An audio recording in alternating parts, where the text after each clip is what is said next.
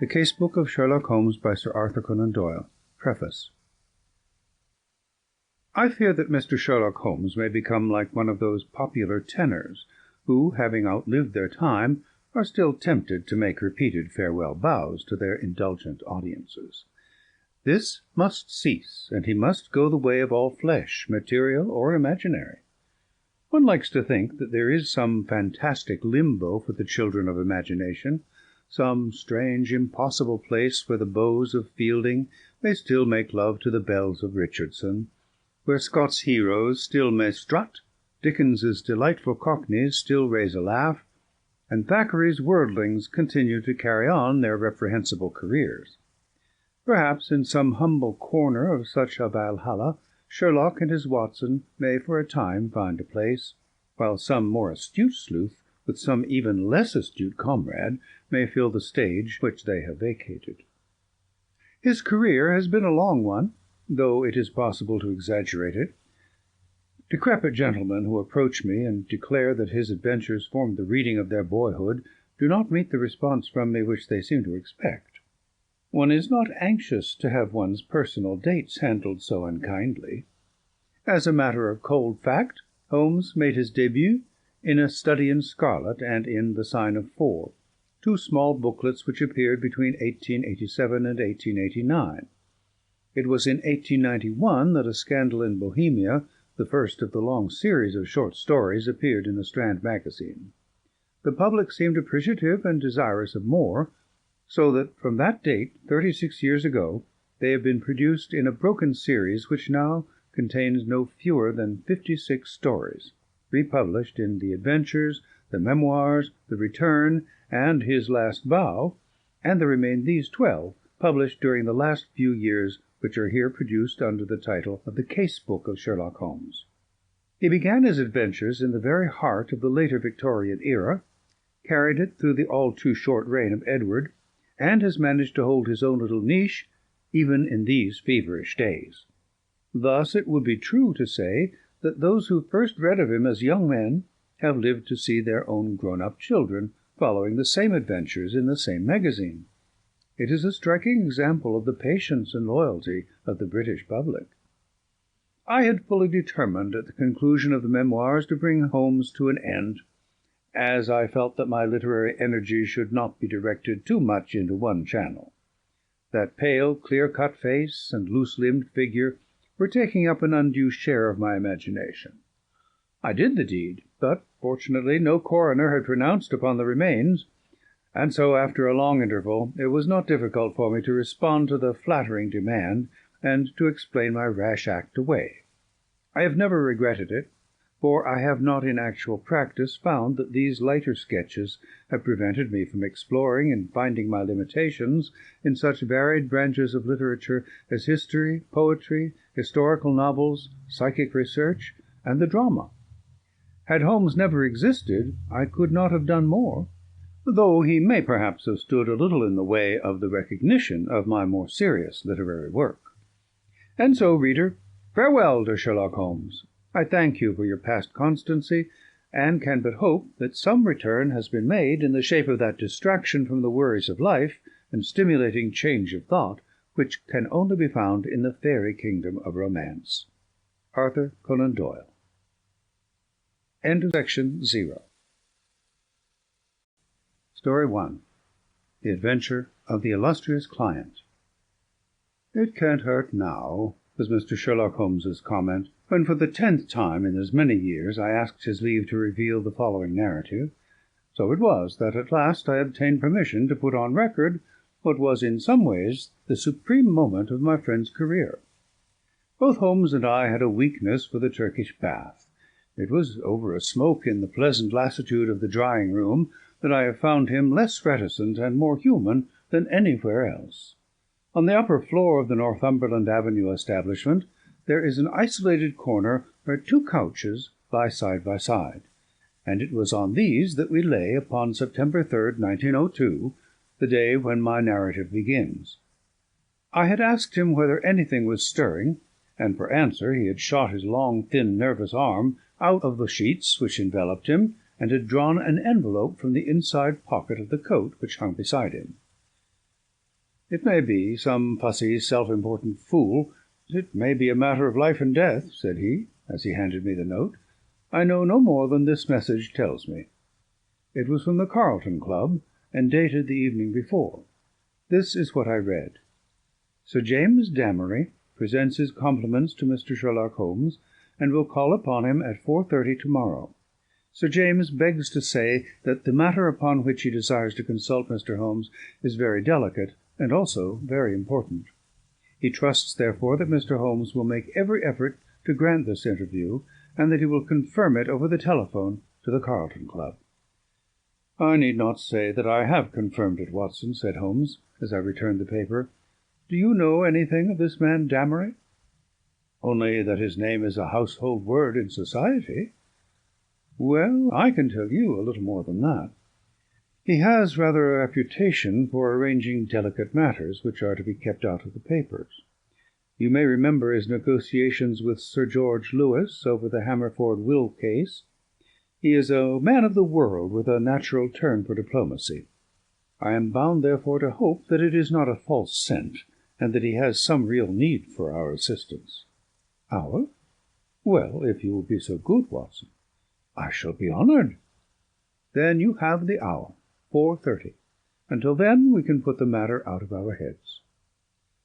I was living in my own rooms in Queen Anne Street at the time, but I was round at Baker Street before the time named.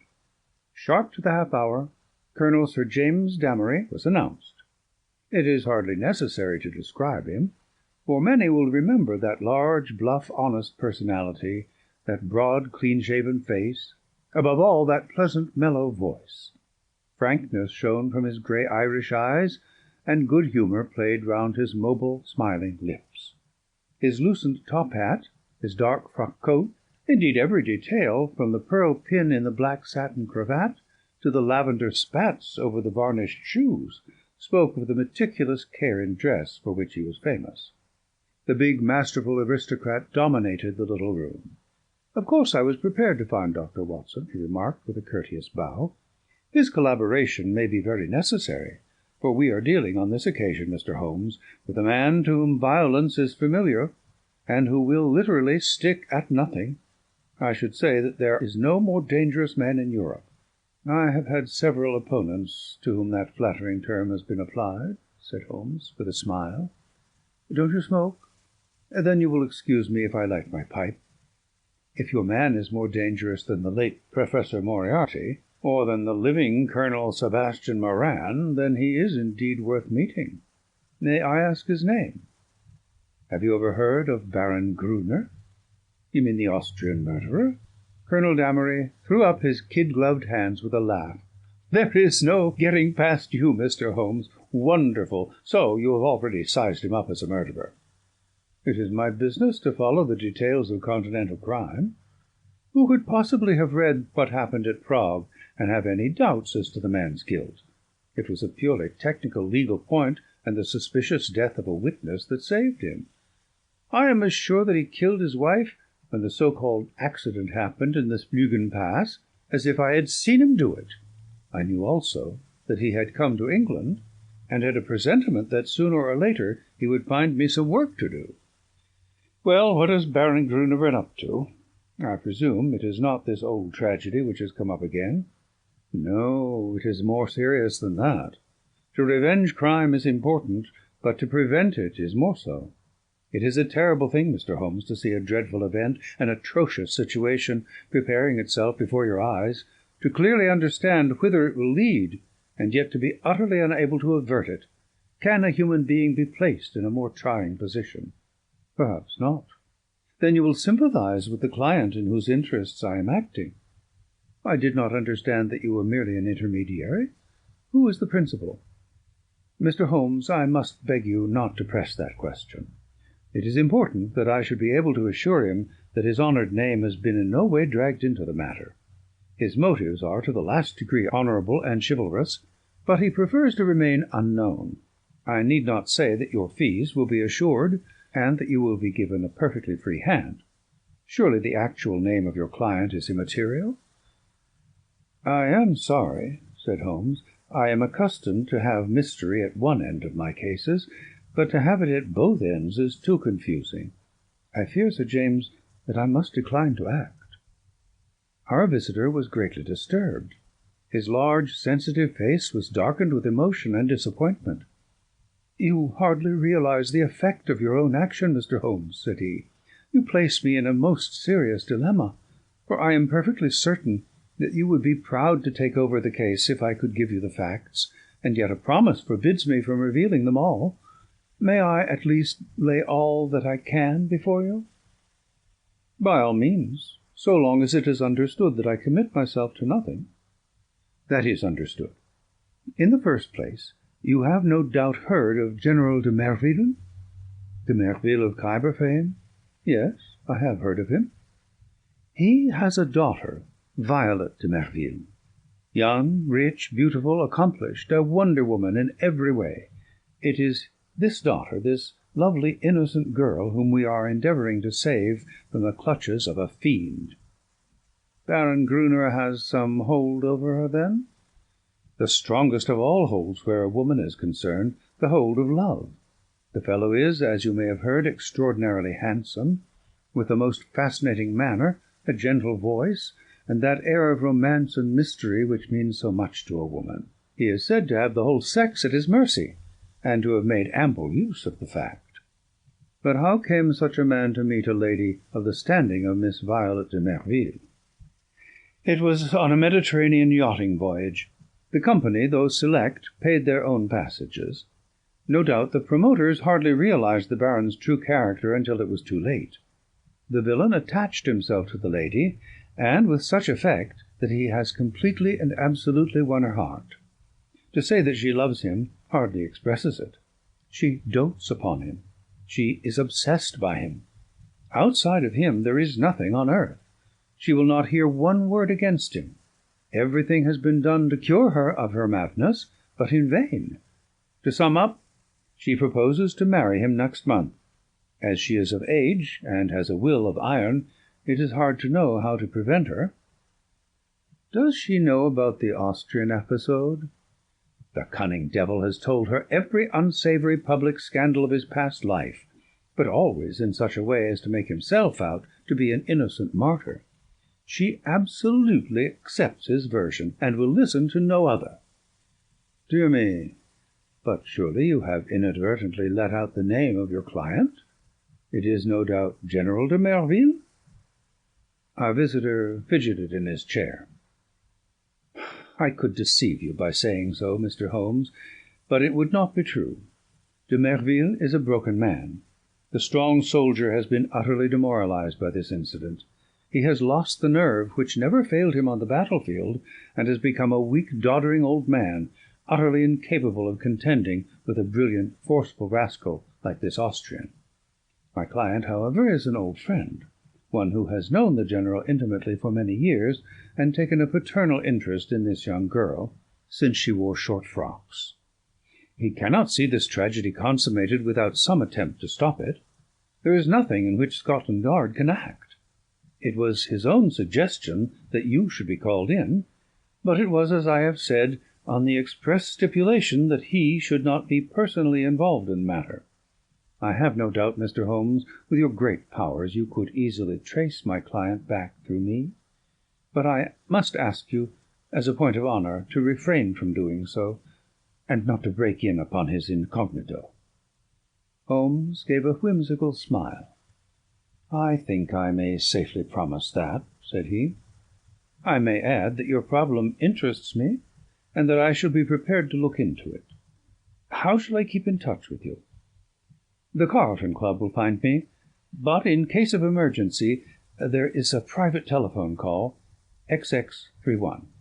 Holmes noted it down, and sat, still smiling, with the open memorandum book upon his knee. "The Baron's present address, please?"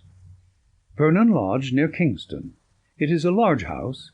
He has been fortunate in some rather shady speculations, and is a rich man, which naturally makes him a more dangerous antagonist."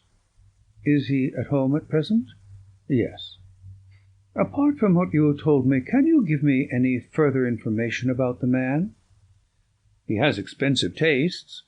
He is a horse fancier. For a short time he played polo at Hurlingham, but then this Prague affair got noised about, and he had to leave. He collects books and pictures. He is a man with a considerable artistic side to his nature. He is, I believe, a recognized authority upon Chinese pottery, and has written a book upon the subject." "A complex mind," said Holmes. "All great criminals have that.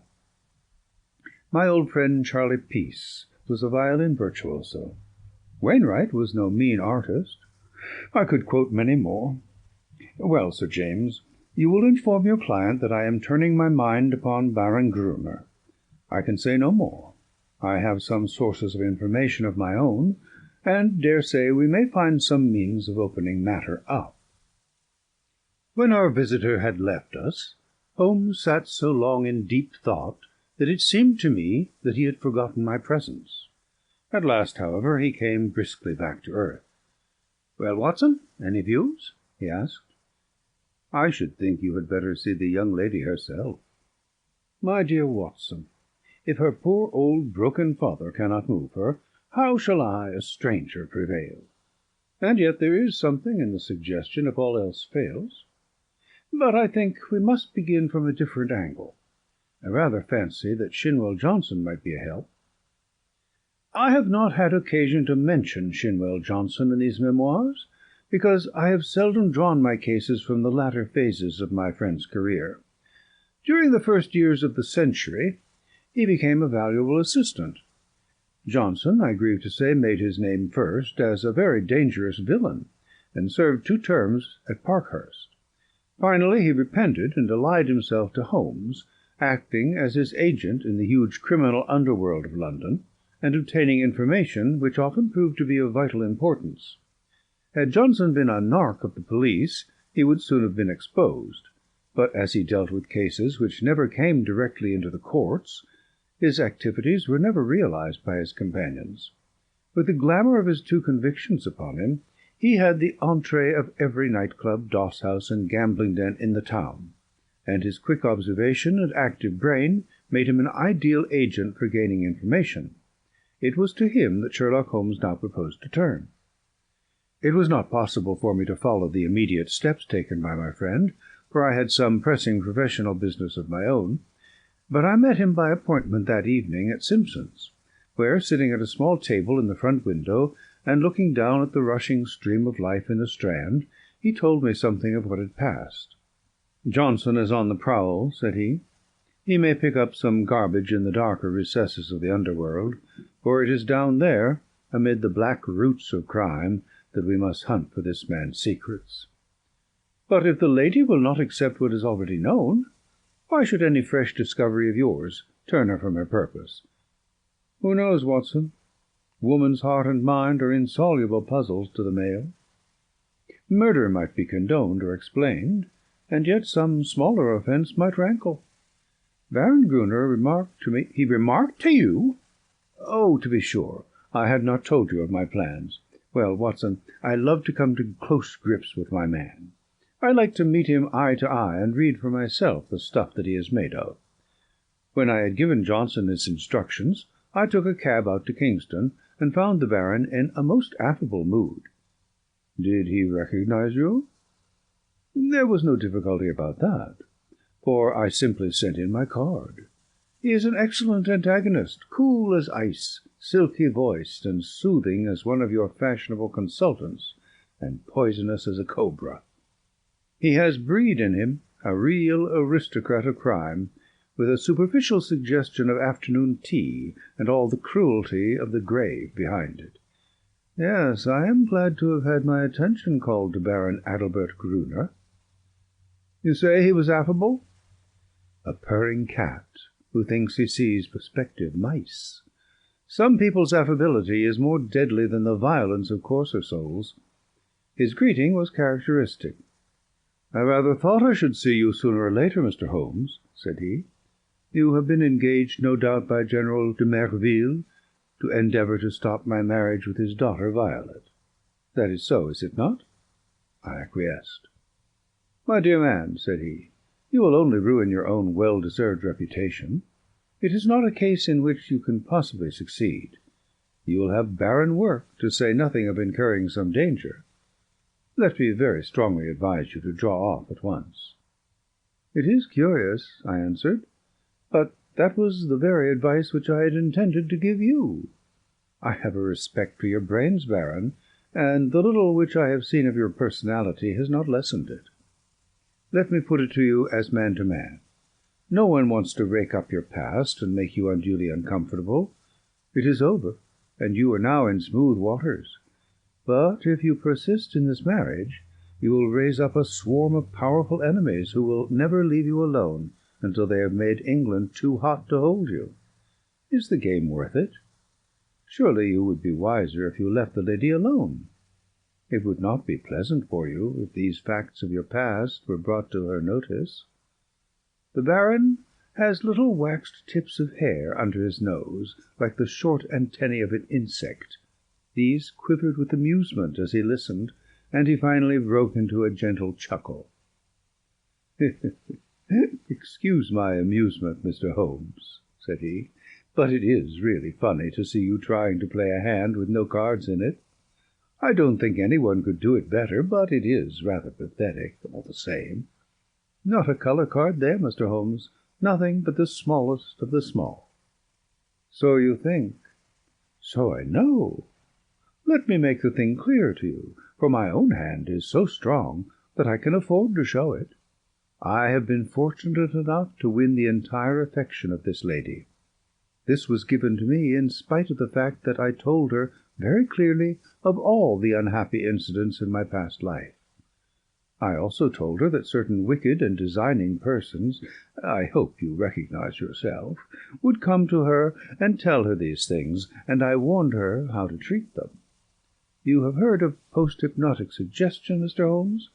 Well, you will see how it works, for a man of personality can use hypnotism without any vulgar passes or tomfoolery. So she is ready for you, and I have no doubt would give you an appointment, for she is quite amenable to her father's will, save only in the one little matter." Well, Watson, there seemed to be no more to say, so I took my leave with as much cold dignity as I could summon. But as I had my hand on the door-handle, he stopped me. "By the way, Mr. Holmes," said he, "did you know Lebrun, the French agent?" "Yes," said I. "Do you know what befell him?" "I heard that he was beaten by some Apaches in the Montmartre district, and crippled for life."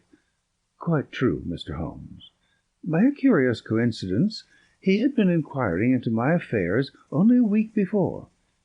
Don't do it, Mr. Holmes. It's not a lucky thing to do. Several have found that out. My last word to you is, go your own way, and let me go mine. Good-bye." So there you are, Watson. You are up to date now. The fellow seems dangerous, mighty dangerous. I disregard the blusterer, but this is the sort of man who says rather less than he means. Must you interfere? Does it really matter if he marries the girl?" "Considering that he undoubtedly murdered his last wife, I should say it mattered very much. Besides, the client. Well, we need not discuss that. When you have finished your coffee, you had best come home with me, for the blithe Shinwell will be there with his report."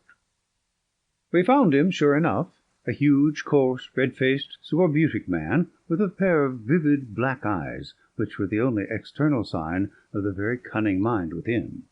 It seems that he had dived down into what was peculiarly his kingdom, and beside him, on the settee, was a brand, which he had brought up in the shape of a slim, flame-like young woman, with a pale, intense face, youthful, and yet so worn with sin and sorrow that one read the terrible years which had left their leprous mark upon her. "This is Miss Kitty Winter," said Shinwell Johnson, waving his fat hand as an introduction. "What she don't know, well, there, she'll speak for herself. Put my hand right on her, Mr. Holmes, within an hour of your message." "I'm easy to find," said the young woman. "Hale, London, gets me every time. Same address for Porky Shinwell. We're old mates, Porky, you and I. But gripes! There is another who ought to be down in a lower hell than we, if there was any justice in the world. That is the man you are after, Mr. Holmes." Holmes smiled. "I gather we have your good wishes, Miss Winter." "If I can help to put him where he belongs, I'm yours to the rattle," said our visitor with fierce energy. There was an intensity of hatred in her white set face and her blazing eyes, such as woman seldom and man never can attain. "You needn't go into my past, Mr. Holmes. That's neither here nor there. But what I am, Adelbert Gruner made me. If I could pull him down—" She clutched frantically with her hands into the air. "Oh, if I could only pull him into the pit where he has pushed so many." "You know how the matter stands?" "Porky Shinwell has been telling me. He's after some other poor fool and wants to marry her this time. You want to stop it. Well, you surely know enough about this devil to prevent any decent girl in her senses wanting to be in the same parish with him." "She's not in her senses. She is madly in love. She has been told all about him. She cares nothing." "Told about the murder?" "Yes." "My lord, she must have a nerve." "She puts them all down as slanders." "Couldn't you lay proofs before her silly eyes?" "Well, can you help us do so?" "Ain't I a proof myself? If I stood before her and told her how he used me—" "Would you do this?" "Would I? Would I not?" "Well, it might be worth trying. But he has told her most of his sins, and had pardon from her, and I understand she will not reopen the question." "I'll lay he didn't tell her all," said Miss Winter. "I caught a glimpse of one or two murders besides the one that made such a fuss. He would speak of some one in his velvet way, and then look at me with a steady eye and say, 'He died within a month.' It wasn't hot air either. But I took little notice. You see, I loved him myself at that time. Whatever he did went with me, same as with this poor fool. There was just one thing that shook me. Yes, by grapes! If it had not been for his poisonous, lying tongue that explains and soothes, I'd have left him that very night. It's a book he has, a brown leather book with a lock, and his arms in gold on the outside. I think he was a bit drunk that night, or he would not have shown it to me." "What was it, then?" "I tell you, Mr. Holmes, this man collects women, and takes a pride in his collection, as some men collect moths or butterflies. He had it all in that book, snapshot photographs, names, details, everything about them. It was a beastly book, a book no man, even if he had come from the gutter, could have put together. But it was Adelbert Gruner's book all the same. Souls I have ruined. He could have put that on the outside if he had been so minded. However, that's neither here nor there, for the book would not serve you, and if it would, you can't get it." "Where is it?" "How can I tell where it is now? It's more than a year since I left him. I know where he kept it then. He's a precise, tidy cat of a man in many of his ways, so maybe it is still in the pigeon-hole of the old bureau in the inner study.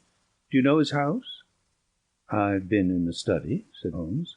"Have you, though? You haven't been slow on the job if you only started this morning. Maybe dear Adelbert has met his match this time. The outer study is the one with the Chinese crockery in it, big glass cupboard between the windows. Then behind his desk is the door that leads to the inner study, a small room where he keeps papers and things." "Is he not afraid of burglars?" "Adelbert is no coward. His worst enemy couldn't say that of him. He can look after himself. There's a burglar alarm at night. Besides, what is there for a burglar, unless they got away with all this fancy crockery?" "No good," said Shinwell Johnson, with the decided voice of the expert. "No fence wants stuff of that sort, that you can neither melt nor sell." "Quite so," said Holmes. "Well now, Miss Winter, if you would call here to-morrow evening at 5, I would consider in the meanwhile whether your suggestion of seeing this lady personally may not be arranged. I am exceedingly obliged to you for your cooperation. I need not say that my clients will consider liberally—" "None of that, Mr. Holmes," cried the young woman. "I am not out for money. Let me see this man in the mud, and I've got all I work for. In the mud, with my foot on his cursed face. That's my price. I'm with you to-morrow or any other day, so long as you are on his track." Corky here can tell you always where to find me." I did not see Holmes again until the following evening, when we dined once more at our Strand restaurant. He shrugged his shoulders when I asked him what luck he had had in his interview. Then he told the story, which I would repeat in this way. His hard, dry statement needs some little editing to soften it into the terms of real life. "There was no difficulty at all about the appointment," said Holmes, "for the girl glories in showing abject filial obedience in all secondary things, in an attempt to atone for her flagrant breach of it in her engagement. The General phoned that all was ready, and the fiery Miss W. turned up according to schedule, so that at 5:30 a cab deposited us outside 104 Berkeley Square, where the old soldier resides, one of those awful grey London castles which would make a church seem frivolous. A footman showed us into a great yellow-curtained drawing-room, and there was the lady awaiting us, demure, pale, self-contained, as inflexible and remote as a snow image on a mountain. I don't quite know how to make her clear to you, Watson. Perhaps you may meet her before we are through, and you can use your own gift of words.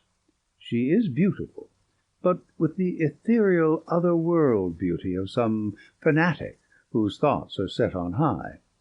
I have seen such faces in the pictures of the old masters of the Middle Ages.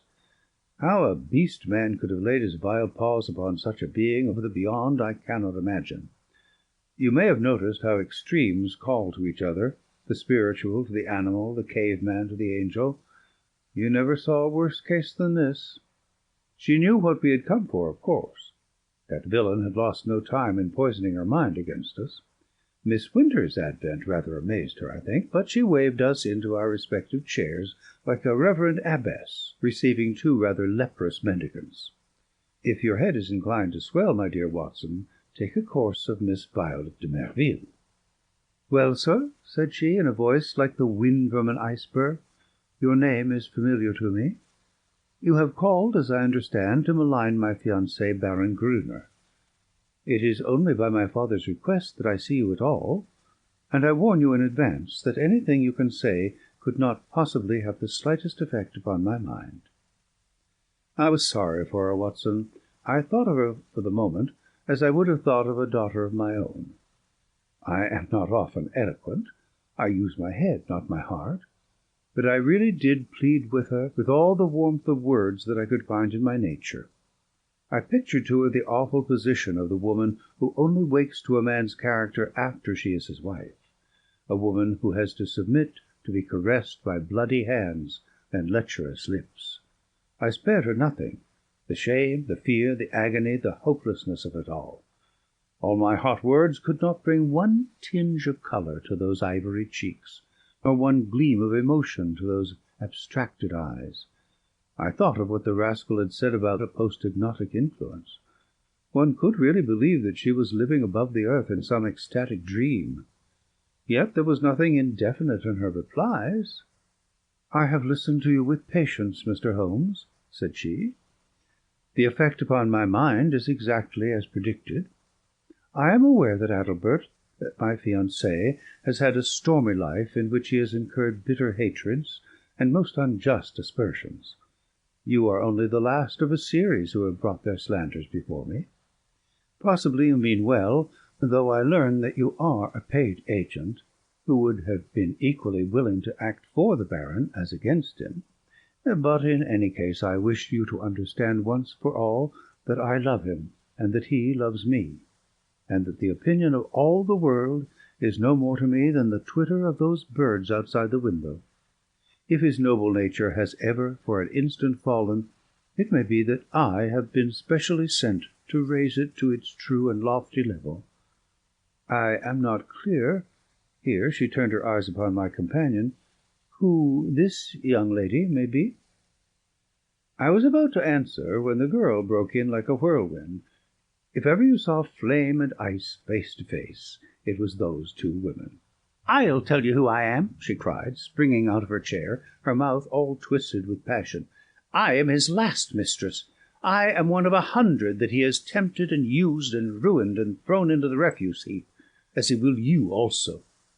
Your refuse-heap is more likely to be a grave, and maybe that's the best. I tell you, you foolish woman, if you marry this man, he'll be the death of you. It may be a broken heart, or it may be a broken neck, but he'll have you one way or the other. It's not out of love for you I'm speaking. I don't care a tinker's curse whether you live or die. It's out of hate for him, and to spite him, and to get back on him for what he did to me. But it's all the same, and you needn't look at me like that, my fine lady, for you may be lower than I am before you are through with it." "I should prefer not to discuss such matters," said Miss de Merville coldly. "Let me say once for all that I am aware of 3 passages in my fiancé's life in which he became entangled with designing women, and that I am assured of his hearty repentance for any evil that he may have done." "3 passages!" screamed my companion. "You fool! You unutterable fool!" "Mr. Holmes, I beg that you will bring this interview to an end," said the icy voice. "I have obeyed my father's wish in seeing you, but I am not compelled to listen to the ravings of this person." With an oath Miss Winter darted forward, and if I had not caught her wrist she would have clutched this maddening woman by the hair. I dragged her towards the door, and was lucky to get her back into the cab without a public scene, for she was beside herself with rage. In a cold way I felt pretty furious myself, Watson, for there was something indescribably annoying in the calm aloofness and supreme self-complacence of the woman whom we were trying to save. So now, once again, you know exactly how we stand, and it is clear that I must plan some fresh opening move, for this gambit won't work. I'll keep in touch with you, Watson, for it is more than likely that you will have your part to play, though it is just possible that the next move may lie with them rather than with us. And it did. Their blow fell, or his blow rather, for never could I believe that the lady was privy to it. I think I could show you the very paving-stone upon which I stood when my eyes fell upon the placard, and a pang of horror passed through my very soul. It was between the Grand Hotel and Charing Cross Station, where a one-legged news-vendor displayed his evening papers. The date was just 2 days after the last conversation. There, black upon yellow, was the terrible news-sheet: "Murderous attack upon Sherlock Holmes." I think I stood stunned for some moments. Then I have a confused recollection of snatching at a paper, of the remonstrance of the man, whom I had not paid, and finally of standing in the doorway of a chemist's shop while I turned up the fateful paragraph. This is how it ran: "We learn with regret that Mr. Sherlock Holmes, the well-known private detective, was the victim this morning of a murderous assault which has left him in a precarious position. There are no exact details to hand, but the event seems to have occurred about 12 o'clock in Regent Street, outside the Café Royal. The attack was made by 2 men armed with sticks, and Mr. Holmes was beaten about the head and body, receiving injuries which the doctors describe as most serious. He was carried to Charing Cross Hospital, and afterwards insisted upon being taken to his rooms in Baker Street. The miscreants who attacked him appeared to have been respectably dressed men who escaped from the bystanders by passing through the Café Royal and out into Glasshouse Street behind it. No doubt they belonged to that criminal fraternity which has so often had occasion to bewail the activity and ingenuity of the injured man." I need not say that my eyes had hardly glanced over the paragraph before I had sprung into a hansom and was on my way to Baker Street. I found Sir Leslie Oakshott, the famous surgeon, in the hall, and his brougham waiting at the curb. "No immediate danger," was his report. "2 lacerated scalp wounds and some considerable bruises. Several stitches have been necessary. Morphine has been injected, and quiet is essential. But an interview of a few minutes would not be absolutely forbidden." With this permission I stole into the darkened room. The sufferer was wide awake, and I heard my name in a hoarse whisper. The blind was 3/4 down, but one ray of sunlight slanted through and struck the bandaged head of the injured man. A crimson patch had soaked through the white linen compress. I sat beside him and bent my head. "All right, Watson, don't look so scared," he muttered in a very weak voice. "It's not as bad as it seems." "Thank God for that." I'm a bit of a single-stick expert, as you know. I took most of them on my guard. It was the second man that was too much for me. What can I do, Holmes? Of course it was that damned fellow who set them on. I'll go and thrash the hide off him if you give the word. Good old Watson. No, we can do nothing there, unless the police lay their hands on the men. But their getaway had been well prepared. We may be sure of that. Wait a little. I have my plans. The first thing is to exaggerate my injuries. They'll come to you for news. Put it on thick, Watson. Lucky if I live the week out. Concussion, delirium, what you like. You can't overdo it. But Sir Leslie Oakshott? Oh, he's all right. He shall see the worst side of me. I'll look after that. Anything else? Yes. Tell Shinwell Johnson to get that girl out of the way. Those beauties will be after her now. They know, of course, that she was with me in the case. If they dared to do me in, it is not likely they will neglect her. That is urgent. Do it tonight. I'll go now. Anything more? Put my pipe on the table, and the tobacco slipper. Right. Come in each morning, and we will plan our campaign. I arranged with Johnson that evening to take Miss Winter to a quiet suburb and see that she lay low until the danger was past. For 6 days the public were under the impression that Holmes was at the door of death. The bulletins were very grave, and there were sinister paragraphs in the papers. My continual visits assured me that it was not so bad as that. His wiry constitution and his determined will were working wonders. He was recovering fast, and I had suspicions at times that he was really finding himself faster than he pretended, even to me. There was a curious secretive streak in the man, which led to many dramatic effects, but left even his closest friend guessing as to what his exact plans might be. He pushed to an extreme the axiom that the only safe plotter was he who plotted alone. I was nearer to him than anyone else, and yet I was always conscious of the gap between. On the 7th day the stitches were taken out, in spite of which there was a report of erysipelas in the evening papers. The same evening papers had an announcement which I was bound, sick or well, to carry to my friend. It was simply that among the passengers on the Cunard boat Ruritania, starting from Liverpool on Friday, was the Baron Adalbert Gruner, who had some important financial business to settle in the States before his impending wedding to Miss Violet de Merville, only daughter of, etc., etc. Holmes listened to the news with a cold, concentrated look upon his pale face, which told me that it hit him hard. "Friday!" he cried. "Only 3 clear days! I believe the rascal wants to put himself out of danger's way. But he won't, Watson. By the Lord Harry, he won't. Now, Watson, I want you to do something for me." "I'm here to be used, Holmes." "Well, then, spend the next 24 hours in an intensive study of Chinese pottery." He gave no explanations, and I asked for none. By long experience I had learned the wisdom of obedience. But when I had left his room, I walked down Baker Street, revolving in my head how on earth I was to carry out so strange an order. Finally I drove to the London Library in St. James's Square, put the matter to my friend Lomax, the sub-librarian, and departed to my rooms with a goodly volume under my arm. It is said that the barrister who crams up a case with such care that he can examine an expert witness upon the Monday has forgotten all his forced knowledge before the Saturday.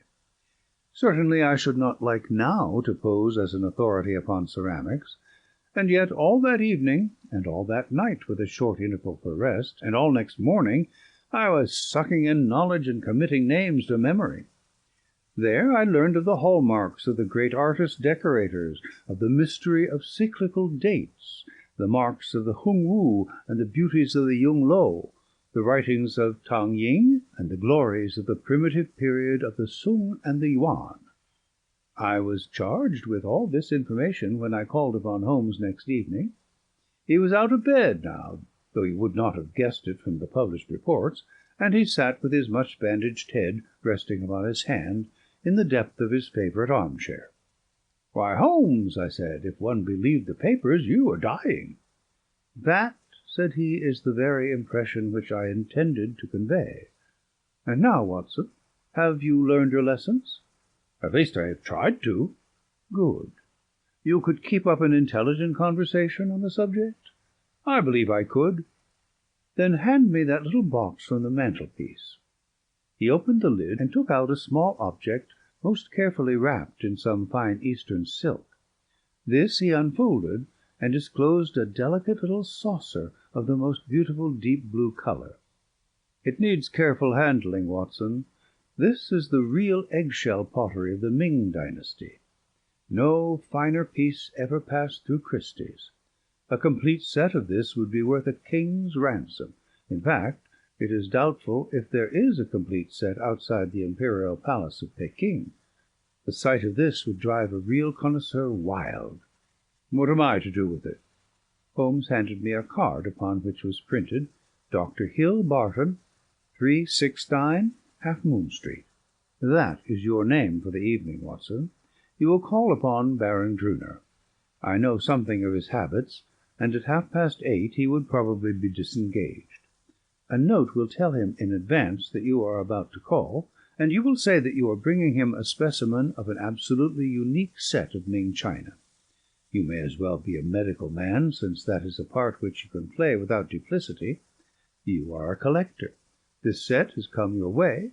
You have heard of the Baron's interest in the subject, and you are not averse to selling at a price." "What price?" "Well asked, Watson. You would certainly fall down badly if you did not know the value of your own wares. This saucer was got for me by Sir James, and comes, I understand, from the collection of his client. You will not exaggerate if you say that it could hardly be matched in the world. I could perhaps suggest that the set should be valued by an expert." "Excellent, Watson. You scintillate to-day. Suggest Christie or Sotheby. Your delicacy prevents your putting a price for yourself." "But if he won't see me?" "Oh, yes, he will see you. He has the collection mania in its most acute form, and especially on this subject, on which he is an acknowledged authority. Sit down, Watson, and I will dictate the letter. No answer needed. You will merely say that you are coming, and why."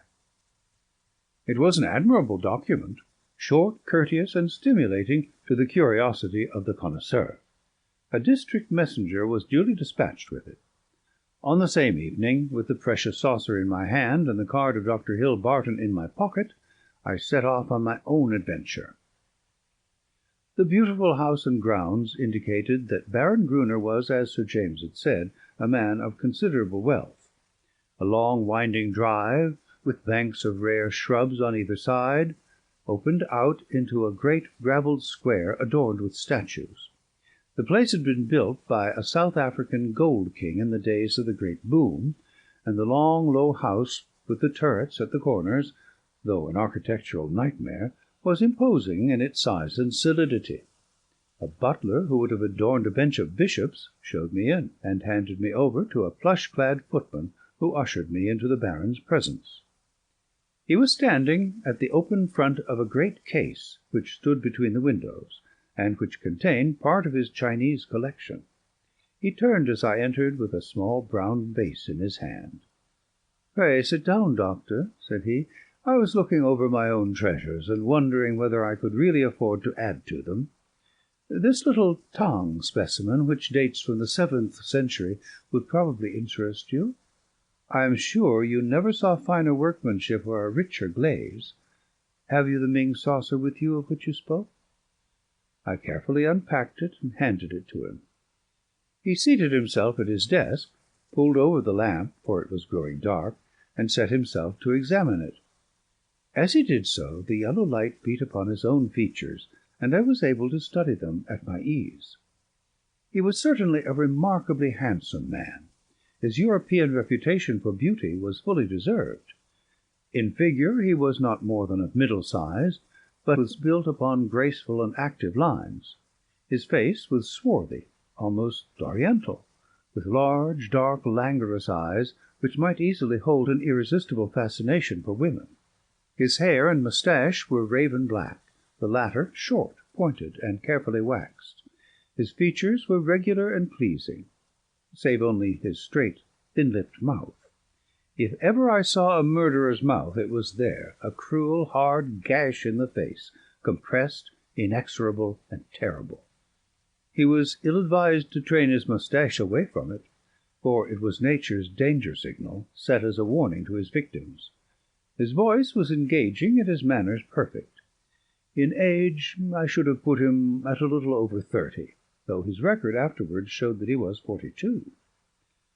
"Very fine, very fine indeed," he said at last. "And you say you have a set of 6 to correspond? What puzzles me is that I should not have heard of such magnificent specimens. I only know of one in England to match this, and it is certainly not likely to be in the market.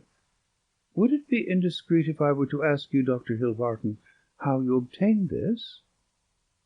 "Does it really matter?" I asked, with as careless an air as I could muster. "You can see that the piece is genuine, and as to the value, I am content to take an expert's valuation." "Very mysterious," said he, with a quick, suspicious flash of his dark eyes. "In dealing with objects of such value, one naturally wishes to know all about the transaction. That the piece is genuine is certain. I have no doubts at all about that. But suppose, I am bound to take every possibility into account, that it should prove afterwards that you had no right to sell." "I would guarantee you against any claim of that sort." "That, of course, would open up the question as to what your guarantee was worth." "My bankers would answer that." "Quite so. And yet the whole transaction strikes me as rather unusual." "You can do business or not," said I, with indifference. "I have given you the first offer, as I understood that you were a connoisseur, and I shall have no difficulty in other quarters." "Who told you I was a connoisseur?" "I was aware that you had written a book upon the subject." "Have you read the book?" "No." "Dear me, this becomes more and more difficult for me to understand.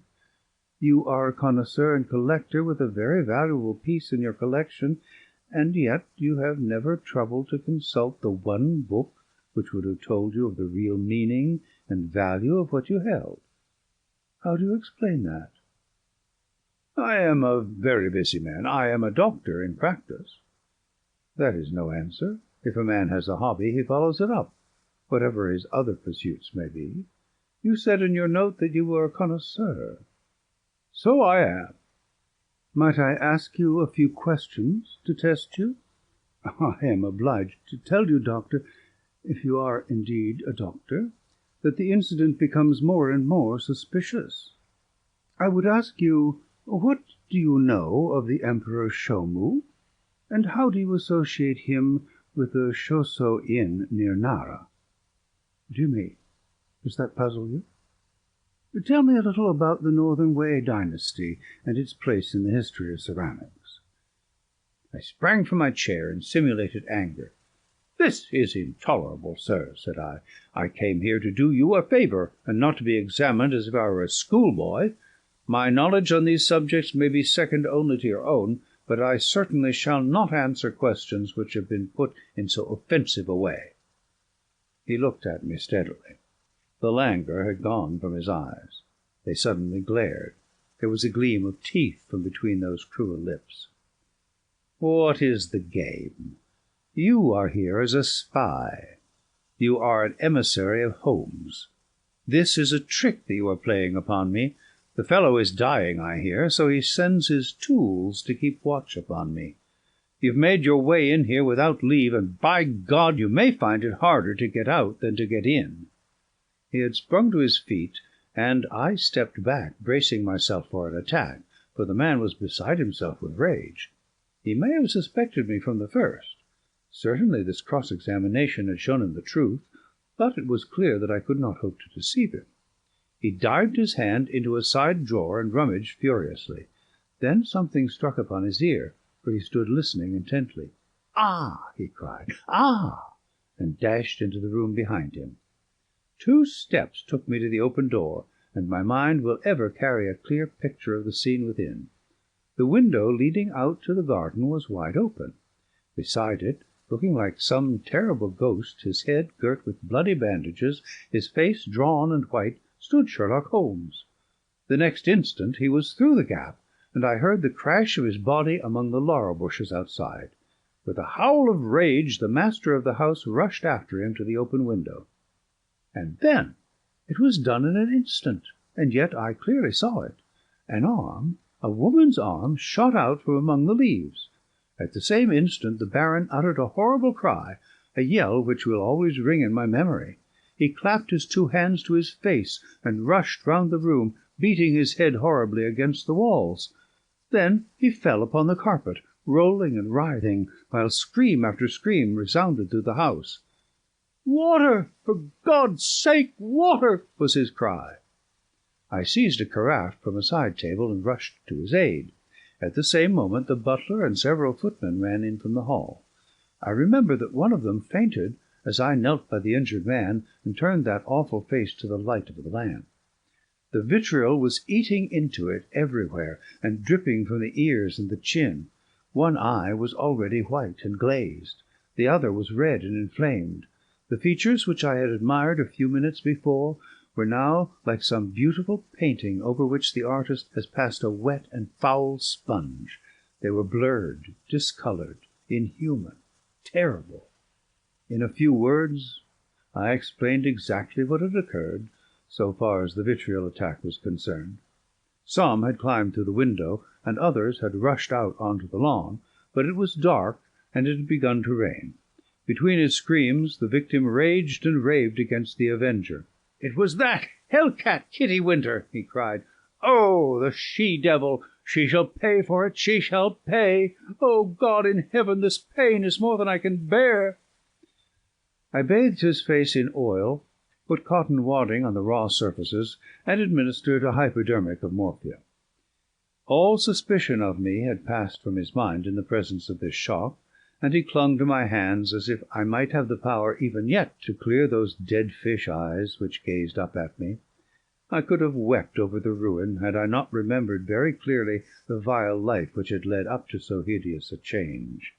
It was loathsome to feel the pawing of his burning hands, and I was relieved when his family surgeon, closely followed by a specialist, came to relieve me of my charge.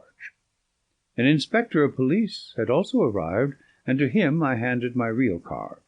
It would have been useless as well as foolish to do otherwise, for I was nearly as well known by sight at the yard as Holmes himself. Then I left that house of gloom and terror. Within an hour I was at Baker Street. Holmes was seated in his familiar chair, looking very pale and exhausted. Apart from his injuries, even his iron nerves had been shocked by the events of the evening, and he listened with horror to my account of the Baron's transformation. "The wages of sin, Watson, the wages of sin," said he. "Sooner or later it will always come. God knows there was sin enough," he added, taking up a brown volume from the table. "Here is the book the woman talked of. If this will not break off the marriage, nothing ever could. But it will, Watson. It must. No self-respecting woman could stand it. It is his love diary, or his lust diary, call it what you will. The moment the woman told us of it, I realized what a tremendous weapon was there, if we could but lay our hands on it. I said nothing at the time to indicate my thoughts, for this woman might have given it away, but I brooded over it. Then this assault upon me gave me the chance of letting the Baron think that no precautions need be taken against me. That was all to the good. I would have waited a little longer, but his visit to America forced my hand. He would never have left so compromising a document behind him. Therefore we had to act at once. Burglary at night is impossible. He takes precautions. But there was a chance in the evening, if I could only be sure that his attention was engaged. That was where you and your blue saucer came in. But I had to be sure of the position of the book, and I knew I had only a few minutes in which to act, for my time was limited by your knowledge of Chinese pottery. Therefore I gathered the girl up at the last moment. How could I guess what the little packet was that she carried so carefully under her cloak? I thought she had come altogether on my business, but it seems she had some of her own. He guessed I came from you. I feared he would. but you held him in play just long enough for me to get the book, though not long enough for an unobserved escape. Ah, Sir James, I am very glad you have come." Our courtly friend had appeared in answer to a previous summons. He listened with the deepest attention to Holmes's account of what had occurred. "You have done wonders, wonders!" he cried, when he had heard the narrative. "But if these injuries are as terrible as Dr. Watson describes, then surely our purpose of thwarting the marriage is sufficiently gained without the use of this horrible book." Holmes shook his head. "Women of the de Merville type do not act like that. She would love him the more as a disfigured martyr. No, no. It is his moral side, not his physical, which we have to destroy. That book will bring her back to earth, and I know nothing else that could. It is in his own writing. She cannot get past it." Sir James carried away both it and the precious saucer. As I was myself overdue, I went down with him into the street. A brougham was waiting for him. He sprang in, gave a hurried order to the cockaded coachman, and drove swiftly away. He flung his overcoat half out of the window to cover the armorial bearings upon the panel, but I had seen them in the glare of our fanlight none the less. I gasped with surprise. Then I turned back and ascended the stair to Holmes's room. "I have found out who our client is!" I cried, bursting with my great news. "Why, Holmes, it is a loyal friend and a chivalrous gentleman," said Holmes, holding up a restraining hand. "Let that now and for ever be enough for us." I do not know how the incriminating book was used. Sir James may have managed it, or it is more probable that so delicate a task was entrusted to the young lady's father. The effect, at any rate, was all that could be desired. 3 days later appeared a paragraph in the Morning Post to say that the marriage between Baron Adalbert Gruner and Miss Violet de Merville would not take place. The same paper had the first police court hearing of the proceedings against Miss Kitty Winter on the grave charge of vitriol throwing. Such extenuating circumstances came out in the trial that the sentence, as will be remembered, was the lowest that was possible for such an offence. Sherlock Holmes was threatened with the prosecution for burglary, but when an object is good and a client is sufficiently illustrious, even the rigid British law becomes human and elastic. My friend has not yet stood in the dock. End of the adventure of the illustrious client.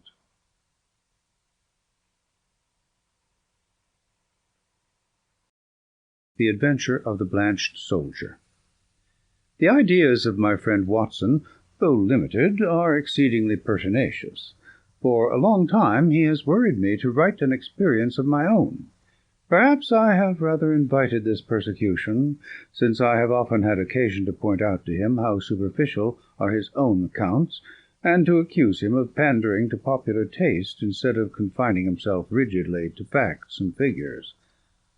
"Try it yourself, Holmes," he has retorted, and I am compelled to admit that, having taken my pen in my hand, I do begin to realize that the matter must be presented in such a way as may interest the reader. The following case can hardly fail to do so, as it is among the strangest happenings in my collection, though it chanced that Watson had no note of it in his collection. Speaking of my old friend and biographer, I would take this opportunity to remark that if I burden myself with a companion in my various little inquiries, it is not done out of sentiment or caprice, but it is that Watson has some remarkable characteristics of his own, to which in his modesty he has given small attention amid his exaggerated estimates of my own performances. A confederate who foresees your conclusions and course of action is always dangerous, but one to whom each development comes as a perpetual surprise, and to whom the future is always a closed book, is indeed an ideal helpmate. I find from my notebook that it was in January 1903, just after the conclusion of the Boer War, that I had my visit from Mr. James M. Dodd, a big, fresh, sunburned, upstanding Briton. The good Watson had at that time deserted me for a wife, the only selfish action which I recall in our association. I was alone. It is my habit to sit with my back to the window, and to place my visitors in the opposite chair, where the light falls full upon them. Mr. James M. Dodd seemed somewhat at a loss how to begin the interview. I did not attempt to help him, for his silence gave me more time for observation. I have found it wise to impress clients with a sense of power, and so I gave him some of my conclusions. "From South Africa, sir, I perceive." "Yes, sir," he answered, with some surprise. "Imperial yeomanry, I fancy." "Exactly." "Middlesex corps, no doubt." "That is so, Mr. Holmes. You are a wizard." I smiled at his bewildered expression.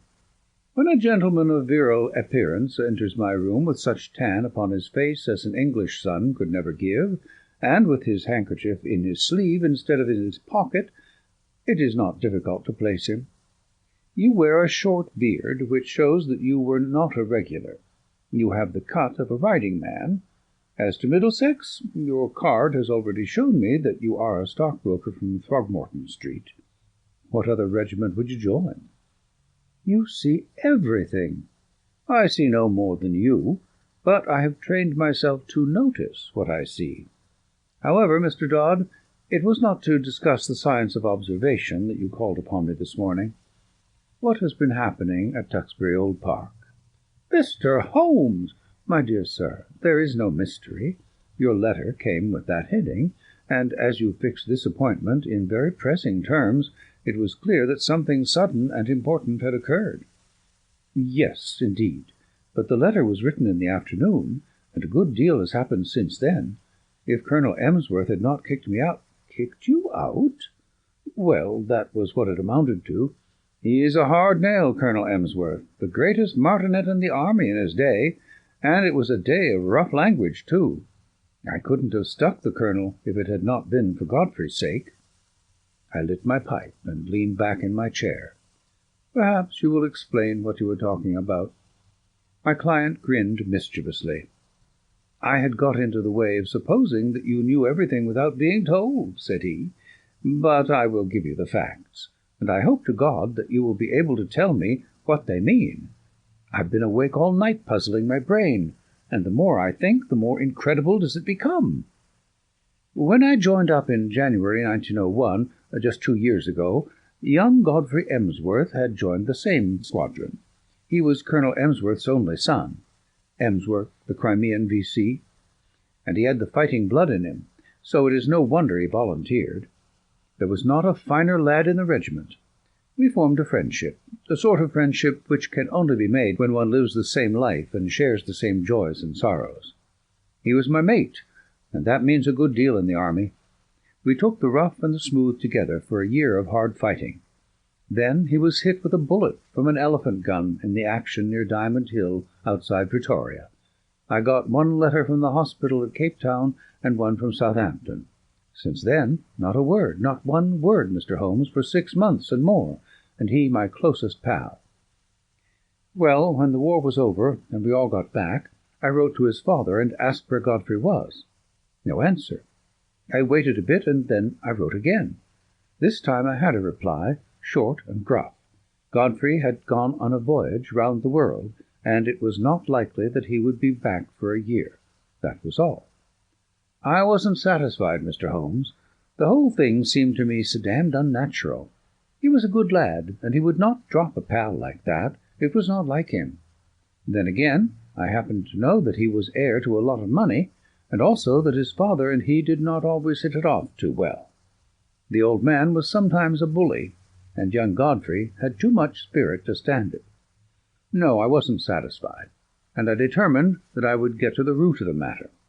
It happened, however, that my own affairs needed a lot of straightening out after 2 years' absence, and so it is only this week that I have been able to take up Godfrey's case again. But since I have taken it up, I mean to drop everything in order to see it through. Mr. James M. Dodd appeared to be the sort of person whom it would be better to have as a friend than as an enemy. His blue eyes were stern, and his square jaw had set hard as he spoke. "Well, what have you done?" I asked. "My first move was to get down to his home, Tewkesbury Old Park, near Bedford, and to see for myself how the ground lay. I wrote to the mother, therefore. I had had quite enough of the curmudgeon of a father, and I made a clean frontal attack. Godfrey was my chum. I had a great deal of interest, which I might tell her, of our common experiences. I should be in the neighbourhood. Would there be any objection, etc.? In reply, I had quite an amiable answer from her, and an offer to put me up for the night. That was what took me down on Monday. Tewkesbury Old Hall is inaccessible, 5 miles from anywhere. There was no trap at the station, so I had to walk, carrying my suit-case, and it was nearly dark before I arrived. It is a great wandering house, standing in a considerable park. I should judge it was of all sorts of ages and styles, starting on a half-timbered Elizabethan foundation and ending in a Victorian portico. Inside it was all panelling and tapestry and half-effaced old pictures, a house of shadows and mystery. There was a butler, old Rafe, who seemed about the same age as the house, and there was his wife, who might have been older. She had been Godfrey's nurse, and I had heard him speak of her as second only to his mother in his affections, so I was drawn to her in spite of her queer appearance. The mother I liked also, a gentle little white mouse of a woman. It was only the Colonel himself whom I barred.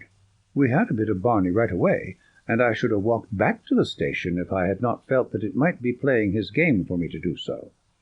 I was shown straight into his study, and there I found him, a huge bow-backed man with a smoky skin and a straggling grey beard, seated behind his littered desk. A red-veined nose jutted out like a vulture's beak, and 2 fierce grey eyes glared at me from under tufted brows. I could understand now why Godfrey seldom spoke of his father. "Well, sir," said he, in a rasping voice, "I should be interested to know the real reasons for this visit." I answered that I had explained them in my letter to his wife. "Yes, yes, you said that you had known Godfrey in Africa. We have, of course, only your word for that." "I have his letters to me in my pocket." "Kindly let me see them." He glanced at the 2 which I handed him, and then he tossed them back. "Well, what then?" he asked. "I was fond of your son Godfrey, sir.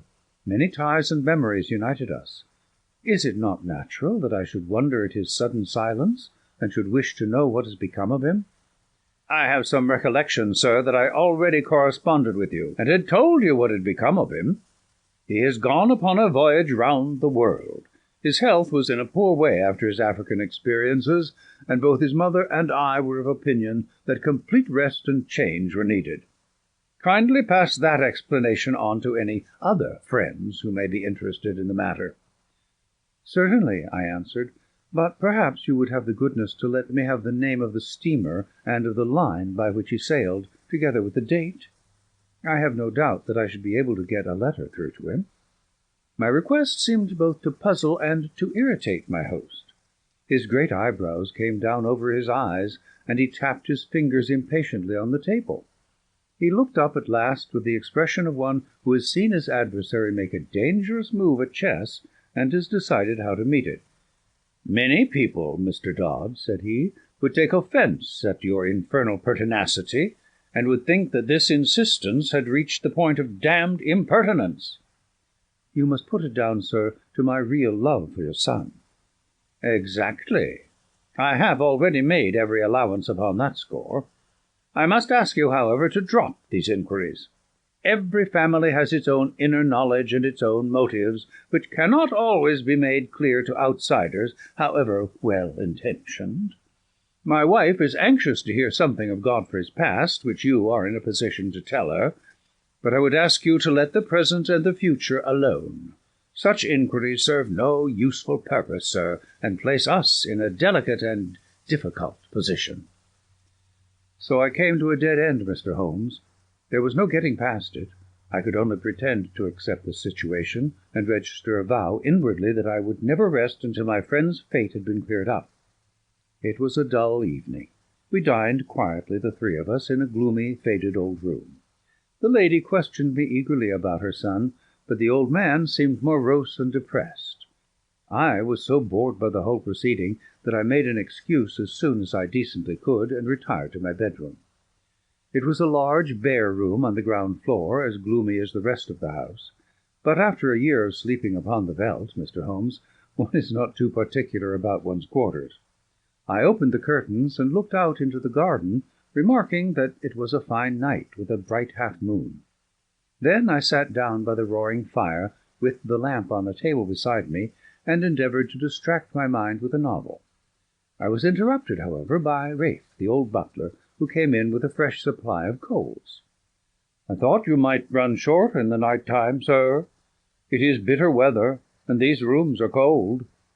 He hesitated before leaving the room, and when I looked round he was standing facing me with a wistful look upon his wrinkled face. "Beg your pardon, sir, but I could not help hearing what you said of young Master Godfrey at dinner. You know, sir, that my wife nursed him, and so I may say I am his foster father.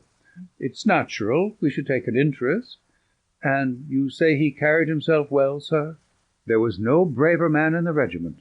He pulled me out once from under the rifles of the Boers, or maybe I should not be here." The old butler rubbed his skinny hands. "Yes, sir, yes, that is Master Godfrey all over. He was always courageous. There's not a tree in the park, sir, that he has not climbed. Nothing would stop him. He was a fine boy, and oh, sir, he was a fine man." I sprang to my feet. "Look here," I cried. "You say he was. You speak as if he were dead. What is all this mystery? What has become of Godfrey Emsworth?" I gripped the old man by the shoulder, but he shrank away. "I don't know what you mean, sir. Ask the master about Master Godfrey. He knows. It is not for me to interfere." He was leaving the room, but I held his arm. "Listen," I said. "You are going to answer one question before you leave, if I have to hold you all night. Is Godfrey dead?" He could not face my eyes. He was like a man hypnotized. The answer was dragged from his lips. It was a terrible and unexpected one. "I wish to God he was," he cried, and tearing himself free, he dashed from the room. You will think, Mr. Holmes, that I returned to my chair in no very happy state of mind. The old man's words seemed to me to bear only one interpretation.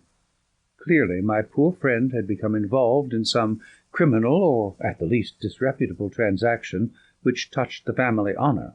That stern old man had sent his son away, and hidden him from the world, lest some scandal should come to light. Godfrey was a reckless fellow. He was easily influenced by those around him. No doubt he had fallen into bad hands, and been misled to his ruin. It was a piteous business, if it was indeed so, but even now it was my duty to hunt him out, and see if I could aid him. I was anxiously pondering the matter when I looked up, and there was Godfrey Emsworth standing before me. My client had paused as one in deep emotion. "Pray continue," I said. "Your problem presents some very unusual features." "He was outside the window, Mr. Holmes, with his face pressed against the glass. I have told you that I looked out at the night. When I did so, I left the curtains partly open. His figure was framed in this gap.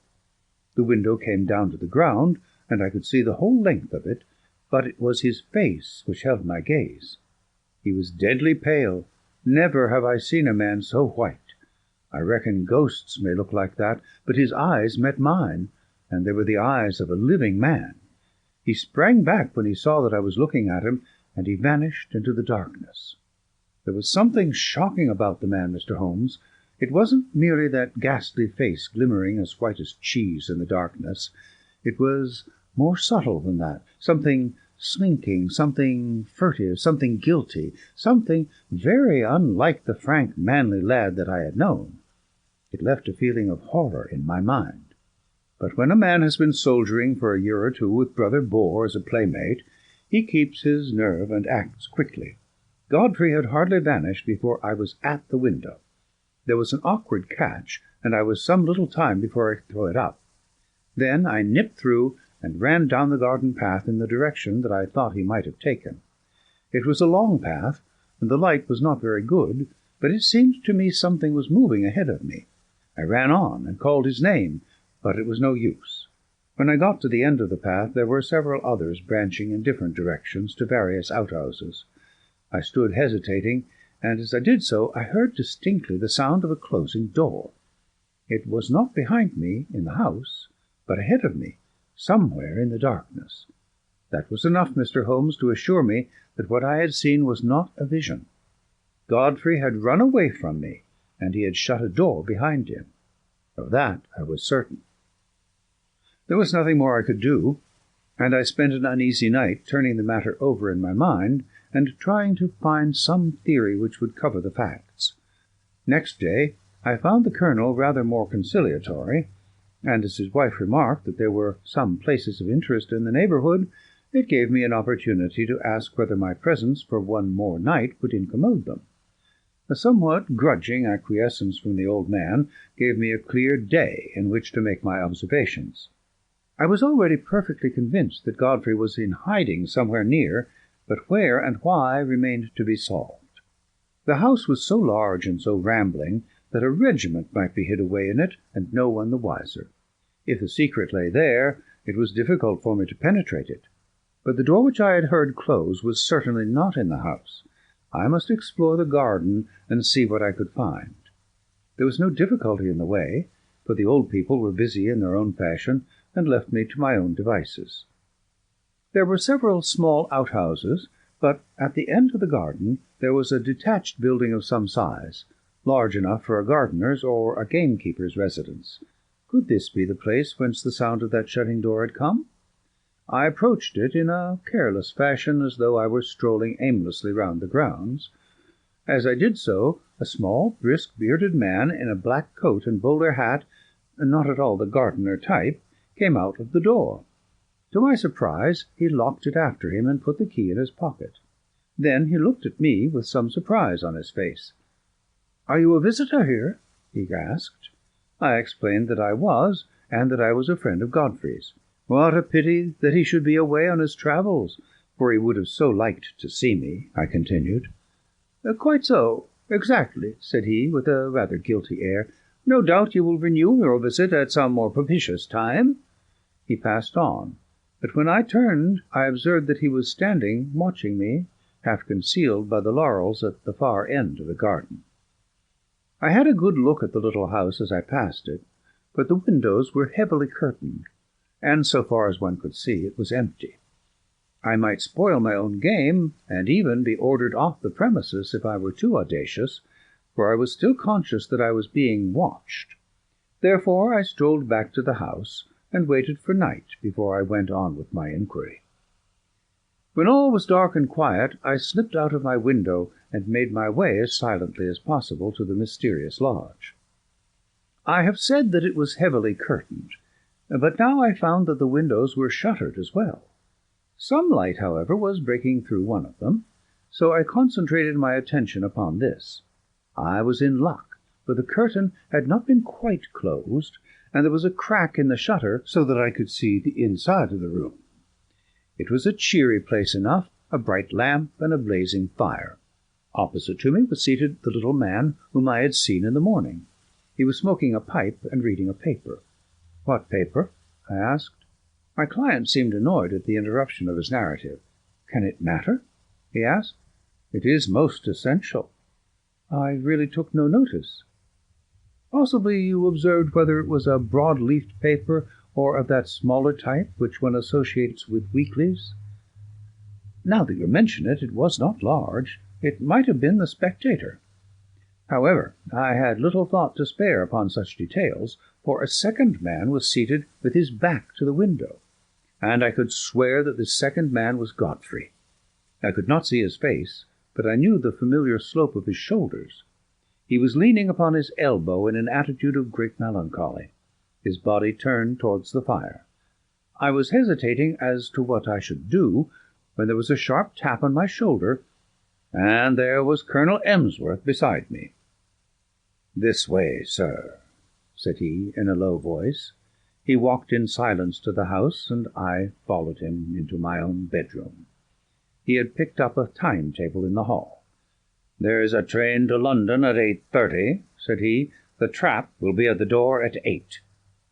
He was white with rage, and, indeed, I felt myself in so difficult a position that I could only stammer out a few incoherent apologies, in which I tried to excuse myself by urging my anxiety for my friend. "The matter will not bear discussion," said he abruptly. "You have made a most damnable intrusion into the privacy of our family. You were here as a guest, and you have become a spy. I have nothing more to say, sir, save that I have no wish ever to see you again." At this I lost my temper, Mr. Holmes, and I spoke with some warmth. "I have seen your son, and I am convinced that for some reason of your own you are concealing him from the world. I have no idea what your motives are in cutting him off in this fashion, but I am sure that he is no longer a free agent. I warn you, Colonel Emsworth, that until I am assured as to the safety and well-being of my friend, I shall never desist in my efforts to get to the bottom of the mystery, and I shall certainly not allow myself to be intimidated by anything which you may say or do." The old fellow looked diabolical, and I really thought he was about to attack me. I have said that he was a gaunt, fierce old giant, and though I am no weakling, I might have been hard put to it to hold my own against him. However, after a long glare of rage, he turned upon his heel and walked out of the room. For my part, I took the appointed train in the morning, with the full intention of coming straight to you, and asking for your advice and assistance at the appointment for which I had already written. Such was the problem which my visitor laid before me. It presented, as the astute reader will have perceived, few difficulties in its solution, for a very limited choice of alternatives must get to the root of the matter. Still, elementary as it was, there were points of interest and novelty about it which may excuse my placing it upon record. I now proceeded, using my familiar method of logical analysis, to narrow down the possible solutions. "The servants," I asked. "How many were in the house?" "To the best of my belief, there were only the old butler and his wife. They seemed to live in the simplest fashion." "There was no servant, then, in the detached house?" "None, unless the little man with the beard acted as such. He seemed, however, to be a quite superior person." "That seems very suggestive. Had you any indication that food was conveyed from the one house to the other?" "Now that you mention it, I did see old Rafe carrying a basket down the garden walk, and going in the direction of this house. The idea of food did not occur to me at the moment." "Did you make any local inquiries?" "Yes, I did. I spoke to the station-master, and also to the innkeeper in the village. I simply asked if they knew anything of my old comrade Godfrey Emsworth. Both of them assured me that he had gone for a voyage round the world. He had come home, and then had almost at once started off again." The story was evidently universally accepted. "You said nothing of your suspicions?" "Nothing." "That was very wise. The matter should certainly be inquired into. I will go back with you to Duxbury Old Park." "To-day?" "It happened that at the moment I was clearing up the case which my friend Watson has described as that of the Abbey School, in which the Duke of Greyminster was so deeply involved. I had also a commission from the Sultan of Turkey, which called for immediate action, as political consequences of the gravest kind might arise from its neglect. Therefore it was not until the beginning of the next week, as my diary records, that I was able to start forth on my mission to Bedfordshire, in company with Mr. James M. Dodd. As we drove to Euston, we picked up a grave and taciturn gentleman of iron-grey aspect, with whom I had made the necessary arrangements. "This is an old friend," said I to Dodd. "It is possible that his presence may be entirely unnecessary, and, on the other hand, it may be essential. It is not necessary at the present stage to go further into the matter. The narratives of Watson have accustomed the reader, no doubt, to the fact that I do not waste words or disclose my thoughts while a case is actually under consideration. Dodd seemed surprised, but nothing more was said, and the three of us continued our journey together. In the train I asked Dodd one more question which I wished our companion to hear. "You say that you saw your friend's face quite clearly at the window, so clearly that you are sure of his identity?" "I have no doubt about it whatever. His nose was pressed against the glass. The lamplight shone full upon him." "It could not have been someone resembling him?" No, it was he." "But you say he was changed?"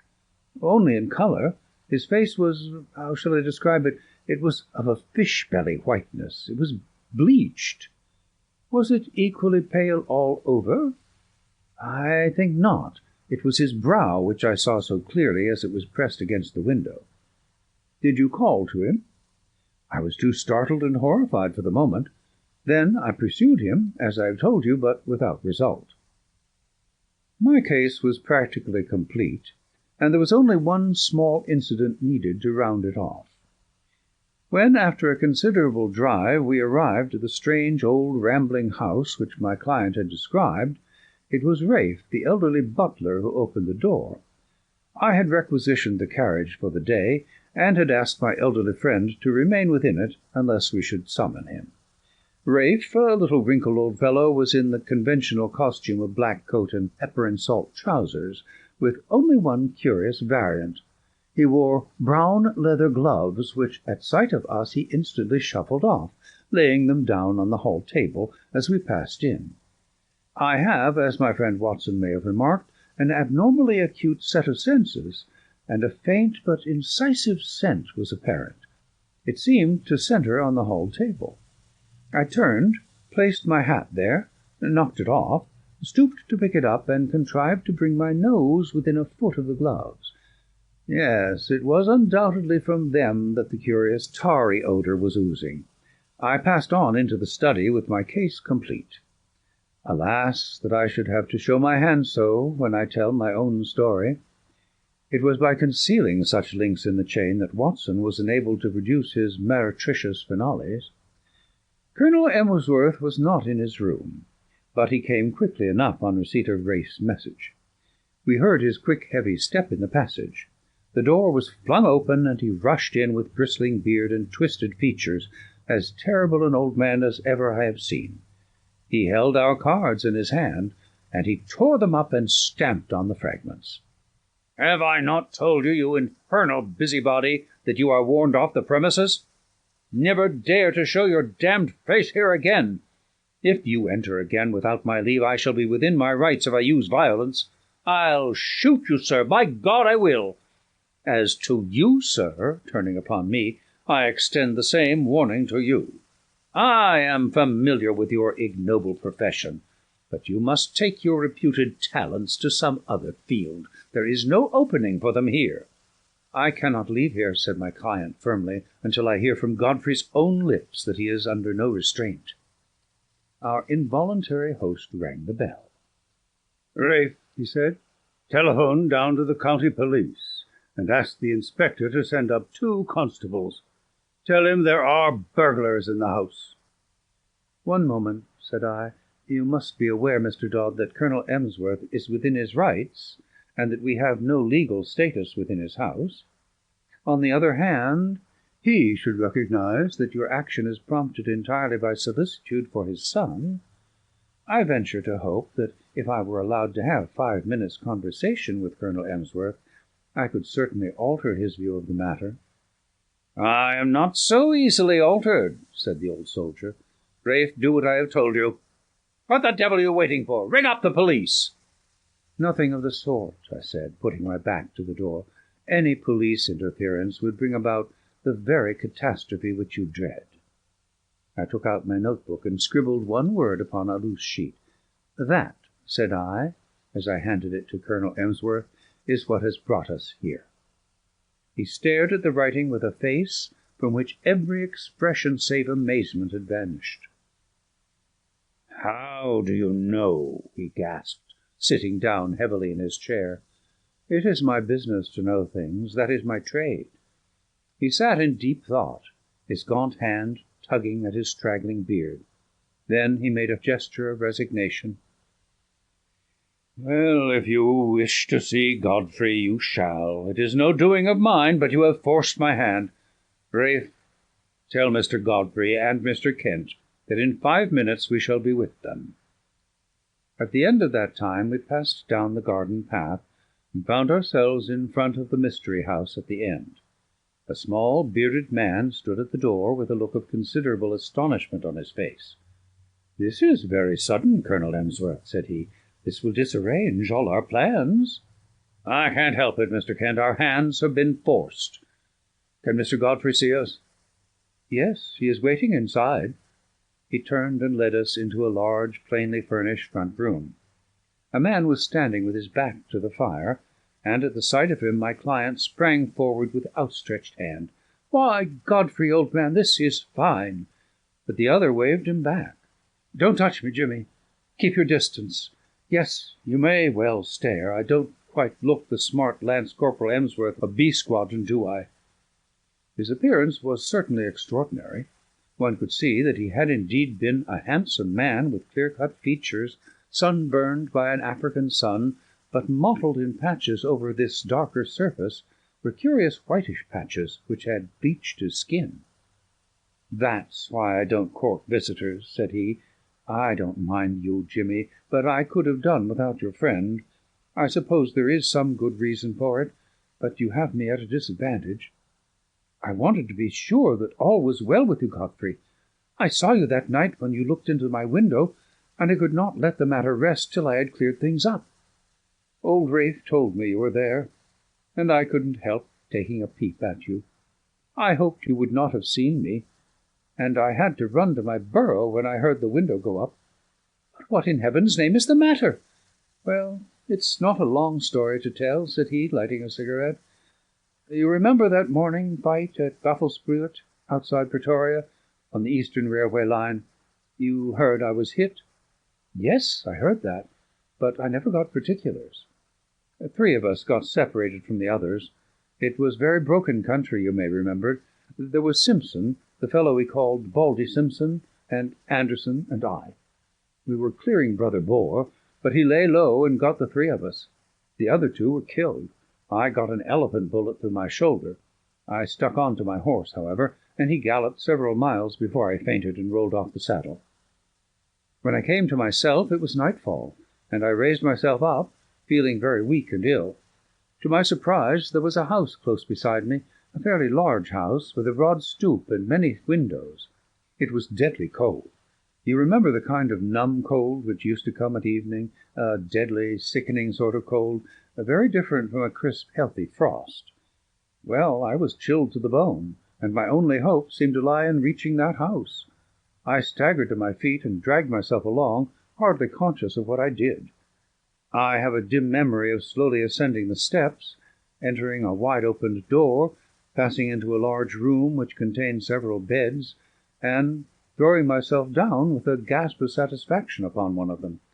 It was unmade, but that troubled me not at all. I threw the clothes over my shivering body, and in a moment I was in a deep sleep. It was morning when I wakened, and it seemed to me that, instead of coming out into a world of sanity, I had emerged into some extraordinary nightmare. The African sun flooded through the big curtainless windows, and every detail of the great bare whitewashed dormitory stood out hard and clear. In front of me was standing a small dwarf-like man with a huge bulbous head, who was jabbering excitedly in Dutch, waving 2 horrible hands which looked to me like brown sponges. Behind him stood a group of people who seemed to be intensely amused by the situation, but a chill came over me as I looked at them. Not one of them was a normal human being. Every one was twisted or swollen or disfigured in some strange way. The laughter of these strange monstrosities was a dreadful thing to hear. It seemed that none of them could speak English, but the situation wanted clearing up, for the creature with the big head was growing furiously angry, and uttering wild beast cries, he had laid his deformed hands upon me, and was dragging me out of bed, regardless of the fresh flow of blood from my wound. The little monster was as strong as a bull, and I don't know what he might have done to me had not an elderly man, who was clearly in authority, been attracted to the room by the hubbub. He said a few stern words in Dutch, and my persecutor shrank away. Then he turned upon me, gazing at me in the utmost amazement. "How in the world did you come here?" he asked in amazement. "Wait a bit. I see that you are tired out, and that wounded shoulder of yours wants looking after. I am a doctor, and I'll soon have you tied up. But, man alive, you are in far greater danger here than ever you were on the battlefield. You are in the leper hospital, and you have slept in a leper's bed." Need I tell you more, Jimmy? It seems that, in view of the approaching battle, all these poor creatures had been evacuated the day before. Then, as the British advanced, they had been brought back by this, their medical superintendent, who assured me that though he believed he was immune to the disease, he would none the less never have dared to do what I had done. He put me in a private room, treated me kindly, and within a week or so I was removed to the General Hospital of Pretoria. So there you have my tragedy. I hoped against hope, but it was not until I had reached home that the terrible signs which you see upon my face told me that I had not escaped. What was I to do? I was in this lonely house. We had 2 servants whom we could utterly trust. There was a house where I could live. Under pledge of secrecy, Mr. Kent, who was a surgeon, was prepared to stay with me. It seemed simple enough on those lines. The alternative was a dreadful one. Segregation for life among strangers, with never a hope of release. But absolute secrecy was necessary, or even in this quiet countryside there would have been an outcry, and I should have been dragged to my horrible doom. Even you, Jimmy, even you had to be kept in the dark. Why my father has relented I cannot imagine. Colonel Emsworth pointed to me. This is the gentleman who forced my hand. He unfolded the scrap of paper on which I had written the word leprosy. It seemed to me that if he knew so much as that, it was safer that he should know all. And so it was, said I. Who knows but good may come of it? I understand that only Mr. Kent has seen the patient. May I ask, sir, if you are an authority on such complaints, which are, I understand, tropical or semi-tropical in their nature? I have the ordinary knowledge of the educated medical man, he observed with some stiffness.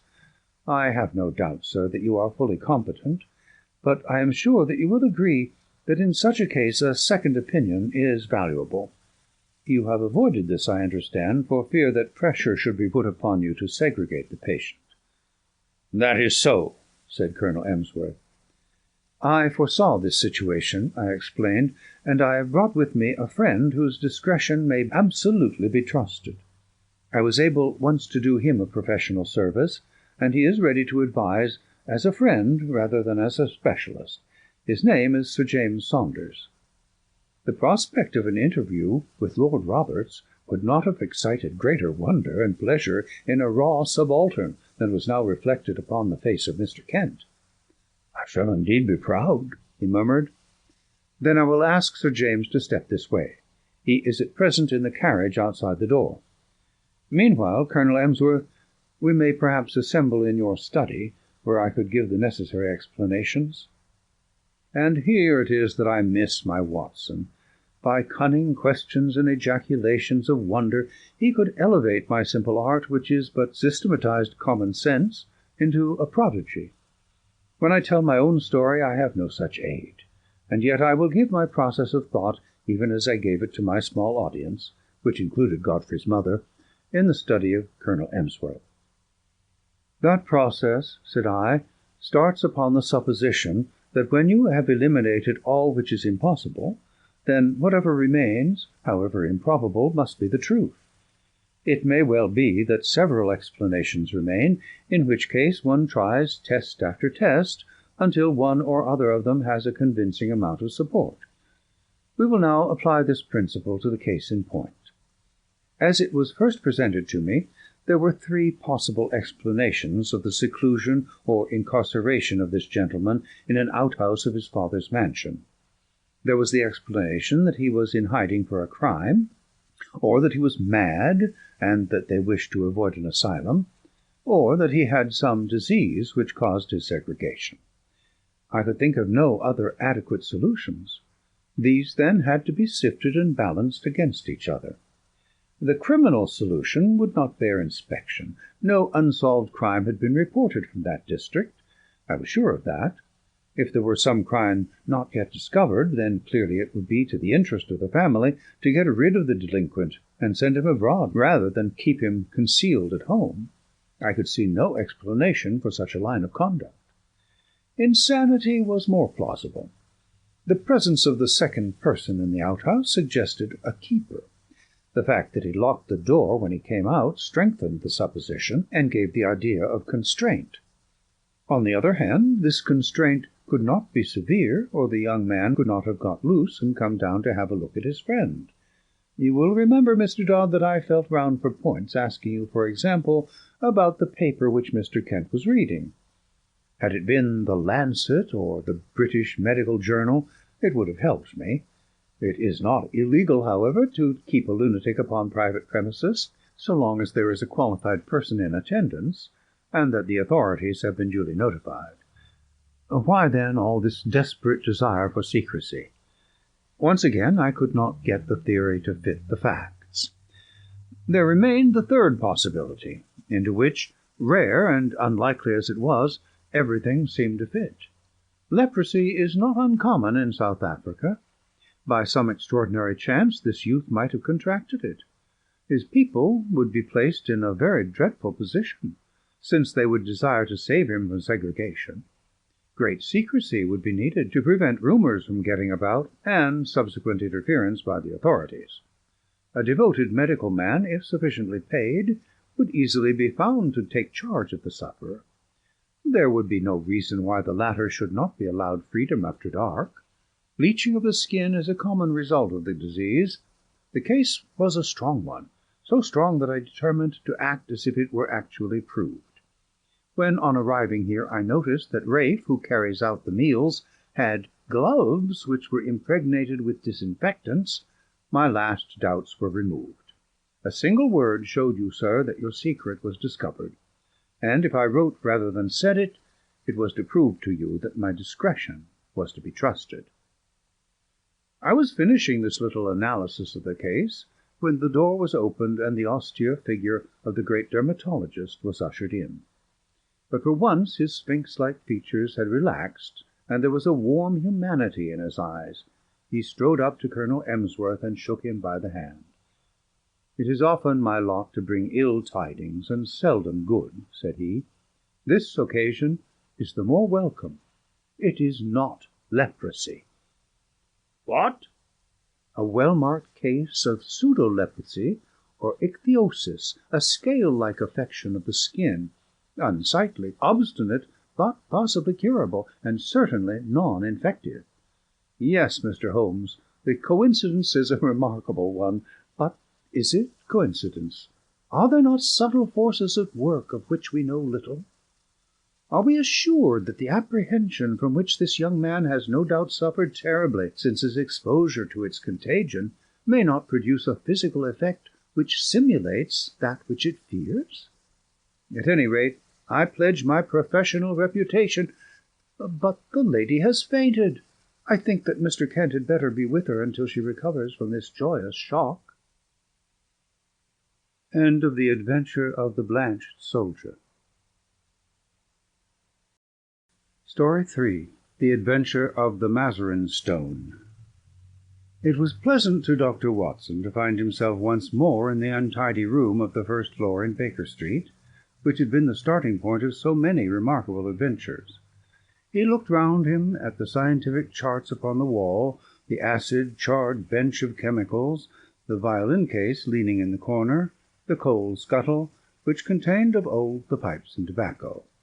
Finally his eyes came round to the fresh and smiling face of Billy, the young but very wise and tactful page, who had helped a little to fill up the gap of loneliness and isolation which surrounded the saturnine figure of the great detective. "It all seems very unchanged, Billy. You don't change either." "I hope the same can be said of him." Billy glanced with some solicitude at the closed door of the bedroom. "I think he's in bed and asleep," he said. It was 7 in the evening of a lovely summer's day, but Dr. Watson was sufficiently familiar with the irregularity of his old friend's hours to feel no surprise at the idea. "That means a case, I suppose?" "Yes, sir. He is very hard at it just now. I'm frightened for his health. He gets paler and thinner, and he eats nothing. When will you be pleased to dine, Mr. Holmes?" Mrs. Hudson asked. 7:30 the day after tomorrow," said he. "You know his way when he is keen on a case." "Yes, Billy, I know." "He's following someone. Yesterday he was out as a workman looking for a job. Today he was an old woman. Fairly took me in, he did, and I ought to know his ways by now." Billy pointed with a grin to a very baggy parasol which leaned against the sofa. "That's part of the old woman's outfit," he said. "But what is it all about, Billy?" Billy sank his voice as one who discusses great secrets of state. "I don't mind telling you, sir, but it should go no farther. It's this case of the Crown diamond." "What? The £100,000 burglary?" "Yes, sir. They must get it back, sir. Why, we had the Prime Minister and the Home Secretary both sitting on that very sofa. Mr. Holmes was very nice to them. He soon put them at their ease, and promised he would do all he could. Then there is Lord Cantlemere." "Ah! Yes, sir, you know what that means. He's a stiff 'un, sir, if I may say so. I can get along with the Prime Minister, and I've nothing against the Home Secretary, who seemed a civil, obliging sort of man, but I can't stand his lordship. Neither can Mr. Holmes, sir. You see, he don't believe in Mr. Holmes, and he was against employing him. He'd rather he failed." "And Mr. Holmes knows it?" "Mr. Holmes always knows whatever there is to know." "Well, we'll hope he won't fail, and that Lord Cantlemere will be confounded. But I say, Billy, what is that curtain for across the window?" "Mr. Holmes had it put up there 3 days ago. We've got something funny behind it." Billy advanced and drew away the drapery which screened the alcove of the bow window. Dr. Watson could not restrain a cry of amazement.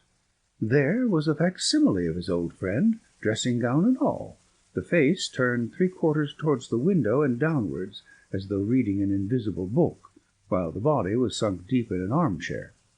Billy detached the head and held it in the air. "We put it at different angles, so that it may seem more lifelike. I wouldn't dare touch it if the blind were not down, but when it's up you can see this from across the way." "We used something of the sort once before." "Before my time," said Billy. He drew the window curtains apart and looked out into the street. "There are folk who watch us from over yonder.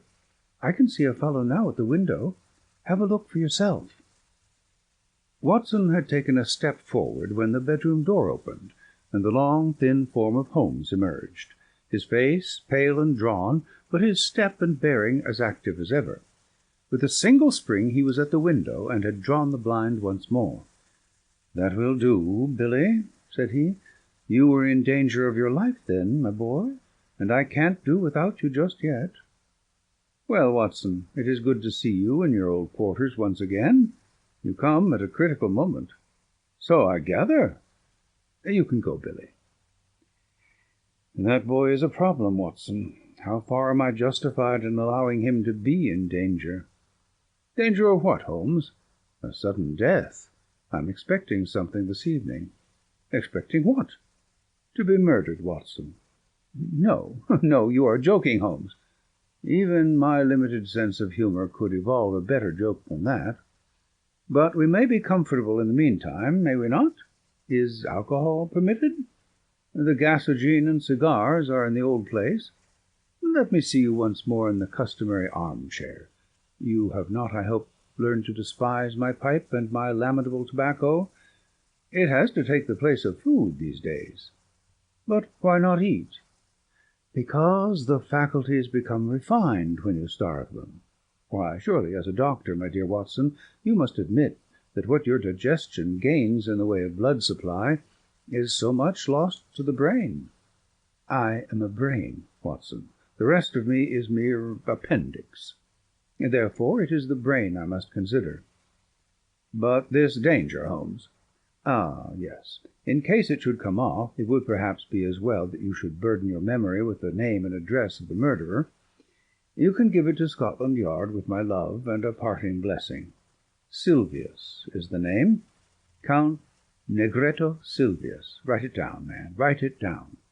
136 Moorside Gardens, N.W. Got it?" Watson's honest face was twitching with anxiety. He knew only too well the immense risks taken by Holmes, and was well aware that what he said was more likely to be understatement than exaggeration. Watson was always the man of action, and he rose to the occasion. "Count me in, Holmes. I have nothing to do for a day or two." "Your morals don't improve, Watson. You have added fibbing to your other vices. You bear every sign of the busy medical man, with calls on him every hour." "Not such important ones. But can't you have this fellow arrested?" "Yes, Watson, I could. That's what worries him so." "But why don't you?" "Because I don't know where the diamond is." "Ah, Billy told me, the missing crown jewel." "Yes, the great yellow Mazarin stone. I've cast my net and I have my fish, but I have not got the stone. What is the use of taking them? We can make the world a better place by laying them by the heels, but that is not what I am out for. It's the stone I want." "And is this Count Silvius one of your fish?" "Yes, and he's a shark. He bites. The other is Sam Merton, the boxer. Not a bad fellow, Sam, but the Count has used him. Sam's not a shark. He is a great big silly bull-headed gudgeon. But he is flopping about in my net all the same." "Where is this Count Silvius?" "I've been at his very elbow all the morning. You've seen me as an old lady, Watson. I was never more convincing. He actually picked up my parasol for me once." "By your leave, madame," said he, half Italian, you know, and with the southern graces of manner when in the mood, but a devil incarnate in the other mood. Life is full of whimsical happenings, Watson. "It might have been tragedy." "Well, perhaps it might." I followed him to old Strabenzi's workshop in the Minories. Strabenzi made the air gun, a very pretty bit of work, as I understand, and I rather fancy it is in the opposite window at the present moment. Have you seen the dummy?" "Oh, of course. Billy showed it to you." "Well, it may get a bullet through its beautiful head at any moment. Ah, Billy, what is it?" The boy had reappeared in the room with a card upon a tray. Holmes glanced at it with raised eyebrows and an amused smile. The man himself. I had hardly expected this. Grasp the nettle, Watson, a man of nerve. Possibly you have heard of his reputation as a shooter of big game. It would indeed be a triumphant ending to his excellent sporting record if he added me to his bag. This is a proof that he feels my toe very close behind his heel." "Send for the police." "I probably shall, but not just yet. Would you glance carefully out of the window, Watson, and see if anyone is hanging about in the street?" Watson looked warily round the edge of the curtain. "Yes, there is one rough fellow near the door." "That will be Sam Merton, the faithful but rather fatuous Sam. Where is this gentleman, Billy?" "In the waiting-room, sir." "Show him up when I ring." "Yes, sir. If I am not in the room, show him in all the same." "Yes, sir." Watson waited until the door was closed, and then he turned earnestly to his companion. "Look here, Holmes, this is simply impossible. This is a desperate man who sticks at nothing. He may have come to murder you." "I should not be surprised." "I insist upon staying with you." "You would be horribly in the way." "In his way?" "No, my dear fellow, in my way." "Well, I can't possibly leave you." "Yes, you can, Watson, and you will, for you have never failed to play the game. I am sure you will play it to the end. This man has come for his own purpose, but he may stay for mine." Holmes took out his notebook and scribbled a few lines.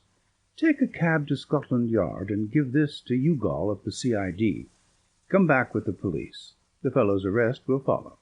"I'll do that with joy."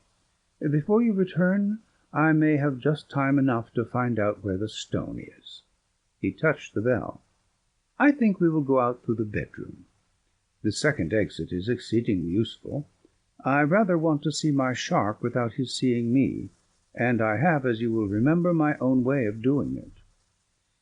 It was therefore an empty room into which Billy, a minute later, ushered Count Silvius.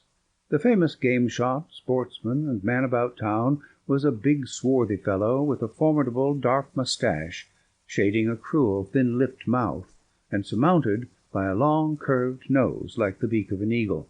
He was well dressed, but his brilliant necktie, shining pin, and glittering rings were flamboyant in their effect. As the door closed behind him, he looked round him with fierce, startled eyes, like one who suspects a trap at every turn. Then he gave a violent start as he saw the impassive head and the collar of the dressing-gown which projected above the armchair in the window. At first his expression was one of pure amazement. Then the light of a horrible hope gleamed in his dark, murderous eyes. He took one more glance round to see that there were no witnesses, and then on tiptoe, his thick stick half raised, he approached the silent figure. He was crouching for his final spring and blow when a cool, sardonic voice greeted him from the open bedroom door. "Don't break it, Count, don't break it." The assassin staggered back, amazement in his convulsed face. For an instant he half raised his loaded cane once more, as if he would turn his violence from the effigy to the original. But there was something in that steady grey eye and mocking smile which caused his hand to sink to his side. "It's a pretty little thing," said Holmes, advancing towards the image.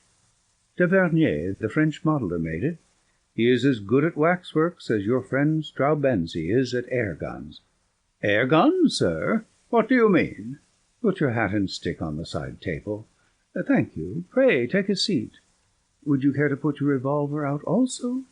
Oh, very good, if you have her to sit upon it. Your visit is really most opportune, for I wanted badly to have a few minutes' chat with you." The Count scowled with heavy, threatening eyebrows. "I, too, wished to have some words with you, Holmes. That is why I am here. I won't deny that I intended to assault you just now." Holmes swung his leg on the edge of the table. "I rather gathered that you had some idea of the sort in your head," said he. "But why these personal attentions?" "Because you have gone out of your way to annoy me. Because you have put your creatures upon my track." "My creatures? I assure you, no." "Nonsense. I have had them followed. Two can play at that game, Holmes." "It is a small point, Count Silvius, but perhaps you would kindly give me my prefix when you address me. You can understand that with my routine of work I should find myself on familiar terms with half the rogues' gallery, and you will agree that exceptions are invidious." "Well, Mr. Holmes, then." "Excellent. But I assure you you are mistaken about my alleged agents." Count Silvius laughed contemptuously. "Other people can observe as well as you. Yesterday there was an old sporting man. To-day it was an elderly woman. They held me in view all day." "Really, sir, you compliment me. Old Baron Dowson said, the night before he was hanged, that in my case what the law had gained the stage had lost. And now you give my little impersonations your kindly praise." "It was you? You yourself?" Holmes shrugged his shoulders. "You can see in the corner the parasol which you so politely handed to me in the Minories before you began to suspect. If I had known, you might never have seen this humble abode again. I was well aware of it. We all have neglected opportunities to deplore. As it happens, you did not know, so here we are." The Count's knotted brows gathered more heavily over his menacing eyes. "What you say only makes the matter worse. It was not your agent's, but your play-acting, busybody's self. You admit that you have dogged me. Why?" "Come now, Count, you used to shoot lions in Algeria." "Well, but why?" "Why? The sport, the excitement, the danger." "And no doubt to free the country from a pest." "Exactly." "My reasons in a nutshell." The Count sprang to his feet, and his hand involuntarily moved back to his hip pocket. "Sit down, sir, sit down. There was another, more practical reason. I want that yellow diamond." Count Silvius lay back in his chair with an evil smile. "Upon my word," said he. "You knew that I was after you for that? The real reason why you are here tonight is to find out how much I know about the matter, and how far my removal is absolutely essential. Well, I should say that from your point of view it is absolutely essential, for I know all about it, save only one thing, which you are about to tell me." "Oh, indeed! And pray what is this missing fact?" "Where the crown diamond now is." The Count looked sharply at his companion. "Oh, you want to know that, do you? How the devil should I be able to tell you where it is?" "You can, and you will." "Indeed." "You can't bluff me, Count Silvius." Holmes's eyes, as he gazed at him, contracted and lightened until they were like two menacing points of steel. "You are absolute plate glass. I see to the very back of your mind. "Then, of course, you see where the diamond is." Holmes clapped his hands with amusement, and then pointed a derisive finger. "Then you do know. You have admitted it." "I admit nothing." "Now, Count, if you will be reasonable, we can do business. If not, you will get hurt." Count Sylvius threw up his eyes to the ceiling. "And you talk about bluff," said he. Holmes looked at him thoughtfully, like a master chess-player who meditates his crowning move. Then he threw open the table drawer and drew out a squat notebook. "Do you know what I keep in this book?" "No, sir, I do not." "You." "Me?" "Yes, you, sir. You are all here, every action of your vile and dangerous life." "Damn you, Holmes!" cried the Count with blazing eyes. "There are limits to my patience." "It's all here, Count. The real facts as to the death of old Mrs. Harold, who left you the Blymer estate, which you so rapidly gambled away." "You're dreaming." "And the complete life history of Miss Minnie Warrender." "Tut! You will make nothing of that." "Plenty more here, Count. There is the robbery in the train de luxe to the Riviera on February 13th, 1892. Here is the forged cheque in the same year on the Crédit Lyonnais." "No, you're wrong there." "Then I am right on the others? Now, Count, you are a card player. When the other fellow has all the trumps, it saves time to throw down your hand." "What has all this talk to do with the jewel of which you spoke?" "Gently, Count. Restrain your eager mind. Let me get to the points in my own humdrum fashion. I have all this against you, but, above all, I have a clear case against both you and your fighting bully in the case of the Crown Diamond." "Indeed?" "I have the cabman who took you to Whitehall, and the cabman who brought you away. I have the commissionaire who saw you near the case. I have Ikey Sanders, who refused to cut it up for you. Ikey has peached, and the game is up." The veins stood out on the Count's forehead. His dark, hairy hands were clenched in a convulsion of restrained emotion. He tried to speak, but the words would not shape themselves. "That's the hand I play from," said Holmes. "I put it all upon the table. But one card is missing. It's the King of Diamonds. I don't know where the stone is." "You never shall know." "No. Now, be reasonable, Count. Consider the situation. You are going to be locked up for 20 years. So is Sam Merton. What good are you going to get from out of your diamond? None in the world. But if you hand it over, well, I'll compound a felony. We don't want you or Sam. We want the stone. Give that up, and so far as I am concerned, you can go free so long as you behave yourself in the future. If you make another slip, well, it will be the last. But this time my commission is to get the stone, not you." "But if I refuse?" "Why, then, alas, it must be you and not the stone." Billy had appeared in answer to a ring. "I think, Count, that it would be as well to have your friend Sam at this conference. After all, his interests should be represented. Billy, you will see a large and ugly gentleman outside the front door. Ask him to come up." "If he won't come, sir?" "No violence, Billy. Don't be rough with him. If you tell him that Count Sylvius wants him, he will certainly come." "What are you going to do now?" asked the Count, as Billy disappeared. "My friend Watson was with me just now. I told him that I had a shark and a gudgeon in my net. Now I am drawing the net, and up they come together." The Count had risen from his chair, and his hand was behind his back. Holmes held something half protruding from the pocket of his dressing-gown. "You won't die in your bed, Holmes." "I have often had the same idea. Does it matter very much? After all, Count, your own exit is more likely to be perpendicular than horizontal. But these anticipations of the future are morbid. Why not give ourselves up to the unrestrained enjoyment of the present?" A sudden wild beast light sprang up in the dark, menacing eyes of the master criminal. Holmes's figure seemed to grow taller as he grew tense and ready.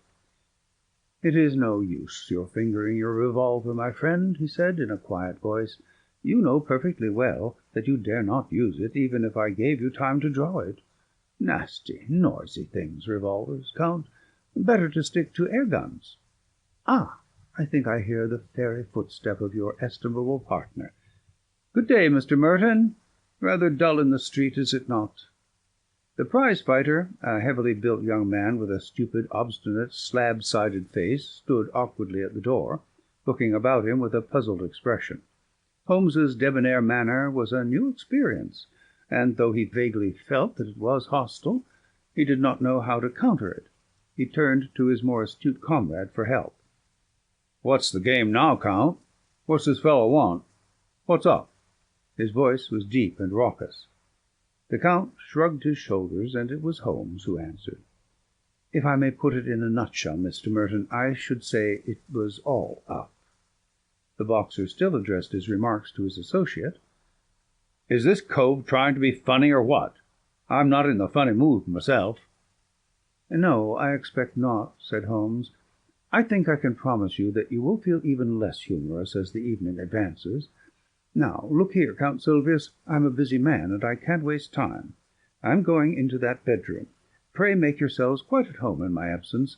You can explain to your friend how the matter lies without the restraint of my presence.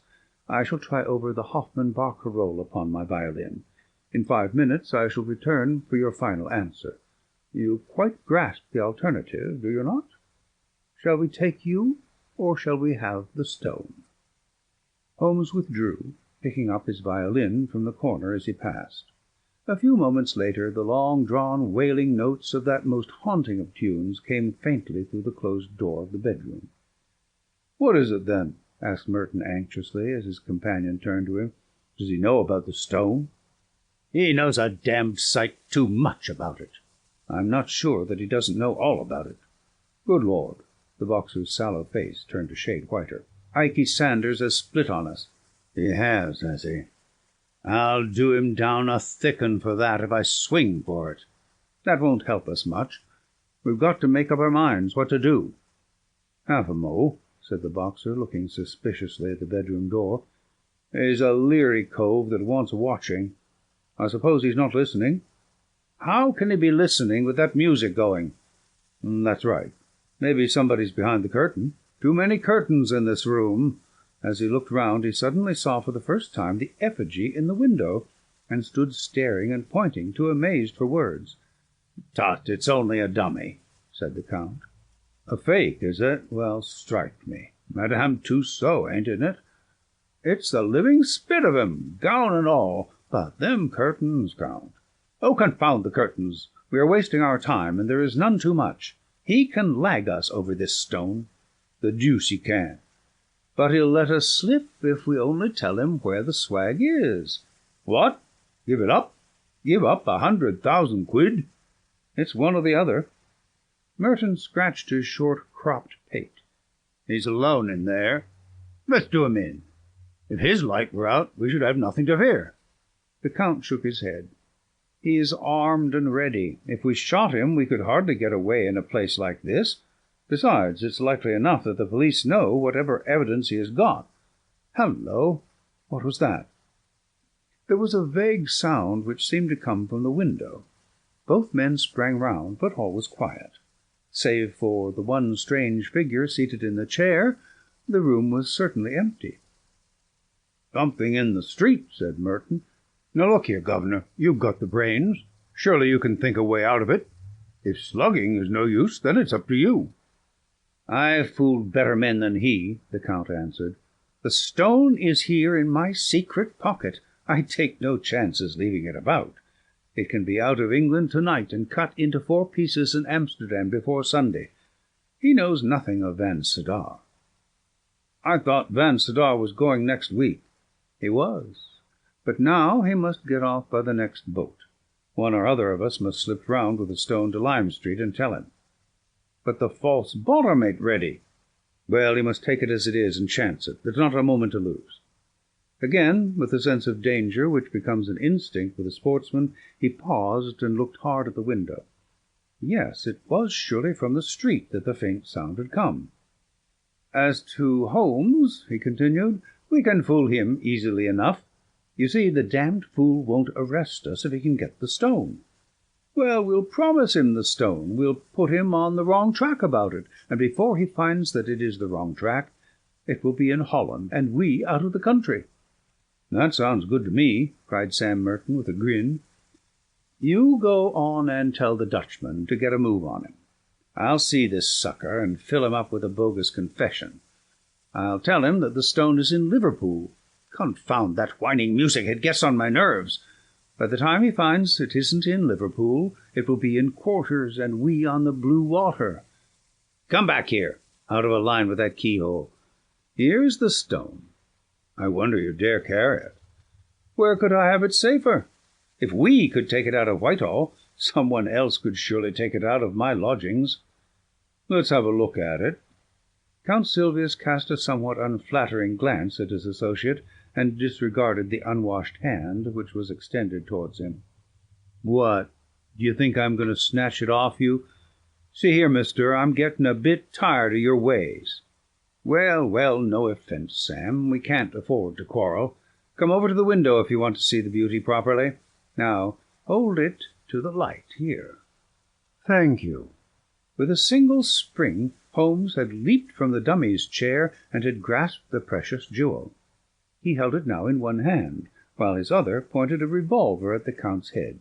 The two villains staggered back in utter amazement. Before they had recovered, Holmes had pressed the electric bell. "No violence, gentlemen, no violence, I beg of you. Consider the furniture. It must be very clear to you that your position is an impossible one. The police are waiting below." The Count's bewilderment overmastered his rage and fear. "But how the deuce?" he gasped. "Your surprise is very natural. You are not aware that a second door from my bedroom leads behind that curtain. I fancied that you must have heard me when I displaced the figure, but luck was on my side. It gave me a chance of listening to your racy conversation, which would have been painfully constrained had you been aware of my presence." The Count gave a gesture of resignation. "We give you best, Holmes. I believe you are the devil himself." "Not far from him, at any rate," Holmes answered with a polite smile. Sam Merton's slow intellect had only gradually appreciated the situation. Now, as the sound of heavy steps came from the stairs outside, he broke silence at last. "A fair cop," said he. "But I say, what about that bloomin' fiddle? I hear it yet." "Tut, tut," Holmes answered. "You are perfectly right. Let it play. These modern gramophones are a remarkable invention." There was an inrush of police. The handcuffs clicked, and the criminals were led to the waiting cab.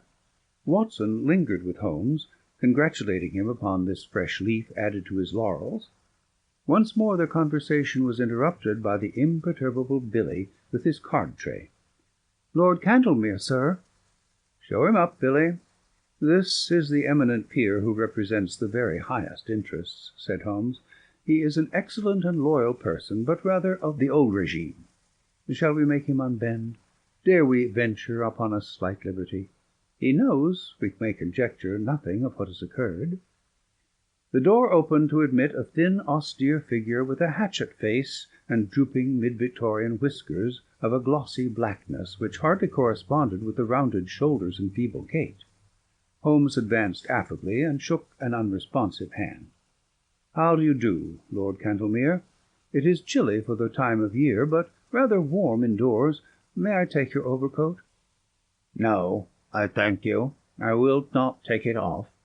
Holmes laid his hand insistently upon the sleeve. "Pray allow me. My friend Dr. Watson would assure you that these changes of temperature are most insidious." His lordship shook himself free with some impatience. "I am quite comfortable, sir. I have no need to stay. I have simply looked in to know how your self-appointed task was progressing. It is difficult, very difficult. I feared that you would find it so." There was a distinct sneer in the old courtier's words and manner. "Every man finds his limitations, Mr. Holmes, but at least it cures us of the weakness of self-satisfaction. Yes, sir, I have been much perplexed, no doubt, especially upon one point. Possibly you could help me upon it?" "You apply for my advice rather late in the day. I thought that you had your own all-sufficient methods. Still, I am ready to help you." You see, Lord Cantlemere, we can no doubt frame a case against the actual thieves, when you have caught them. Exactly. But the question is, how shall we proceed against the receiver? Is this not rather premature? It is as well to have our plans ready. Now, what would you regard as final evidence against the receiver? The actual possession of the stone. You would arrest him upon that? Most undoubtedly.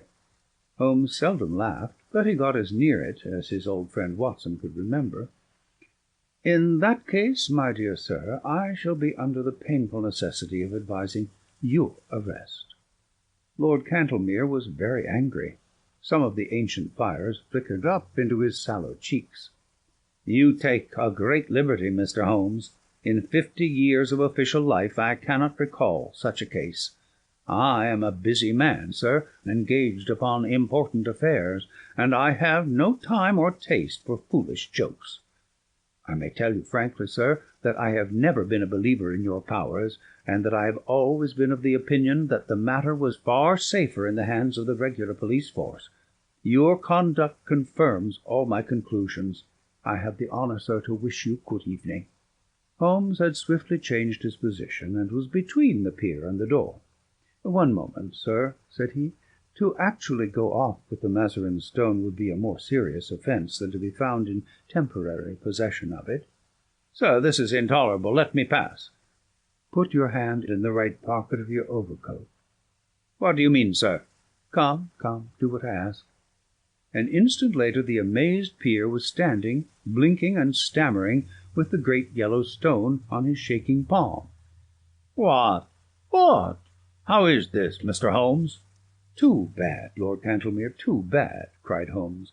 "My old friend here will tell you that I have an impish habit of practical joking. Also, that I can never resist a dramatic situation. I took the liberty, the very great liberty, I admit, of putting the stone into your pocket at the beginning of our interview." The old peer stared from the stone to the smiling face before him.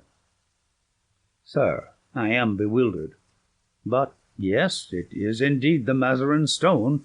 We are greatly your debtors, Mr. Holmes. Your sense of humour may, as you admit, be somewhat perverted, and its exhibition remarkably untimely, but at least I withdraw any reflection I have made upon your amazing professional powers. But how? The case is but half finished. The details can wait. No doubt, Lord Cantlemere, your pleasure in telling of this successful result in the exalted circle to which you return will be some small atonement for my practical joke. Billy, will you show his lordship out, and tell Mrs. Hudson that I should be glad if she would send up dinner for 2 as soon as possible. End of The Adventure of the Mazarin Stone. Story 4. The Adventure of the Three Gables. I don't think that any of my adventures with Mr. Sherlock Holmes opened quite so abruptly or so dramatically as that which I associate with the Three Gables. I had not seen Holmes for some days, and had no idea of the new channel into which his activities had been directed. He was in a chatty mood that morning, however, and had just settled me into the well-worn low armchair on one side of the fire, while he had curled down with his pipe in his mouth upon the opposite chair, when our visitor arrived. If I had said that a mad bull had arrived, it would give a clearer impression of what occurred. The door had flown open, and a huge negro had burst into the room. He would have been a comic figure if he had not been terrific, for he was dressed in a very loud grey check suit, with a flowing salmon-coloured tie. His broad face and flattened nose were thrust forward, as his sullen dark eyes, with a smouldering gleam of malice in them, turned from one of us to the other. "Which of you gentlemen is Master Holmes?" he asked. Holmes raised his pipe with a languid smile. "Oh, it's you, is it?" said our visitor, coming with an unpleasant, stealthy step round the angle of the table. "See here, Messer Holmes, you keep your hands out of other folks' business. Leave folks to manage their own affairs. Got that, Messer Holmes?" "Keep on talking," said Holmes. "It's fine."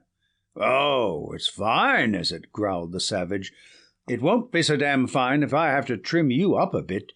I've handled your kind before, and they didn't look fine when I was through with them. Look at that, Master Holmes." He swung a huge knotted lump of a fist under my friend's nose. Holmes examined it closely, with an air of great interest. "Were you born so?" he asked, "or did it come by degrees?" It may have been the icy coolness of my friend, or it may have been the slight clatter which I made as I picked up the poker. In any case, our visitor's manner became less flamboyant. "Well, I've given you fair warning," said he. "I've a friend that's interested out Harroway, you know what I'm meaning, and he don't intend to have no buttin' in by you. Got that? You ain't the law, and I ain't the law either, and if you come in, I'll be on hand also. Don't you forget it." "I've wanted to meet you for some time," said Holmes. "I won't ask you to sit down, for I don't like the smell of you. But aren't you Steve Dixie the bruiser?" "That's my name, Master Holmes, and you'll get put through it for sure if you give me any lip." "It is certainly the last thing you need," said Holmes, staring at our visitor's hideous mouth. "But it was the killing of young Perkins outside the Holborn bar—" "What? You're not going?" The negro had sprung back, and his face was leaden. "I won't listen to no such talk," said he. "What have I to do with this here Perkins, Master Holmes? I was trainin' at the bull ring in Birmingham when this boy done gone get into trouble." "Yes, you'll tell the magistrate about it, Steve," said Holmes. "I've been watching you and Barney Stockdale." "So help me the Lord, Master Holmes." "That's enough. Get out of it. I'll pick you up when I want you." "Good morning, Master Holmes. I hope there ain't any hard feelin's about this here visit." "There will be unless you tell me who sent you." "Why, there ain't no secret about that, Master Holmes. It was the same gentleman that you have just got done mention." "And who set him on to it?" "S'help me, I don't know, Master Holmes. He just say, 'Steve, you go see Master Holmes, and tell him his life ain't safe if he go down Harroway. That's the whole truth.'" Without waiting for any further questioning, our visitor bolted out of the room almost as precipitately as he had entered. Holmes knocked out the ashes of his pipe with a quiet chuckle. "I am glad you were not forced to break his woolly head, Watson. I observed your manoeuvres with the poker. But he is really rather a harmless fellow, a great muscular, foolish, blustering baby, and easily cowed, as you have seen. He is one of the Spencer John gang, and has taken part in some dirty work of late, which I may clear up when I have time. His immediate principal, Barney, is a more astute person. They specialize in assaults, intimidation, and the like. What I want to know is who is at the back of them on this particular occasion." "But why would they want to intimidate you?" "It is this Harrow Weald case. It decides me to look into the matter. For if it is worth anyone's while to take so much trouble, there must be something in it." "But what is it?" "I was going to tell you when we had this comic interlude. Here is Mrs. Maberly's note. If you care to come with me, we will wire her and go out at once." "Dear Mr. Sherlock Holmes," I read, "I have had a succession of strange incidents occur to me in connection with this house, and I should much value your advice. You would find me at home any time tomorrow. The house is within a short walk of the Weald station. I believe that my late husband, Mortimer Maberly, was one of your early clients. Yours faithfully, Mary Maberly." The address was the 3 Gables, Harrow Weald. "So that's that," said Holmes. "And now, if you can spare the time, Watson, we will get upon our way." A short railway journey and a shorter drive brought us to the house, a brick and timber villa standing in its own acre of undeveloped grassland. 3 small projections above the upper windows made a feeble attempt to justify its name. Behind was a grove of melancholy half-grown pines, and the whole aspect of the place was poor and depressing. None the less, we found the house to be well furnished, and the lady who received us was a most engaging elderly person who bore every mark of refinement and culture. "I remember your husband well, madam," said Holmes, though it is some years since he used my services in some trifling matter. Probably you would be more familiar with the name of my son, Douglas." Holmes looked at her with great interest. "Dear me, are you the mother of Douglas Maberly? I knew him slightly, but of course all London knew him. What a magnificent creature he was! Where is he now?" "Dead, Mr. Holmes, dead. He was attaché at Rome, and he died there of pneumonia last month." "I am sorry. One could not connect death with such a man. I have never known anyone so vitally alive. He lived intensely, every fibre of him. Too intensely, Mr. Holmes. That was the ruin of him. You remember him as he was, debonair and splendid. You did not see the moody, morose, brooding creature into which he developed. His heart was broken. In a single month I seemed to see my gallant boy turn into a worn-out, cynical man. A love affair, a woman, or a fiend. Well, it was not to talk of my poor lad that I asked you to come, Mr. Holmes. Dr. Watson and I are at your service. There have been some very strange happenings. I have been in this house more than a year now, and as I wished to lead a retired life, I have seen little of my neighbours. 3 days ago I had a call from a man who said that he was a house agent. He said that this house would exactly suit a client of his, and that if I would part with it, money would be no object. It seemed to me very strange, as there are several empty houses on the market which appear to be equally eligible, but naturally I was interested in what he said. I therefore named a price which was £500 more than I gave. He at once closed with the offer, but added that his client desired to buy the furniture as well, and would I put a price upon it. Some of this furniture is from my old home, and it is, as you see, very good, so that I named a good round sum. To this also he at once agreed. I had always wanted to travel, and the bargain was so good a one that it really seemed that I should be my own mistress for the rest of my life. Yesterday the man arrived with the agreement all drawn out. Luckily I showed it to Mr. Suttrow, my lawyer, who lives in Harrow. He said to me, "This is a very strange document. Are you aware that if you sign it, you could not legally take anything out of the house, not even your own private possessions?" When the man came again in the evening, I pointed this out, and said that I meant only to sell the furniture. No, everything," said he. "But my clothes, my jewels?" Well, some concession might be made for your personal effects, but nothing shall go out of the house unchecked. My client is a very liberal man, but he has his fads and his own way of doing things. It is everything or nothing with him." "Then it must be nothing," said I, and there the matter was left. But the whole thing seemed to me so unusual that I thought— Here we had a very extraordinary interruption. Holmes raised his hand for silence.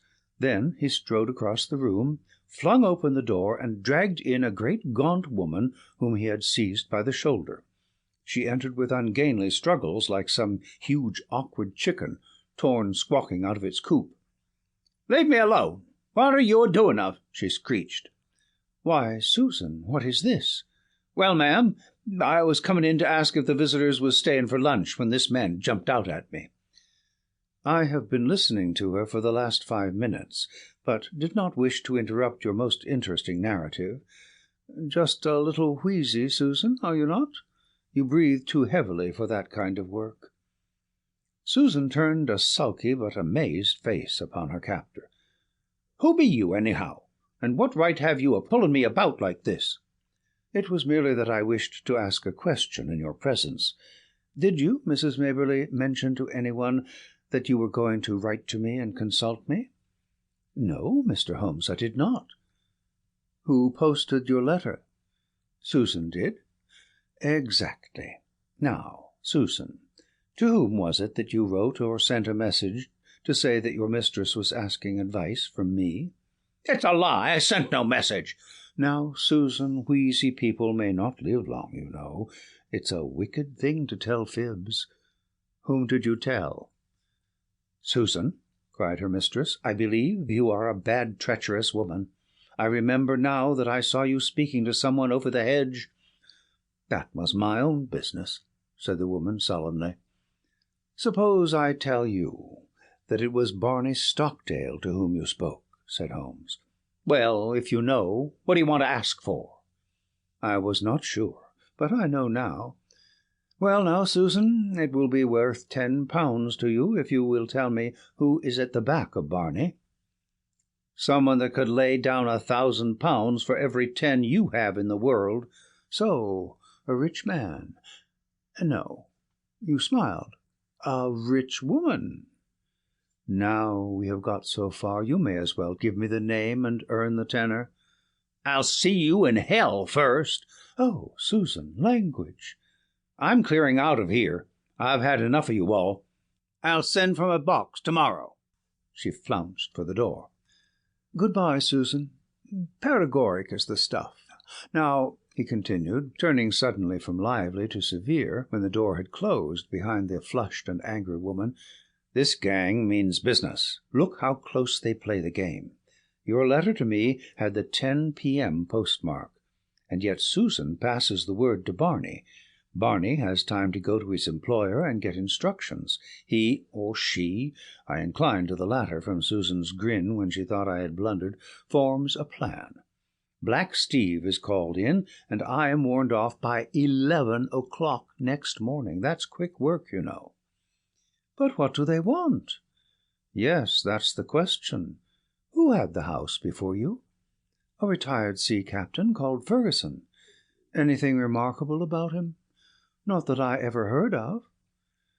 "I was wondering whether he could have buried something. Of course, when people bury treasure nowadays, they do it in the post-office bank. But there are always some lunatics about. It would be a dull world without them. At first I thought of some buried valuable, but why, in that case, should they want your furniture? You don't happen to have a Raphael or a First Folio Shakespeare without knowing it?" "No, I don't think I have anything rarer than a Crown Derby tea set." "That would hardly justify all this mystery. Besides, why should they not openly state what they want? If they covet your tea set, they can surely offer a price for it without buying you out lock, stock, and barrel. No, as I read it, there is something which you do not know that you have, and which you would not give up if you did know." "That is how I read it," said I. "Dr. Watson agrees, so that settles it." "Well, Mr. Holmes, what can it be?" "Let us see whether by this purely mental analysis we can get it to a finer point. You have been in this house a year, nearly 2. All the better. During this long period no one wants anything from you. Now, suddenly, within 3 or 4 days, you have urgent demands. What would you gather from that?" "It can only mean," said I, "that the object, whatever it may be, has only just come into the house." "Settled once again," said Holmes. "Now, Mrs. Maberly, has any object just arrived?" "No, I have bought nothing new this year." "Indeed. That is very remarkable. Well, I think we had best let matters develop a little further until we have clearer data. Is that lawyer of yours a capable man?" "Mr. Suttrow is most capable." "Have you another maid, or was the fair Susan, who has just banged your front door, alone?" "I have a young girl." Try and get Suttrow to spend a night or 2 in the house. You might possibly want protection." "Against whom?" "Who knows? The matter is certainly obscure. If I can't find what they are after, I must approach the matter from the other end, and try to get at the principal. Did this house-agent man give any address?" "Simply his card and occupation, Haynes Johnson, auctioneer and valuer." "I don't think we shall find him in the directory. Honest business men don't conceal their place of business. Well, you will let me know any fresh development. I have taken up your case, and you may rely upon it that I shall see it through." As we passed through the hall, Holmes's eyes, which missed nothing, lighted upon several trunks and cases which were piled in the corner. The labels shone out upon them. Milano, Lucerne. These are from Italy. They are poor Douglas's things. You have not unpacked them? How long have you had them? "They arrived last week." "But," you said, "why, surely this must be the missing link. How do we know that there is not something of value there?" "There could not possibly be, Mr. Holmes. Poor Douglas had only his pay and a small annuity. What could he have of value?" Holmes was lost in thought. "Delay no longer, Mrs. Maberly," he said at last. "Have these things taken upstairs to your bedroom. Examine them as soon as possible, and see what they contain. I will come to-morrow and hear your report." It was quite evident that the Three Gables was under very close surveillance, for as we came round the high hedge at the end of the lane, there was the negro prize-fighter standing in the shadow. We came upon him quite suddenly, and a grim and menacing figure he looked in that lonely place. Holmes clapped his hand to his pocket. "Looking for your gun, Massa Holmes?" "No, for my scent bottle, Steve." "You are funny, Massa Holmes, ain't you?" "It won't be funny for you, Steve, if I get after you. I gave you fair warning this morning." "Well, Massa Holmes, I done think over what you said, and I don't want no more talk about that affair of Master Perkins. Suppose I can help you, Master Holmes, I will." "Well, then, tell me who is behind you on this job." "So help me the Lord, Master Holmes, I told you the truth before. I don't know. My boss Barney gives me orders, and that's all." "Well, just bear in mind, Steve, that the lady in that house and everything under that roof is under my protection. Don't you forget it." "All right, Master Holmes, I'll remember." "I've got him thoroughly frightened for his own skin, Watson," Holmes remarked as we walked on. "I think he would double-cross his employer if he knew who he was. It was lucky I had some knowledge of the Spencer John crowd, and that Steve was one of them.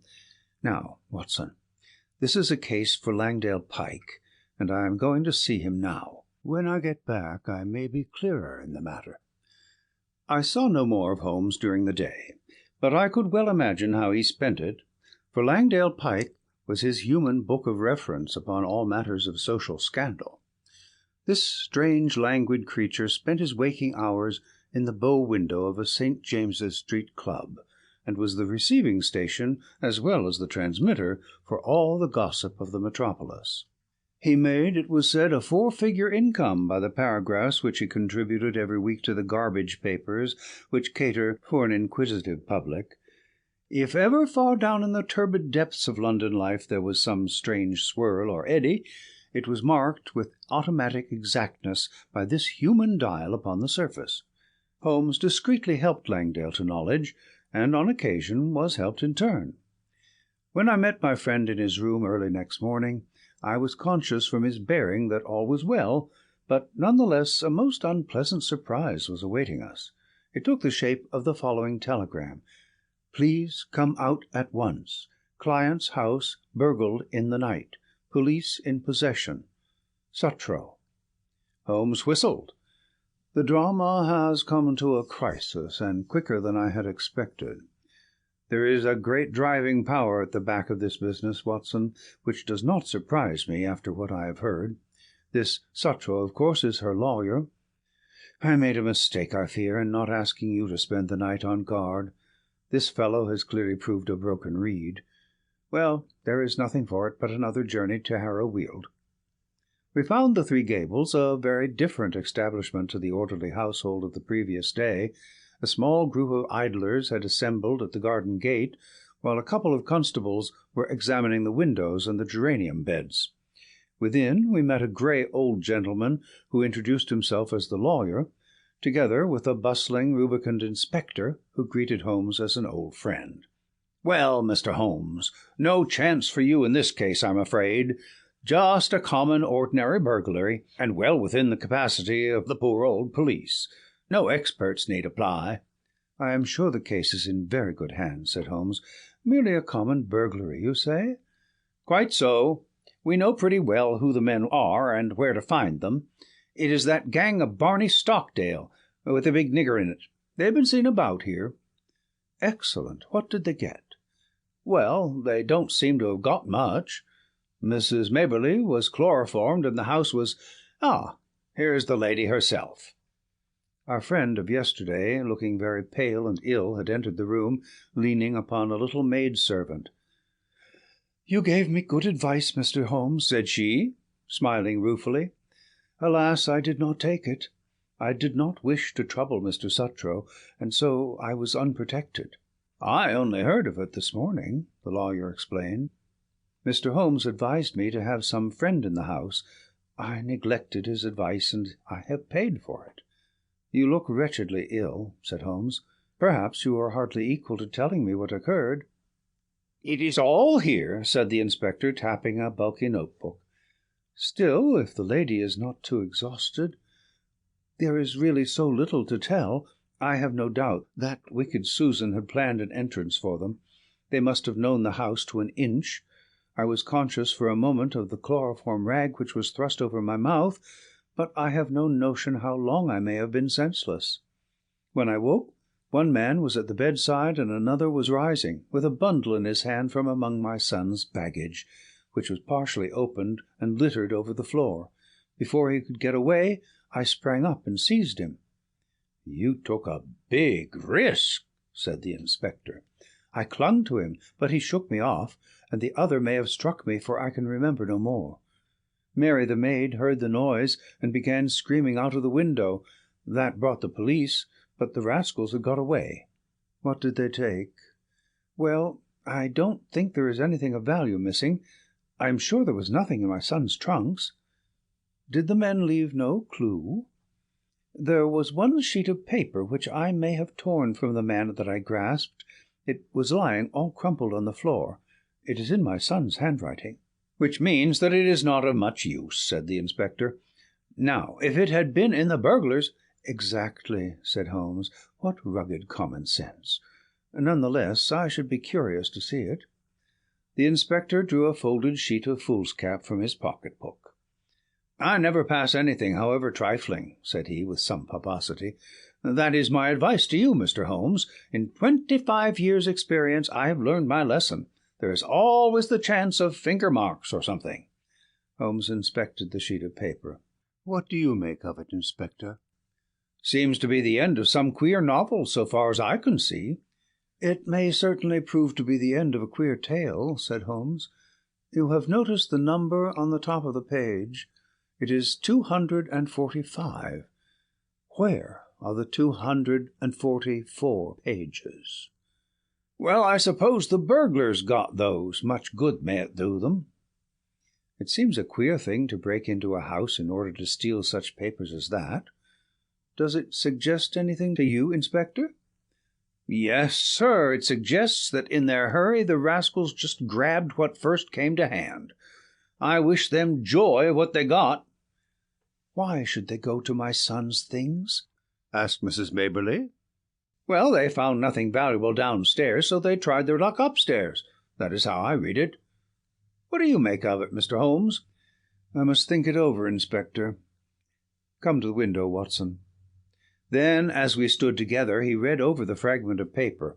It began in the middle of a sentence, and ran like this: "Face bled considerably from the cuts and blows, but it was nothing to the bleeding of his heart, as he saw that lovely face, the face for which he had been prepared to sacrifice his very life, looking out at his agony and humiliation. She smiled, yes, by heaven, she smiled, like the heartless fiend she was, as he looked up at her. It was at that moment that love died and hate was born. Man must live for something. If it is not for your embrace, my lady, then it shall surely be for your undoing and my complete revenge." "Queer grammar," said Holmes, with a smile, as he handed the paper back to the inspector. "Did you notice how the he suddenly changed to my? The writer was so carried away by his own story that he imagined himself, at the supreme moment, to be the hero." "It seemed mighty poor stuff," said the inspector, as he replaced it in his book. "What, are you off, Mr. Holmes?" "I don't think there is anything more for me to do, now that the case is in such capable hands. By the way, Mrs. Maberly, did you say you wished to travel?" "It has always been my dream, Mr. Holmes. Where would you like to go? Cairo, Madeira, the Riviera?" "Oh, if I had the money, I would go round the world." "Quite so, round the world. Well, good morning. I may drop you a line in the evening." As we passed the window, I caught a glimpse of the inspector's smile and shake of the head. These clever fellows have always a touch of madness. That was what I read in the inspector's smile. Now, Watson, we are at the last lap of our little journey, said Holmes, when we were back in the roar of central London once more. I think we had best clear the matter up at once, and it would be well that you should come with me, for it is safer to have a witness when you are dealing with such a lady as Isadora Klein. We had taken a cab and were speeding to some address in Grosvenor Square. Holmes had been sunk in thought, but he roused himself suddenly. By the way, Watson, I suppose you see it all clearly? No, I can't say that I do. I only gather that we are going to see the lady who is behind all this mischief. Exactly. But does the name Isadora Klein convey nothing to you? She was, of course, the celebrated beauty. There was never a woman to touch her. She is pure Spanish, the real blood of the masterful conquistadors, and her people have been leaders in Pernambuco for generations.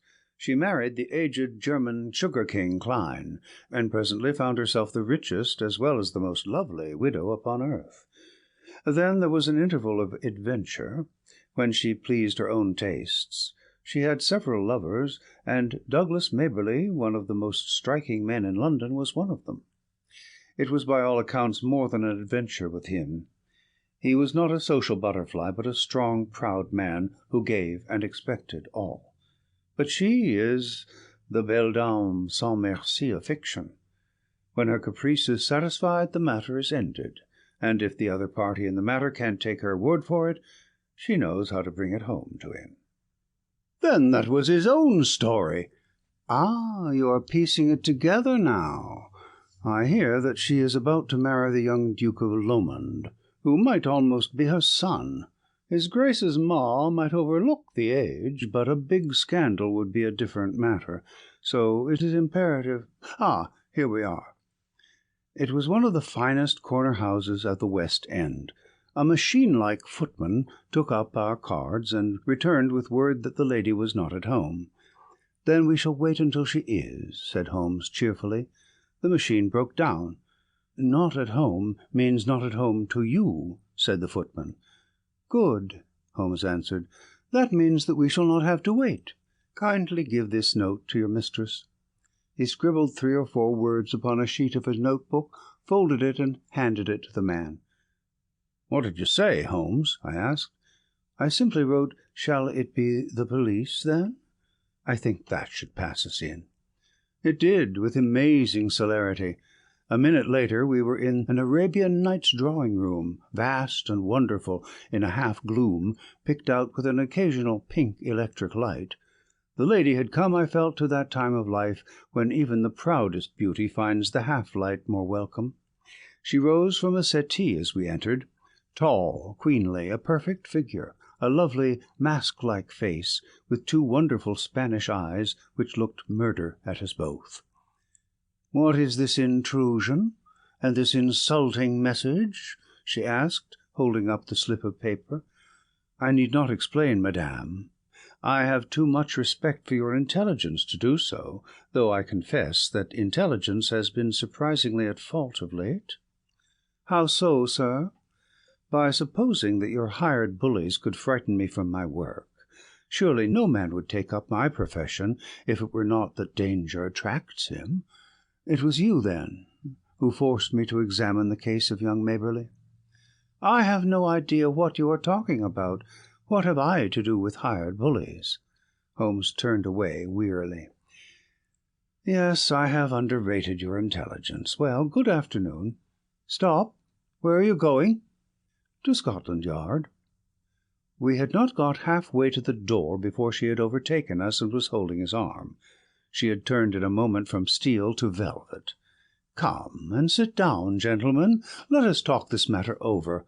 I feel that I may be frank with you, Mr. Holmes. You have the feelings of a gentleman. How quick a woman's instinct is to find it out. I will treat you as a friend." "I cannot promise to reciprocate, madame. I am not the law, but I represent justice, so far as my feeble powers go. I am ready to listen, and then I will tell you how I will act." No doubt it was foolish of me to threaten a brave man like yourself. What was really foolish, madame, is that you have placed yourself in the power of a band of rascals who may blackmail or give you away. No, no, I am not so simple. Since I have promised to be frank, I may say that no one save Barney Stockdale and Susan, his wife, have the least idea who their employer is. As to them, well, it is not the first." She smiled and nodded with a charming coquettish intimacy. "I see. You've tested them before. They are good hounds who run silent. Such hounds have a way, sooner or later, of biting the hand that feeds them. They will be arrested for this burglary. The police are already after them. They will take what comes to them. That is what they are paid for. I shall not appear in the matter, unless I bring you into it. No, no, you would not. You are a gentleman. It is a woman's secret. In the first place, you must give back this manuscript." She broke into a ripple of laughter and walked to the fireplace. There was a calcined mass which she broke up with the poker. "Shall I give this back?" she asked. So roguish and exquisite did she look, as she stood before us with a challenging smile, that I felt of all Holmes's criminals this was the one whom he would find it hardest to face. However, he was immune from sentiment.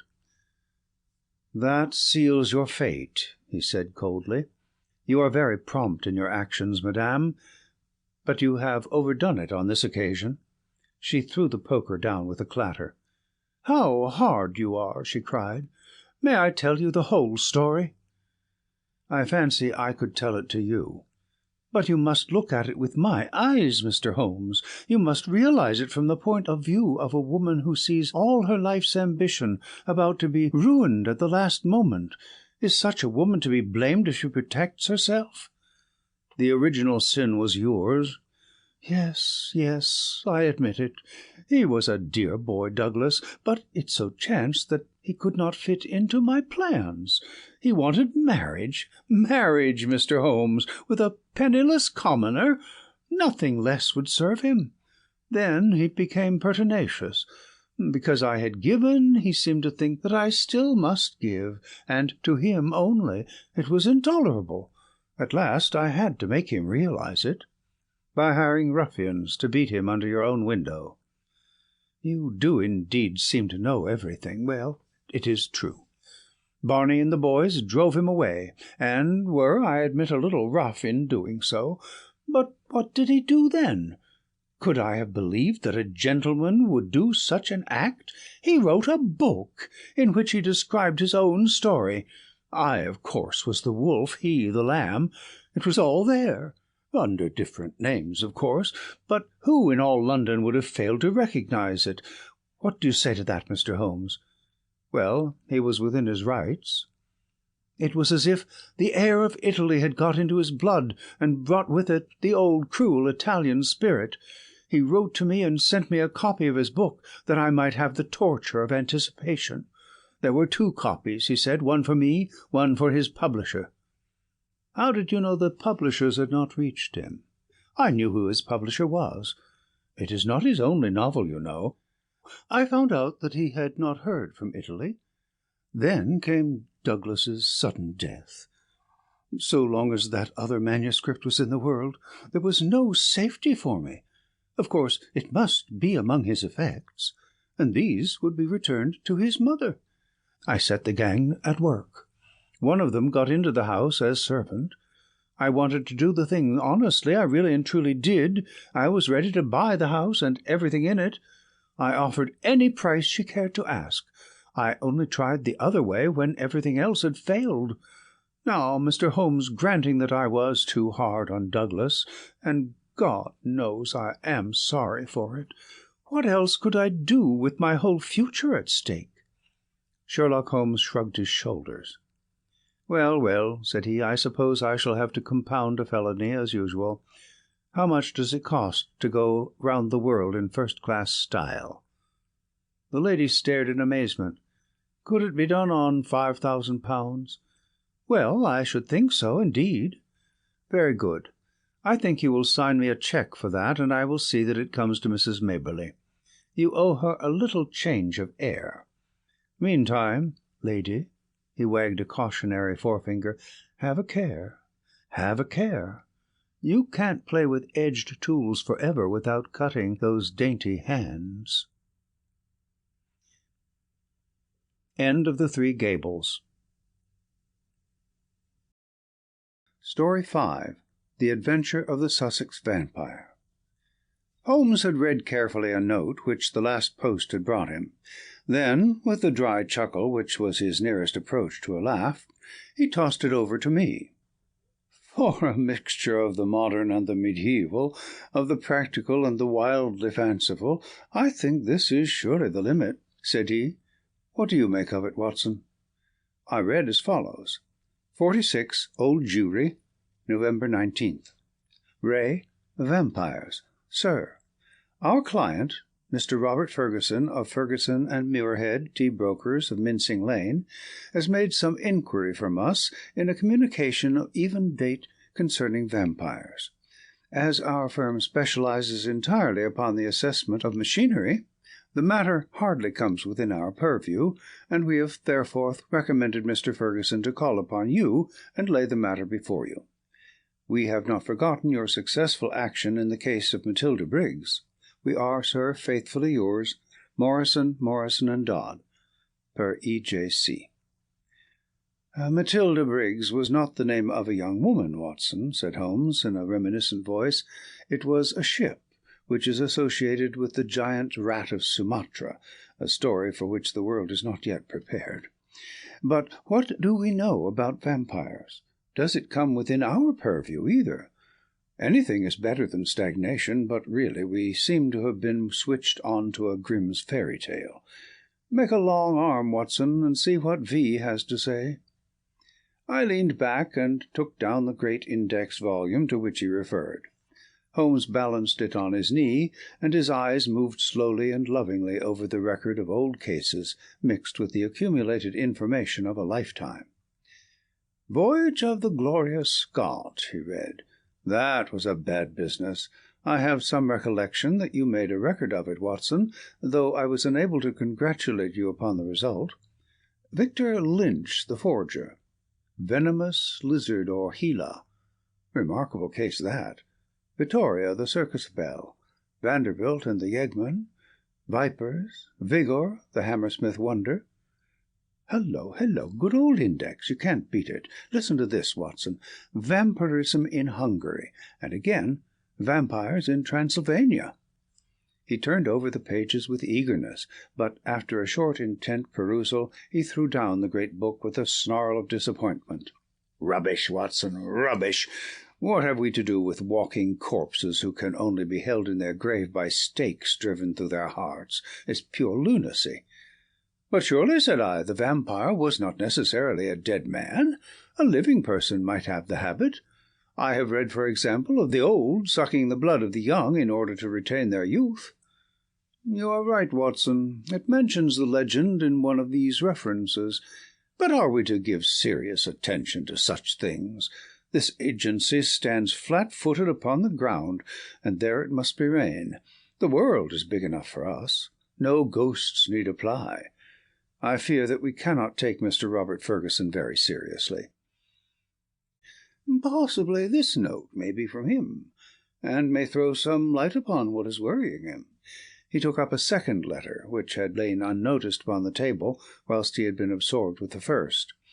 This he began to read with a smile of amusement upon his face, which gradually faded away into an expression of intense interest and concentration. When he had finished, he sat for some little time lost in thought, with the letter dangling from his fingers. Finally, with a start, he aroused himself from his reverie. "Cheeseman's, Lamberley. Where is Lamberley, Watson?" "It is in Sussex, south of Horsham." "Not very far, eh? And Cheeseman's?" "I know that country, Holmes. It is full of old houses which are named after the men who built them centuries ago. You get Audleys and Harveys and Carretons. The folk are forgotten, but their names live in their houses." "Precisely," said Holmes, coldly. It was one of the peculiarities of his proud, self-contained nature that though he docketed any fresh information very quickly and accurately in his brain, he seldom made any acknowledgment to the giver. "I rather fancy we shall know a good deal more about Cheeseman's Lamberley before we are through. The letter is, as I had hoped, from Robert Fergusson. By the way, he claims acquaintance with you." "With me?" "You had better read it." He handed the letter across. It was headed with the address quoted. "Dear Mr. Holmes," it said, "I have been recommended to you by my lawyers, but indeed the matter is so extraordinarily delicate that it is most difficult to discuss. It concerns a friend for whom I am acting. This gentleman married some 5 years ago a Peruvian lady, the daughter of a Peruvian merchant, whom he had met in connection with the importation of nitrates. The lady was very beautiful, but the fact of her foreign birth and of her alien religion always caused a separation of interests and of feelings between husband and wife, so that after a time his love may have cooled towards her, and he may have come to regard their union as a mistake. He felt there were sides of her character which he could never explore or understand. This was the more painful as she was as loving a wife as a man could have, to all appearance absolutely devoted.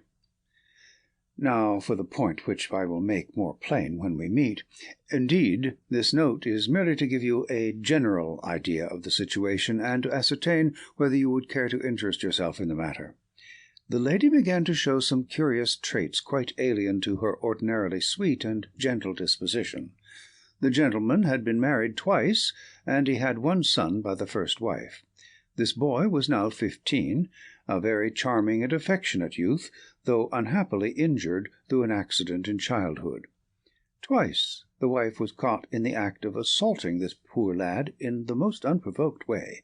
Once she struck him with a stick, and left a great weal on his arm. This was a small matter, however, compared with her conduct to her own child, a dear boy just under 1 year of age. On one occasion, about a month ago, the child had been left by its nurse for a few minutes. A loud cry from the baby, as of pain, called the nurse back. As she ran into the room, she saw her employer, the lady, leaning over the baby and apparently biting his neck. There was a small wound in the neck, from which a stream of blood had escaped. The nurse was so horrified that she wished to call the husband, but the lady implored her not to do so, and actually gave her £5 as a price for her silence. No explanation was ever given, and for the moment the matter was passed over. It left, however, a terrible impression upon the nurse's mind, and from that time she began to watch her mistress closely, and to keep a closer guard upon the baby, whom she tenderly loved. It seemed to her that even as she watched the mother, so the mother watched her, and that every time she was compelled to leave the baby alone, the mother was waiting to get at it. Day and night the nurse covered the child, and day and night the silent, watchful mother seemed to be lying in wait, as a wolf waits for a lamb.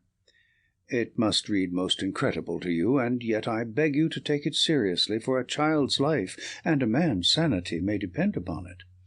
At last there came one dreadful day when the facts could no longer be concealed from the husband. The nurse's nerve had given way. She could stand the strain no longer, and she made a clean breast of it all to the man. To him it seemed as wild a tale as it may now seem to you. He knew his wife to be a loving wife, and, save for the assaults upon her stepson, a loving mother. Why, then, should she wound her own dear little baby? He told the nurse that she was dreaming, that her suspicions were those of a lunatic, and that such libels upon her mistress were not to be tolerated. Whilst they were talking, a sudden cry of pain was heard. Nurse and master rushed together to the nursery. Imagine his feelings, Mr. Holmes, as he saw his wife rise from a kneeling position beside the cot, and saw blood upon the child's exposed neck and upon the sheet. With a cry of horror he turned his wife's face to the light, and saw blood all round her lips. It was she, beyond all question, who had drunk the poor baby's blood. So the matter stands. She is now confined to her room. There has been no explanation. The husband is half demented. He knows, and I know, little of vampirism beyond the name. We had thought it was some wild tale of foreign parts, and yet here in the very heart of the English Sussex. Well, all this can be discussed with you in the morning. Will you see me? Will you use your great powers in aiding a distracted man? If so, kindly wire to Fergusson, Cheeseman's, Lamberley, and I will be at your rooms by 10 o'clock. Yours faithfully, Robert Fergusson. P.S. I believe your friend Watson played rugby for Blackheath when I was 3/4 for Richmond. It is the only personal introduction which I can give. Of course, I remember him, said I, as I laid down the letter. Big Bob Fergusson, the finest 3/4 Richmond ever had. He was always a good-natured chap. It's like him to be so concerned over a friend's case. Holmes looked at me thoughtfully and shook his head. I never get your limits, Watson, said he. There are unexplored possibilities about you. Take a wire down, like a good fellow. We'll examine your case with pleasure. Your case? We must not let him think that this agency is a home for the weak-minded. Of course it is his case. Send him that wire, and let the matter rest till morning. Promptly at 10 o'clock next morning, Fergusson strode into our room. I had remembered him as a long, slab-sided man with loose limbs and a fine turn of speed, which had carried him round many an opposing back. There is surely nothing in life more painful than to meet the wreck of a fine athlete whom one has known in his prime. His great frame had fallen in, his flaxen hair was scanty, and his shoulders were bowed. I fear that I roused corresponding emotions in him. "Hullo, Watson," said he, and his voice was still deep and hearty. "You don't look quite the man you did when I threw you over the ropes into the crowd at the old deer park. I expect I've changed a bit also. But it's this last day or two that has aged me. I see by your telegram, Mr. Holmes, that it is no use my pretending to be anyone's deputy." "It is simpler to deal direct," said Holmes. "Of course it is. But you can imagine how difficult it is when you are speaking of the one woman whom you are bound to protect and help. What can I do? How am I to go to the police with such a story? And yet the kiddies have got to be protected. Is it madness, Mr. Holmes? Is it something in the blood? Have you any similar case in your experience? For God's sake, give me some advice, for I am at my wit's end." "Very naturally, Mr. Fergusson. Now sit here and pull yourself together, and give me a few clear answers. I can assure you that I am very far from being at my wit's end, and that I am confident we shall find some solution. First of all, tell me what steps you have taken. Is your wife still near the children?" "We had a dreadful scene. She is a most loving woman, Mr. Holmes. If ever a woman loved a man with all her heart and soul, she loves me. She was cut to the heart that I should have discovered this horrible, this incredible secret. She would not even speak. She gave no answer to my reproaches, save to gaze at me with a sort of wild, despairing look in her eyes. Then she rushed to her room and locked herself in. Since then she has refused to see me. She has a maid who was with her before her marriage, Dolores by name, a friend rather than a servant. She takes her food to her." "Then the child is in no immediate danger?" "Mrs. Mason, the nurse, has sworn that she will not leave it night or day. I can absolutely trust her. I am more uneasy about poor little Jack, for, as I told you in my note, he has twice been assaulted by her." "But never wounded?" "No, she struck him savagely. It is the more terrible, as he is a poor little inoffensive cripple." Fergusson's gaunt features softened as he spoke of his boy. You would think that the dear lad's condition would soften anyone's heart. A fall in childhood and a twisted spine, Mr. Holmes, but the dearest, most loving heart within. Holmes had picked up the letter of yesterday and was reading it over. "What other inmates are there in your house, Mr. Fergusson?"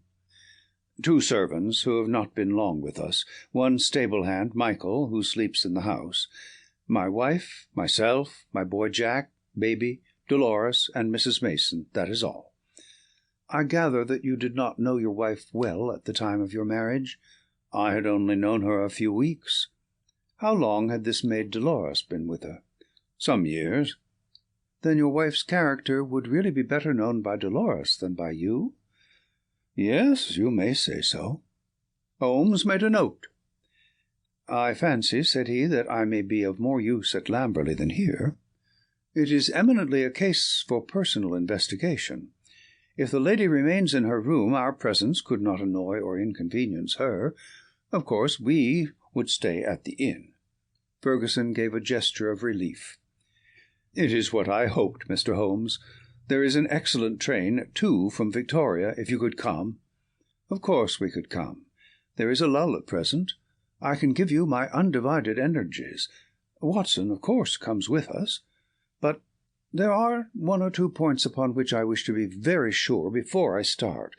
This unhappy lady, as I understand it, has appeared to assault both the children, her own baby and your little son?" "That is so." "But the attacks take different forms, do they not? She has beaten her son, once with a stick, and once very savagely with her hands." "Did she give no explanation why she struck him?" "None, save that she hated him. Again and again she said so." "Well, that is not unknown among stepmothers. Posthumous jealousy, we will say. Is the lady jealous by nature?" "Yes, she is very jealous. Jealous with all the strength of her fiery tropical love." "But the boy, he is 15, I understand, and probably very developed in mind, since his body has been circumscribed in action. Did he give you no explanation of these assaults?" "No, he declared there was no reason." "Were they good friends at other times?" "No, there was never any love between them." "Yet you say he is affectionate." "Never in the world could there be so devoted a son. My life is his life. He is absorbed in what I say or do." Once again Holmes made a note. For some time he sat lost in thought. "No doubt you and the boy were great comrades before this second marriage. You were thrown very close together, were you not?" "Very much so." "And the boy, having so affectionate a nature, was devoted, no doubt, to the memory of his mother?" "Most devoted." "He would certainly seem to be a most interesting lad. There is one other point about these assaults. Were the strange attacks upon the baby and the assaults upon your son at the same period?" "In the first case it was so. It was as if some frenzy had seized her, and she had vented her rage upon both. In the second case it was only Jack who suffered. Mrs. Mason had no complaint to make about the baby." "That certainly complicates matters." "I don't quite follow you, Mr. Holmes." "Possibly not. One forms provisional theories and waits for time or fuller knowledge to explode them. A bad habit, Mr. Fergusson, but human nature is weak. I fear that your old friend here has given an exaggerated view of my scientific methods. However, I will only say, at the present stage, that your problem does not appear to me to be insoluble, and that you may expect to find us at Victoria at 2 o'clock. It was evening of a dull, foggy November day, when, having left our bags at the Chequers, Lamberley, we drove through the Sussex clay of a long winding drive, and finally reached the isolated and ancient farmhouse in which Fergusson dwelt. It was a large, straggling building, very old in the centre, very new at the wings, with towering Tudor chimneys and a lichen-spotted, high-pitched roof of Horsham slabs. The doorsteps were worn into curves, and the ancient tiles which lined the porch were marked with the rebus of a cheese and a man, after the original builder. Within, the ceilings were corrugated with heavy oaken beams, and the uneven floors sagged into sharp curves. An odour of age and decay pervaded the whole crumbling building. There was one very large central room into which Fergusson led us. Here, in a huge old-fashioned fireplace with an iron screen behind it, dated 1670, there blazed and spluttered a splendid log fire. The room, as I gazed round, was a most singular mixture of dates and of places. The half-panelled walls may well have belonged to the original yeoman farmer of the 17th century. They were ornamented, however, on the lower part by a line of well-chosen modern watercolours, while above, where yellow plaster took the place of oak, there was hung a fine collection of South American utensils and weapons, which had been brought, no doubt, by the Peruvian lady upstairs. Holmes rose with that quick curiosity which sprang from his eager mind, and examined them with some care. He returned with his eyes full of thought. "Hullo!" he cried. "Hullo!" A spaniel had lain in a basket in the corner. It came slowly forwards towards its master, walking with difficulty. Its hind legs moved irregularly, and its tail was on the ground. It licked Ferguson's hand. "What is it, Mr. Holmes?" "The dog. What's the matter with it?" "That's what puzzled the vet. A sort of paralysis. Spinal meningitis, he thought. But it is passing. He'll be all right soon, won't you, Carlo?" A shiver of assent passed through the drooping tail. The dog's mournful eyes passed from one of us to the other. He knew that we were discussing his case. "Did it come on suddenly?" "In a single night." "How long ago?" "It may have been 4 months ago." "Very remarkable. Very suggestive. What do you see in it, Mr. Holmes?" "A confirmation of what I had already thought." "For God's sake, what do you think, Mr. Holmes? It may be a mere intellectual puzzle to you, but it is life and death to me. My wife a would-be murderer, my child in constant danger. Don't play with me, Mr. Holmes. It is too terribly serious." The big Rugby 3/4 was trembling all over. Holmes put his hand soothingly upon his arm. "I fear that there is pain for you, Mr. Ferguson, whatever the solution may be," said he. "I would spare you all I can. I cannot say more for the instant, but before I leave this house, I hope I may have something definite." "Please God you may. If you will excuse me, gentlemen, I will go up to my wife's room and see if there has been any change." He was away some minutes, during which Holmes resumed his examination of the curiosities upon the wall. When our host returned, it was clear from his downcast face that he had made no progress. He brought with him a tall, slim, brown-faced girl. "The tea is ready, Dolores," said Ferguson. "See that your mistress has everything she can wish." "She very ill," cried the girl, looking with indignant eyes at her master. "She no ask for food. She very ill. She need doctor. I frightened stay alone with her without doctor." Ferguson looked at me with a question in his eyes. "I should be so glad if I could be of use. Would your mistress see Dr. Watson?" "I take him. I no ask leave. She needs doctor." "Then I'll come with you at once." I followed the girl, who was quivering with strong emotion, up the staircase and down an ancient corridor. At the end was an iron-clamped and massive door. It struck me as I looked at it that if Ferguson tried to force his way to his wife, he would find it no easy matter. The girl drew a key from her pocket, and the heavy oaken planks creaked upon their old hinges. I passed in, and she swiftly followed, fastening the door behind her. On the bed a woman was lying who was clearly in a high fever. She was only half conscious, but as I entered she raised a pair of frightened but beautiful eyes and glared at me in apprehension. Seeing a stranger, she appeared to be relieved, and sank back with a sigh upon the pillow. I stepped up to her with a few reassuring words, and she lay still while I took her pulse and temperature. Both were high, and yet my impression was that the condition was rather that of mental and nervous excitement than of any actual seizure. "She lie like that 1 day, 2 day. I 'fraid she die," said the girl. The woman turned her flushed and handsome face towards me. "Where is my husband?" "He is below, and would wish to see you." "I will not see him. I will not see him." Then she seemed to wander off into delirium. "A fiend! A fiend! Oh, what shall I do with this devil?" "Can I help you in any way?" "No, no one can help. It is finished. All is destroyed. Do what I will, all is destroyed." The woman must have some strange delusion. I could not see Bob Ferguson in the character of fiend or devil. "Madame," I said, "your husband loves you dearly. He is deeply grieved at this happening." Again she turned on me those glorious eyes. "He loves me, yes. But do I not love him? Do I not love him even to sacrifice myself rather than break his dear heart? That is how I love him. And yet he could think of me. He could speak of me so." "He is full of grief, but he cannot understand. No, he cannot understand, but he should trust. Will you not see him? I suggested. No, no, I cannot forget those terrible words, nor the look upon his face. I will not see him. Go now, you can do nothing for me. Tell him only one thing. I want my child. I have a right to my child. That is the only message I can send him.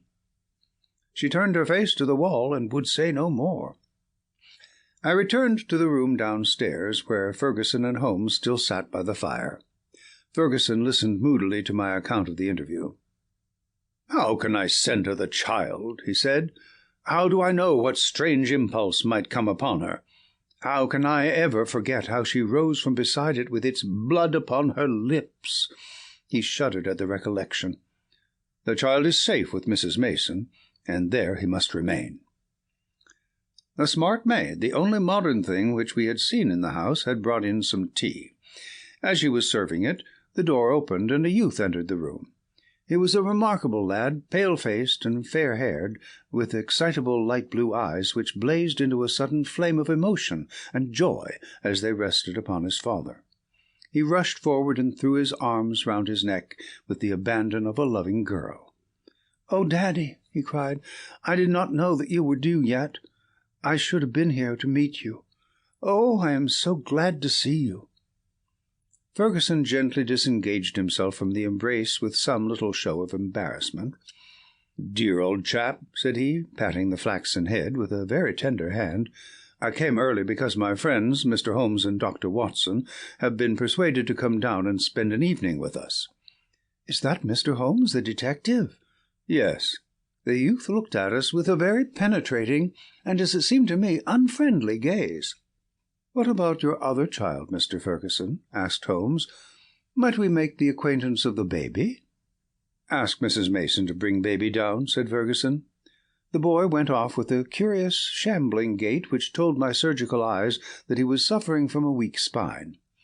Presently he returned, and behind him came a tall, gaunt woman bearing in her arms a very beautiful child, dark-eyed, golden-haired, a wonderful mixture of the Saxon and the Latin. Fergusson was evidently devoted to it, for he took it into his arms and fondled it most tenderly. "Fancy anyone having the heart to hurt him," he muttered, as he glanced down at the small, angry red pucker upon the cherub throat. It was at this moment that I chanced to glance at Holmes, and saw a most singular intentness in his expression.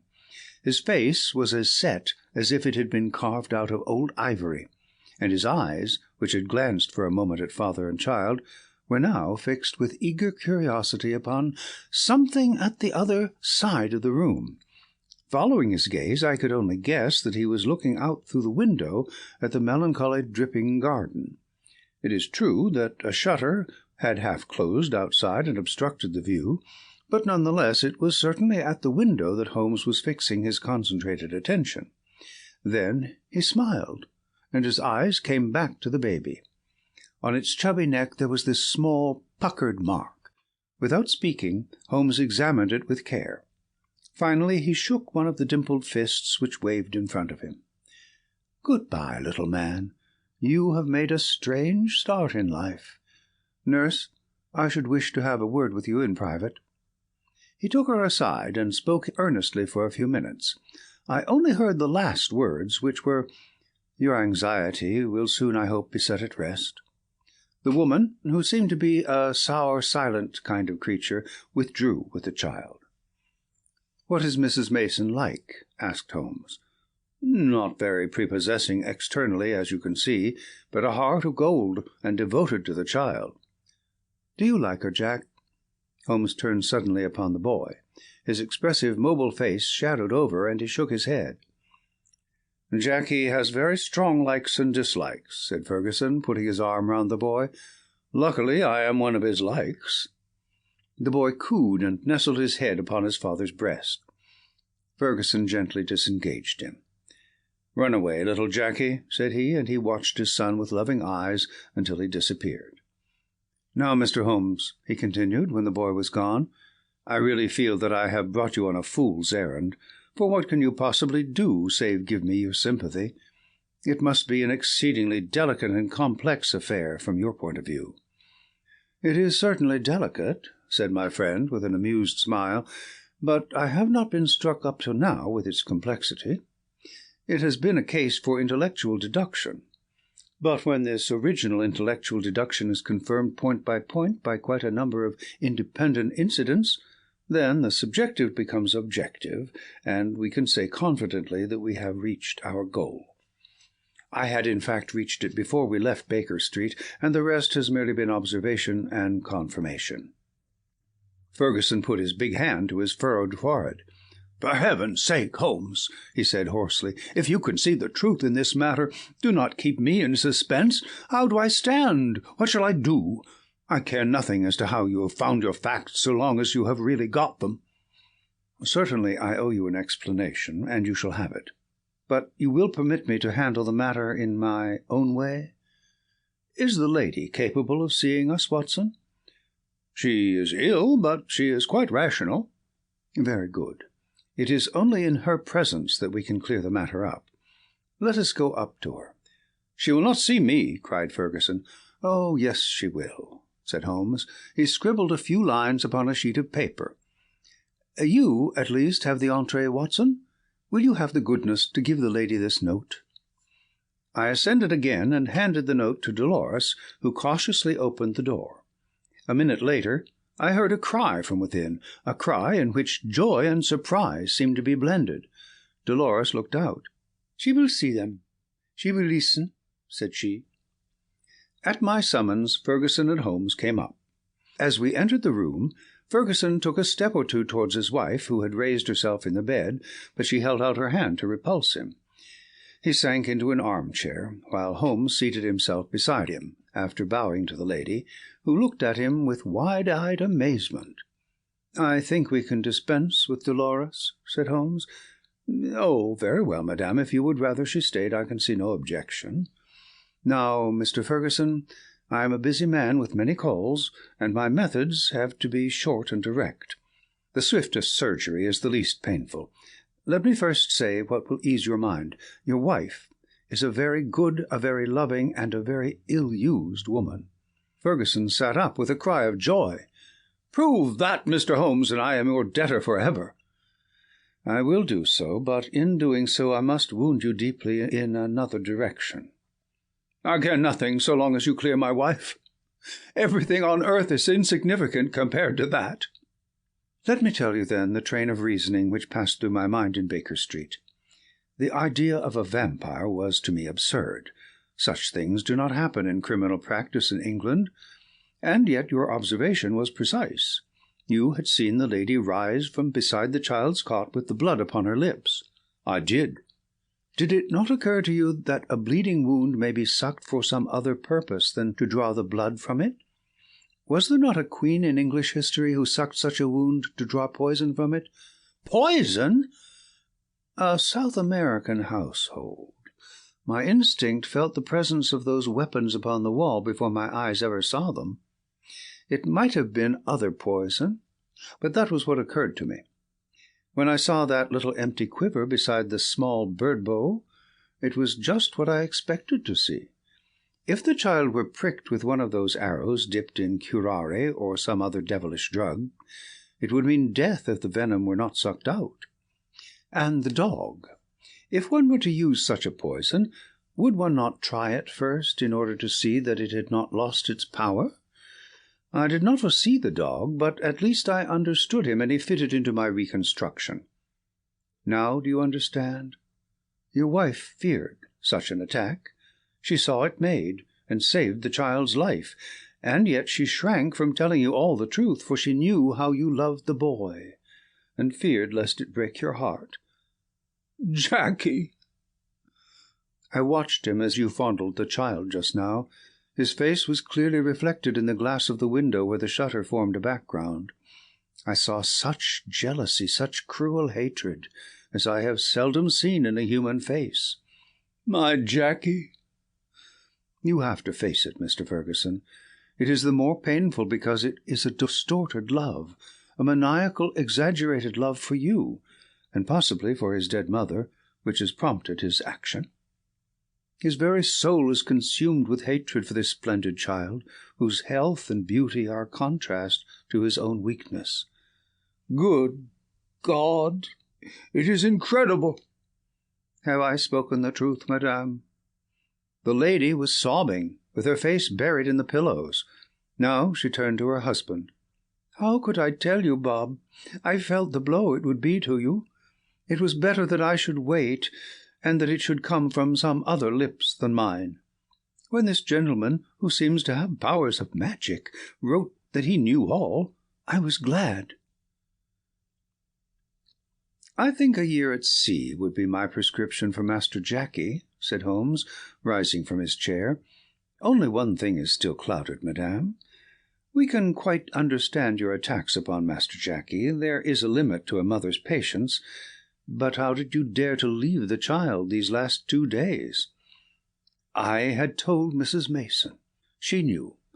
Exactly, so I imagined. Ferguson was standing by the bed, choking, his hands outstretched and quivering. This, I fancy, is the time for our exit, Watson, said Holmes in a whisper. If you will take one elbow of the too faithful Dolores, I will take the other. There now, he added, as he closed the door behind him, I think we may leave them to settle the rest among themselves. I have only one further note of this case. It is the letter which Holmes wrote in final answer to that with which the narrative begins. It ran thus: Baker Street, November 21st. Ray Vampires. Sir, referring to your letter of the 19th, I beg to state that I have looked into the inquiry of your client, Mr. Robert Ferguson, of Ferguson and Weirhead, tea brokers of Mincing Lane, and that the matter has been brought to a satisfactory conclusion. With thanks for your recommendation, I am, sir, faithfully yours, Sherlock Holmes. End of The Adventure of the Sussex Vampire.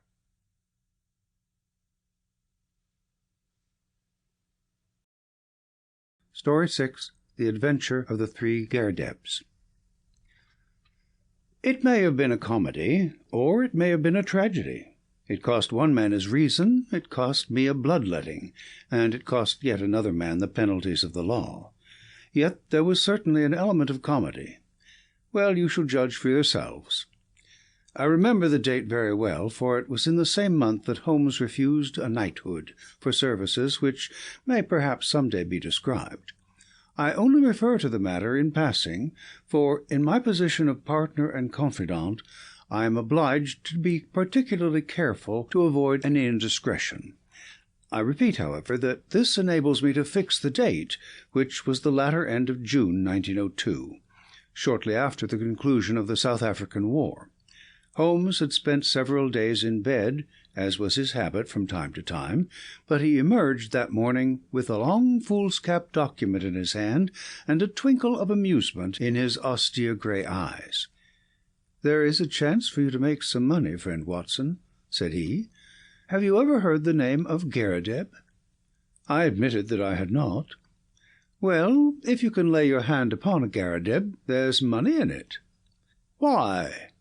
"Ah, that's a long story. Rather a whimsical one, too. I don't think in all our explorations of human complexities we have ever come upon anything more singular.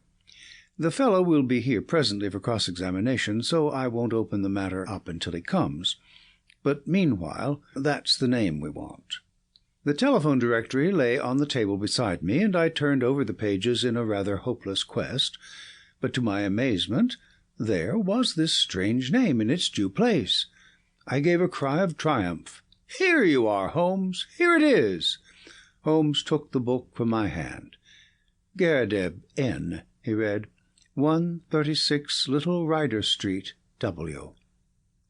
"Sorry to disappoint you, my dear Watson, but this is the man himself. That is the address upon his letter. We want another to match him." Mrs. Hudson had come in with a card upon a tray. I took it up and glanced at it.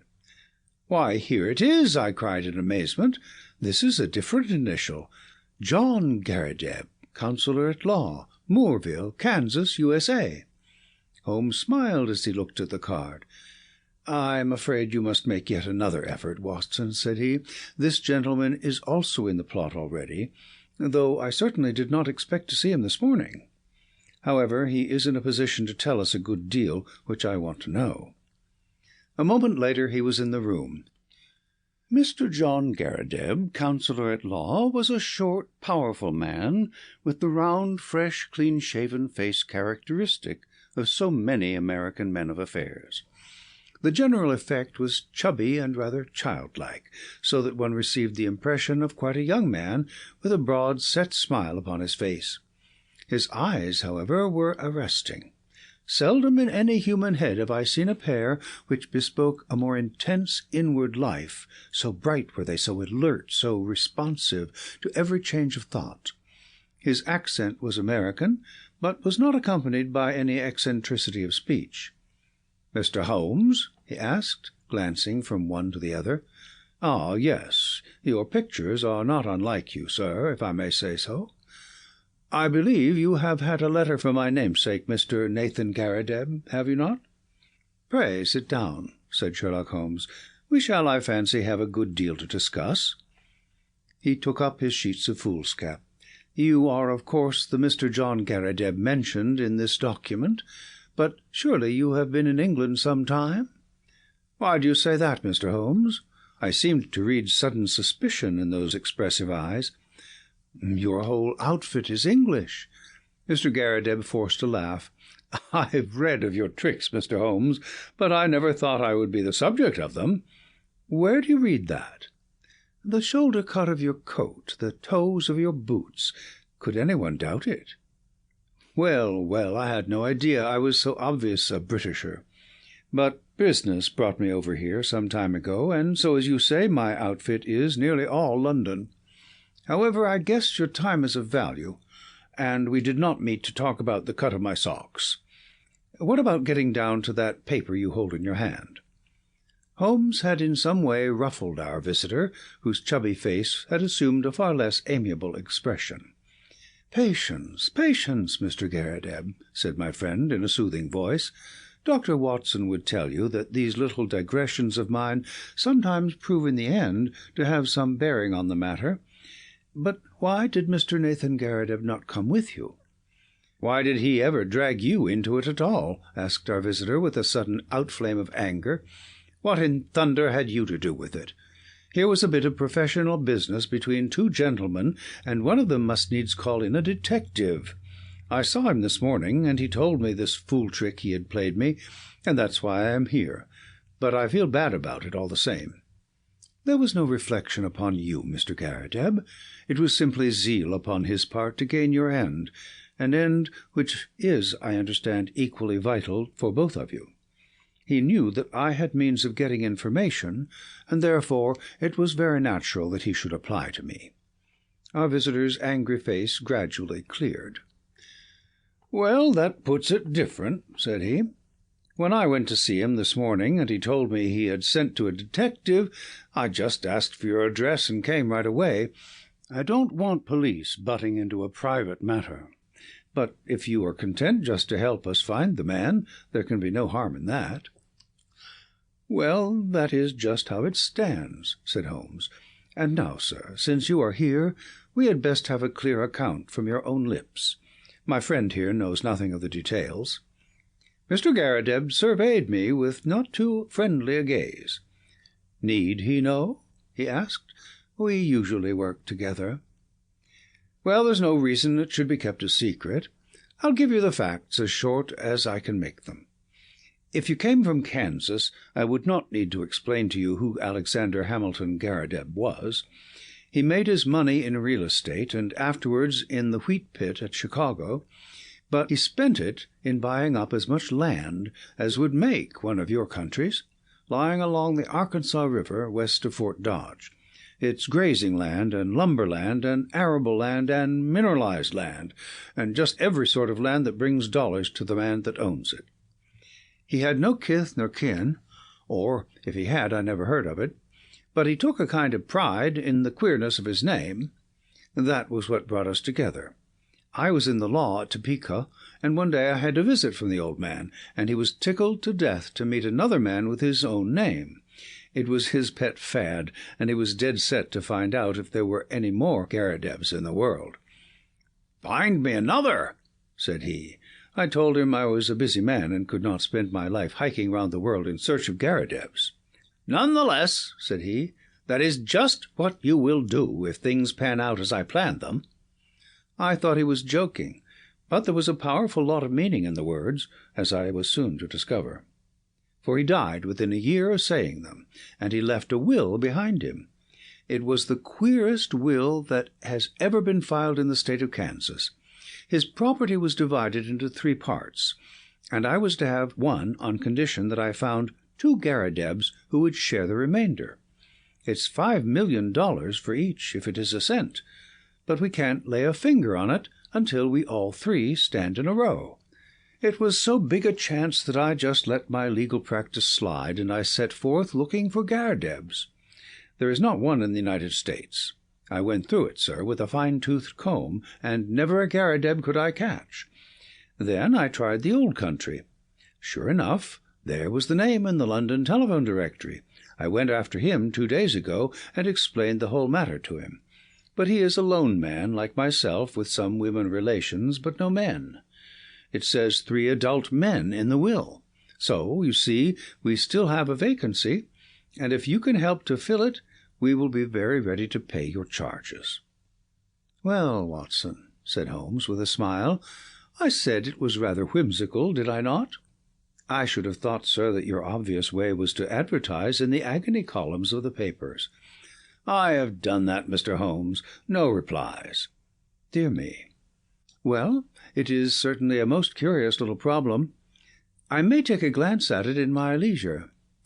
By the way, it is curious that you should have come from Topeka. I used to have a correspondent, he is dead now, old Lysander Starr, who was mayor in 1890. "Good old Starr," said our visitor. "His name is still honored.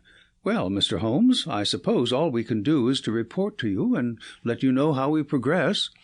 I reckon you will hear within a day or 2. With this assurance our American bowed and departed. Holmes had lit his pipe, and he sat for some time with a curious smile upon his face. "Well?" I asked at last. "I'm wondering, Watson, just wondering." "At what?" Holmes took his pipe from his lips.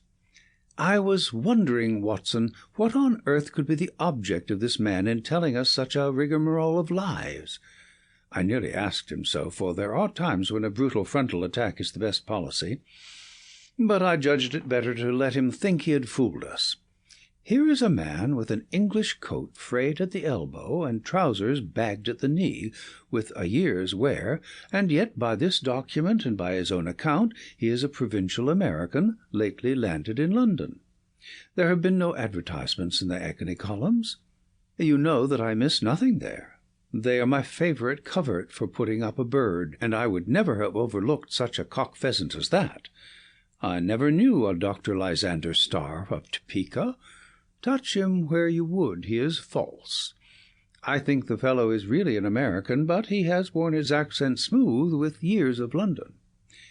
What is his game, then, and what motive lies behind this preposterous search for Garridebs? It's worth our attention, for granting that the man is a rascal, he is certainly a complex and ingenious one. We must now find out if our other correspondent is a fraud also. Just ring him up, Watson." I did so, and heard a thin, quavering voice at the other end of the line. Yes, I am Mr. Nathan Garrideb.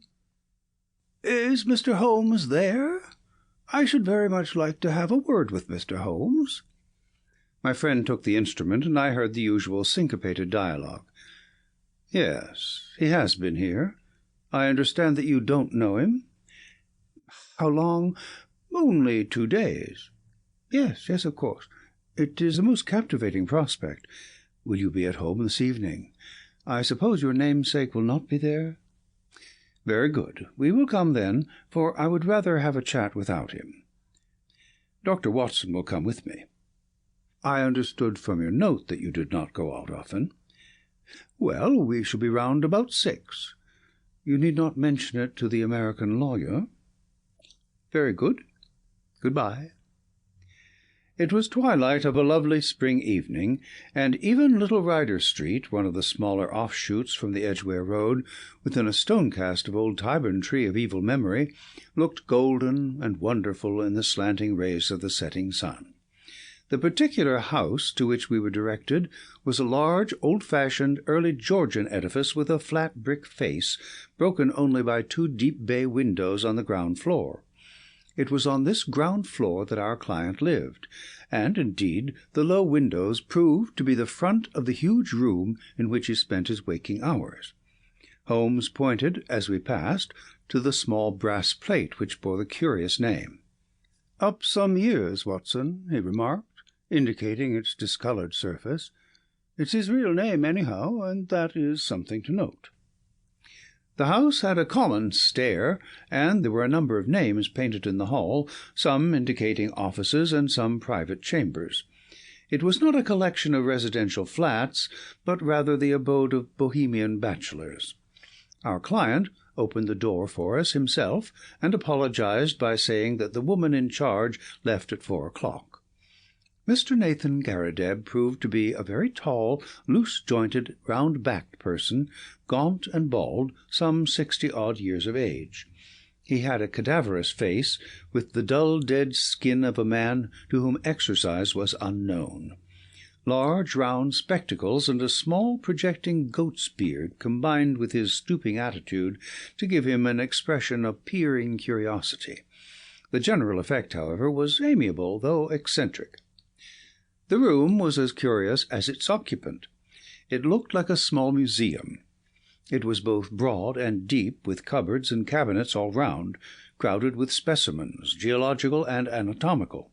Cases of butterflies and moths flanked each side of the entrance.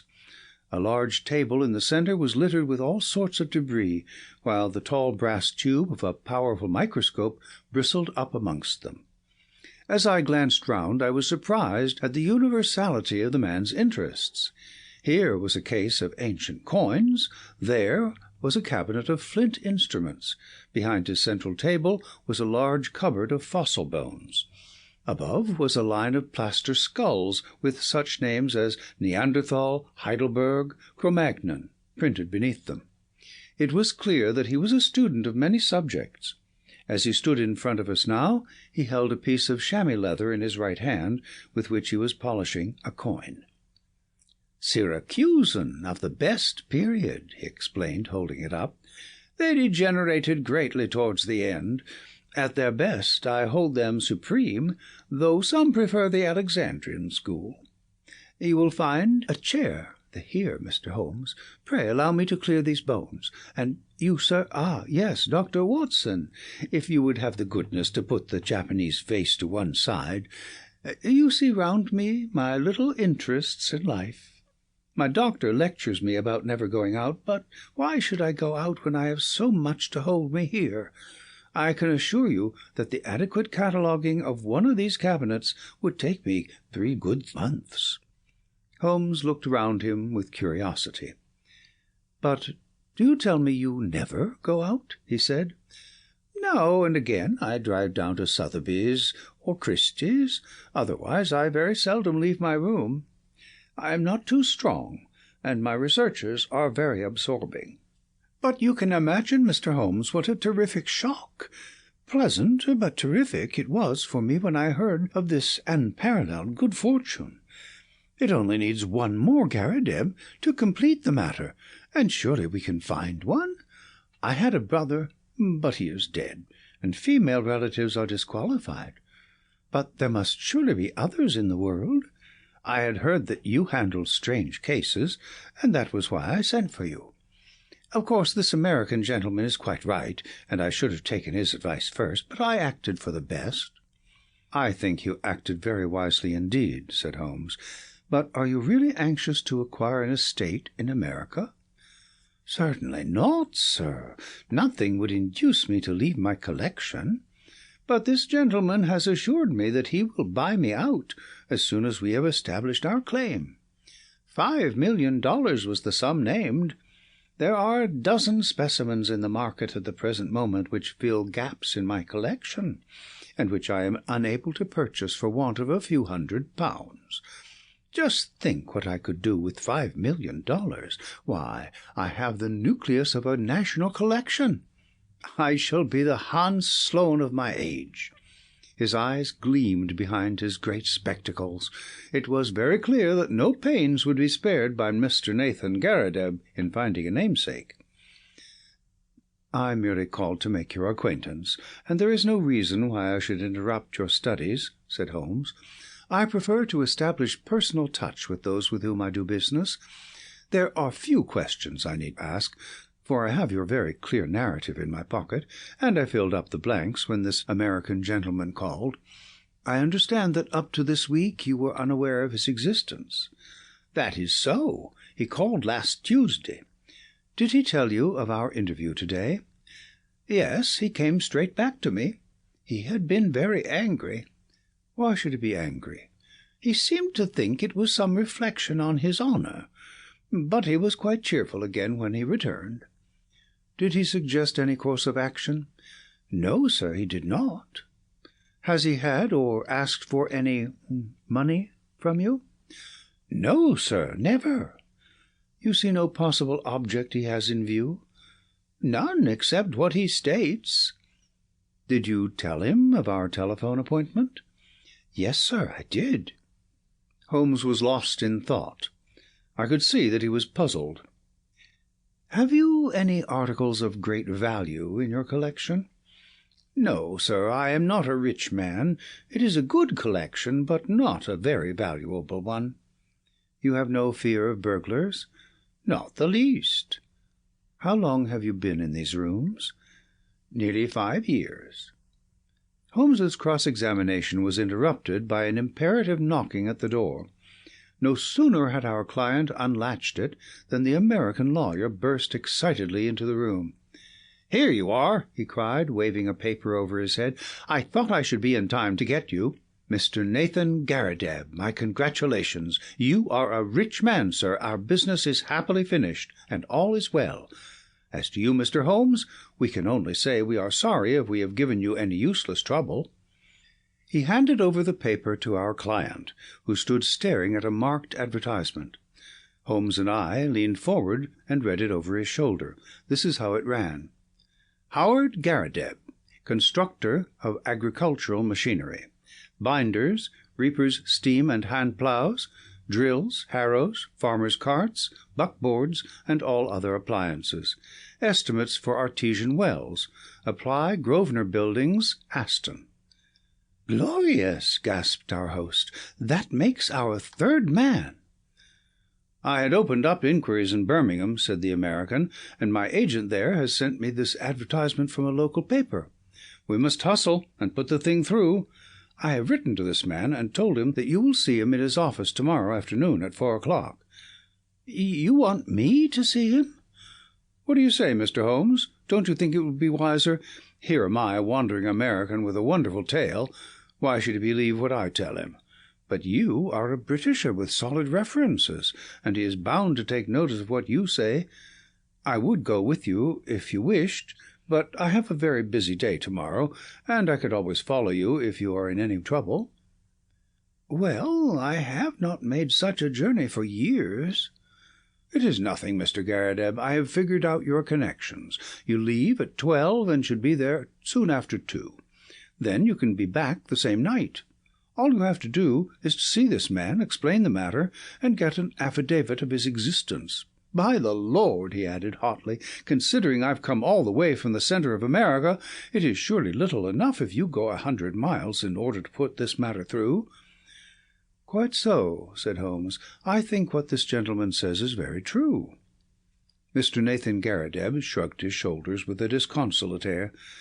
"Well, if you insist, I shall go," said he. "It is certainly hard for me to refuse you anything, considering the glory of hope that you have brought into my life." "Then that is agreed," said Holmes, "and no doubt you will let me have a report as soon as you can." "I'll see to that," said the American. "Well," he added, looking at his watch, I'll have to get on. I'll call tomorrow, Mr. Nathan, and see you off to Birmingham. Coming my way, Mr. Holmes? Well, then, good-bye, and we may have good news for you tomorrow night." I noticed that my friend's face cleared when the American left the room, and the look of thoughtful perplexity had vanished. "I wish I could look over your collection, Mr. Garrideb," said he. "In my profession all sorts of odd knowledge comes useful, and this room of yours is a storehouse of it." Our client shone with pleasure, and his eyes gleamed from behind his big glasses. "I had always heard, sir, that you were a very intelligent man," said he. "I could take you round now if you have the time." "Unfortunately, I have not, but these specimens are so well labelled and classified that they hardly need your personal explanation. If I should be able to look in tomorrow, I presume that there would be no objection to my glancing over them." "None at all. You are most welcome. The place will, of course, be shut up, but Mrs. Saunders is in the basement up to 4 o'clock, and would let you in with her key." "Well, I happen to be clear tomorrow afternoon. If you would say a word to Mrs. Saunders, it would be quite in order. By the way, who is your house agent?" Our client was amazed at the sudden question. "Holloway and Steele, in the Edgware Road, but why?" "I am a bit of an archaeologist myself when it comes to houses," said Holmes, laughing. "I was wondering if this was Queen Anne or Georgian." "Georgian, beyond doubt." "Really? I should have thought a little earlier. However, it is easily ascertained. Well, good-bye, Mr. Garrideb, and may you have every success in your Birmingham journey." The house-agent's was close by, but we found that it was closed for the day, so we made our way back to Baker Street. It was not till after dinner that Holmes reverted to the subject. "Our little problem draws to a close," said he. "No doubt you have outlined the solution in your own mind." "I can make neither head nor tail of it." "The head is surely clear enough, and the tail we should see tomorrow. Did you notice nothing curious about that advertisement?" "Oh, I saw that the word plough was misspelt." "Oh, you did notice that, did you? Come, Watson, you improve all the time." "Yes, it was bad English, but good American. The printer had set it up as received. Then the buckboards, that is American also, and artesian wells are commoner with them than with us. It was a typical American advertisement, but purporting to be from an English firm. What do you make of that?" "I can only suppose that this American lawyer put it in himself. What his object was, I fail to understand." "Well, there are alternative explanations.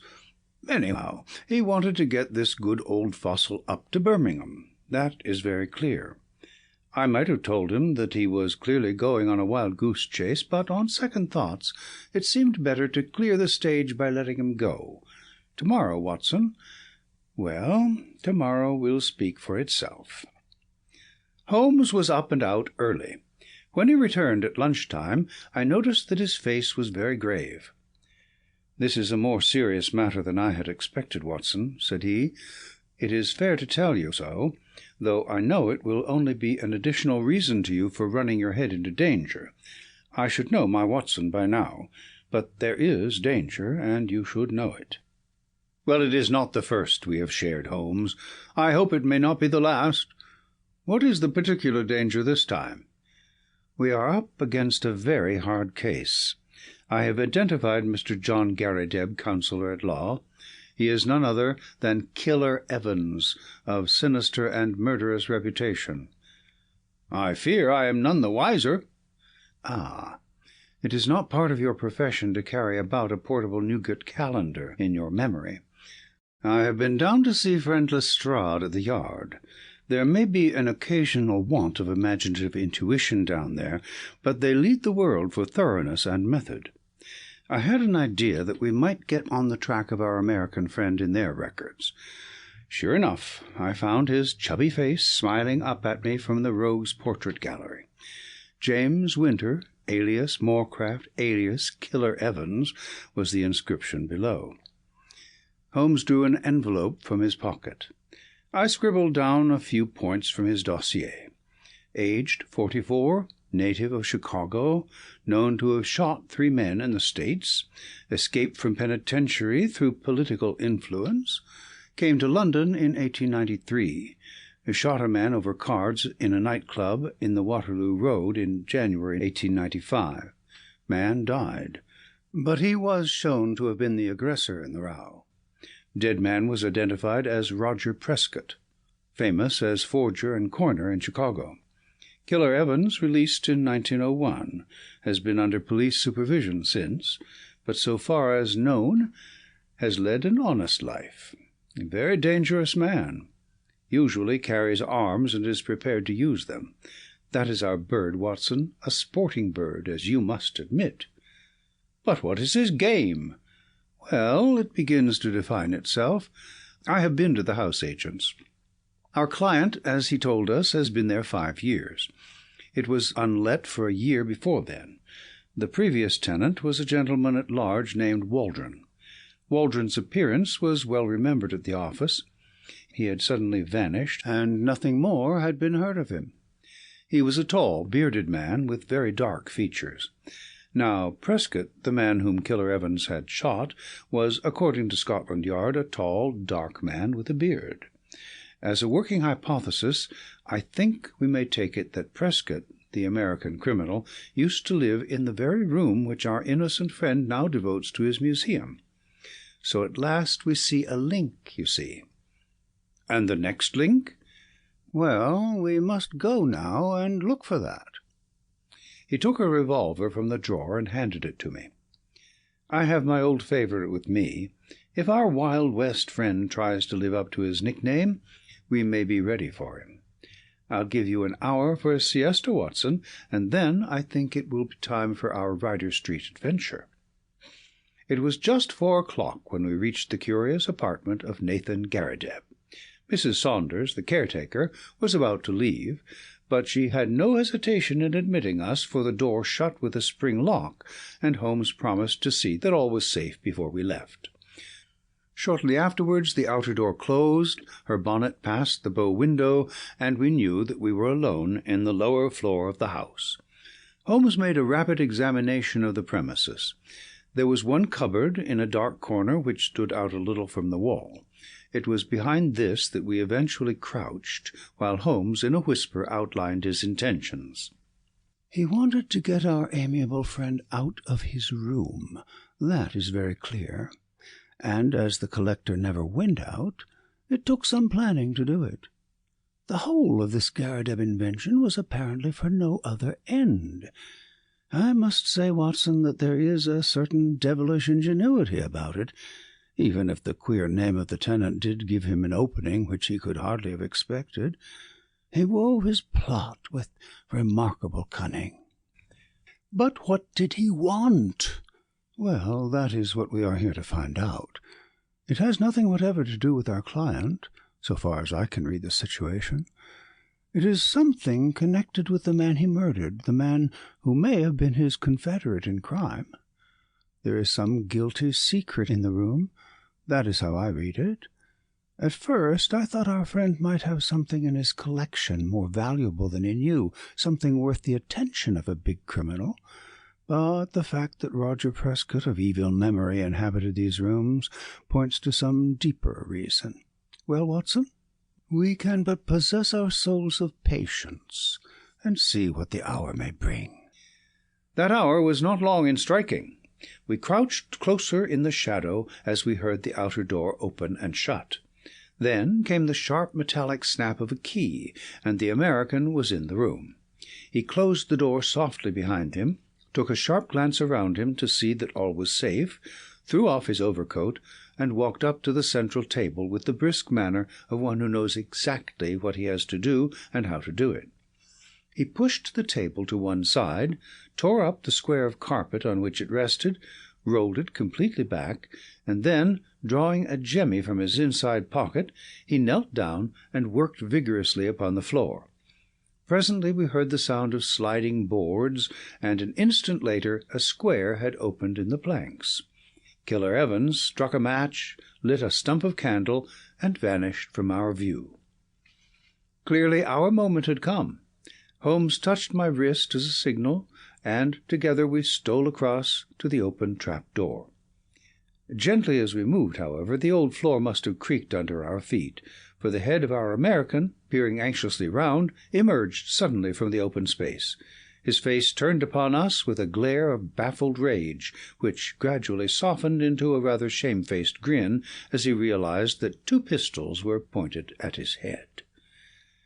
"Well, well," said he, coolly, as he scrambled to the surface, "I guess you have been one too many for me, Mr. Holmes. Saw through my game, I suppose, and played me for a sucker from the first. Well, sir, I hand it to you. You have me beat, and—" In an instant he had whisked out a revolver from his breast and had fired 2 shots. I felt a sudden hot sear, as if a red-hot iron had been pressed to my thigh. There was a crash as Holmes's pistol came down on the man's head. I had a vision of him sprawling upon the floor with blood running down his face, while Holmes rummaged him for weapons. Then my friend's wiry arms were around me, and he was leading me to a chair. "You're not hurt, Watson. For God's sake, say that you are not hurt." It was worth a wound. It was worth many wounds to know the depth of loyalty and love which lay behind that cold mask. The clear, hard eyes were dimmed for a moment, and the firm lips were shaking. For the one and only time I caught a glimpse of a great heart as well as of a great brain. All my years of humble but single-minded service culminated in that moment of revelation. "It's nothing, Holmes. It's a mere scratch." He had ripped up my trousers with his pocket-knife. "You are right," he cried, with an immense sigh of relief. "It is quite superficial." His face set like flint as he glared at our prisoner, who was sitting up with a dazed face. "By the Lord, it is as well for you. If you had killed Watson, you would not have got out of this room alive. Now, sir, what have you to say for yourself?" He had nothing to say for himself. He only lay and scowled. I leaned on Holmes's arm, and together we looked down into the small cellar which had been disclosed by the secret flap. It was still illuminated by the candle which Evans had taken down with him. Our eyes fell upon a mass of rusted machinery, great rolls of paper, a litter of bottles, and, neatly arranged upon a small table, a number of neat little bundles. "A printing press, a counterfeiter's outfit," said Holmes. "Yes, sir," said our prisoner, staggering slowly to his feet and then sinking into the chair. "The greatest counterfeiter London ever saw. That's Prescott's machine. And those bundles on the table are 2,000 of Prescott's notes, worth 100 each, and fit to pass anywhere. Help yourselves, gentlemen. Call it a deal and let me beat it." Holmes laughed. "We don't do things like that, Mr. Evans. There is no bolt-hole for you in this country. You shot this man Prescott, did you not?" "Yes, sir, and got 5 years for it, though it was he who pulled on me. 5 years, when I should have had a medal the size of a soup plate. No living man could tell a Prescott from a Bank of England, and if I hadn't put him out, he would have flooded London with them. I was the only one in the world who knew where he made them. Can you wonder that I wanted to get to the place? And can you wonder that when I found this crazy boob of a bug hunter with the queer name squatting right on top of it and never quitting his room, I had to do the best I could to shift him? Maybe I would have been wiser if I had put him away. It would have been easy enough, but I'm a soft-hearted guy that can't begin shooting unless the other man has a gun also. But say, Mr. Holmes, what have I done wrong, anyhow? I've not used this plant. I've not hurt this old stiff. Where do you get me?" "Only attempted murder, so far as I can see," said Holmes. "But that's not our job. They take that at the next stage. What we wanted at present was just your sweet self. Please give the Yard a call, Watson. It won't be entirely unexpected." So, those were the facts about Killer Evans and his remarkable invention of the 3 Garridebs. We heard later that our poor old friend never got over the shock of his dissipated dreams. When his castle in the air fell down, it buried him beneath the ruins. He was last heard of at a nursing home in Brixton. It was a glad day at the yard when the Prescott outfit was discovered, for though they knew that it existed, they had never been able, after the death of the man, to find out where it was. Evans had indeed done great service and caused several worthy C.I.D. men to sleep the sounder, for the counterfeiter stands in a class by himself as a public danger. They would willingly have subscribed to that soup-plate medal of which the criminal had spoken, but an unappreciative bench took a less favourable view, and the killer returned to those shades from which he had just emerged. End of the adventure of the three Garridebs.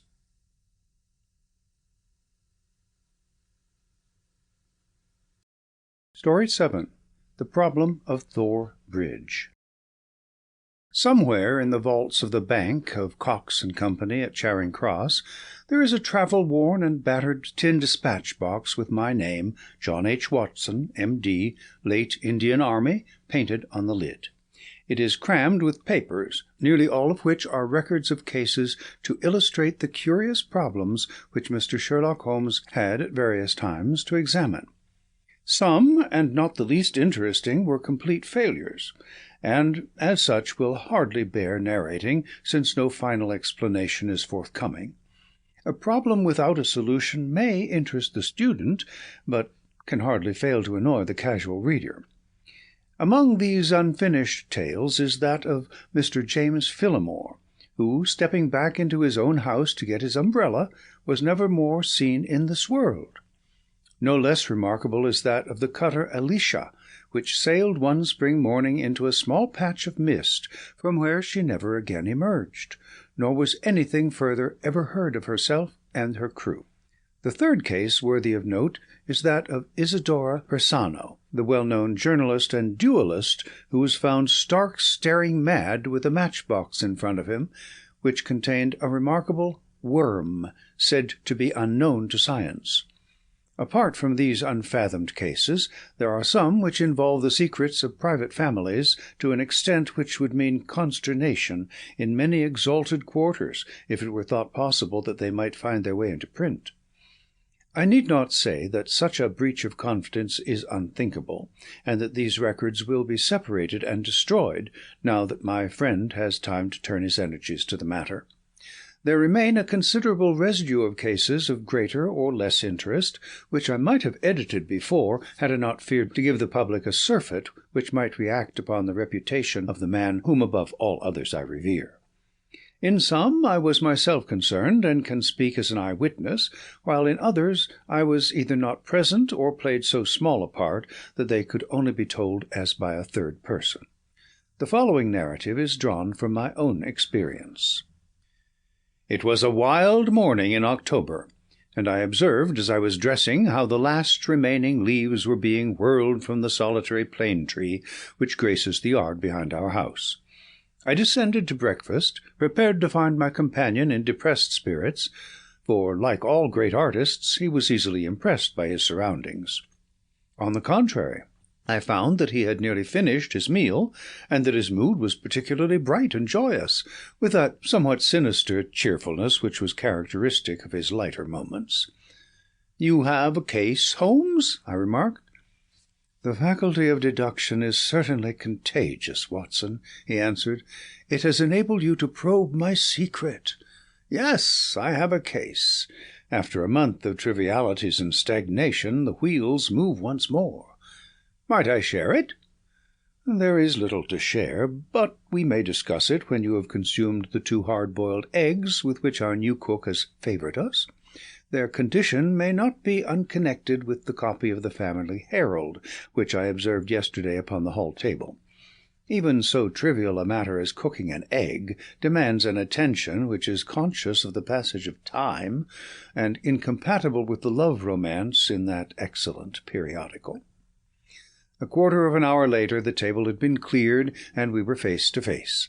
He had drawn a letter from his pocket. "You have heard of Neil Gibson, the Gold King?" he said. "You mean the American senator?" "Well, he was once senator for some western state, but is better known as the greatest gold-mining magnate in the world." "Yes, I know of him. He has surely lived in England for some time. His name is very familiar." "Yes. He bought a considerable estate in Hampshire some 5 years ago. Possibly you have already heard of the tragic end of his wife?" "Of course, I remember it now. That is why the name is familiar, but I really know nothing of the details." Holmes waved his hand towards some papers on a chair. "I had no idea that the case was coming my way, or I should have had my extracts ready," said he. "The fact is that the problem, though exceedingly sensational, appeared to present no difficulty. The interesting personality of the accused does not obscure the clearness of the evidence. That was the view taken by the coroner's jury, and also in the police court proceedings. It is now referred to the assizes at Winchester. I fear it is a thankless business. I can discover facts, Watson, but I cannot change them. Unless some entirely new and unexpected ones come to light, I do not see what my client can hope for." "Your client?" "Ah, I forgot I had not told you. I am getting into your involved habit, Watson, of telling a story backwards. You had best read this first." The letter which he handed to me, written in a bold, masterful hand, ran as follows: "Claridge's Hotel, October 3rd. Dear Mr. Sherlock Holmes, I can't see the best woman God ever made go to her death without doing all that is possible to save her. I can't explain things. I can't even try to explain them, but I know beyond all doubt that Miss Dunbar is innocent. You know the facts. Who doesn't? It has been the gossip of the country, and never a voice raised for her. It's the damned injustice of it all that makes me crazy. That woman has a heart that wouldn't let her kill a fly. Well, I'll come at 11 tomorrow and see if you can get some ray of light in the dark. Maybe I have a clue and don't know it. Anyhow, all I know and all I have and all I am are for your use, if only you can save her. If ever in your life you showed your powers, put them now into this case. Yours faithfully, J. Neil Gibson." "There you have it," said Sherlock Holmes, knocking out the ashes of his after-breakfast pipe and slowly refilling it. "That is the gentleman I await. As to the story, you have hardly time to master all these papers, so I must give it to you in a nutshell if you are to take an intelligent interest in the proceedings. This man is the greatest financial power in the world, and a man, as I understand, of most violent and formidable character. He married a wife, the victim of this tragedy, of whom I know nothing save that she was past her prime, which was the more unfortunate as a very attractive governess superintended the education of 2 young children. These are the 3 people concerned, and the scene is a grand old manor-house, the centre of an historical English estate. Then, as to the tragedy. The wife was found in the grounds nearly half a mile from the house, late at night, clad in her dinner dress, with a shawl over her shoulders and a revolver bullet through her brain. No weapon was found near her, and there was no local clue as to the murder. No weapon near her, Watson, mark that. The crime seems to have been committed late in the evening, and the body was found by a gamekeeper about 11 o'clock, when it was examined by the police and by a doctor before being carried up to the house. Is this too condensed, or can you follow it clearly?" "It is all very clear. But why suspect the governess?" "Well, in the first place, there is some very direct evidence. A revolver with 1 discharged chamber and a caliber which corresponded with the bullet was found on the floor of her wardrobe." His eyes fixed, and he repeated in broken words, "On the floor of her wardrobe." Then he sank into silence, and I saw that some train of thought had been set moving which I should be foolish to interrupt. Suddenly, with a start, he emerged into brisk life once more. "Yes, Watson, it was found. Pretty damning, eh?" "So the 2 juries thought. Then the dead woman had a note upon her, making an appointment at that very place, and signed by the governess. How's that? Finally, there is the motive. Senator Gibson is an attractive person. If his wife dies, who more likely to succeed her than the young lady who had already, by all accounts, received pressing invitations from her employer? Love, fortune, power, all depending upon one middle-aged life.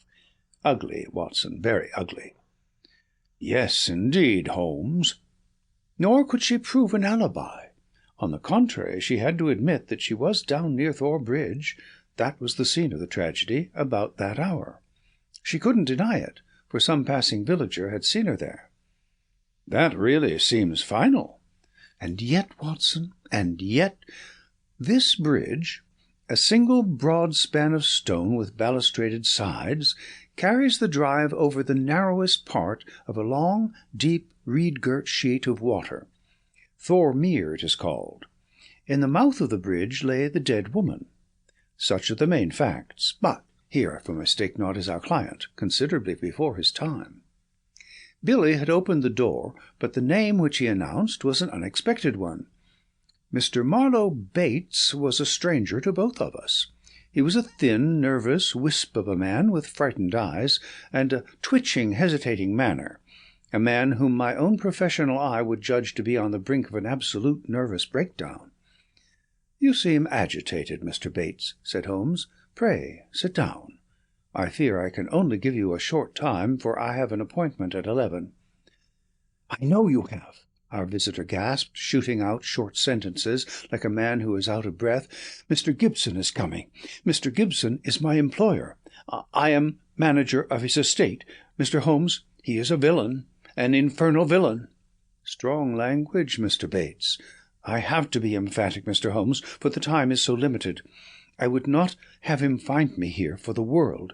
He is almost due now, but I was so situated that I could not come earlier.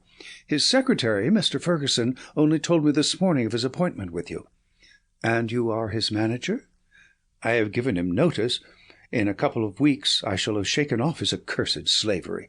A hard man, Mr. Holmes, hard to all about him. Those public charities are a screen to cover his private iniquities. But his wife was his chief victim. He was brutal to her. Yes, sir, brutal. How she came by her death I do not know, but I am sure that he had made her life a misery to her. She was a creature of the tropics, a Brazilian by birth, as no doubt you know." "No, it had escaped me." "Tropical by birth and tropical by nature, a child of the sun and of passion. She had loved him, as such women can love, but when her own physical charms had faded, I am told that they once were great, there was nothing to hold him. We all liked her, and felt for her, and hated him for the way that he treated her. But he is plausible and cunning. That is all I have to say to you. Don't take him at his face value. There is more behind. Now I'll go. No, don't detain me. He is almost due." With a frightened look at the clock, our strange visitor literally ran to the door and disappeared. "Well, well," said Holmes, after an interval of silence, "Mr. Gibson seems to have a nice loyal household. But the warning is a useful one, and now we can only wait till the man himself appears." Sharp at the hour, we heard a heavy step upon the stairs, and the famous millionaire was shown into the room. As I looked upon him, I understood not only the fears and dislike of his manager, but also the execrations which so many business rivals have heaped upon his head.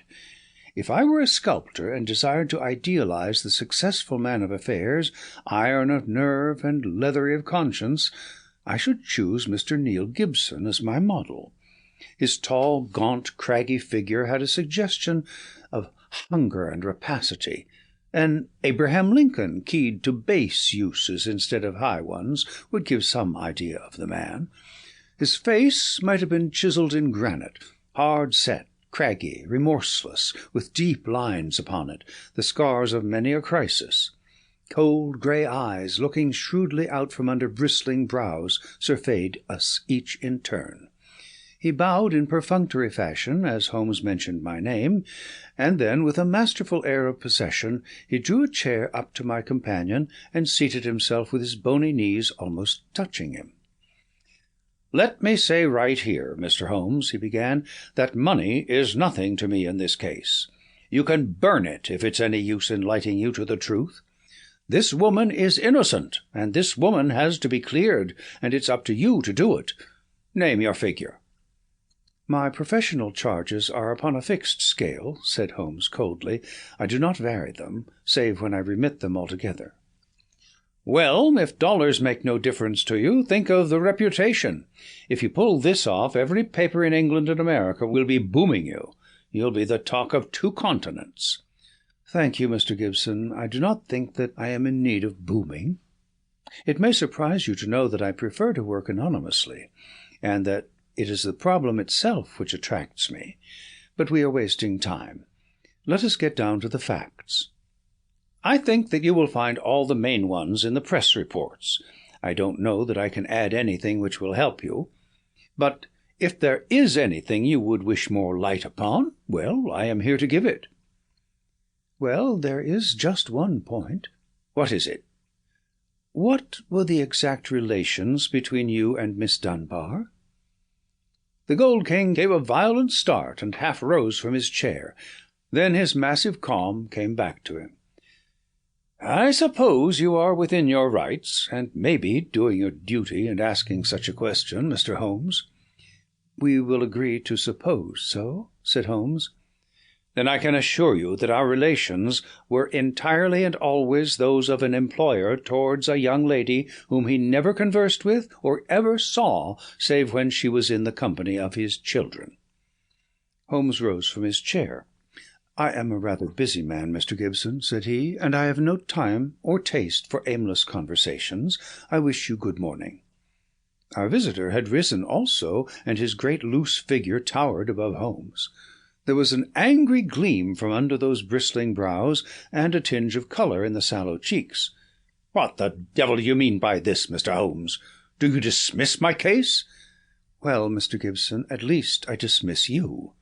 I should have thought my words were plain. Plain enough, but what's at the back of it? Raising the price on me, or afraid to tackle it, or what? I have a right to a plain answer. Well, perhaps you have, said Holmes. I'll give you one. This case is quite sufficiently complicated to start with, without the further difficulty of false information. Meaning that I lie. Well, I was trying to express it as delicately as I could, but if you insist upon the word, I will not contradict you. I sprang to my feet, for the expression upon the millionaire's face was fiendish in its intensity, and he had raised his great knotted fist. Holmes smiled languidly, and reached his hand out for his pipe. Don't be noisy, Mr. Gibson. I find that after breakfast even the smallest argument is unsettling. I suggest that a stroll in the morning air and a little quiet thought will be greatly to your advantage. With an effort the Gold King mastered his fury. I could not but admire him, for by a supreme self-command he had turned in a minute from a hot flame of anger to a frigid and contemptuous indifference. Well, it's your choice. I guess you know how to run your own business. I can't make you touch the case against your will. You've done yourself no good this morning, Mr. Holmes, for I have broken stronger men than you. No man ever crossed me and was the better for it. So many have said so, and yet here I am, said Holmes, smiling. Well, good morning, Mr. Gibson. You have a good deal yet to learn. Our visitor made a noisy exit, but Holmes smoked in imperturbable silence, with dreamy eyes fixed upon the ceiling.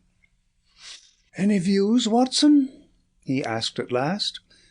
Well, Holmes, I must confess that when I consider that this is a man who would certainly brush any obstacle from his path, and when I remember that his wife may have been an obstacle and an object of dislike, as that man Bates plainly told us, it seems to me— Exactly, and to me also. But what were his relations with the governess, and how did you discover them? Bluff, Watson, bluff. When I considered the passionate, unconventional, unbusinesslike tone of his letter, and contrasted it with his self-contained manner and appearance, it was pretty clear that there was some deep emotion which centred upon the accused woman, rather than upon the victim. We've got to understand the exact relations of those 3 people, if we are to reach the truth. You saw the frontal attack which I made upon him, and how imperturbably he received it. Then I bluffed him by giving him the impression that I was absolutely certain, when in reality I was only extremely suspicious. Perhaps he will come back?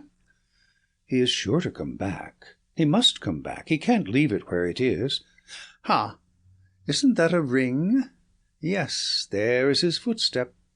Well, Mr. Gibson, I was just saying to Dr. Watson that you were somewhat overdue." The Gold King had re-entered the room in a more chastened mood than he had left it. His wounded pride still showed in his resentful eyes, but his common sense had shown him that he must yield if he would attain his end. "I've been thinking it over, Mr. Holmes, and I feel that I have been hasty in taking your remarks amiss. You are justified in getting down to the facts, whatever they may be, and I think the more of you for it. I can assure you, however, that the relations between Miss Dunbar and me don't really touch this case. That is for me to decide, is it not?"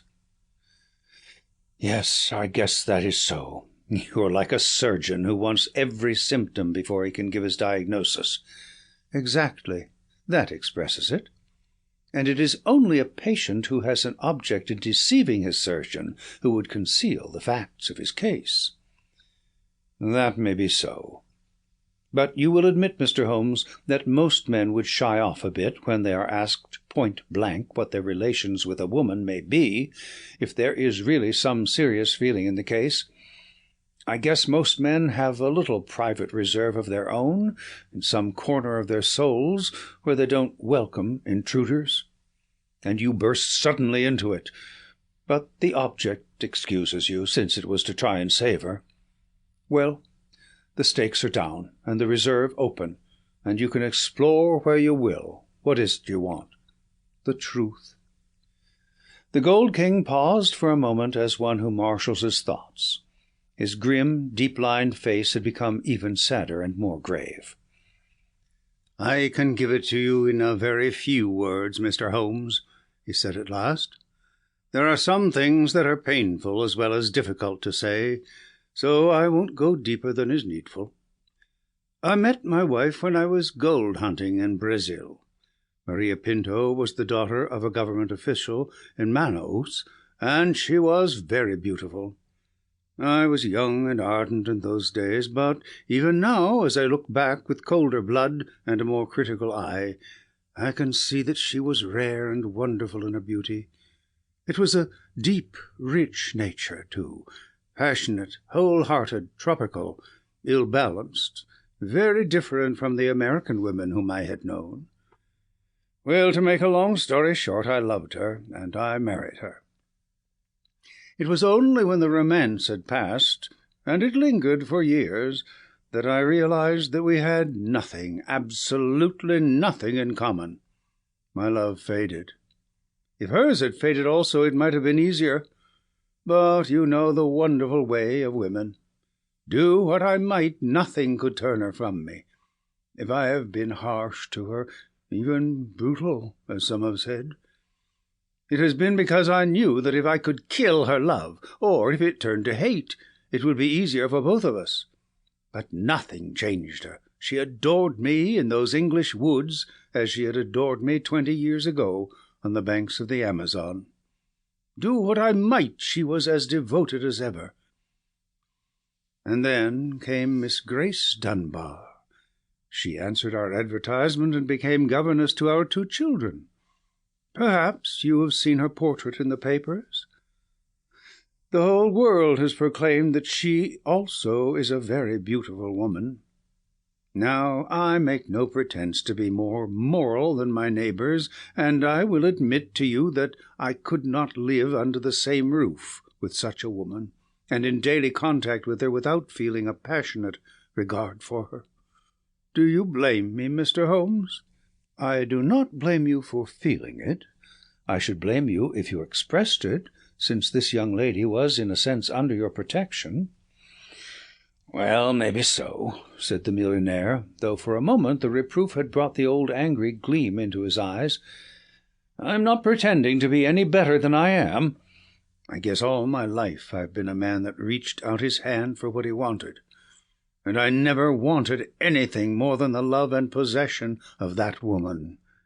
I told her so. Oh, you did you? Holmes could look very formidable when he was moved. I said to her that if I could marry her, I would, but that it was out of my power. I said that money was no object, and that all I could do to make her happy and comfortable would be done." "Very generous, I am sure," said Holmes, with a sneer. "See here, Mr. Holmes, I came to you on a question of evidence, not on a question of morals. I'm not asking for your criticism. "It is only for the young lady's sake that I touch your case at all," said Holmes, sternly. "I don't know that anything she is accused of is really worse than what you have yourself admitted, that you have tried to ruin a defenceless girl who is under your roof. Some of you rich men have to be taught that all the world cannot be bribed into condoning your offences." To my surprise, the Gold King took the reproof with equanimity. "That's how I feel myself about it now. I thank God that my plans did not work out as I intended. She would have none of it, and she wanted to leave the house instantly." "Why did she not?" "Well, in the first place, others were dependent upon her, and it was no light matter for her to let them all down by sacrificing her living.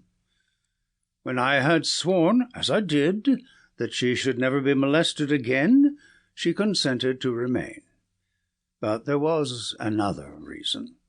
She knew the influence she had over me, and that it was stronger than any other influence in the world. She wanted to use it for good." "How?" "Well, she knew something of my affairs. They are large, Mr. Holmes, large beyond the belief of an ordinary man. I can make or break, and it is usually break. It wasn't individuals only, it was communities, cities, even nations. Business is a hard game, and the weak go to the wall. I played the game for all it was worth. I never squealed myself, and I never cared if the other fellow squealed. But she saw it different. I guess she was right. She believed and said that a fortune for one man that was more than he needed should not be built on 10,000 ruined men who were left without the means of life. That is how she saw it. And I guess she could see past the dollars to something that was more lasting. She found that I listened to what she said, and she believed she was serving the world by influencing my actions. So she stayed, and then this came along." "Can you throw any light upon that?" The Gold King paused for a minute or more, his head sunk in his hands, lost in deep thought. "It's very black against her, I can't deny that. And women lead an inward life, and may do things beyond the judgment of a man. At first I was so rattled and taken aback that I was ready to think she had been led away in some extraordinary fashion that was clean against her usual nature. One explanation came into my head. I give it to you, Mr. Holmes, for what it is worth. There is no doubt that my wife was bitterly jealous. There is a soul jealousy that can be as frantic as any body jealousy. And though my wife had no cause, and I think she understood this, for the latter, she was aware that this English girl exerted an influence upon my mind and my acts that she herself never had. It was an influence for good, but that did not mend the matter. She was crazy with hatred, and the heat of the Amazon was always in her blood. She might have planned to murder Miss Dunbar, or, we will say, to threaten her with a gun, and so frighten her into leaving us. Then there might have been a scuffle, and the gun gone off and shot the woman who held it." "That possibility had already occurred to me," said Holmes. "Indeed, it is the only obvious alternative to deliberate murder." "But she utterly denies it." "Well, that is not final, is it? One can understand that a woman placed in so awful a position might hurry home, still in her bewilderment holding the revolver. She might even throw it down among her clothes, hardly knowing what she was doing, and when it was found she might try to lie her way out by a total denial, since all explanation was impossible. What is against such a supposition?" "Miss Dunbar herself." "Well, perhaps." Holmes looked at his watch. I have no doubt we can get the necessary permits this morning to reach Winchester by the evening train. When I have seen this young lady, it is very possible that I may be of more use to you in the matter, though I cannot promise that my conclusions will necessarily be such as you desire." There was some delay in the official pass, and instead of reaching Winchester that day, we went down to Thor Place, the Hampshire estate of Mr. Neil Gibson. He did not accompany us himself, but we had the address of Sergeant Coventry of the local police, who had first examined into the affair. He was a tall, thin, cadaverous man with a secretive and mysterious manner, which conveyed the idea that he knew or suspected a very great deal more than he dared say. He had a trick, too, of suddenly sinking his voice to a whisper, as if he had come upon something of vital importance, though the information was usually commonplace enough. Behind these tricks of manner he soon showed himself to be a decent, honest fellow, who was not too proud to admit that he was out of his depth, and would welcome any help. "Anyhow, I'd rather have you than Scotland Yard, Mr. Holmes," said he. "If the Yard gets called into a case, then the local loses all credit for success, and may be blamed for failure. Now you play straight, so I've heard." "I need not appear in the matter at all," said Holmes, to the evident relief of our melancholy acquaintance. "If I can clear it up, I don't ask to have my name mentioned." "Well, that's very handsome of you, I am sure. And your friend Dr. Watson can be trusted, I know. Now, Mr. Holmes, as we walk down to the place, there is one question I should like to ask you. I'd breathe it to no soul but you." He looked round as though he hardly dare utter the words. "Don't you think there might be a case against Mr. Neil Gibson himself?" "I have been considering that."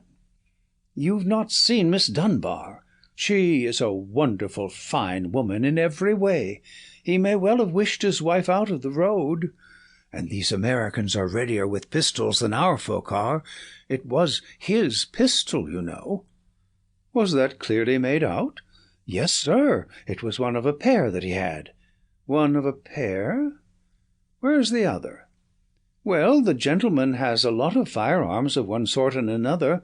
We never quite matched that particular pistol, but the box was made for two." "If it was one of a pair, you should surely be able to match it." "Well, we have them all laid out at the house, if you would care to look them over." "Later, perhaps. I think we will walk down together and have a look at the scene of the tragedy." This conversation had taken place in the little front room of Sergeant Coventry's humble cottage, which served as the local police station. A walk of half a mile or so across a wind-swept heath, all gold and bronze with the fading ferns, brought us to a side gate opening into the grounds of the Thor Place estate. A path led us through the pheasant preserves, and then from a clearing we saw the wide-spread half-timbered house, half Tudor and half Georgian, upon the crest of the hill. Beside us there was a long reedy pool, constricted in the centre where the main carriage drive passed over a stone bridge, but swelling into small lakes on either side. Our guide paused at the mouth of this bridge, and he pointed to the ground. "That was where Mrs. Gibson's body lay. I marked it by that stone. I understand that you were there before it was moved?" "Yes, they sent for me at once." "Who did?" "Mr. Gibson himself. The moment the alarm was given, and he had rushed down with others from the house, he insisted that nothing should be moved until the police should arrive." "That was sensible. I gathered from the newspaper report that the shot was fired from close quarters." "Yes, sir, very close." "Near the right temple?" "Just behind it, sir." "How did the body lie?" "On the back, sir. No trace of a struggle. No marks, no weapon. The short note from Miss Dunbar was clutched in her left hand." "Clutched, you say?" "Yes, sir. We could hardly open the fingers." "That is of great importance. It excludes the idea that anyone could have placed the note there after death in order to furnish a false clue. Dear me, the note, as I remember, was quite short. 'I will be at Thor Bridge at 9 o'clock. G. Dunbar.' Was that not so?" "Yes, sir." "Did Miss Dunbar admit writing it?" "Yes, sir." What was her explanation? Her defence was reserved for the assizes. She would say nothing. The problem is certainly a very interesting one. The point of the letter is very obscure, is it not? Well, sir, said the guide, it seemed, if I may be so bold as to say so, the only really clear point in the whole case. Holmes shook his head. Granting that the letter is genuine and was really written, it was certainly received some time before, say 1 hour or 2. Why, then, was this lady still clasping it in her left hand? Why should she carry it so carefully? She did not need to refer to it in the interview. Does it not seem remarkable? Well, sir, as you put it, perhaps it does. I think I should like to sit quietly for a few minutes and think it out. He seated himself upon the stone ledge of the bridge, and I could see his quick grey eyes darting their questioning glances in every direction. Suddenly he sprang up again and ran across to the opposite parapet, whipped his lens from his pocket, and began to examine the stonework. "This is curious," said he. "Yes, sir, we saw the chip on the ledge. I expect it's been done by some passer-by." The stonework was grey, but at this one point it showed white for a space not larger than a sixpence. When examined closely, one could see that the surface was chipped as by a sharp blow. "It took some violence to do that," said Holmes thoughtfully. With his cane he struck the ledge several times without leaving a mark. Yes, it was a hard knock. In a curious place, too. It was not from above, but from below, for you see that it is on the lower edge of the parapet. But it is at least 15 feet from the body. Yes, it is 15 feet from the body. It may have nothing to do with the matter, but it is a point worth noting. I do not think that we have anything more to learn here. There were no footsteps, you say? The ground was iron hard, sir. There were no traces at all. Then we can go. We will go up to the house first and look over these weapons of which you speak. Then we shall get on to Winchester, for I should desire to see Miss Dunbar before we go farther. Mr. Neil Gibson had not returned from town, but we saw in the house the neurotic Mr. Bates, who had called upon us in the morning. He showed us with a sinister relish the formidable array of firearms of various shapes and sizes which his employer had accumulated in the course of an adventurous life. "Mr. Gibson has his enemies, as anyone would expect who knew him and his methods," said he. "He sleeps with a loaded revolver in the drawer beside his bed. He is a man of violence, sir, and there are times when all of us are afraid of him. I am sure that the poor lady who has passed was often terrified." "Did you ever witness physical violence towards her?" "No, I cannot say that. But I have heard hard words which were nearly as bad, words of cold, cutting contempt, even before the servants." "A millionaire does not seem to shine in private life," remarked Holmes, as we made our way to the station.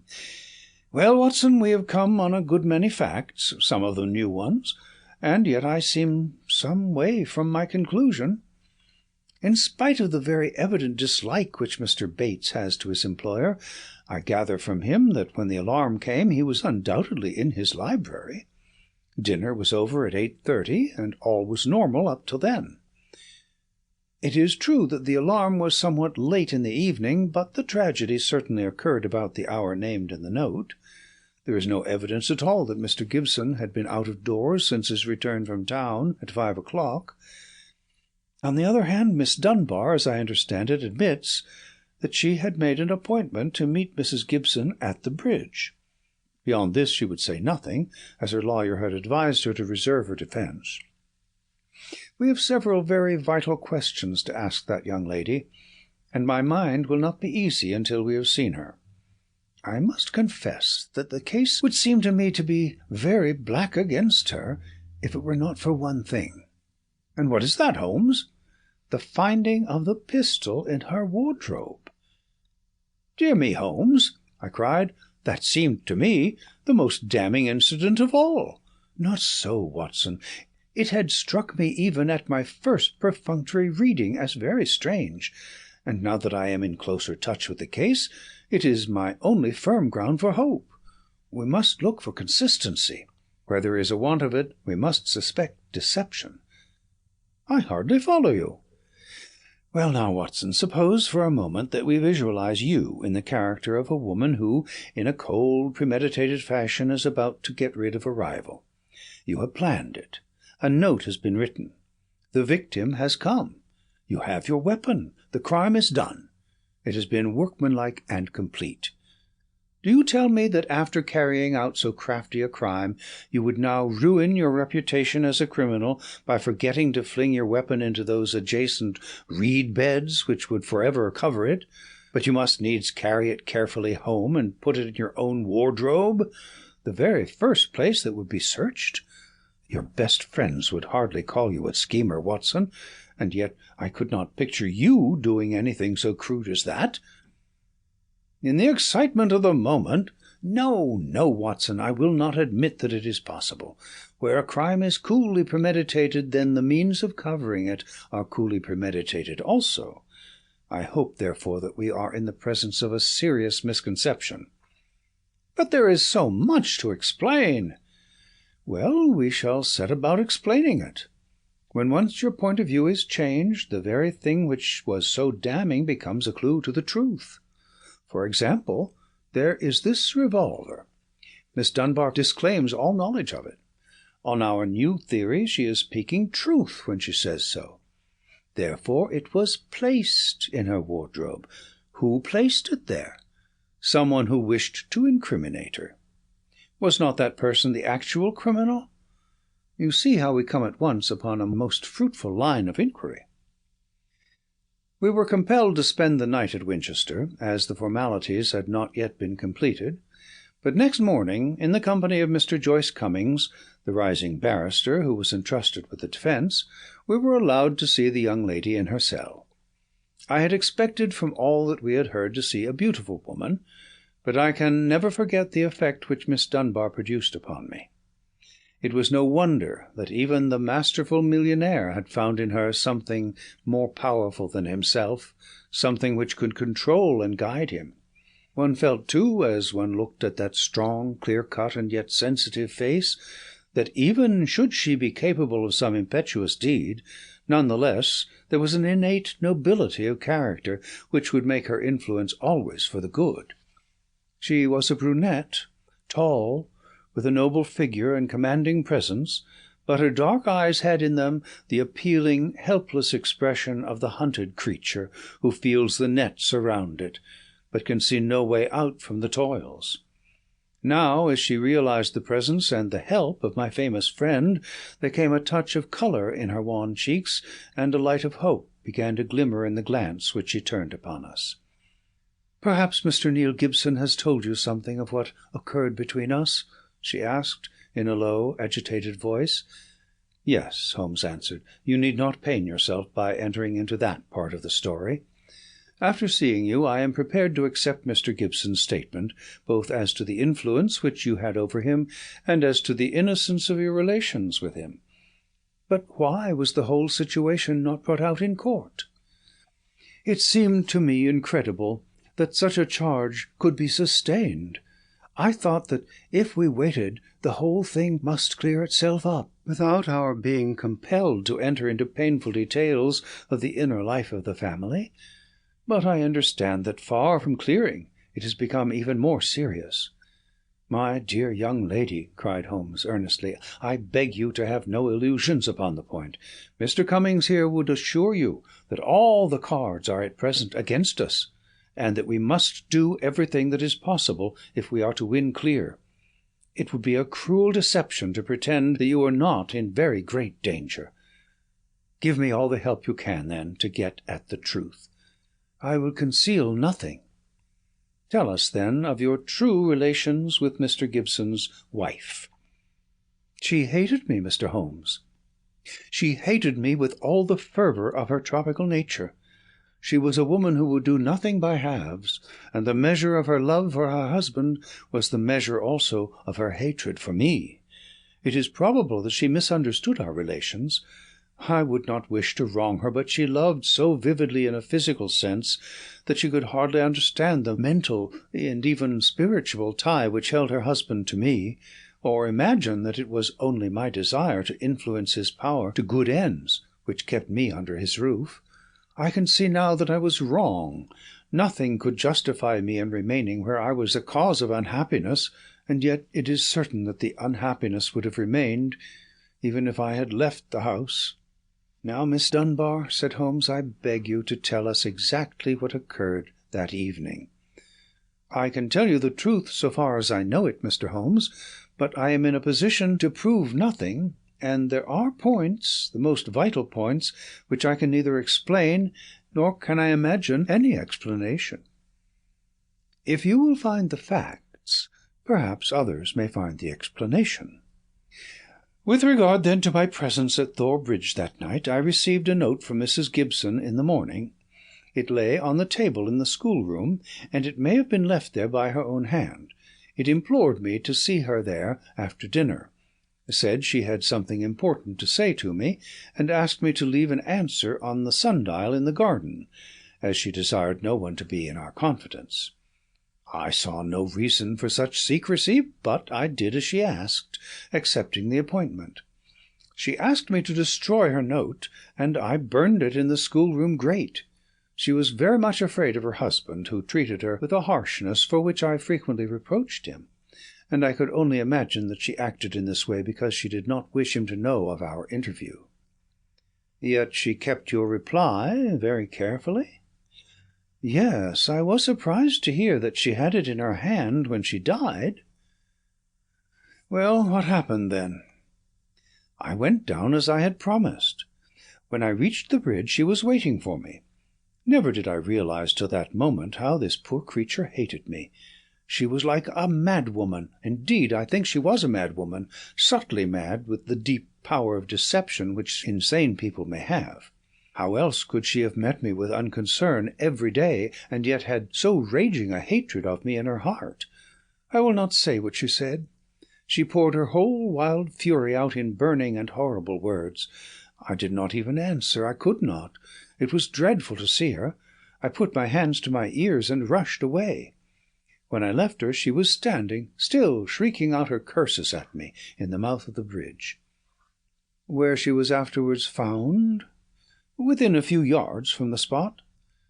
And yet, presuming that she met her death shortly after you left her, you heard no shot?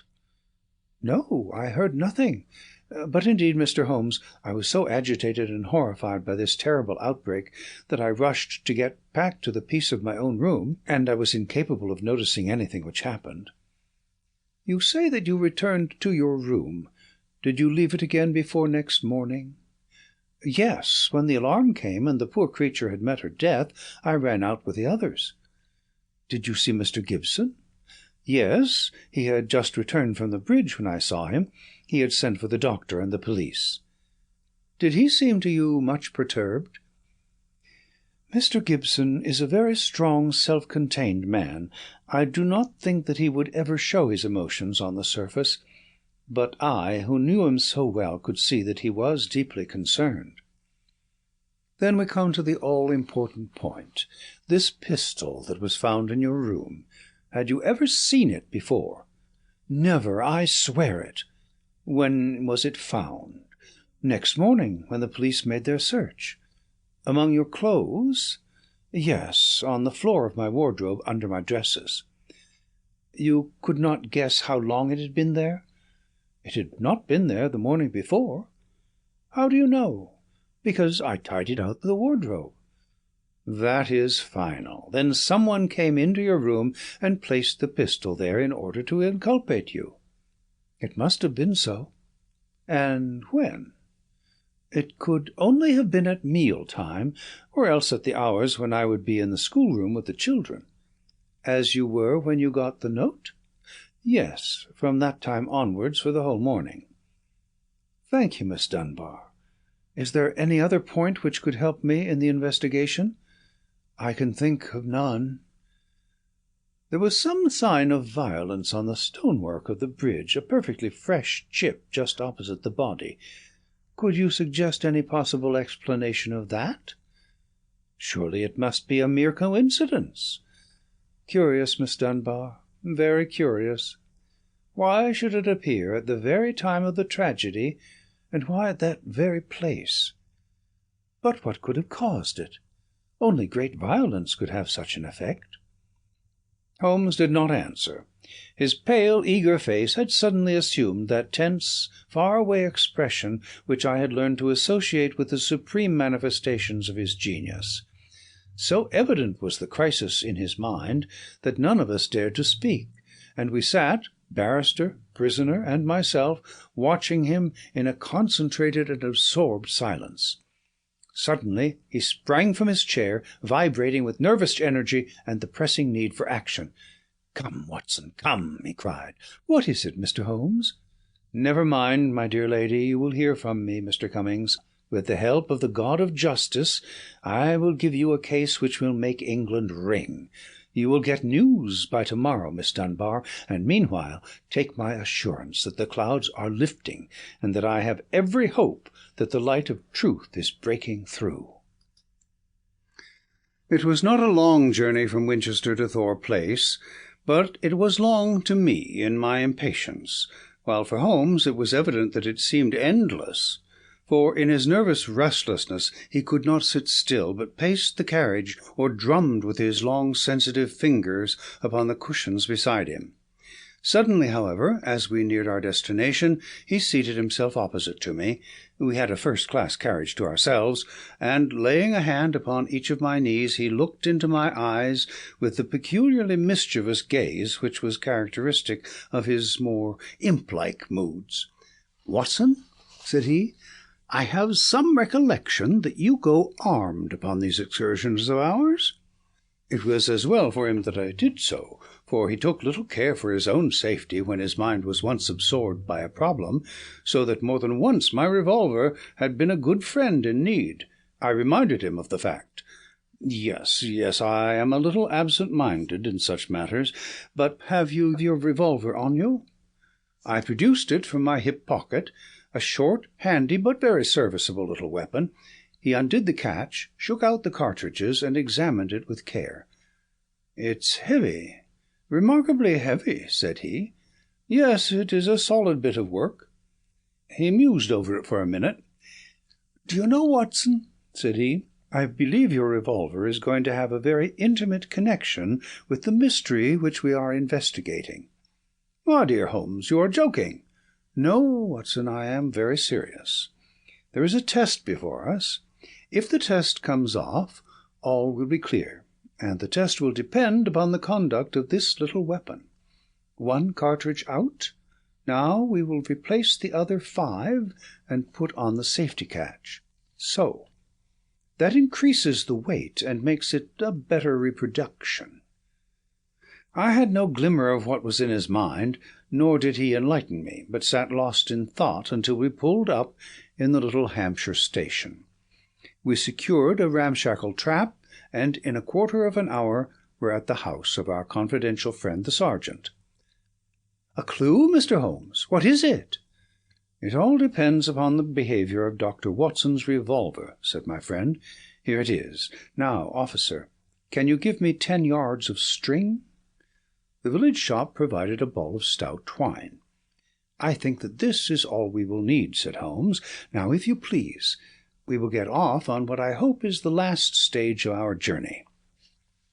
The sun was setting and turning the rolling Hampshire moor into a wonderful autumnal panorama.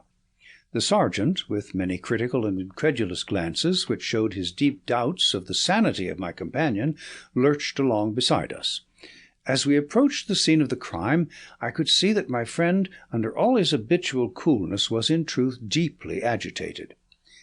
"Yes," he said, in answer to my remark, "you have seen me miss my mark before, Watson. I have an instinct for such things, and yet it has sometimes played me false. It seemed a certainty when first it flashed across my mind in the cell at Winchester, but one drawback of an active mind is that one can always conceive alternative explanations which would make our scent a false one. And yet, well, Watson, we can but try." As he walked, he had firmly tied one end of the string to the handle of the revolver. We had now reached the scene of the tragedy. With great care he marked out, under the guidance of the policeman, the exact spot where the body had been stretched. He then hunted among the heather and ferns until he found a considerable stone. This he secured to the other end of his line of string, and he hung it over the parapet of the bridge so that it swung clear above the water. He then stood on the fatal spot, some distance from the edge of the bridge, with my revolver in his hand, the string being taut between the weapon and the heavy stone on the farther side. "Now for it!" he cried. At the words, he raised the pistol to his head, and then let go his grip. In an instant it had been whisked away by the weight of the stone, had struck with a sharp crack against the parapet, and had vanished over the side into the water. It had hardly gone before Holmes was kneeling beside the stonework, and a joyous cry showed that he had found what he expected. "Was there ever a more exact demonstration?" he cried. "See, Watson, your revolver has solved the problem." As he spoke, he pointed to a second chip of the exact size and shape of the first, which had appeared on the under side of the stone balustrade. "We'll stay at the inn to-night," he continued, as he rose and faced the astonished sergeant. "You will, of course, get a grappling hook, and you will easily restore my friend's revolver. You will also find beside it the revolver, string, and weight with which this vindictive woman attempted to disguise her own crime and to fasten a charge of murder upon an innocent victim. You can let Mr. Gibson know that I will see him in the morning, when steps can be taken for Miss Dunbar's vindication." Late that evening, as we sat together smoking our pipes in the village inn, Holmes gave me a brief review of what had passed.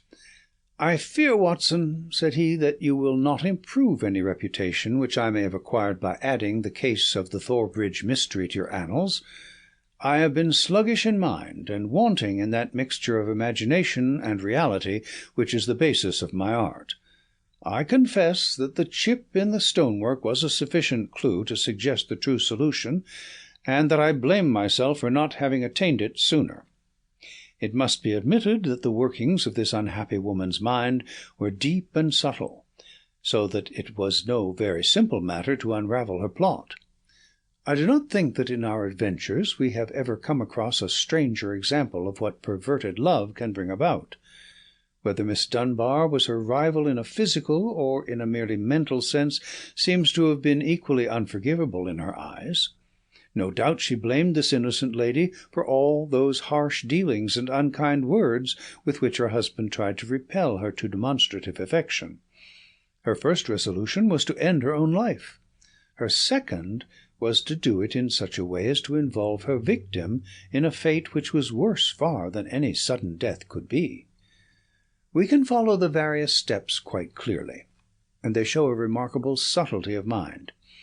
A note was extracted very cleverly from Miss Dunbar, which would make it appear that she had chosen the scene of the crime. In her anxiety that it should be discovered, she somewhat overdid it by holding it in her hand to the last. This alone should have excited my suspicions earlier than it did. Then she took one of her husband's revolvers — there was, as you saw, an arsenal in the house — and kept it for her own use. A similar one she concealed that morning in Miss Dunbar's wardrobe after discharging one barrel, which she could easily do in the woods without attracting attention. She then went down to the bridge, where she had contrived this exceedingly ingenious method for getting rid of her weapon.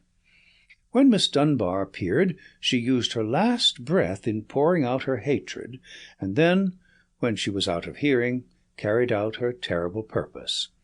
Every link is now in its place, and the chain is complete.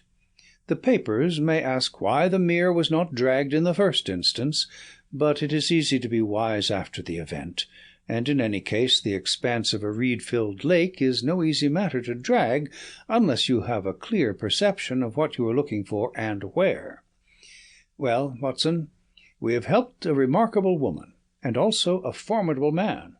Should they in the future join their forces, as seems not unlikely, the financial world may find that Mr. Neil Gibson has learned something in that schoolroom of sorrow where our earthly lessons are taught. End of the problem of Thor Bridge. Story 8. The Adventure of the Creeping Man. Mr. Sherlock Holmes was always of opinion that I should publish the singular facts connected with Professor Presbury, if only to dispel once for all the ugly rumours which some 20 years ago agitated the university and were echoed in the learned societies of London.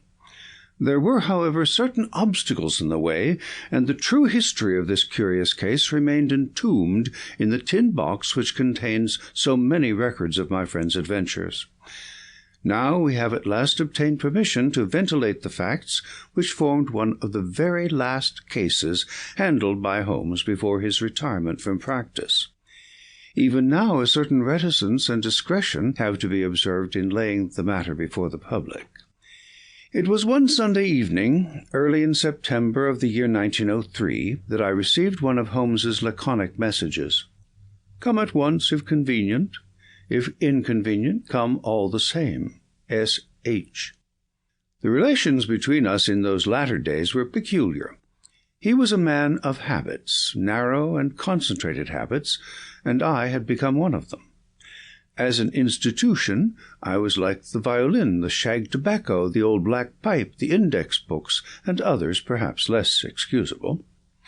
When it was a case of active work and a comrade was needed upon whose nerve he could place some reliance, my role was obvious. But apart from this I had uses. I was a whetstone for his mind. I stimulated him. He liked to think aloud in my presence. His remarks could hardly be said to be made to me. Many of them would have been as appropriately addressed to his bedstead, but none the less, having formed the habit, it had become in some way helpful that I should register and interject. If I irritated him by a certain methodical slowness in my mentality, that irritation served only to make his own flame-like intuitions and impressions flash up the more vividly and swiftly. Such was my humble role in our alliance. When I arrived at Baker Street, I found him huddled up in his armchair, with updrawn knees, his pipe in his mouth, and his brow furrowed with thought. It was clear that he was in the throes of some vexatious problem. With a wave of his hand he indicated my old armchair, but otherwise for half an hour he gave no sign that he was aware of my presence. Then, with a start, he seemed to come from his reverie, and with his usual whimsical smile he greeted me back to what had once been my home. "You will excuse a certain abstraction of mind, my dear Watson," said he. "Some curious facts have been submitted to me within the last 24 hours, and they in turn have given rise to some speculations of a more general character. I have serious thoughts of writing a small monograph upon the uses of dogs in the work of the detective." "But surely, Holmes, this has been explored," said I. "Bloodhounds, sleuth-hounds—" No, Watson, that side of the matter is, of course, obvious, but there is another which is far more subtle. You may recollect that in the case which you in your sensational way coupled with the copper beeches, I was able, by watching the mind of the child, to form a deduction as to the criminal habits of the very smug and respectable father. Yes, I remember it well. My line of thoughts about dogs is analogous. A dog reflects the family life. Who ever saw a frisky dog in a gloomy family, or a sad dog in a happy one? Snarling people have snarling dogs. Dangerous people have dangerous ones, and their passing moods may reflect the passing moods of others. I shook my head. "Surely, Holmes, this is a little far-fetched," said I. He had refilled his pipe and resumed his seat, taking no notice of my comment. "The practical application of what I have said is very close to the problem which I am investigating. It is a tangled skein, you understand, and I am looking for a loose end. One possible loose end lies in the question, Why does Professor Presbury's faithful wolfhound Roy endeavour to bite him?"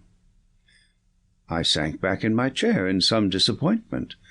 Was it for so trivial a question as this that I had been summoned from my work? Holmes glanced across at me. "The same old Watson," said he. "You never learn that the gravest issues may depend upon the smallest things.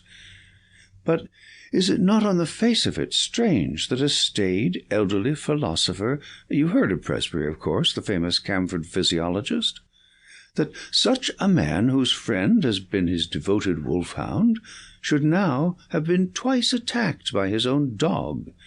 What do you make of it?" "The dog is ill." "Well, that has to be considered. But he attacks no one else, nor does he apparently molest his master, save on very special occasions. Curious, Watson, very curious. But young Mr. Bennet is before his time, if that is his ring. I had hoped to have a longer chat with you before he came." There was a quick step on the stairs, a sharp tap at the door, and a moment later the new client presented himself. He was a tall, handsome youth about 30, well-dressed and elegant, but with something in his bearing which suggested the shyness of the student rather than the self-possession of the man of the world. He shook hands with Holmes, and then looked with some surprise at me. "This matter is very delicate, Mr. Holmes," he said. "Consider the relation in which I stand to Professor Presbury, both privately and publicly. I really can hardly justify myself if I speak before any third person." "Have no fear, Mr. Bennet. Dr. Watson is the very soul of discretion, and I can assure you that this is a matter in which I am very likely to need an assistant."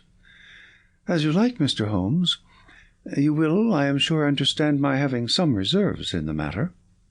"You will appreciate it, Watson, when I tell you that this gentleman, Mr. Trevor Bennet, is professional assistant to the great scientist, lives under his roof, and is engaged to his only daughter. Certainly we must agree that the professor has every claim upon his loyalty and devotion. But it may best be shown by taking the necessary steps to clear up this strange mystery." "I hope so, Mr. Holmes. That is my one object. Does Dr. Watson know the situation?" "I have not had time to explain it." "Then perhaps I had better go over the ground again before explaining some fresh developments." "I will do so myself," said Holmes, "in order to show that I have the events in their due order. The Professor, Watson, is a man of European reputation. His life has been academic. There has never been a breath of scandal. He is a widower with one daughter, Edith. He is, I gather, a man of very virile and positive, one might almost say combative, character. So the matter stood until a very few months ago. Then the current of his life was broken. He is 61 years of age, but he became engaged to the daughter of Professor Morphy, his colleague in the chair of comparative anatomy. It was not, as I understand, the reasoned courting of an elderly man, but rather the passionate frenzy of youth, for no one could have shown himself a more devoted lover. The lady, Alice Morphy, was a very perfect girl, both in mind and body, so that there was every excuse for the professor's infatuation. None the less, it did not meet with full approval in his own family. "We thought it rather excessive," said our visitor. "Exactly. Excessive and a little violent and unnatural. Professor Presbury was rich, however, and there was no objection on the part of the father. The daughter, however, had other views, and there were already several candidates for her hand, who, if they were less eligible from a worldly point of view, were at least more of an age. The girl seemed to like the professor in spite of his eccentricities. It was only age which stood in the way. About this time a little mystery suddenly clouded the normal routine of the professor's life. He did what he had never done before. He left home, and gave no indication where he was going. He was away a fortnight, and returned looking rather travel-worn. He made no allusion to where he had been, although he was usually the frankest of men. It chanced, however, that our client here, Mr. Bennet, received a letter from a fellow student in Prague, who said that he was glad to have seen Professor Presbury there, although he had not been able to talk to him. Only in this way did his own household learn where he had been. Now comes the point. From that time onwards a curious change came over the professor. He became furtive and sly. Those around him had always the feeling that he was not the man that they had known, but that he was under some shadow which had darkened his higher qualities. His intellect was not affected. His lectures were as brilliant as ever, but always there was something new, something sinister and unexpected. His daughter, who was devoted to him, tried again and again to resume the old relations and to penetrate this mask which her father seemed to have put on. You, sir, as I understand, did the same, but all was in vain. And now, Mr. Bennet, tell in your own words the incident of the letters. You must understand, Dr. Watson, that the professor had no secrets from me. If I were his son or his younger brother, I could not have more completely enjoyed his confidence. As his secretary, I handled every paper which came to him, and I opened and subdivided his letters. Shortly after his return, all this was changed. He told me that certain letters might come to him from London, which would be marked by a cross under the stamp. These were to be set aside for his own eyes only. I may say that several of these did pass through my hands, that they had the E.C. mark, and were in an illiterate handwriting. If he answered them at all, the answers did not pass through my hands, nor into the letter-basket in which our correspondence was collected. "And the box?" said Holmes. "Ah, yes, the box. The professor brought back a little wooden box from his travels. It was the one thing which suggested a continental tour, for it was one of those quaint carved things which one associates with Germany. This he placed in his instrument cupboard. One day, in looking for a cannula, I took up the box. To my surprise, he was very angry, and reproved me, in words which were quite savage, for my curiosity. It was the first time such a thing had happened, and I was deeply hurt. I endeavoured to explain that it was a mere accident that I had touched the box, but all the evening I was conscious that he looked at me harshly, and that the incident was rankling in his mind." Mr. Bennet drew a little diary book from his pocket. "That was on July 2nd, said he. "You are certainly an admirable witness," said Holmes. "I may need some of these dates which you have noted." "I learned the method, among other things, from my great teacher. From the time that I observed abnormality in his behaviour, I felt that it was my duty to study his case. Thus I have it here that it was on that very day, July 2nd, that Roy attacked the professor as he came from his study into the hall. Again, on July 11th, there was a scene of the same sort, and then I have a note of yet another upon July 20th. After that, we had to banish Roy to the stables.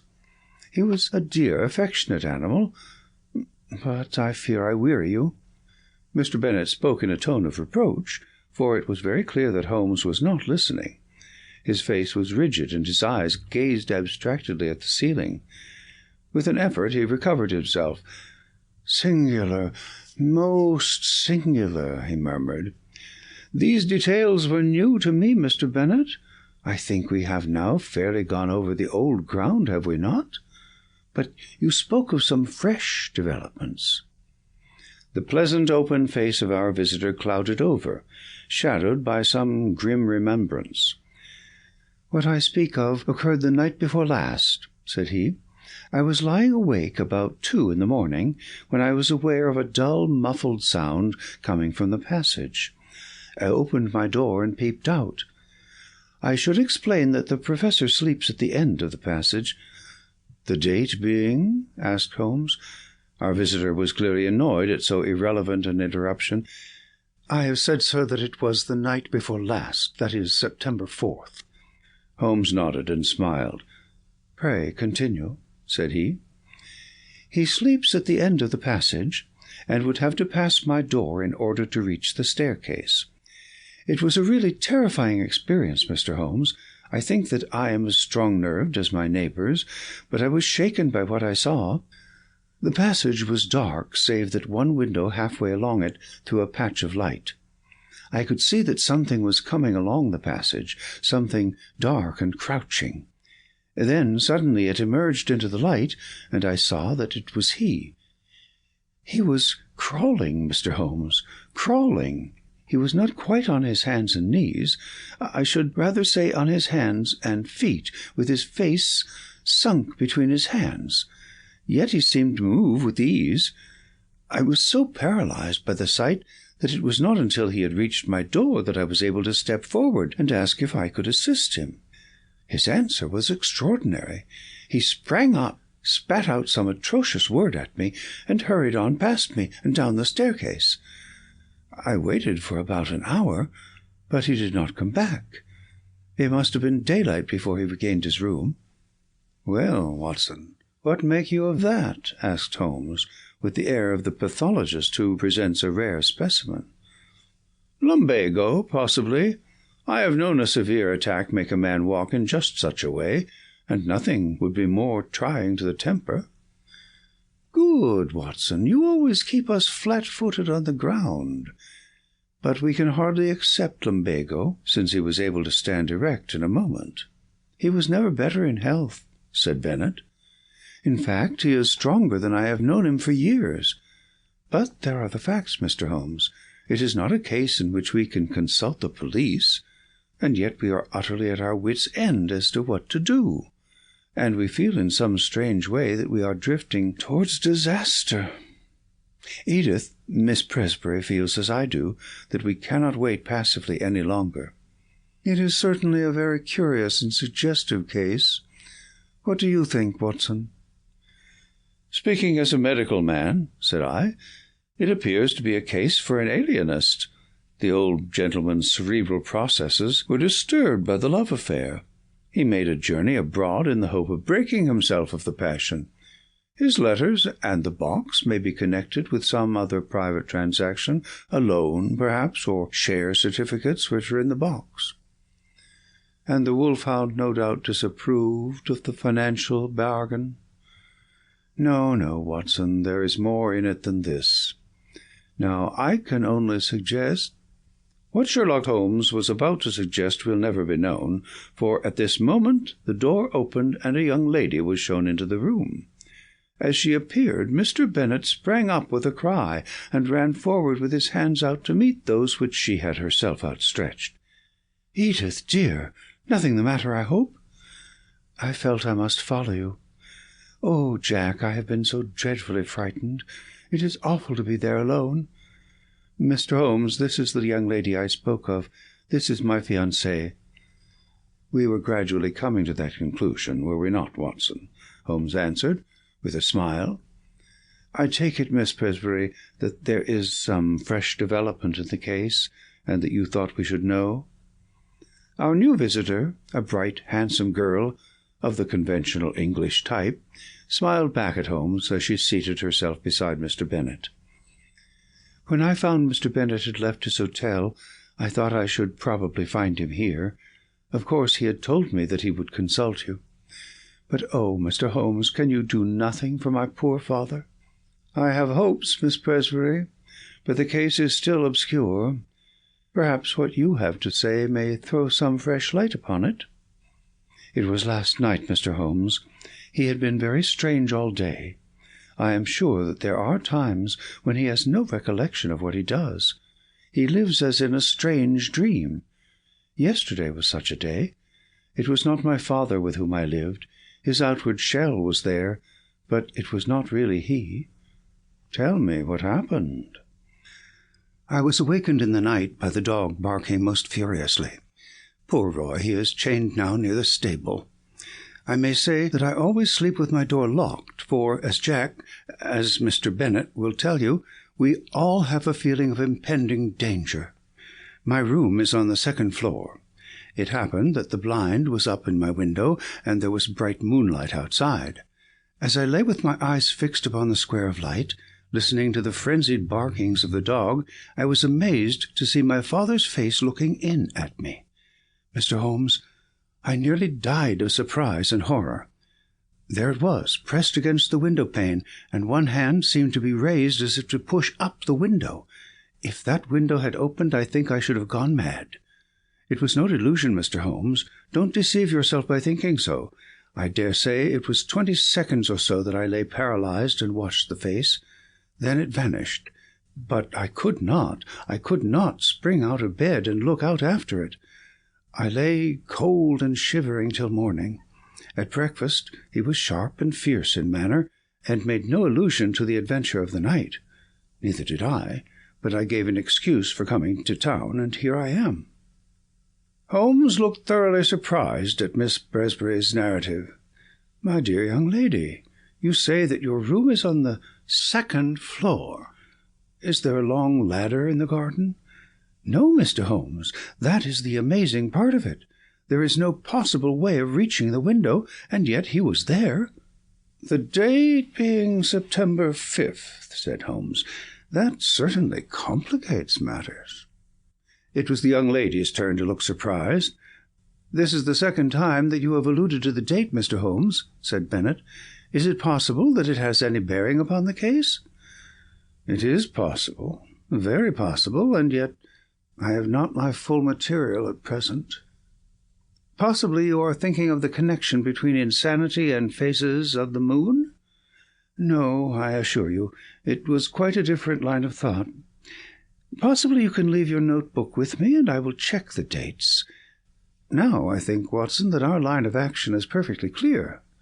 This young lady has informed us, and I have the greatest confidence in her intuition, that her father remembers little or nothing which occurs upon certain dates. We will therefore call upon him as if he had given us an appointment upon such a date. He will put it down to his own lack of memory. Thus we will open our campaign, by having a good close view of him." "That is excellent," said Mr. Bennet. "I warn you, however, that the professor is irascible and violent at times." Holmes smiled. "There are reasons why we should come at once, very cogent reasons, if my theories hold good. Tomorrow, Mr. Bennet will certainly see us in Camford.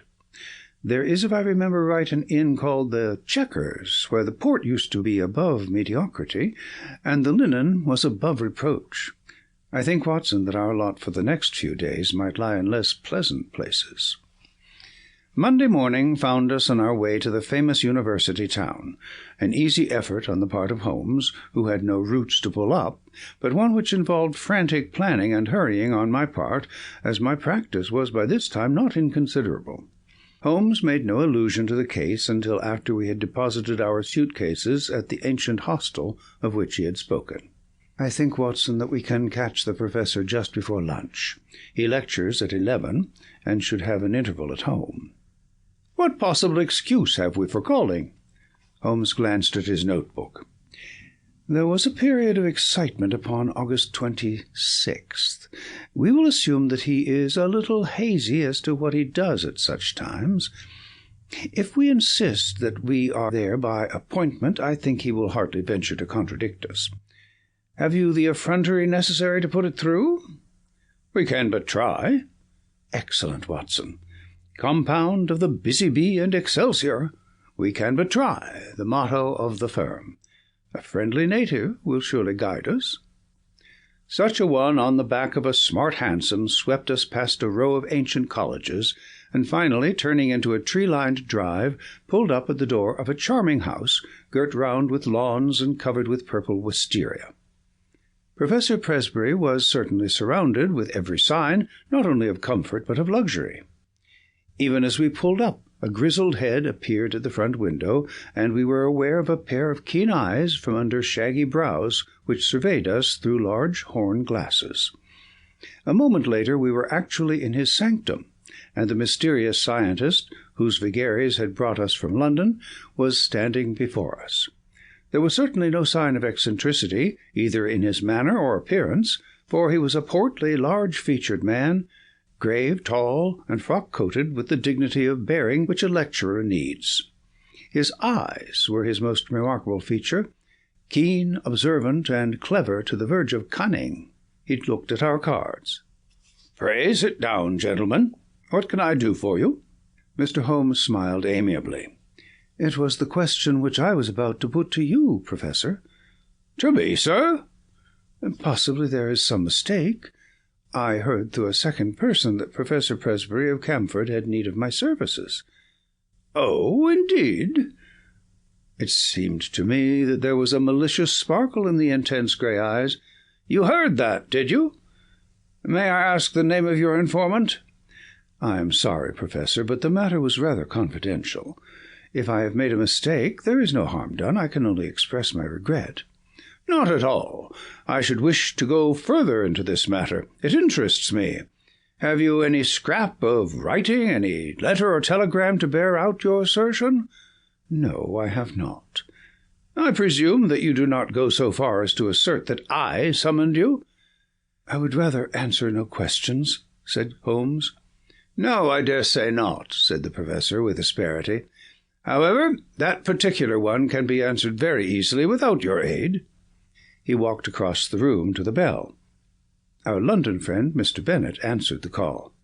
"Come in, Mr. Bennet. These two gentlemen have come from London under the impression that they have been summoned. You handle all my correspondence. Have you a note of anything going to a person named Holmes?" "No, sir," Bennet answered with a flush. "That is conclusive," said the Professor, glaring angrily at my companion. "Now, sir," he leaned forward with his two hands upon the table, "it seems to me that your position is a very questionable one." Holmes shrugged his shoulders. "I can only repeat that I am sorry that we have made a needless intrusion."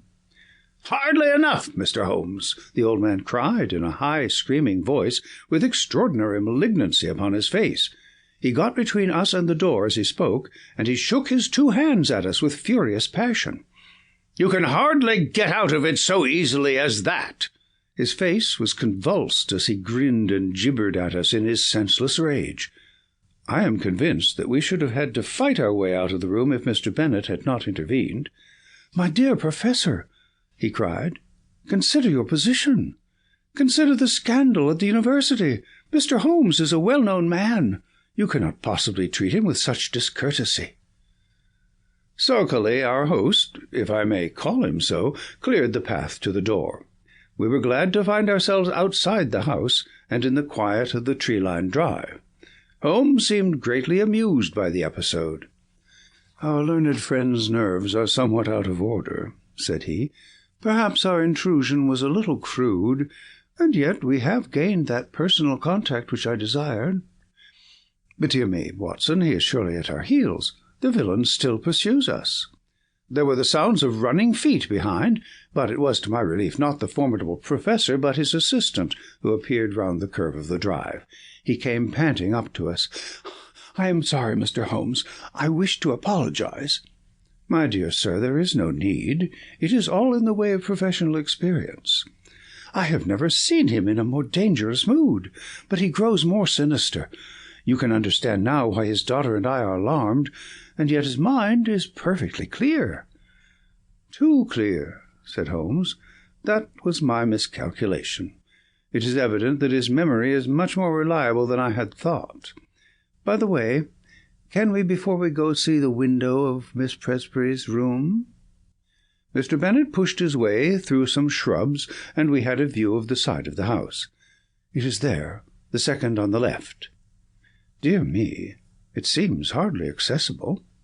And yet you will observe that there is a creeper below and a water-pipe above, which gives some foothold." "I could not climb it myself," said Mr. Bennet. "Very likely. It would certainly be a dangerous exploit for any normal man." "There was one other thing I wished to tell you, Mr. Holmes. I have the address of the man in London to whom the Professor writes. He seems to have written this morning, and I got it from his blotting paper. It is an ignoble position for a trusted secretary, but what else can I do?" Holmes glanced at the paper and put it into his pocket. "Dorak, a curious name. Slavonic, I imagine. Well, it is an important link in the chain. We return to London this afternoon, Mr. Bennet. I see no good purpose to be served by our remaining. We cannot arrest the professor because he has done no crime, nor can we place him under constraint, for he cannot be proved to be mad. No action is as yet possible. Then what on earth are we to do? A little patience, Mr. Bennet. Things will soon develop. Unless I am mistaken, next Tuesday may mark a crisis. Certainly we shall be in Camford on that day. Meanwhile, the general position is undeniably unpleasant, and if Miss Presbury can prolong her visit, that is easy. Then let her stay till we can assure her that all danger is past. Meanwhile, let him have his way, and do not cross him. So long as he is in a good humour, all is well." "There he is," said Bennet in a startled whisper. Looking between the branches, we saw the tall, erect figure emerge from the hall door and look around him. He stood leaning forward, his hands swinging straight before him, his head turning from side to side. The secretary, with a last wave, slipped off among the trees, and we saw him presently rejoin his employer, the two entering the house together in what seemed to be an animated and even excited conversation. "I expect the old gentleman has been putting two and two together," said Holmes, as we walked hotelwards. "He struck me as having a particularly clear and logical brain, from the little I saw of him. Explosive, no doubt, but then, from his point of view, he has something to explode about, if detectives are put on his track, and he suspects his own household of doing it. I rather fancy that friend Bennet is in for an uncomfortable time." Holmes stopped at the post-office and sent off a telegram on our way. The answer reached us in the evening, and he tossed it across to me. "Have visited the Commercial Road and seen Dorak. Suave person, bohemian, elderly, keeps large general store. Mercer." "Mercer is since your time," said Holmes. "He is my general utility man who looks up routine business." It was important to know something of the man with whom our professor was so secretly corresponding. His nationality connects him with the Prague visit. "Thank goodness that something connects with something," said I. "At present we seem to be faced with a long series of inexplicable incidents with no bearing upon each other. For example, what possible connection can there be between an angry wolf-hound and a visit to Bohemia, or either of them with a man crawling down a passage at night? As to your dates, that is the biggest mystification of all." Holmes smiled and rubbed his hands. "We were, I may say, seated in the old sitting-room of an ancient hotel, with a bottle of the famous vintage of which Holmes had spoken, on the table between us. Well, now, let us take the dates first," said he, his fingertips together, and his manner as if he were addressing a class. "This excellent young man's diary shows that there was trouble upon July 2nd, and from then onwards it seems to have been at 9-day intervals, with, so far as I remember, only one exception. Thus the last outbreak upon Friday was on September 3rd, which also falls into the series, as did August 26th, which preceded it. The thing is beyond coincidence." I was forced to agree. "Let us then form the provisional theory that every 9 days the professor takes some strong drug, which has a passing but highly poisonous effect. His naturally violent nature is intensified by it. He learned to take this drug while he was in Prague, and is now supplied with it by a Bohemian intermediary in London. This all hangs together, Watson." "But the dog, the face at the window, the creeping man in the passage." Well, we have made a beginning. I should not expect any fresh developments until next Tuesday. In the meantime, we can only keep in touch with friend Bennet and enjoy the amenities of this charming town. In the morning, Mr. Bennet slipped round to bring us the latest report. As Holmes had imagined, times had not been easy with him. Without exactly accusing him of being responsible for our presence, the professor had been very rough and rude in his speech, and evidently felt some strong grievance. This morning he was quite himself again, however, and had delivered his usual brilliant lecture to a crowded class. "Apart from his queer fits," said Bennet, "he has actually more energy and vitality than I can ever remember, nor was his brain ever clearer. But It's not he. It's never the man whom we have known." "I don't think you have anything to fear now, for a week at least," Holmes answered. "I am a busy man, and Dr. Watson has his patients to attend to. Let us agree that we meet here at this hour next Tuesday, and I shall be surprised if before we leave you again we are not able to explain, even if we cannot perhaps put an end to, your troubles. Meanwhile, keep us posted in what occurs." I saw nothing of my friend for the next few days, but on the following Monday evening I had a short note asking me to meet him next day at the train. From what he told me as we travelled up to Camford, all was well. The peace of the Professor's house had been unruffled, and his own conduct perfectly normal. This also was the report which was given to us by Mr. Bennet himself when he called upon us that evening at our old quarters in the Chequers. He heard from his London correspondent to-day. There was a letter, and there was a small packet, each with the cross under the stamp which warned me not to touch them. There has been nothing else." "That may prove quite enough," said Holmes grimly. "Now, Mr. Bennet, we shall, I think, come to some conclusion to-night. If my deductions are correct, we should have an opportunity of bringing matters to a head. In order to do so, it is necessary to hold the Professor under observation. I would suggest, therefore, that you remain awake and on the lookout. Should you hear him pass your door, do not interrupt him, but follow him as discreetly as you can. Dr. Watson and I will not be far off. By the way, where's the key of that little box of which you spoke?" "Upon his watch-chain. I fancy our researches must lie in that direction. At the worst, the lock should not be very formidable. Have you any other able-bodied man on the premises?" "There is the coachman, MacPhail." "Where does he sleep?" "Over the stables." "We might possibly want him. Well, we can do no more until we see how things develop. Good-bye, but I expect that we shall see you before morning." It was nearly midnight before we took our station among some bushes immediately opposite the hall door of the Professor. It was a fine night, but chilly, and we were glad of our warm overcoats. There was a breeze, and clouds were scudding across the sky, obscuring from time to time the half-moon. It would have been a dismal vigil were it not for the expectation and excitement which carried us along, and the assurance of my comrade that we had probably reached the end of the strange sequence of events which had engaged our attention. "If the cycle of 9 days holds good, then we shall have the Professor at his worst to-night," said Holmes. "The fact that these strange symptoms began after his visit to Prague, that he is in secret correspondence with a Bohemian dealer in London, who presumably represents someone in Prague, and that he received a packet from him this very day, all point in one direction.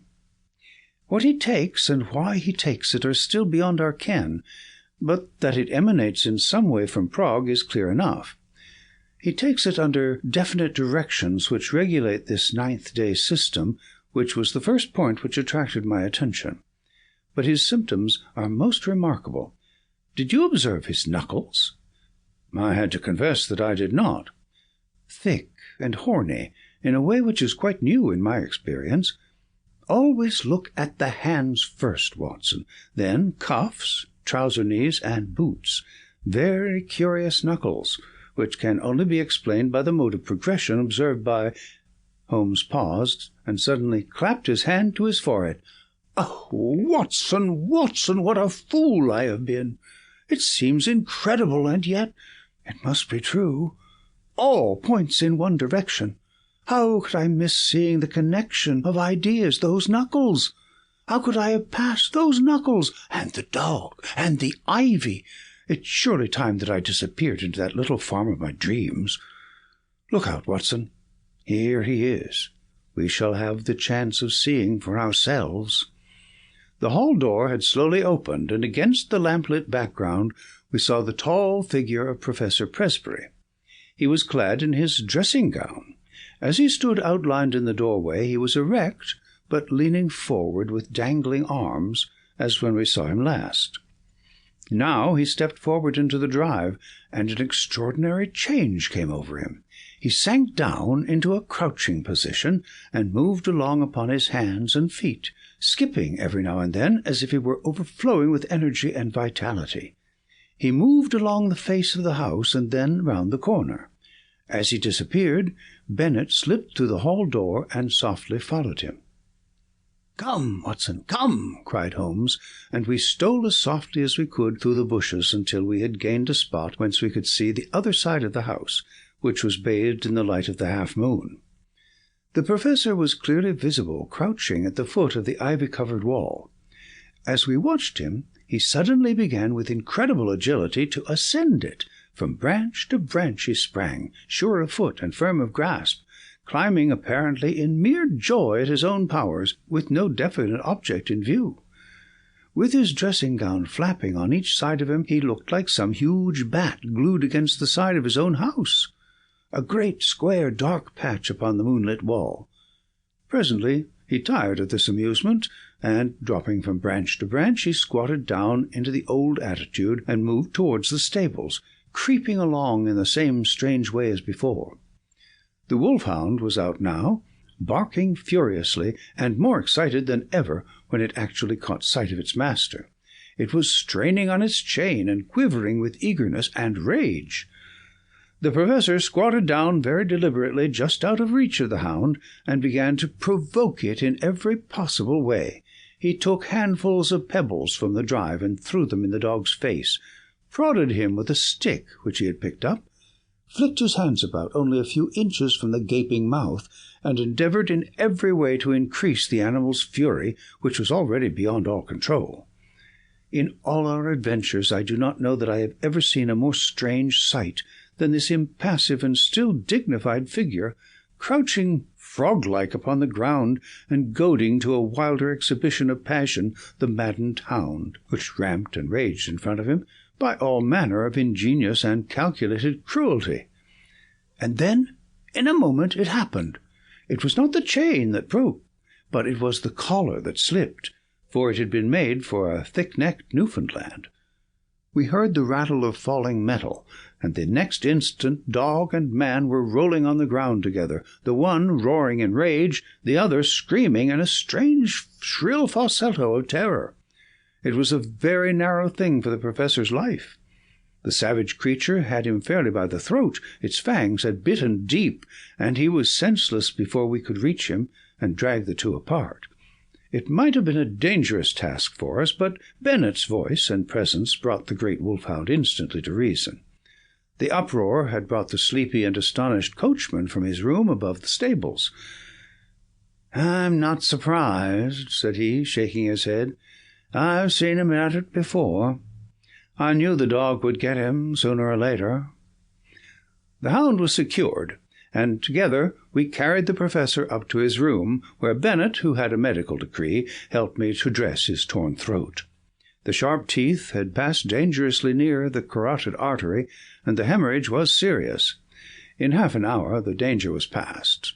I had given the patient an injection of morphia, and he had sunk into deep sleep. Then, and only then, were we able to look at each other and take stock of the situation. "I think a first-class surgeon should see him," said I.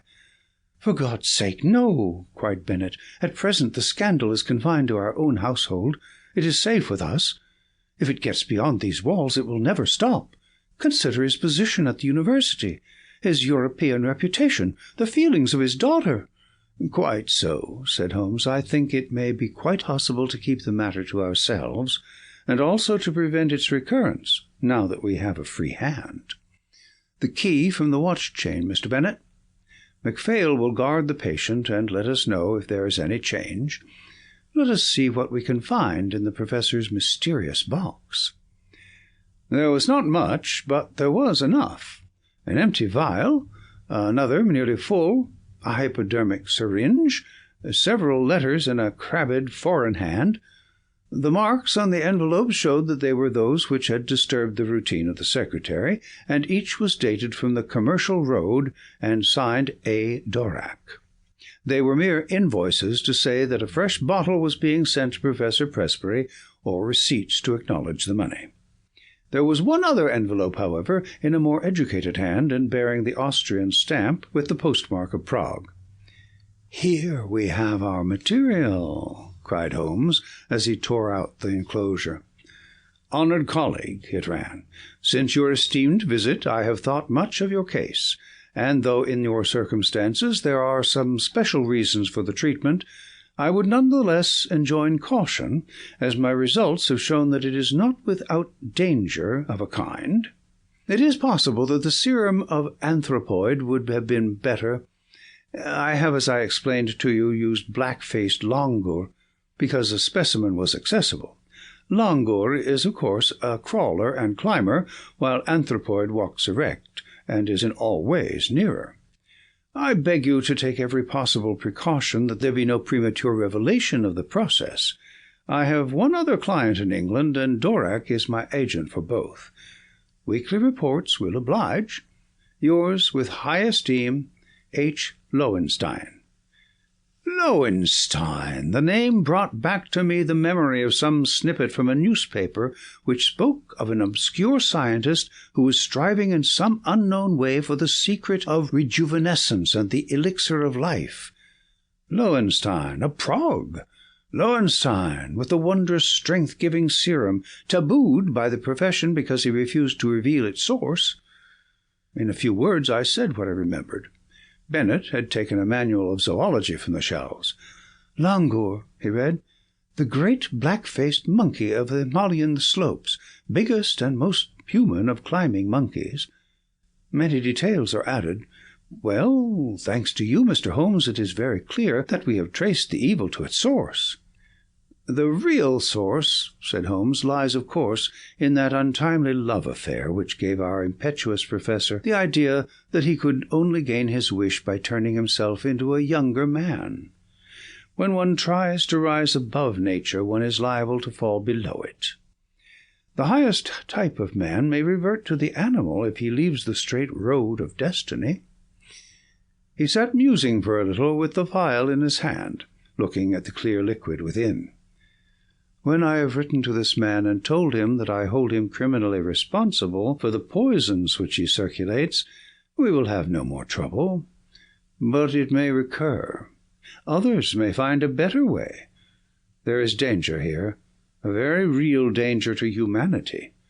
Consider, Watson, that the material, the sensual, the worldly, would all prolong their worthless lives. The spiritual would not avoid the call to something higher. It would be the survival of the least fit. What sort of cesspool may not our poor world become?" Suddenly the dreamer disappeared, and Holmes, the man of action, sprang from his chair. "I think there is nothing more to be said, Mr. Bennet. The various incidents will now fit themselves easily into the general scheme. The dog, of course, was aware of the change far more quickly than you. His smell would ensure that. It was the monkey, not the professor, whom Roy attacked, just as it was the monkey who teased Roy. Climbing was a joy to the creature, and it was a mere chance, I take it, that the pastime brought him to the young lady's window. There is an early train to town, Watson, but I think we shall just have time for a cup of tea at the Chequers before we catch it." End of The Adventure of the Creeping Man.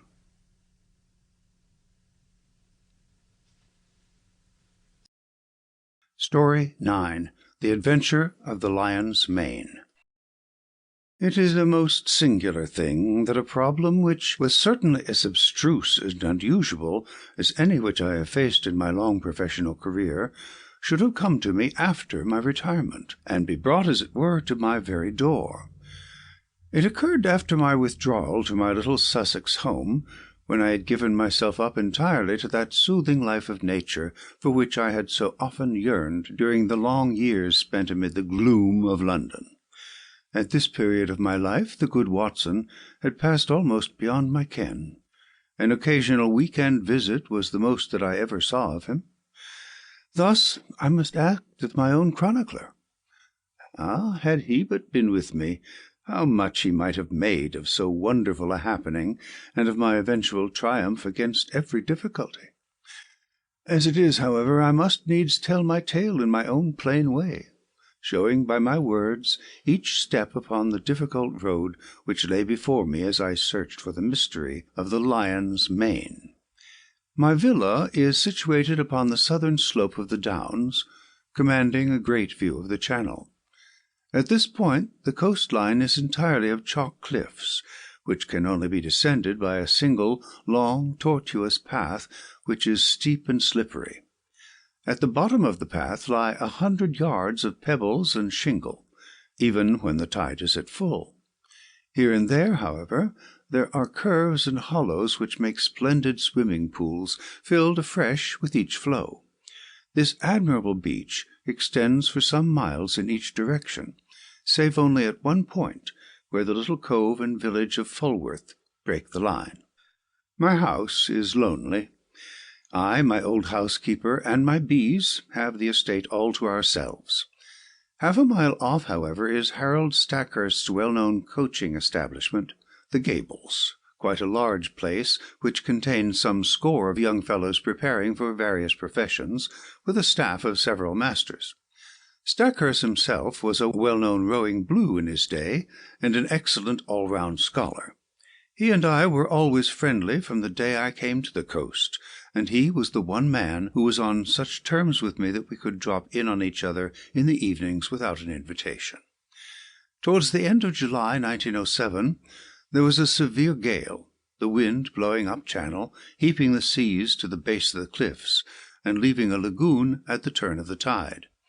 On the morning of which I speak, the wind had abated, and all nature was newly washed and fresh. It was impossible to work upon so delightful a day, and I strolled out before breakfast to enjoy the exquisite air. I walked along the cliff path which led to the steep descent to the beach. As I walked, I heard a shout behind me, and there was Harold Stackhurst waving his hand in cheery greeting. "What a morning, Mr. Holmes! I thought I should see you out." "Going for a swim, I see." "At your old tricks again," he laughed, patting his bulging pocket. "Yes, Macpherson started early, and I expect I may find him there." Fitzroy Macpherson was the science-master, a fine, upstanding young fellow whose life had been crippled by heart trouble following rheumatic fever. He was a natural athlete, however, and excelled in every game which did not throw too great a strain upon him. Summer and winter he went for his swim, and as I am a swimmer myself, I have often joined him. At this moment we saw the man himself. His head showed above the edge of the cliff where the path ends. Then his whole figure appeared at the top, staggering like a drunken man. The next instant he threw up his hands, and with a terrible cry fell upon his face. Stackhurst and I rushed forward, it may have been 50 yards, and turned him on his back. He was obviously dying. Those glazed, sunken eyes and dreadful livid cheeks could mean nothing else. One glimmer of life came into his face for an instant, and he uttered 2 or 3 words with an eager air of warning. They were slurred and indistinct, but to my ear the last of them, which burst in a shriek from his lips, were, "The lion's mane!" It was utterly irrelevant and unintelligible, and yet I could twist the sound into no other sense. Then he half raised himself from the ground, threw his arms in through the air, and fell forward on his side. He was dead. My companion was paralyzed by the sudden horror of it, and I, as may well be imagined, had every sense on the alert. And I had need, for it was speedily evident that we were in the presence of an extraordinary case. The man was dressed only in his Burberry overcoat, his trousers, and an unlaced pair of canvas shoes. As he fell over, his Burberry, which had been simply thrown round his shoulders, slipped off, exposing his trunk. We stared at it in amazement. His back was covered with dark red lines, as though he had been terribly flogged by a thin wire scourge. The instrument with which this punishment had been inflicted was clearly flexible, for the long, angry wheels curved round his shoulders and ribs. There was blood dripping down his chin, for he had bitten through his lower lip in the paroxysm of his agony. His drawn, distorted face told how terrible that agony had been. I was kneeling and Stackhurst standing by the body when a shadow fell across us. and we found that Ian Murdoch was by our side. Murdoch was the mathematical coach at the establishment, a tall, dark, thin man, so taciturn and aloof that none can be said to have been his friend. He seemed to live in some high abstract region of surds and conic sections, with little to connect him with ordinary life. He was looked upon as an oddity by the students, and would have been their butt, but there was some strange outlandish blood in the man, which showed itself not only in his coal-black eyes and swarthy face, but also in occasional outbreaks of temper, which could only be described as ferocious. On one occasion, being plagued by a little dog belonging to Macpherson, he had caught the creature up and hurled it through the plate-glass window, an action for which Stackhurst would certainly have given him his dismissal had he not been a very valuable teacher. Such was the strange, complex man who now appeared beside us. He seemed to be honestly shocked at the sight before him, though the incident of the dog may show that there was no great sympathy between the dead man and himself. "Poor fellow! Poor fellow! What can I do? How can I help?" "Were you with him? Can you tell us what has happened?" No, I was late this morning. I was not on the beach at all. I have come straight from the Gables. What can I do?" "You can hurry to the police station at Fulworth. Report the matter at once." Without a word he made off at top speed, and I proceeded to take the matter in hand, while Stackhurst, dazed at this tragedy, remained by the body. My first task, naturally, was to note who was on the beach. From the top of the path I could see the whole sweep of it, and it was absolutely deserted, save that 2 or 3 dark figures could be seen far away, moving towards the village of Fulworth. Having satisfied myself upon this point, I walked slowly down the path.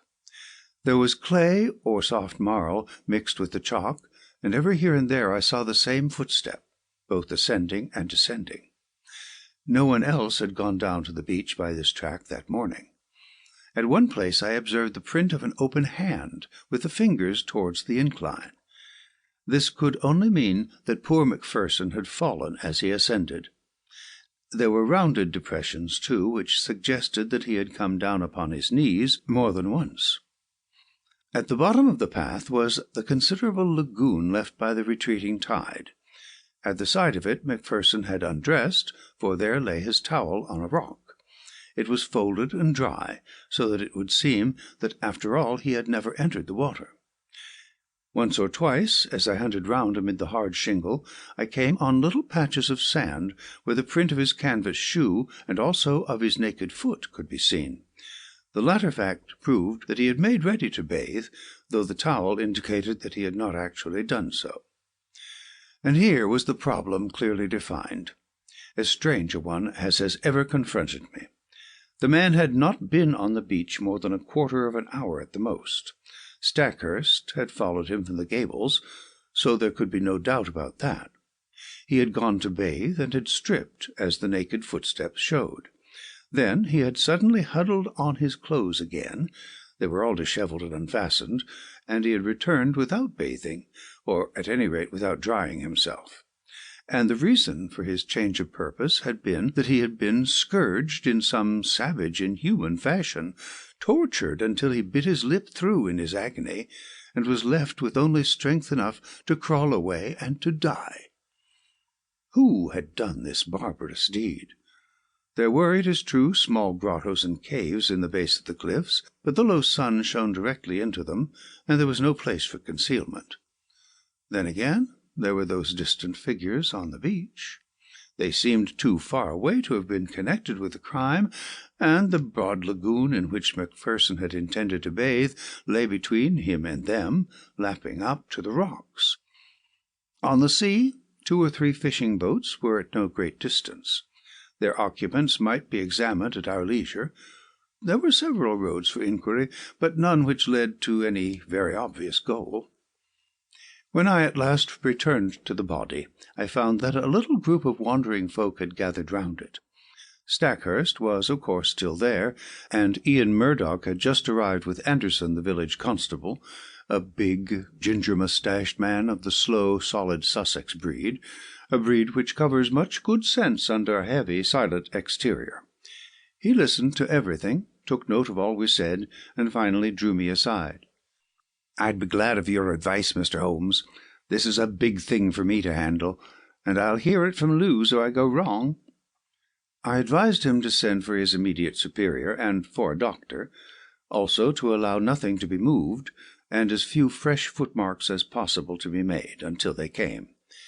In the meantime I searched the dead man's pockets. There were his handkerchief, a large knife, and a small folding card-case. From this projected a slip of paper, which I unfolded and handed to the constable. There was written on it in a scrawling feminine hand, "I will be there. You may be sure. Maudie." It read like a love affair, an assignation, though when and where were a blank. The constable replaced it in the card-case and returned it with the other things to the pockets of the Burberry. Then, as nothing more suggested itself, I walked back to my house for breakfast, having first arranged that the base of the cliffs should be thoroughly searched. Stackhurst was round in an hour or two to tell me that the body had been removed to the Gables, where the inquest would be held. He brought with him some serious and definite news. As I expected, nothing had been found in the small caves below the cliff, but he had examined the papers in Macpherson's desk, and there were several which showed an intimate correspondence with a certain Miss Maud Bellamy, of Fulworth. We had then established the identity of the writer of the note. "The police have the letters," he explained. "I could not bring them, but there is no doubt that it was a serious love affair. I see no reason, however, to connect it with that horrible happening, save, indeed, that the lady had made an appointment with him." "But hardly at a bathing pool which all of you were in the habit of using," I remarked. "It is mere chance," said he, "that several of the students were not with Macpherson." "Was it mere chance?" Stackhurst knit his brows in thought. "Ian Murdoch held them back," said he. "He would insist upon some algebraic demonstration before breakfast. Poor chap, he is dreadfully cut up about it all." "And yet I gather that they were not friends." "At one time they were not, but for a year or more Murdoch has been as near to Macpherson as he ever could be to anyone. He is not of a very sympathetic disposition by nature." "So I understand. I seem to remember your telling me once about a quarrel over the ill usage of a dog." "That blew over all right." "But left some vindictive feeling, perhaps?" No, I am sure they were real friends." "Well, then, we must explore the matter of the girl. Do you know her?" "Everyone knows her. She is the beauty of the neighborhood, a real beauty, Holmes, who would draw attention everywhere. I knew that Macpherson was attracted by her, but I had no notion that it had gone so far as these letters would seem to indicate." "But who is she?"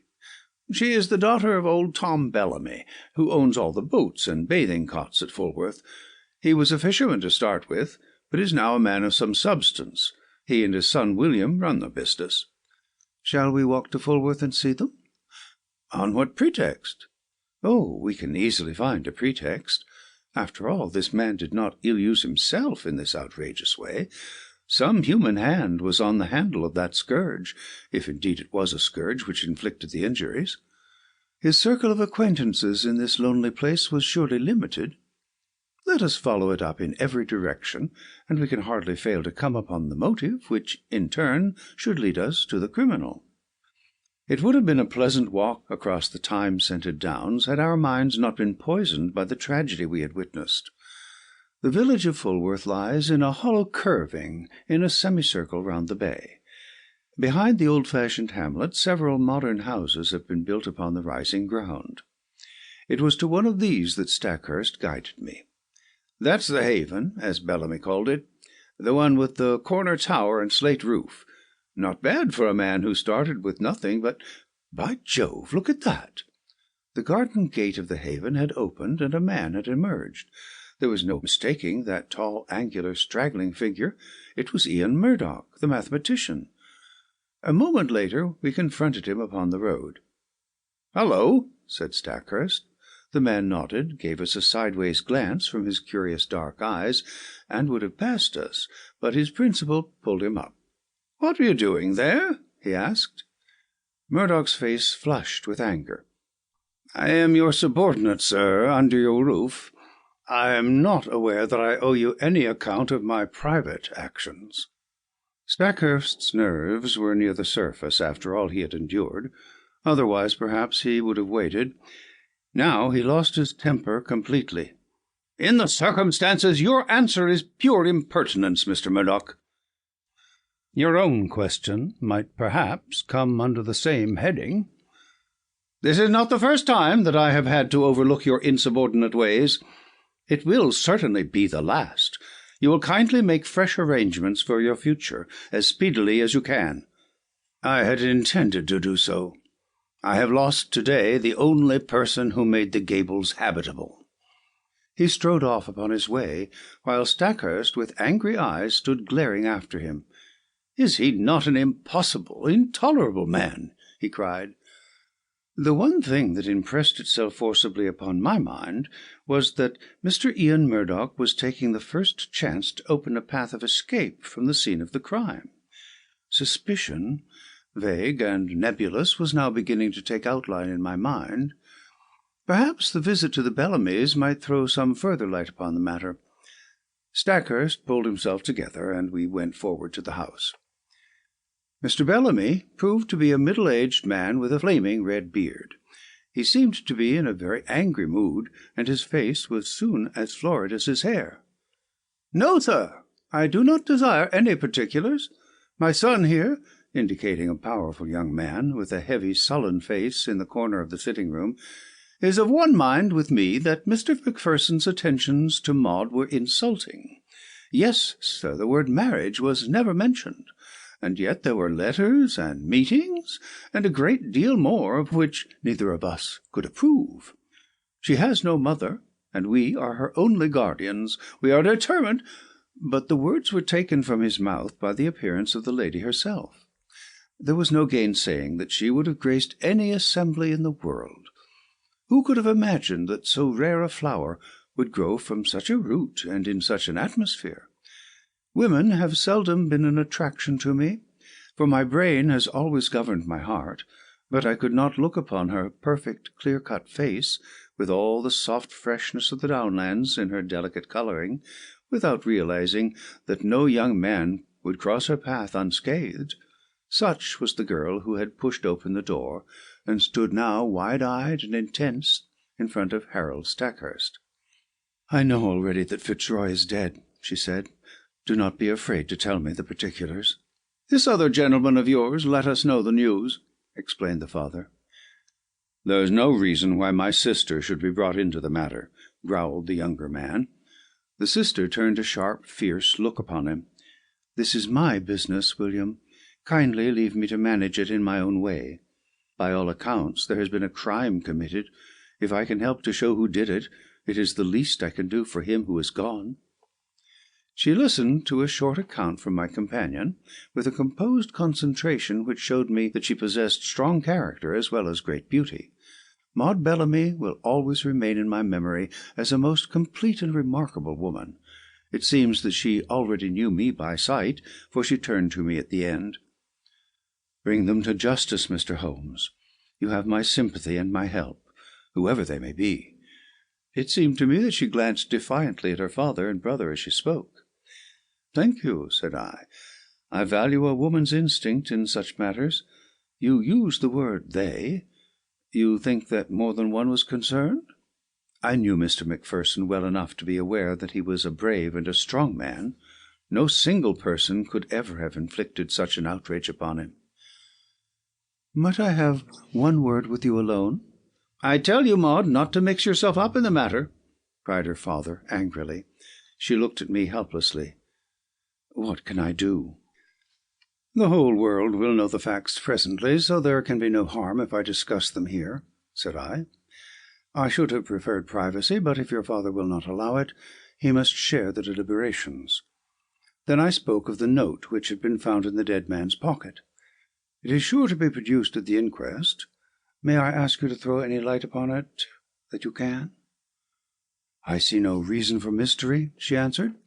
"We were engaged to be married, and we only kept it secret because Fitzroy's uncle, who is very old and said to be dying, might have disinherited him if he had married against his wish. There was no other reason." "You could have told us," growled Mr. Bellamy. "So I would, father, if you had ever shown sympathy." "I object to my girl picking up with men outside her own station." "It was your prejudice against him which prevented us from telling you. As to this appointment," she fumbled in her dress and produced a crumpled note, "it was in answer to this. 'Dearest,'" ran the message, "the old place on the beach just after sunset on Tuesday. It is the only time I can get away. F.M." Tuesday was today, and I had meant to meet him tonight. I turned over the paper. "This never came by post. How did you get it?" "I would rather not answer that question. It has really nothing to do with the matter which you are investigating, but anything which bears upon that I will most freely answer." She was as good as her word, but there was nothing which was helpful to our investigation. She had no reason to think that her fiancé had any hidden enemy, but she admitted that she had several warm admirers. "May I ask if Mr. Ian Murdoch was one of them?" She blushed and seemed confused. "There was a time when I thought he was, but that was all changed when he understood the relations between Fitzroy and myself." Again the shadow round this strange man seemed to me to be taking more definite shape. His record must be examined. His rooms must be privately searched. Stackhurst was a willing collaborator, for in his mind also suspicions were forming. We returned from our visit to the haven with the hope that one free end of this tangled skein was already in our hands. A week passed.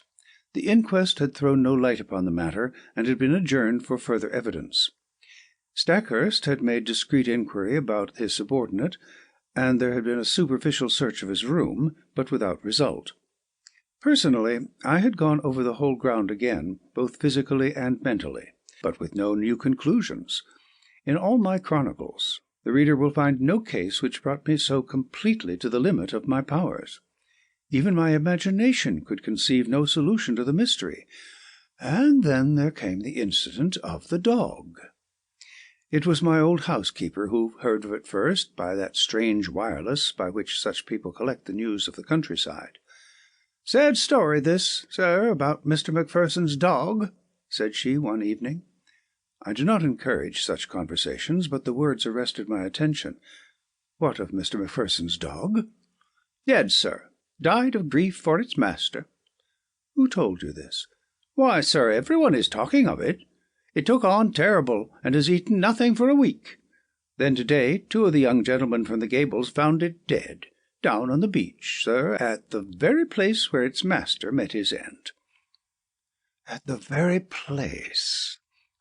The words stood out clear in my memory. Some dim perception that the matter was vital rose in my mind. That the dog should die was after the beautiful, faithful nature of dogs, but in the very place. Why should this lonely beach be fatal to it? Was it possible that it also had been sacrificed to some vengeful feud? Was it possible? Yes, the perception was dim, but already something was building up in my mind. In a few minutes I was on my way to the Gables, where I found Stackhurst in his study. At my request, he sent for Sudbury and Blunt, the 2 students who had found the dog. "Yes, it lay on the very edge of the pool," said one of them. "It must have followed the trail of its dead master." I saw the faithful little creature, an Airedale terrier, laid out upon the mat in the hall. The body was stiff and rigid, its eyes projecting, and the limbs contorted. There was agony in every line of it.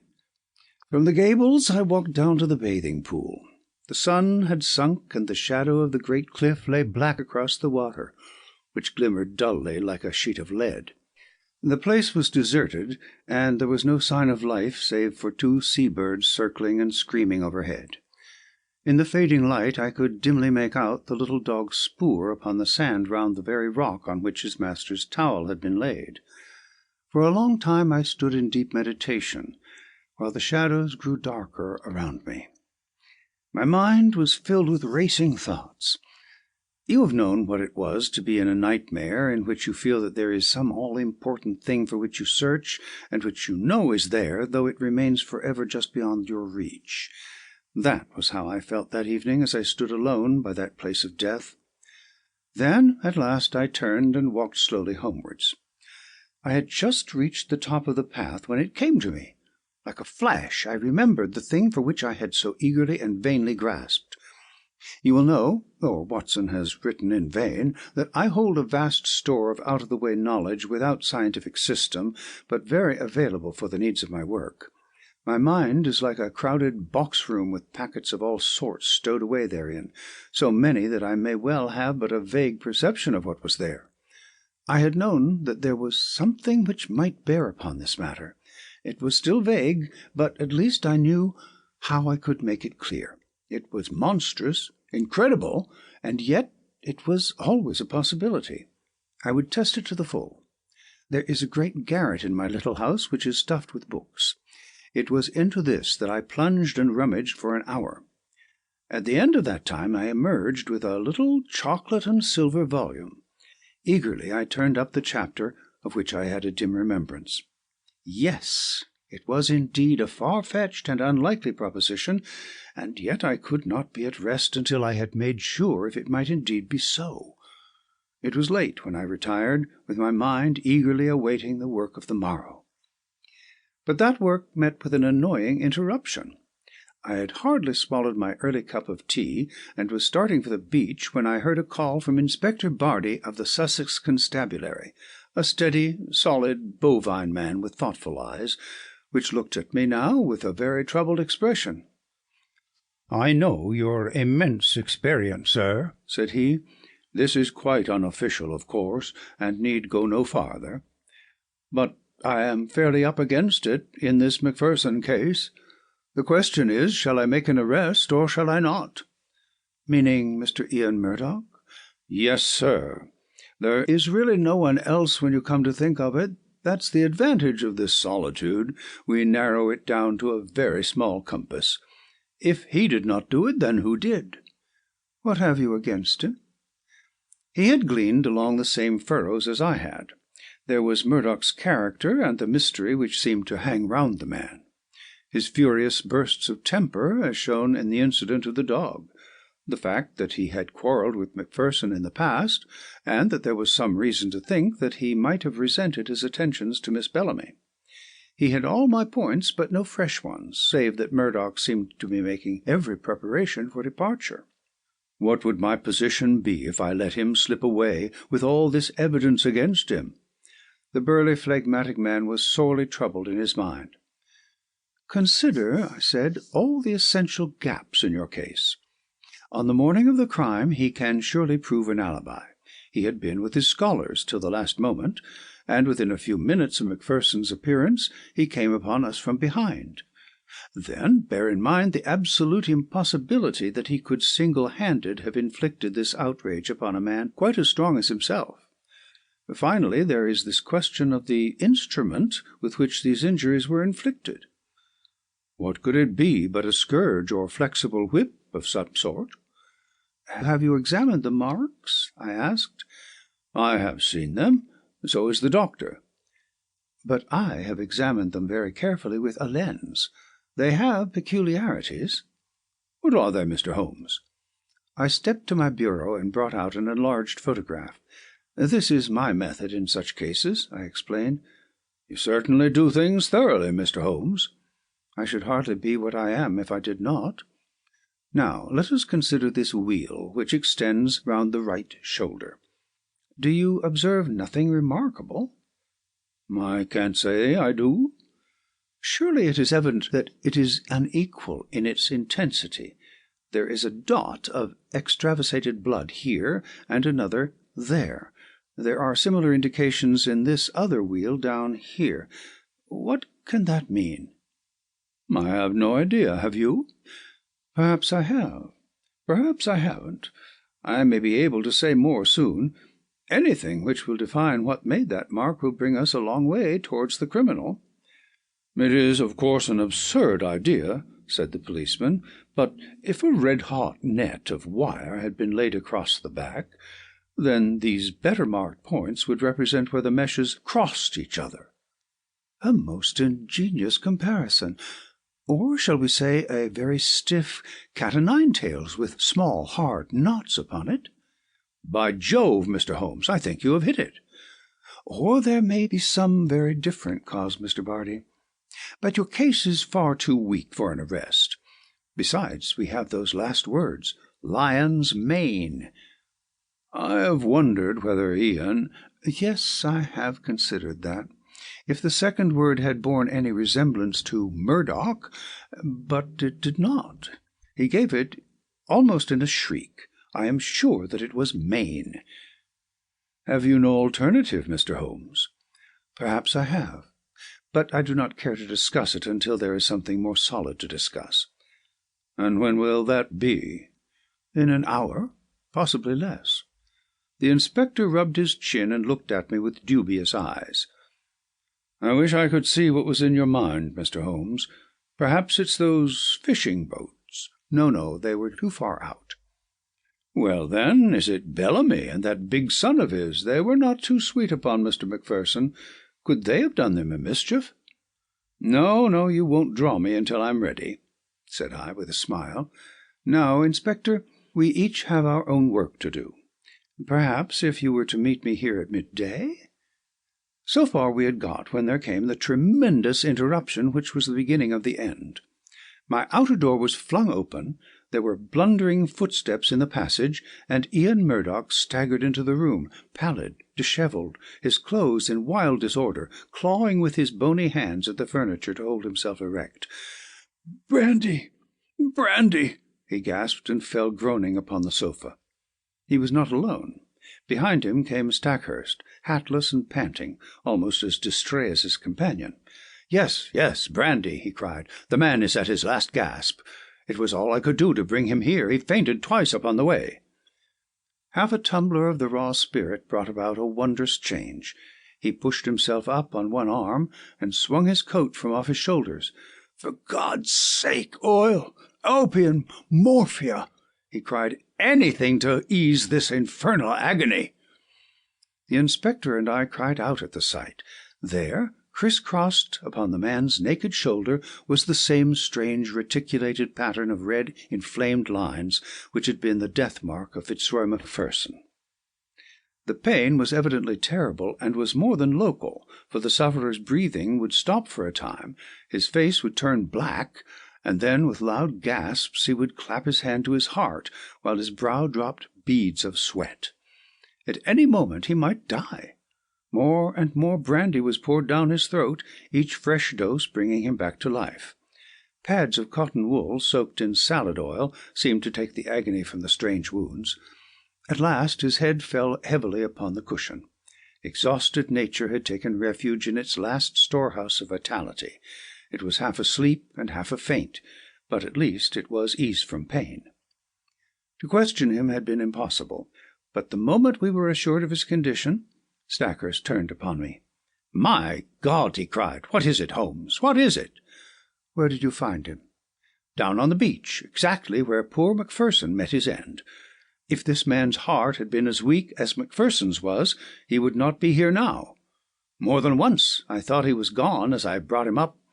It was too far to the Gables, so I made for you." "Did you see him on the beach?" "I was walking on the cliff when I heard his cry. He was at the edge of the water, reeling about like a drunken man. I ran down, threw some clothes about him, and brought him up. For heaven's sake, Holmes, use all the powers you have, and spare no pains to lift the curse from this place, for life is becoming unendurable. Can you, with all your world-wide reputation, do nothing for us?" "I think I can, Stackhurst. Come with me now. And you, Inspector, come along. We will see if we cannot deliver this murderer into your hands." Leaving the unconscious man in the charge of my housekeeper, we all three went down to the deadly lagoon. On the shingle there was piled a little heap of towels and clothes left by the stricken man. Slowly I walked round the edge of the water, my comrades in Indian file behind me. Most of the pool was quite shallow, but under the cliff, where the beach was hollowed out, it was 4 or 5 feet deep. It was to this part that a swimmer would naturally go, for it formed a beautiful pellucid green pool as clear as crystal. A line of rocks lay above it, at the base of the cliff, and along this I led the way, peering eagerly into the depths beneath me. I had reached the deepest and stillest pool when my eyes caught that for which they were searching, and I burst into a shout of triumph. "Cyania!" I cried. "Cyania! Behold, the lion's mane!" The strange object at which I pointed did indeed look like a tangled mass torn from the mane of a lion. It lay upon a rocky shelf some 3 feet under the water. A curious, waving, vibrating, hairy creature, with streaks of silver among its yellow tresses. It pulsated with a slow, heavy dilation and contraction. "It has done mischief enough. Its day is over," I cried. "Help me, Stackhurst. Let us end the murderer for ever." There was a big boulder just above the ledge, and we pushed it until it fell with a tremendous splash into the water. When the ripples had cleared, we saw that it had settled upon the ledge below. One flapping edge of yellow membrane showed that our victim was beneath it. A thick, oily scum oozed out from below the stone and stained the water around, rising slowly to the surface. "Well, this gets me," cried the inspector. "What was it, Mr. Holmes? I'm born and bred in these parts, but I never saw such a thing. It don't belong to Sussex." "Just as well for Sussex," I remarked. "It may have been the southwest gale that brought it up. Come back to my house, both of you, and I will give you the terrible experience of one who has good reason to remember his own meeting with the same peril of the seas." When we reached my study, we found that Murdoch was so far recovered that he could sit up. He was dazed in mind, and every now and then was shaken by a paroxysm of pain. In broken words he explained that he had no notion what had occurred to him, save that terrific pangs had suddenly shot through him, and that it had taken all his fortitude to reach the bank. "Here is a book," I said, taking up the little volume, which first brought light into what might have been forever dark. "It is Out of Doors, by the famous observer J.G. Wood. Wood himself very nearly perished from contact with this vile creature, so he wrote with a very full knowledge. Cyania capillata is the miscreant's full name, and he can be as dangerous to life as, and far more painful than, the bite of the cobra. Let me briefly give this extract. Quote, if the bather should see a loose, roundish mass of tawny membranes and fibres, something like very large handfuls of lion's mane and silver paper, let him beware, for this is the fearful stinger Cyania capillata. Unquote. Could our sinister acquaintance be more clearly described? He goes on to tell his own encounter with one when swimming off the coast of Kent. He found that the creature radiated almost invisible filaments to the distance of 50 feet, and that anyone within that circumference from the deadly centre was in danger of death. Even at a distance, the effect upon Wood was almost fatal. Quote, the multitudinous threads caused light scarlet lines upon the skin, which on closer examination resolved into minute dots or pustules, each dot charged, as it were, with a red-hot needle making its way through the nerves. Unquote. The local pain was, as he explains, the least part of the exquisite torment. Quote, Fang shot through the chest, causing me to fall as if struck by a bullet. The pulsation would cease, and then the heart would give 6 or 7 leaps, as if it would force its way through the chest. Unquote. It nearly killed him, although he had only been exposed to it in the disturbed ocean, and not in the narrow, calm waters of a bathing pool. He says that he could hardly recognize himself afterwards, so white, wrinkled, and shriveled was his face. He gulped down brandy, a whole bottle full, and it seems to have saved his life. There is the book, Inspector. I leave it with you, and you cannot doubt that it contains a full explanation of the tragedy of poor Macpherson. And incidentally exonerates me, remarked Ian Murdoch with a wry smile. I do not blame you, Inspector, nor you, Mr. Holmes, for your suspicions were natural. I feel that on the very eve of my arrest I have only cleared myself by sharing the fate of my poor friend. No, Mr. Murdoch, I was already upon the track, and had I been out as early as I intended, I might well have saved you from this terrific experience." "But how did you know, Mr. Holmes?" "I am an omnivorous reader, with a strangely retentive memory for trifles. That phrase 'lion's mane' haunted my mind. I knew that I had seen it somewhere in an unexpected context. You have seen that it does describe the creature. I have no doubt that it was floating on the water when Macpherson saw it, and that this phrase was the only one by which he could convey to us a warning as to the creature which had been his death." "Then I at least am cleared," said Murdoch, rising slowly to his feet. "There are one or two words of explanation which I should give, for I know the direction in which your inquiries have run. It is true that I loved this lady, but from the day when she chose my friend Macpherson, my one desire was to help her to happiness. I was well content to stand aside and act as their go-between. Often I carried their messages, and it was because I was in their confidence, and because she was so dear to me, that I hastened to tell her of my friend's death, lest someone should forestall me in a more sudden and heartless manner. She would not tell you, sir, of our relations, lest you should disapprove and I might suffer. But with your leave I must try to get back to the Gables, for my bed will be very welcome." Stackhurst held out his hand. "Our nerves have all been at concert pitch," said he. "Forgive what is past, Murdoch. We shall understand each other better in the future." They passed out together, with their arms linked in friendly fashion. The inspector remained, staring at me in silence with his ox-like eyes. "Well, you've done it," he cried at last. "I had read of you, but I never believed it. It's wonderful." I was forced to shake my head. To accept such praise was to lower one's own standards. "I was slow at the outset, culpably slow. Had the body been found in the water, I could hardly have missed it. It was the towel which misled me. The poor fellow had never thought to dry himself, and so I in turn was led to believe that he had never been in the water. Why then should the attack of any water creature suggest itself to me? That was where I went astray.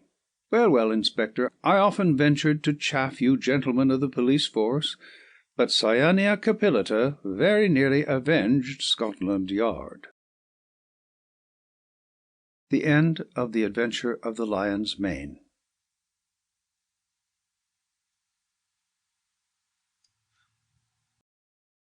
Story 10. The Adventure of the Veiled Lodger.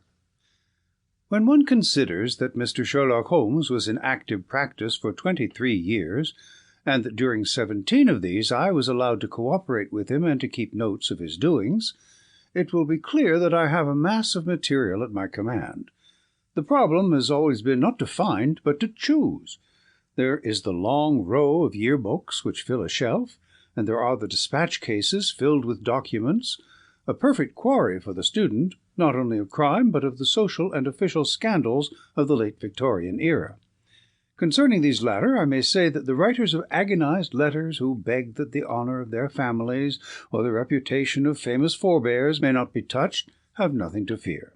The discretion and high sense of professional honour, which have always distinguished my friend, are still at work in the choice of these memoirs, and no confidence will be abused. I deprecate, however, in the strongest way, the attempts which have been made lately to get at and to destroy these papers. The source of these outrages is known, and if they are repeated, I have Mr. Holmes's authority for saying that the whole story concerning the politician, the lighthouse, and the trained cormorant will be given to the public. There is at least one reader who will understand. It is not reasonable to suppose that every one of these cases gave Holmes the opportunity of showing those curious gifts of instinct and observation which I have endeavoured to set forth in these memoirs. Sometimes he had with much effort to pick the fruit, sometimes it fell easily into his lap. But the most terrible human tragedies were often involved in these cases which brought him the fewest personal opportunities, and it is one of these which I now desire to record. In telling it, I have made a slight change of name and place, but otherwise the facts are as stated. One forenoon, it was late in 1896, I received a hurried note from Holmes asking for my attendance. When I arrived, I found him seated in a smoke-laden atmosphere with an elderly, motherly woman of the buxom landlady type in the corresponding chair in front of him. "This is Mrs. Marilow of South Brixton," said my friend, with a wave of the hand. "Mrs. Marilow does not object to tobacco, Watson, if you wish to indulge your filthy habits. Mrs. Marilow has an interesting story to tell, which may well lead to further developments in which your presence may be useful."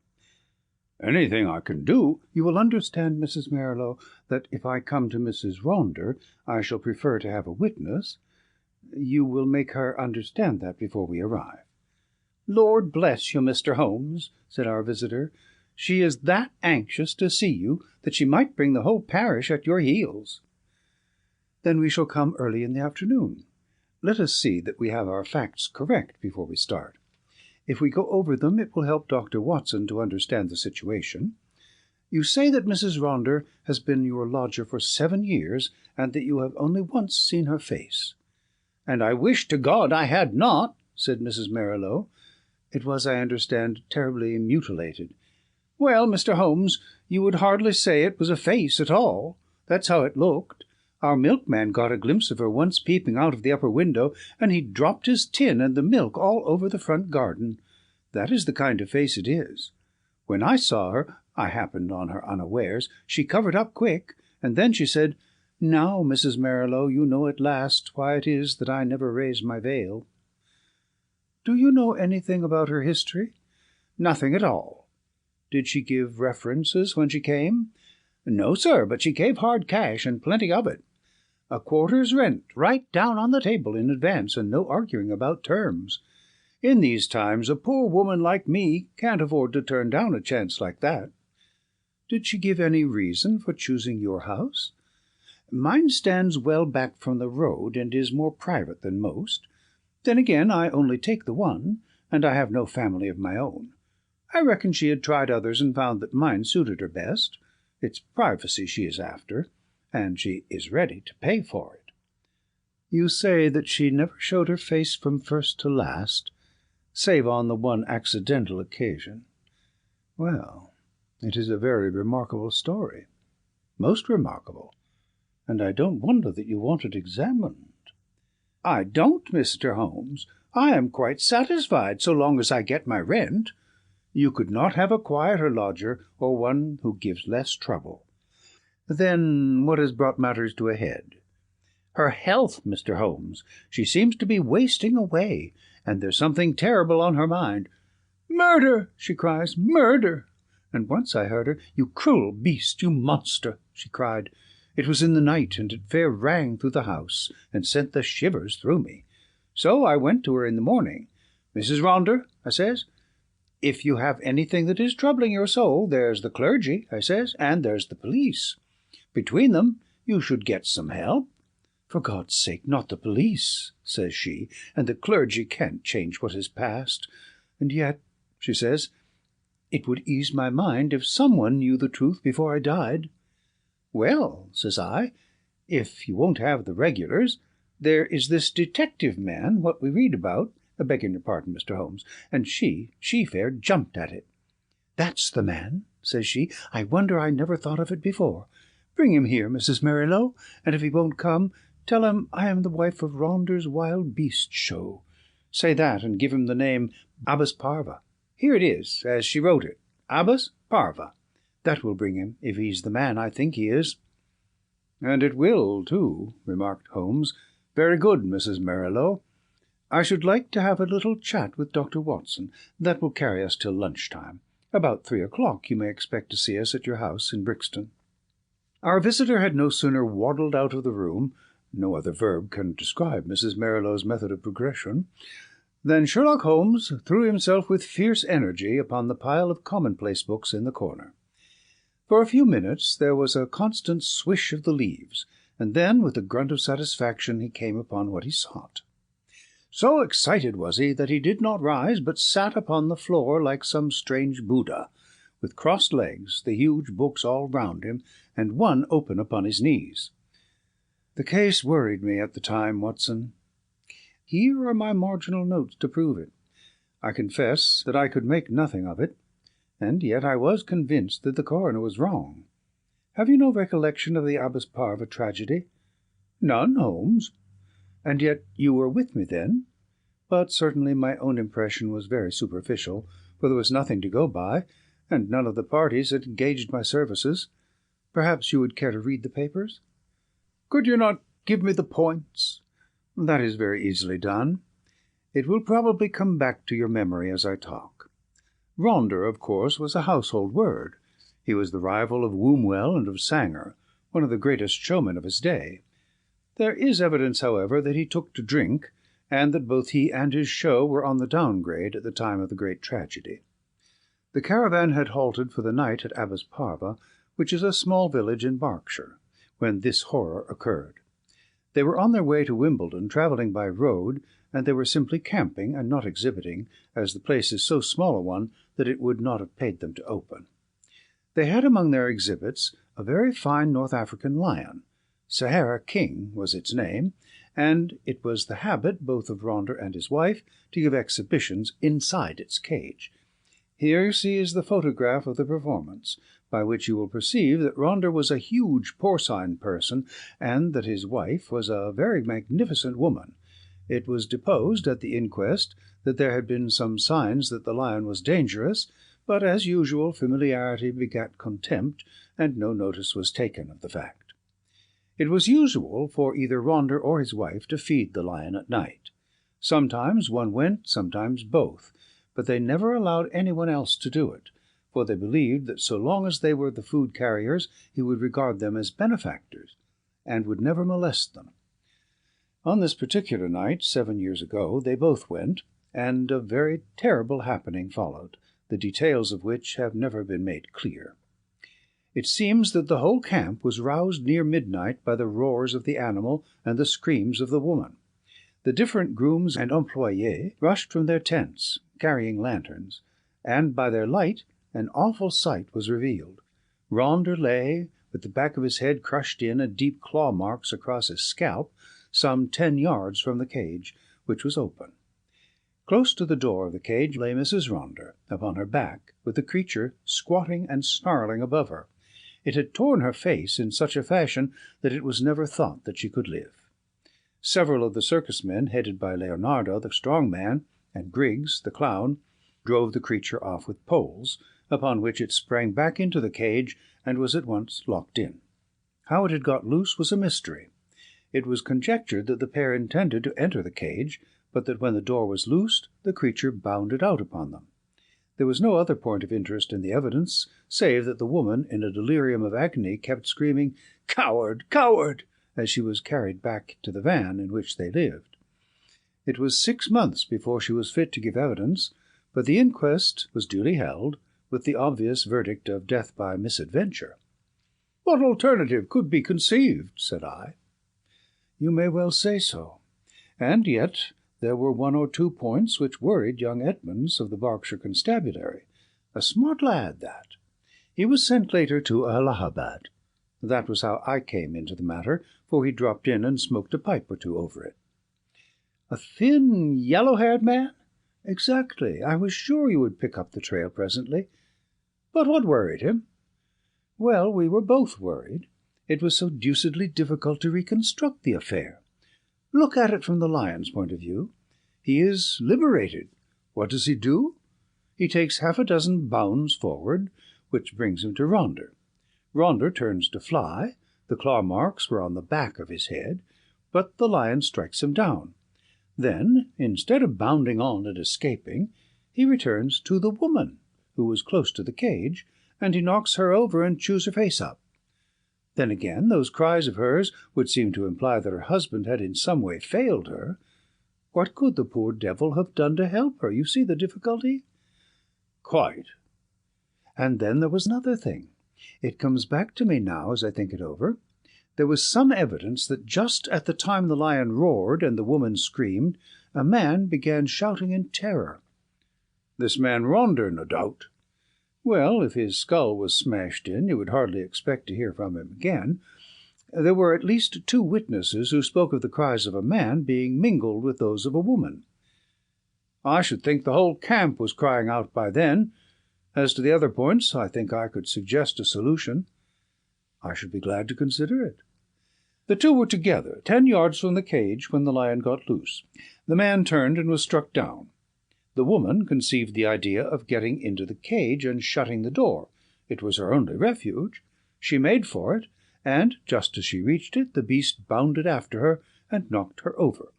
She was angry with her husband for having encouraged the beast's rage by turning. If they had faced it, they might have cowed it. Hence her cries of coward." "Brilliant, Watson. Only one flaw in your diamond." "What is the flaw, Holmes?" "If they were both 10 paces from the cage, how came the beast to get loose?" "Is it possible that they had some enemy who loosed it?" "And why should it attack them savagely when it was in the habit of playing with them and doing tricks with them inside the cage?" "Possibly the same enemy had done something to enrage it." Holmes looked thoughtful, and remained in silence for some moments. "Well, Watson, there is this to be said for your theory. Ronder was a man of many enemies. Edmonds told me that in his cups he was horrible. A huge bully of a man, he cursed and slashed at every one who came in his way. I expect those cries about a monster, of which our visitor has spoken, were nocturnal reminiscences of the dear departed. However, our speculations are futile until we have all the facts. There is a cold partridge on the sideboard, Watson, and a bottle of Montrachet. Let us renew our energies before we make a fresh call upon them." When our hansom deposited us at the house of Mrs. Marilow, we found that plump lady blocking up the open door of her humble but retired abode. It was very clear that her chief preoccupation was lest she should lose a valuable lodger, and she implored us, before showing us up, to say and do nothing which could lead to so undesirable an end. Then, having reassured her, we followed her up the straight, badly carpeted staircase, and were shown into the room of the mysterious lodger. It was a close, musty, ill-ventilated place, as might be expected, since its inmates seldom left it. From keeping beasts in a cage, the woman seemed, by some retribution of fate, to have become herself a beast in a cage. She sat now in a broken arm-chair in the shadowy corner of the room. Long years of inaction had coarsened the lines of her figure, but at some period it must have been beautiful, and was still full and voluptuous. A thick dark veil covered her face, but it was cut off close at her upper lip, and disclosed a perfectly shaped mouth and a delicately rounded chin. I could well conceive that she had indeed been a very remarkable woman. Her voice, too, was well modulated and pleasing. "My name is not unfamiliar to you, Mr. Holmes," said she. "I thought that it would bring you." "That is so, madam, though I do not know how you are aware that I was interested in your case." "I learned it when I had recovered my health, and was examined by Mr. Edmonds, the county detective. I fear I lied to him. Perhaps it would have been wiser had I told the truth."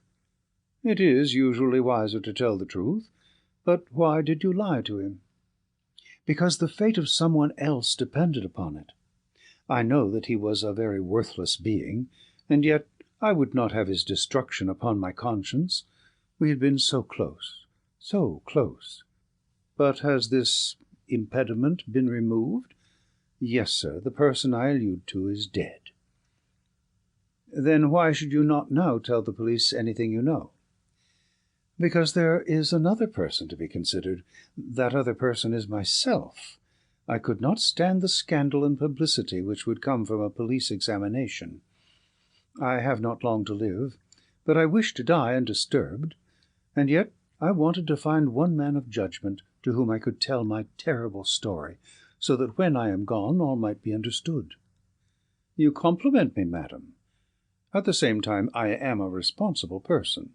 I do not promise you that when you have spoken I may not myself think it my duty to refer the case to the police."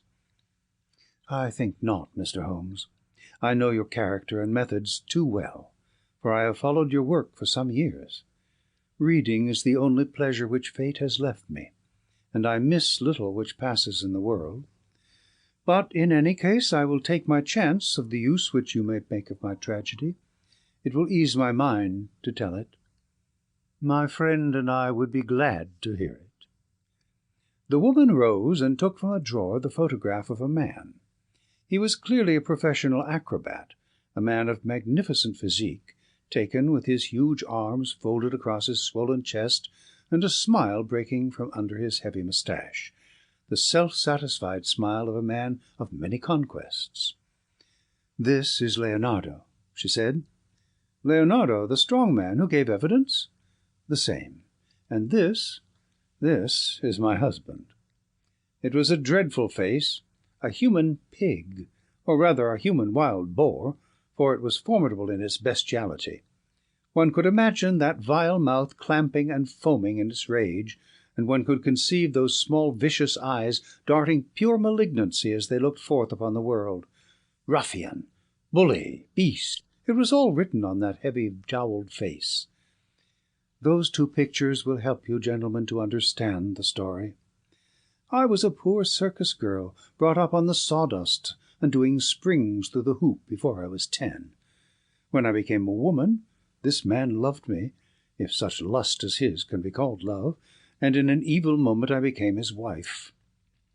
From that day I was in hell, and he the devil who tormented me.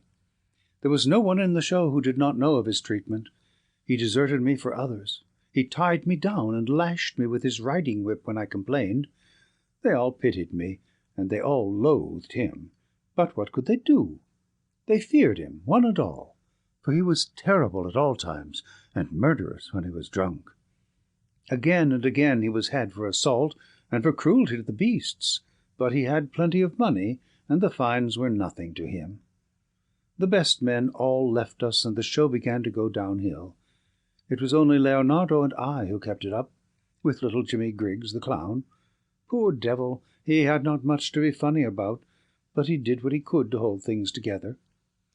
Then Leonardo came more and more into my life. You see what he was like. I know now the poor spirit that was hidden in that splendid body, but compared to my husband he seemed like the angel Gabriel. He pitied me and helped me, till at last our intimacy turned to love. Deep, deep, passionate love, such love as I had dreamed of but never hoped to feel. My husband suspected it, but I think that he was a coward as well as a bully, and that Leonardo was the one man that he was afraid of. He took revenge in his own way by torturing me more than ever. One night my cries brought Leonardo to the door of our van. We were near tragedy that night, and soon my lover and I understood that it could not be avoided. My husband was not fit to live. We planned that he should die. Leonardo had a clever, scheming brain. It was he who planned it. I do not say that to blame him, for I was ready to go with him every inch of the way, but I should never have had the wit to think of such a plan. We made a club, Leonardo made it, and in the leaden head he fastened 5 long steel nails, the points outwards, with just such a spread as the lion's paw. This was to give my husband his death-blow, and yet to leave the evidence that it was the lion which we would loose who had done the deed. It was a pitch-dark night when my husband and I went down, as was our custom, to feed the beast. We carried with us the raw meat in a zinc pail. Leonardo was waiting at the corner of the big van, which we would have to pass before we reached the cage. He was too slow, and we walked past him before he could strike. But he followed us on tiptoe, and I heard the crash as the club smashed my husband's skull. My heart leaped with joy at the sound. I sprang forward, and I undid the catch which held the door of the great lion's cage. And then the terrible thing happened. You may have heard how quick these creatures are to scent human blood, and how it excites them. Some strange instinct had told the creature in one instant that a human being had been slain. As I slipped the bars, it bounded out, and was on me in an instant. Leonardo could have saved me. If he had rushed forward and struck the beast with his club, he might have cowed it. But the man lost his nerve. I heard him shout in his terror, and then I saw him turn and fly. At the same instant the teeth of the lion met in my face. Its hot, filthy breath had already poisoned me, and I was hardly conscious of pain. With the palms of my hands I tried to push the great, steaming, blood-stained jaws away from me, and I screamed for help. I was conscious that the camp was stirring, and then dimly I remember a group of men, Leonardo, Griggs, and others, dragging me from under the creature's paws. That was my last memory, Mr. Holmes, for many a weary month. When I came to myself and saw myself in the mirror, I cursed that lion. Oh, how I cursed him! Not because he had torn away my beauty, but because he had not torn away my life. I had but one desire, Mr. Holmes, and I had enough money to gratify it. It was that I should cover myself so that my poor face should be seen by none, and that I should dwell where none whom I had ever known should find me. That was all that was left to me to do, and that is what I have done. A poor wounded beast that has crawled into its hole to die. That is the end of Eugenia Ronder. We sat in silence for some time after the unhappy woman had told her story. Then Holmes stretched out his long arm and patted her hand with such a show of sympathy as I had seldom known him to exhibit. "Poor girl," he said, "poor girl. The ways of fate are indeed hard to understand. If there is not some compensation hereafter, then the world is a cruel jest. But what of this man Leonardo? I never saw him or heard from him again. Perhaps I have been wrong to feel so bitterly against him. He might as soon have loved one of the freaks whom we carried round the country as the thing which the lion had left. But a woman's love is not so easily set aside. He had left me under the beast's claws. He had deserted me in my need, and yet I could not bring myself to give him to the gallows. For myself I cared nothing what became of me. What could be more dreadful than my actual life? But I stood between Leonardo and his fate. And he is dead? He was drowned last month when bathing near Market. I saw his death in the paper. And what did he do with this 5-clawed club, which is the most singular and ingenious part of all your story? I cannot tell, Mr. Holmes. There is a chalk pit by the camp, with a deep green pool at the base of it. Perhaps in the depths of that pool— Well, it is of little consequence now. The case is closed. Yes, said the woman, the case is closed. We had risen to go, but there was something in the woman's voice which arrested Holmes's attention. He turned swiftly upon her. "Your life is not your own," he said. "Keep your hands off it." "What use is it to anyone? How can you tell? The example of patient suffering is in itself the most precious of all lessons to an impatient world." The woman's answer was a terrible one. She raised her veil and stepped forward into the light. "I wonder if you would bear it," she said. It was horrible. No words can describe the framework of a face when the face itself is gone. Two living and beautiful brown eyes, looking sadly out from that grisly ruin, did but make the view more awful. Holmes held up his hand in a gesture of pity and protest, and together we left the room. 2 days later, when I called upon my friend, he pointed with some pride to a small blue bottle upon his mantelpiece. I picked it up. There was a red poison label. A pleasant almondy odour rose when I opened it. "Prussic acid," said I. "Exactly. It came by post." "I send you my temptation. I will follow your advice." That was the message. I think, Watson, we can guess the name of the brave woman who sent it. End of The Adventure of the Veiled Lodger. Story 11. The Adventure of Shoscombe Old Place. Sherlock Holmes had been bending for a long time over a low-power microscope.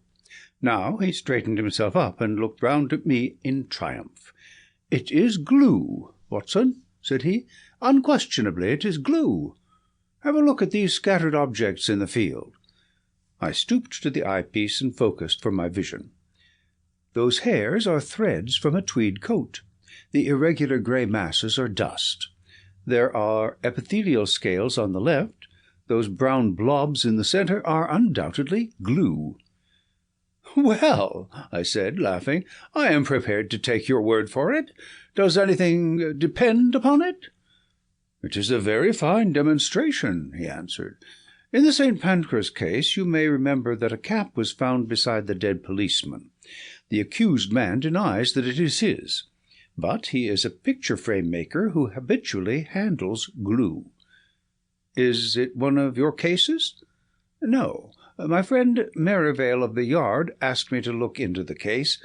Since I ran down that corner by the zinc and copper filings in the seam of his cuff, they have begun to realize the importance of the microscope." He looked impatiently at his watch. "I had a new client calling, but he is overdue. By the way, Watson, you know something of racing?" "I ought to. I pay for it with about half of my wound pension." "Then I'll make you my handy guide to the turf. What about Sir Robert Norberton? Does the name recall anything?" "Well, I should say so. He lives at Shoscombe Old Place, and I know it well, for my summer quarters were down there once. Norberton nearly came within your province once." "How was that?" "It was when he horsewhipped Sam Brewer, the well-known Curzon Street moneylender, on Newmarket Heath. He nearly killed the man." "Ah, he sounds interesting. Does he often indulge in that way?" "Well, he has the name of being a dangerous man. He is about the most daredevil rider in England, second in the Grand National a few years back. He is one of those men who have overshot their true generation. He should have been a buck in the days of the Regency, a boxer, an athlete, a plunger on the turf, a lover of fair ladies, and, by all account, so far down Queer Street that he may never find his way back again." "Capital, Watson. A thumbnail sketch. I seem to know the man. Now, can you give me some idea of Shoscombe Old Place?" "Only that it is in the centre of Shoscombe Park, and that the famous Shoscombe stud and training quarters are to be found there." "And the head trainer," said Holmes, "is John Mason. You need not look surprised at my knowledge, Watson, for this is a letter from him which I am unfolding. But let us have some more about Shoscombe. I seem to have struck a rich vein." "There are the Shoscombe Spaniels," said I. "You hear of them at every dog show. The most exclusive breed in England. They are the special pride of the lady of Shoscombe Old Place." "Sir Robert Norberton's wife, I presume?" "Sir Robert has never married. Just as well, I think, considering his prospects. He lives with his widowed sister, Lady Beatrice Falder." "You mean that she lives with him?" No. The place belonged to her late husband, Sir James. Norberton has no claim on it at all. It is only a life interest, and reverts to her husband's brother. Meantime, she draws the rents every year." "And brother Robert, I suppose, spends the said rents?" "That is about the size of it. He is a devil of a fellow, and must lead her a most uneasy life. Yet I have heard that she is devoted to him." "But what is amiss at Shoscombe?" "Ah, that is just what I want to know. And here, I expect, is the man who can tell us." The door had opened, and the page had shown in a tall, clean-shaven man with the firm, austere expression which is only seen upon those who have to control horses or boys. Mr. John Mason had many of both under his sway, and he looked equal to the task. He bowed with cold self-possession, and seated himself upon the chair to which Holmes had waved him. "You had my note, Mr. Holmes?" "Yes, but it explained nothing." "It was too delicate a thing for me to put the details on paper, and too complicated. It was only face-to-face I could do it." "Well, we are at your disposal." "First of all, Mr. Holmes, I think that my employer, Sir Robert, has gone mad." Holmes raised his eyebrows. "This is Baker Street, not Harley Street," said he. "But why do you say so?" "Well, sir, when a man does one queer thing, or two queer things, there may be a meaning to it, but when everything he does is queer, then you begin to wonder. I believe Shoscombe Prince and the Derby have turned his brain." "That is a colt you are running?" "The best in England, Mr. Holmes. I should know if anyone does. Now, I'll be plain with you, for I know you are a gentleman of honour, and that it won't go beyond the room. Sir Robert has got to win this Derby. He's up to the neck, and it's his last chance. Everything he could raise or borrow is on the horse, and at fine odds, too. You can get 40s now, but it was nearer the 100 when he began to back him." But how is that if the horse is so good? The public don't know how good he is. Sir Robert has been too clever for the touts. He has the prince's half-brother out for spins. You can't tell 'em apart. But there are 2 lengths in a furlong between them when it comes to a gallop. He thinks of nothing but the horse and the race. His whole life is on it.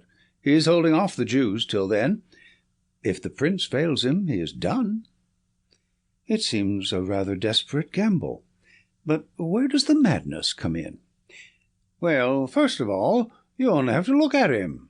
I don't believe he sleeps at night. He is down at the stables at all hours. His eyes are wild. It has all been too much for his nerves. Then there is his conduct to Lady Beatrice. Ah, what is that? They have always been the best of friends. They had the same tastes, the 2 of them, and she loved the horses as much as he did. Every day at the same hour she would drive down to see them. And above all she loved the prince. He would prick up his ears when he heard the wheels on the gravel, and he would trot out each morning to the carriage to get his lump of sugar. But that's all over now. Why? Well, she seems to have lost all interest in the horses. For a week now she has driven past the stables with never so much as good morning. You think there has been a quarrel? And a bitter, savage, spiteful quarrel at that. Why else would he give away a pet spaniel that she loved as if he were her child? He gave it away a few days ago to old Barnes, what keeps the Green Dragon, 3 miles off at Crendell. That certainly did seem strange. Of course, with her weak heart and dropsy, one couldn't expect that she could get about with him. But he spent 2 hours every evening in her room. He might well do what he could, for she has been a rare good friend to him. But that's all over too. He never goes near her, and she takes it to heart. She is brooding and sulky, and drinking, Mr. Holmes, drinking like a fish. Did she drink before this estrangement? Well, she took her glass, but now it is often a whole bottle of an evening. So Stevens, the butler, told me. It's all changed, Mr. Holmes, and there is something damned rotten about it. But then again, what is master doing down at the old church crypt at night? And who is the man that meets him there? Holmes rubbed his hands. Go on, Mr. Mason. You get more and more interesting. It was the butler who saw him go. 12 o'clock at night and raining hard. So next night I was up at the house, and sure enough, master was off again. Stevens and I went after him, but it was jumpy work, for it would have been a bad job if he had seen us. He's a terrible man with his fists if he gets started, and no respecter of persons. So we were shy of getting too near, but we marked him down all right. It was the haunted crypt that he was making for, and there was a man waiting for him there. What is this haunted crypt? Well, sir, there is an old ruined chapel in the park. It is so old that nobody could fix its date, and under it there's a crypt, which has a bad name among us. It's a dark, damp, lonely place by day, but there are few in that county that would have the nerve to go near it at night. But the master's not afraid. He never feared anything in his life. But what is he doing there in the night-time? Wait a bit, said Holmes. You say there is another man there. It must be one of your own stablemen, or someone from the house. Surely you have only to spot who it is and question him. It's no one I know. How can you say that? Because I have seen him, Mr. Holmes. It was on that second night. Sir Robert turned and passed us, me and Stevens, quaking in the bushes like 2 bunny rabbits, for there was a bit of moon that night, but we could hear the other moving about behind. We were not afraid of him, so we up when Mr. Robert was gone and pretended we were just having a walk like in the moonlight, and so we came right on him as casual and innocent as you please. "Hullo, mate, who may you be?" says I. I guess he had not heard us coming, so he looked over his shoulder with a face as if he had seen the devil coming out of hell. He let out a yell, and away he went as hard as he could lick it in the darkness. He could run, I'll give him that. In a minute he was out of sight and hearing, and who he was or what he was we never found. But you saw him clearly in the moonlight? Yes, I would swear to his yellow face. A mean dog, I should say. What could he have in common with Sir Robert?" Holmes sat for some time lost in thought. "Who keeps Lady Beatrice Falder company?" he asked at last. "There is her maid, Carrie Evans. She has been with her this 5 years." "And is no doubt devoted?" Mr. Mason shuffled uncomfortably. "She's devoted enough," he answered at last, "but I won't say to whom." "Ah," said Holmes, "I can't tell tales out of school." "I quite understand, Mr. Mason. Of course the situation is clear enough. From Dr. Watson's description of Sir Robert I can realize that no woman is safe from him. Don't you think the quarrel between brother and sister may lie there?" "Well, the scandal has been pretty clear for a long time." "But she may not have seen it before. Let us suppose that she has suddenly found it out. She wants to get rid of the woman. Her brother will not permit it. The invalid, with her weak heart and inability to get about, has no means of enforcing her will. The hated maid is still tied to her. The lady refuses to speak, sulks, takes to drink. Sir Robert, in his anger, takes her pet spaniel away from her. Does not all this hang together?" "Well, it might do, so far as it goes." "Exactly, as far as it goes. How would all that bear upon the visits by night to the old crypt? We can't fit that into our plot." "No, sir, and there is something more that I can't fit in. Why should Sir Robert want to dig up a dead body?" Holmes sat up abruptly. "We only found it out yesterday, after I had written to you. Yesterday Sir Robert had gone to London, so Stevens and I went down to the crypt. It was all in order, sir, except that in one corner was a bit of a human body." "You informed the police, I suppose?" Our visitor smiled grimly. "Well, sir, I think it would hardly interest them. It was just the head and a few bones of a mummy. It may have been 1,000 years old, but it wasn't there before. That I'll swear, and so will Stevens. It had been stowed away in a corner and covered over with a board, but that corner had always been empty before." "What did you do with it?" "Well, we just left it there."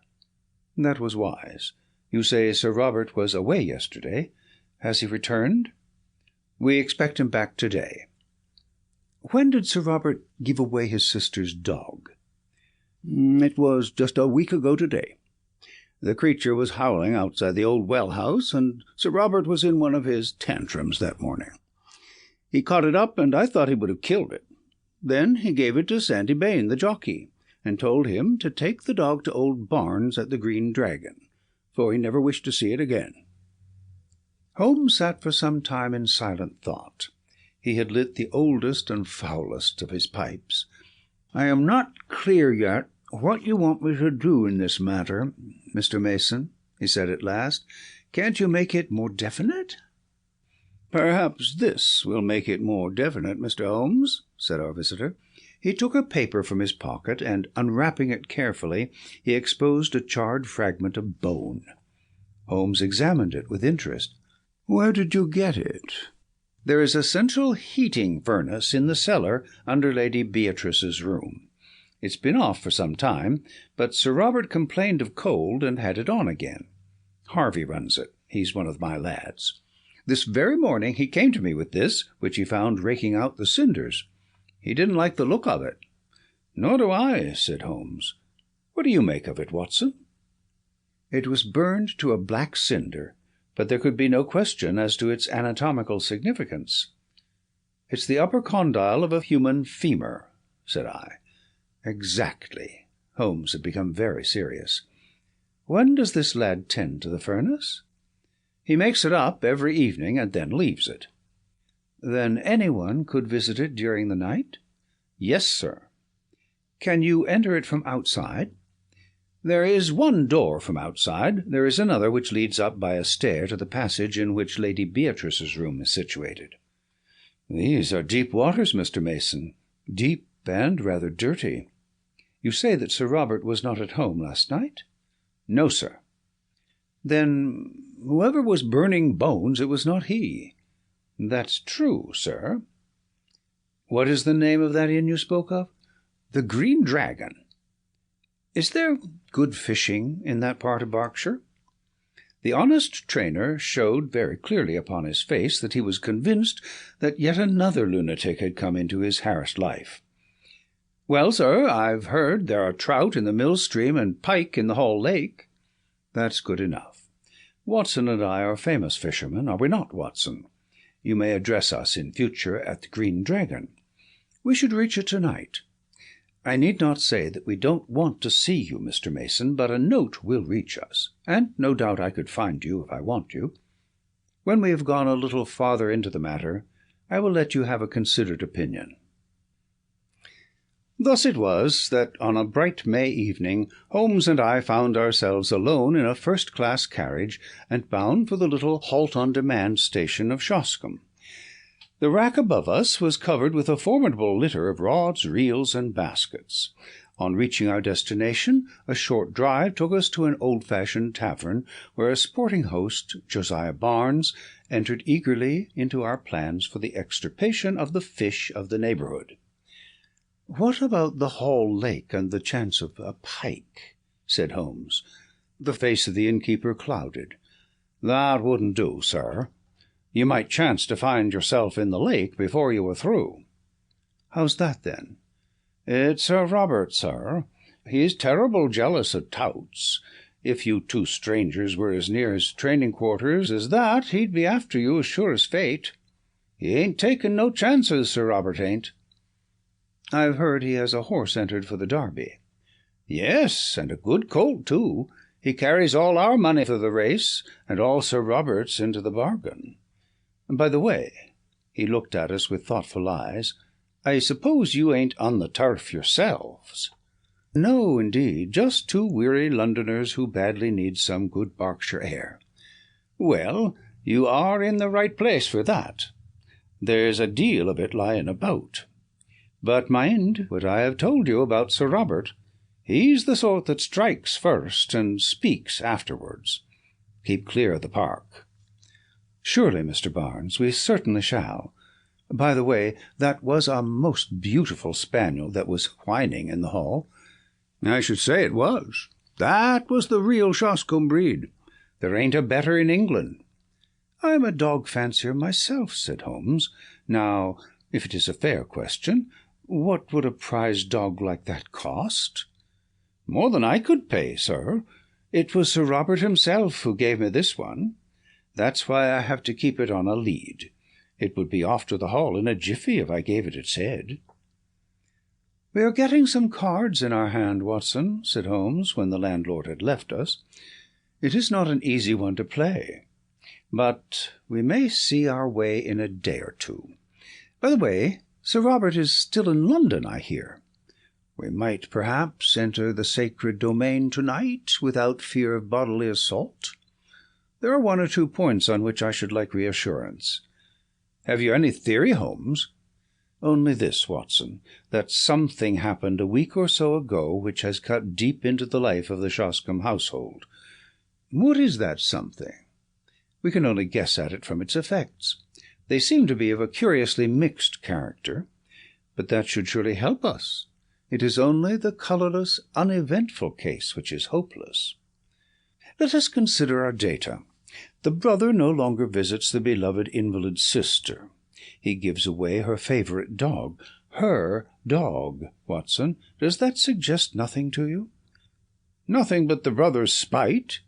"Well, it might be so. Or, well, there is an alternative. Now, to continue our review of the situation from the time that the quarrel, if there is a quarrel, began. The lady keeps to her room, alters her habits, is not seen save when she drives out with her maid, refuses to stop at the stables to greet her favourite horse, and apparently takes to drink. That covers the case, does it not?" "Save for the business in the crypt." "That is another line of thought. There are two, and I beg you will not tangle them. Line A, which concerns Lady Beatrice, has a vaguely sinister flavour, has it not?" "I can make nothing of it." "Well, now, let us take up line B, which concerns Sir Robert. He is mad keen upon winning the Derby.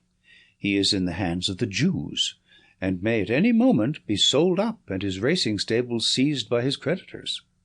He is a daring and desperate man. He derives his income from his sister. His sister's maid is his willing tool. So far we seem to be on fairly safe ground, do we not? But the crypt! Ah, yes, the crypt. Let us suppose, Watson, it is merely a scandalous supposition, a hypothesis put forward for argument's sake, that Sir Robert has done away with his sister. My dear Holmes, it is out of the question. Very possibly, Watson. Sir Robert is a man of an honourable stock. But you do occasionally find a carrion crow among the eagles. Let us for a moment argue upon this supposition.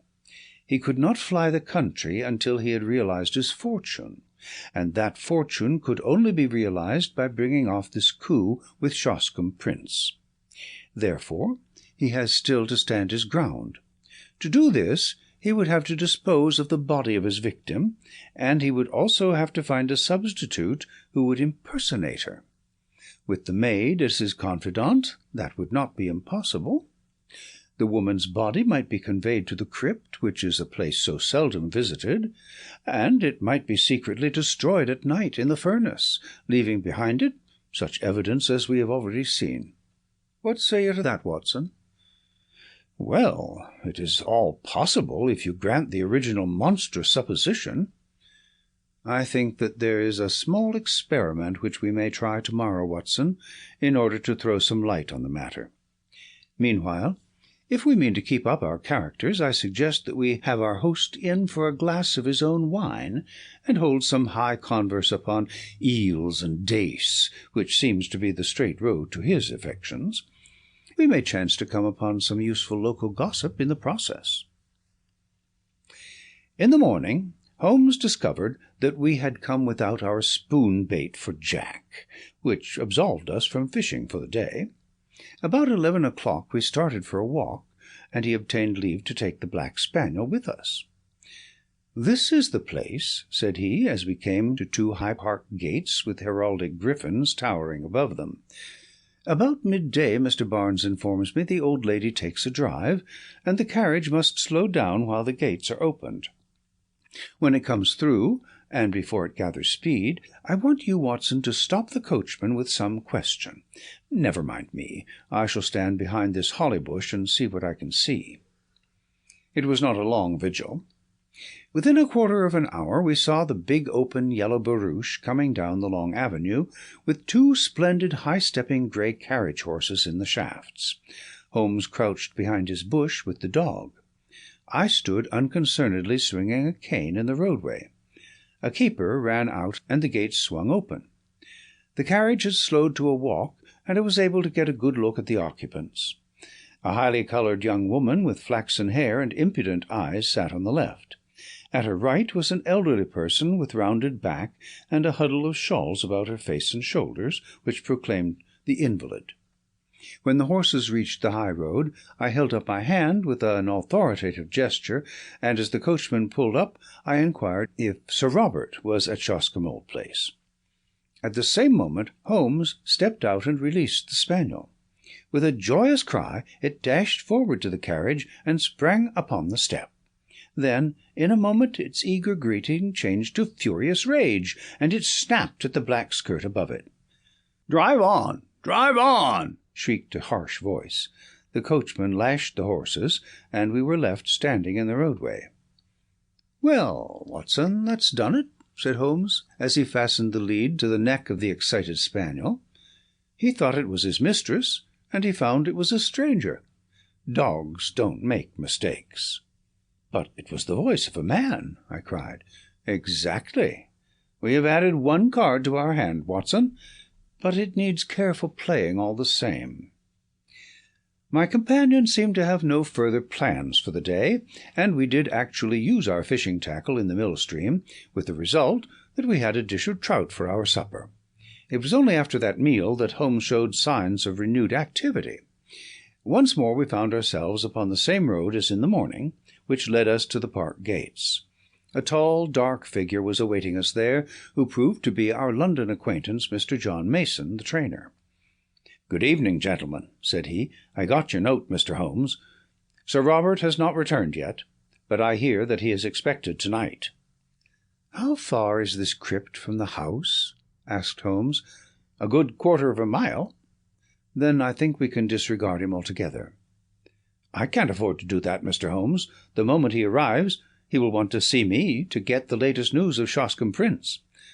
"I see. In that case, we must work without you, Mr. Mason. You can show us the crypt and then leave us."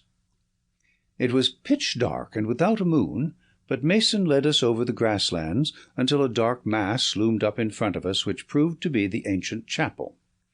We entered the broken gap which was once the porch, and our guide, stumbling among heaps of loose masonry, picked his way to the corner of the building, where a steep stair led down into the crypt. Striking a match, he illuminated the melancholy place, dismal and evil-smelling, with ancient crumbling walls of rough-hewn stone and piles of coffins, some of lead and some of stone, extending upon one side right up to the arched and groined roof, which lost itself in the shadows above our heads. Holmes had lit his lantern, which shot a tiny tunnel of vivid yellow light upon the mournful scene.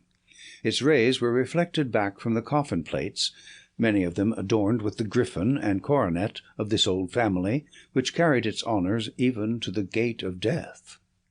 "You spoke of some bones, Mr. Mason. Could you show them before you go?" "They are here in this corner." The trainer strode across, and then stood in silent surprise as our light was turned upon the place. "They're gone," said he. "So I expected," said Holmes, chuckling. "I fancy the ashes of them might even now be found in that oven which has already consumed a part." "But why in the world would anyone want to burn the bones of a man who has been dead for 1,000 years?" asked John Mason. "That is what we are here to find out," said Holmes. "It may mean a long search, and we need not detain you. I fancy that we shall get our solution before morning." When John Mason had left us, Holmes set to work making a very careful examination of the graves, ranging from a very ancient one, which appeared to be Saxon, in the centre, through a long line of Norman Hugos and Odos, until we reached the Sir William and Sir Dennis Falder of the 18th century. It was an hour or more before Holmes came to a leaden coffin standing on end before the entrance to the vault. I heard his little cry of satisfaction, and was aware from his hurried but purposeful movements that he had reached a goal. With his lens he was eagerly examining the edges of the heavy lid. Then he drew from his pocket a short jemmy, a box-opener, which he thrust into a chink, levering back the whole front, which seemed to be secured by only a couple of clamps. There was a rending, tearing sound as it gave way, but it had hardly hinged back and partly revealed the contents before we had an unforeseen interruption. Someone was walking in the chapel above. It was the firm, rapid step of one who came with a definite purpose and knew well the ground upon which he walked. A light streamed down the stairs, and an instant later the man who bore it was framed in the Gothic archway. He was a terrible figure, huge in stature and fierce in manner. A large stable lantern, which he held in front of him, shone upwards upon a strong, heavily moustached face and angry eyes, which glared round him into every recess of the vault, finally fixing themselves with a deadly stare upon my companion and myself. "Who the devil are you?" he thundered, "and what are you doing upon my property?" Then, as Holmes returned no answer, he took a couple of steps forward and raised a heavy stick which he carried. "Do you hear me?" he cried. "Who are you? What are you doing here?" His cudgel quivered in the air. But instead of shrinking, Holmes advanced to meet him. "I also have a question to ask you, Sir Robert," he said in his sternest tone. "Who is this, and what is it doing here?" He turned and tore open the coffin lid behind him. In the glare of the lantern I saw a body swathed in a sheet from head to foot, with dreadful witch-like features, all nose and chin, projecting at one end. the dim glazed eyes staring from a discoloured and crumbling face. The baronet had staggered back with a cry, and supported himself against a stone sarcophagus. "How came you to know of this?" he cried, and then, with some return of his truculent manner, "What business is it of yours?" "My name is Sherlock Holmes," said my companion. "Possibly it is familiar to you. In any case, my business is that of every other good citizen, to uphold the law. It seems to me that you have much to answer for."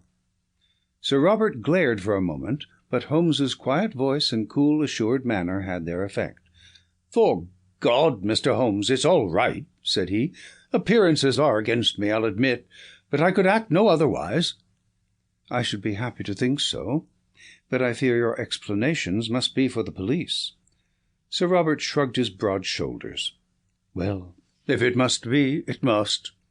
Come up to the house, and you can judge for yourself how the matter stands." Quarter of an hour later we found ourselves in what I judged from the lines of polished barrels behind glass covers to be the gun-room of the old house. It was comfortably furnished, and here Sir Robert left us for a few moments. When he returned he had two companions with him.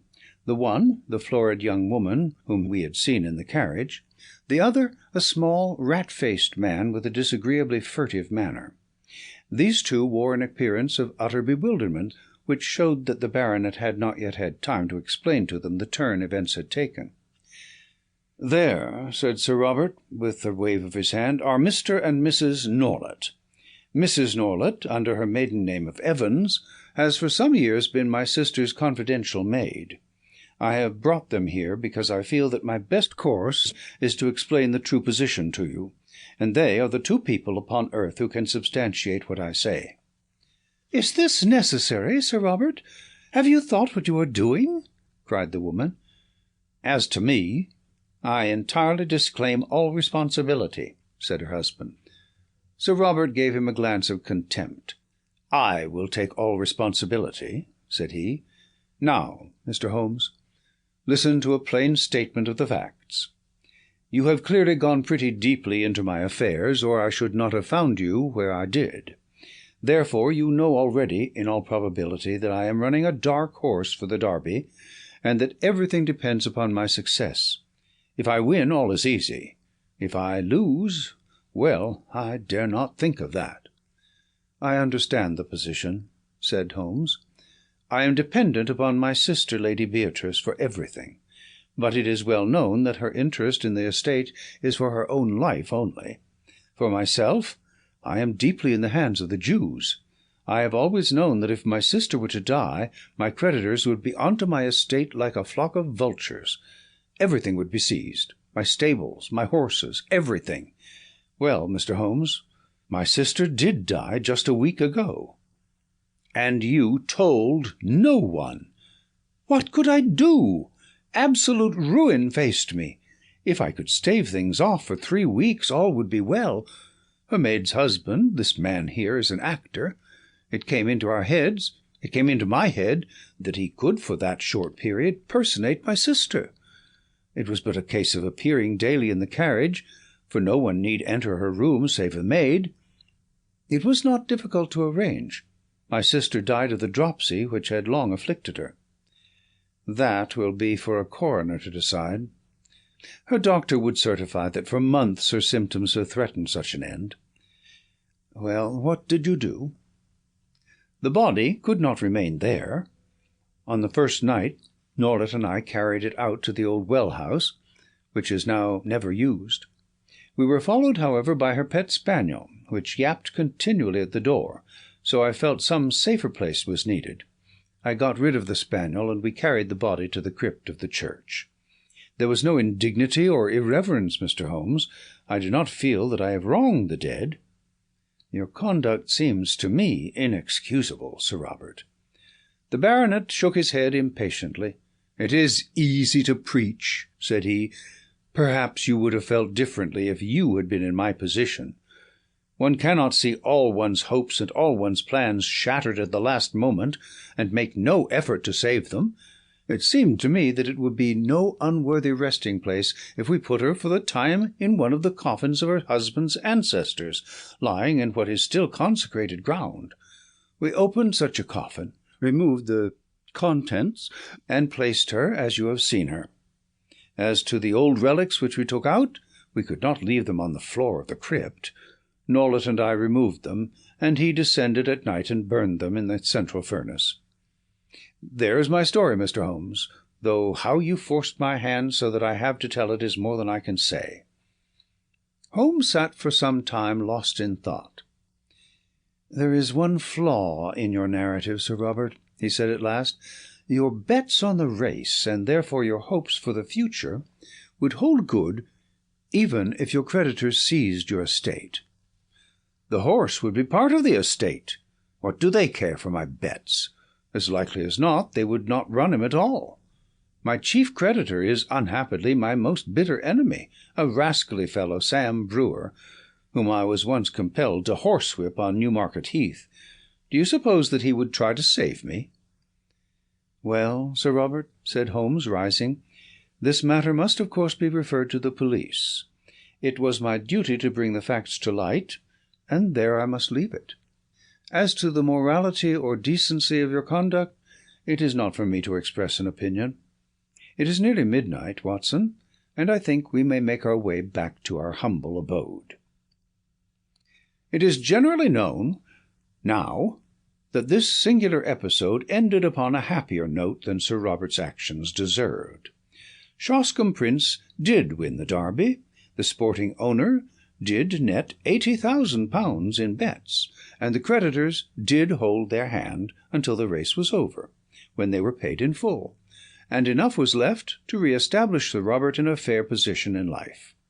Both police and coroner took a lenient view of the transaction, and beyond a mild censure for the delay in registering the lady's decease, the lucky owner got away scatheless from this strange incident in a career which has now outlived its shadows and promises to end in an honoured old age. End of the Adventure of Shoscombe Old Place. Story 12. The Adventure of the Retired Colourman. Sherlock Holmes was in a melancholy and philosophic mood that morning. His alert, practical nature was subject to such reactions. "Did you see him?" he asked. "You mean the old fellow who has just gone out?" "Precisely." "Yes, I met him at the door." "What did you think of him?"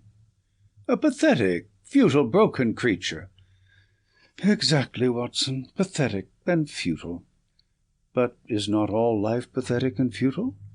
Is not his story a microcosm of the whole? We reach, we grasp, and what is left in our hands at the end? A shadow. Or worse than a shadow, misery." "Is he one of your clients?" "Well, I suppose I may call him so. He has been sent on by the Yard, just as medical men occasionally send their incurables to a quack. They argue that they can do nothing more, and that whatever happens, the patient can be no worse than he is. What is the matter?" Holmes took a rather soiled card from the table. "Josiah Amberley. He says he was junior partner of Brickfall and Amberley, who are manufacturers of artistic materials. You will see their names upon paint-boxes. He made his little pile, retired from business at the age of 61, bought a house in Lewisham, and settled down to rest after a life of ceaseless grind. One would think his future was tolerably assured. Yes, indeed." Holmes glanced over some notes which he had scribbled upon the back of an envelope. "Retired in 1896, Watson. Early in 1897 he married a woman 20 years younger than himself, a good-looking woman, too, if the photograph does not flatter. A competence, a wife, leisure. It seemed a straight road which lay before him, and yet within 2 years he is, as you have seen, as broken and miserable a creature as crawls beneath the sun. But what has happened? The old story, Watson, a treacherous friend and a fickle wife. It would appear that Amberley has one hobby in life, and it is chess. Not far from him at Lewisham there lives a young doctor who is also a chess-player. I have noted his name as Dr. Ray Ernest. Ernest was frequently in the house, and an intimacy between him and Mrs. Amberley was a natural sequence, for you must admit that our unfortunate client has few outward graces, whatever his inner virtues may be. The couple went off together last week, destination untraced. What is more, the faithless spouse carried off the old man's deed-box as her personal luggage, with a good part of his life's savings within. Can we find the lady? Can we save the money? A commonplace problem so far as it has developed, and yet a vital one for Josiah Amberley. What would you do about it? Well, the immediate question, my dear Watson, happens to be, what will you do, if you will be good enough to understudy me? You know that I am preoccupied with this case of the 2 Coptic patriarchs, which should come to a head to-day. I really have not time to go out to Lewisham, and yet evidence taken on the spot has a special value. The old fellow was quite insistent that I should go, but I explained my difficulty. He is prepared to meet a representative. "By all means," I answered. "I confess I don't see that I can be of much service, but I am willing to do my best." And so it was that on a summer afternoon I set forth to Lewisham, little dreaming that within a week the affair in which I was engaging would be the eager debate of all England. It was late that evening before I returned to Baker Street and gave an account of my mission. Holmes lay with his gaunt figure stretched in his deep chair, his pipe curling forth slow wreaths of acrid tobacco, while his eyelids drooped over his eyes so lazily that he might almost have been asleep, were it not that at any halt or questionable passage of my narrative they half lifted, and 2 grey eyes, as bright and keen as rapiers, transfixed me with their searching glance. "The Haven is the name of Mr. Josiah Amberley's house," I explained. "I think it would interest you, Holmes. It is like some penurious patrician who has sunk into the company of his inferiors.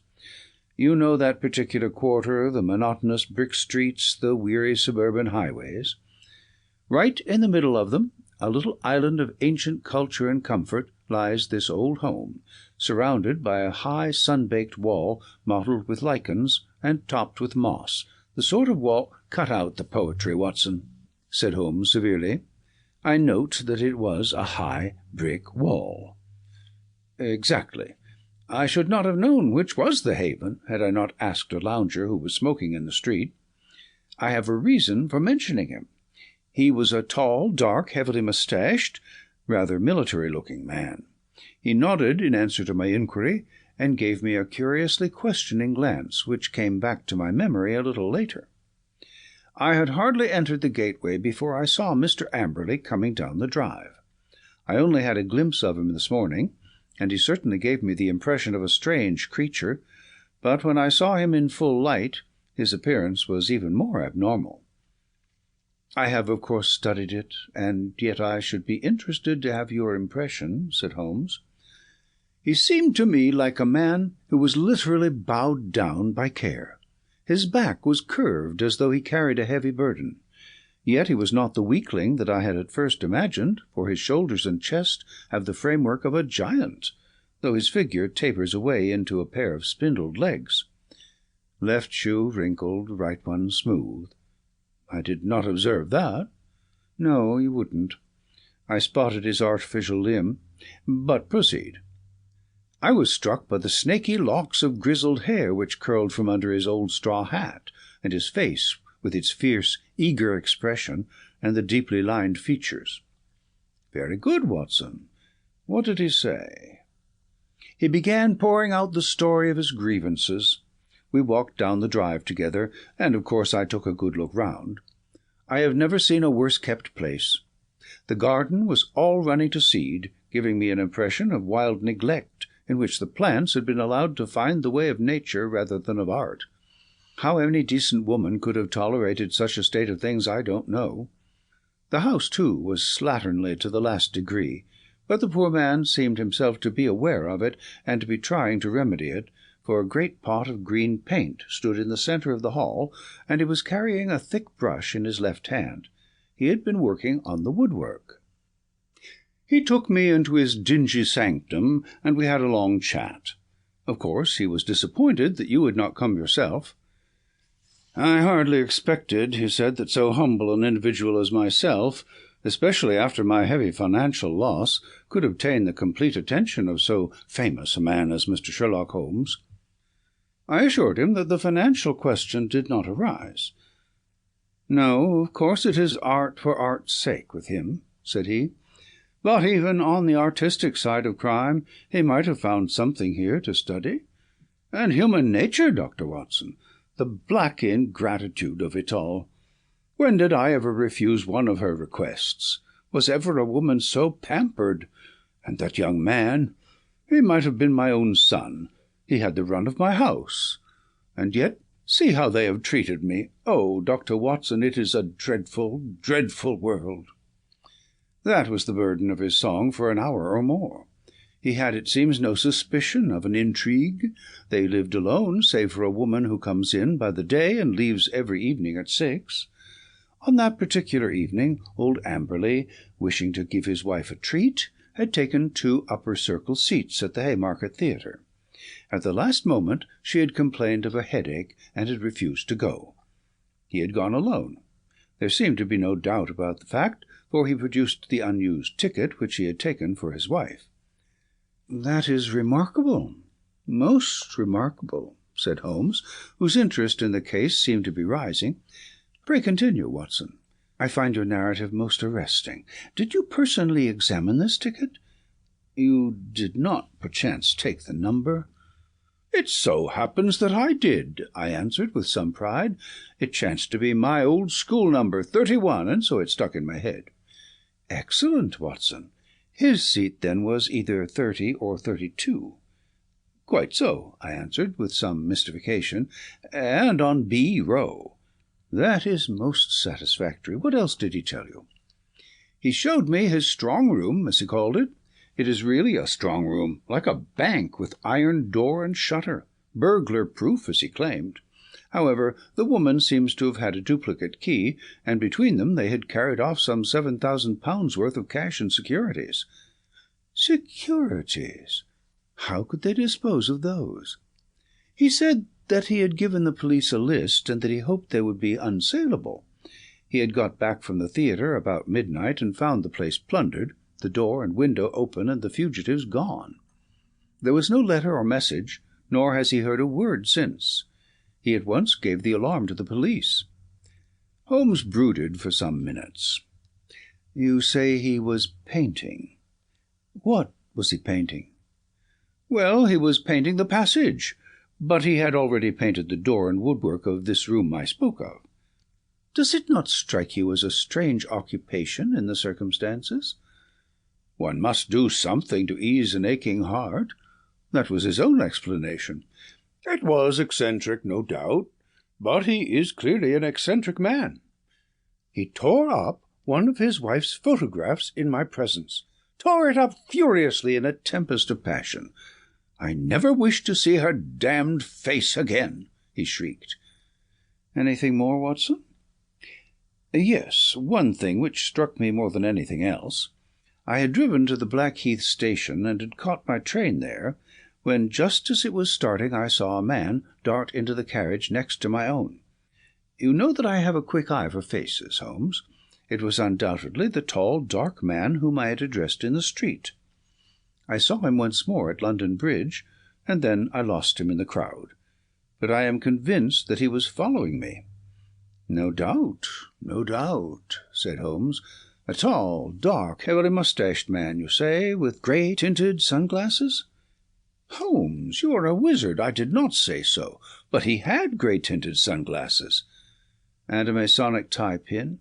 "Holmes!" "Quite simple, my dear Watson. But let us get down to what is practical. I must admit to you that the case, which seemed to me to be so absurdly simple as to be hardly worth my notice, is rapidly assuming a very different aspect. It is true that though in your mission you have missed everything of importance, yet even those things which have obtruded themselves upon your notice give rise to serious thought." "What have I missed?" "Don't be hurt, my dear fellow. You know that I am quite impersonal. No one else would have done better. Some possibly not so well. But clearly you have missed some vital points. What is the opinion of the neighbours about this man Amberley and his wife? That surely is of importance. What of Dr. Ernest? Was he the gay Lothario one would expect? With your natural advantages, Watson, every lady is your helper and accomplice. What about the girl at the post office, or the wife of the greengrocer? I can picture you whispering soft nothings with the young lady at the Blue Anchor, and receiving hard somethings in exchange. All this you have left undone. It can still be done.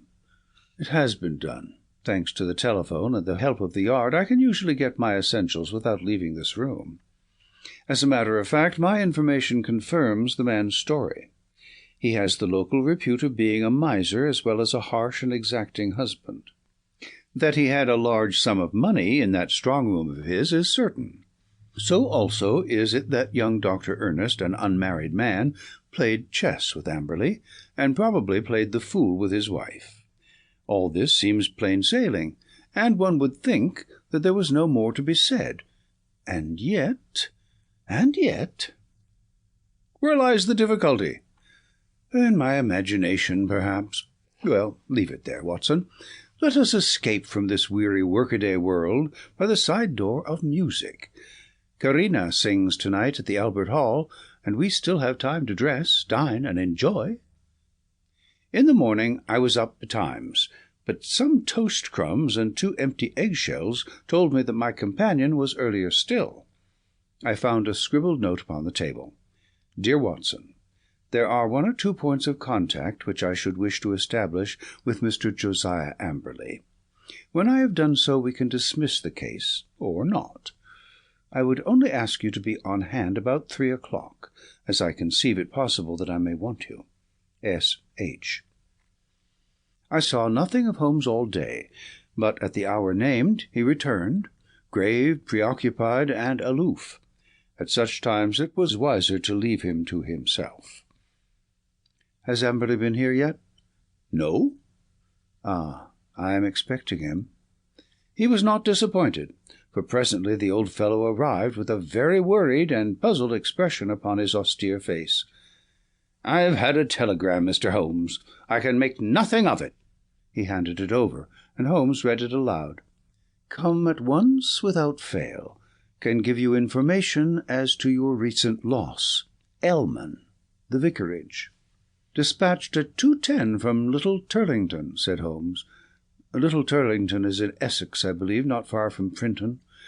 Well, of course, you will start at once. This is evidently from a responsible person, the vicar of the place. Where is my Crockford? Yes, here we have him. J. C. Elman, M.A., living of Mossmoor, come Little Purlington.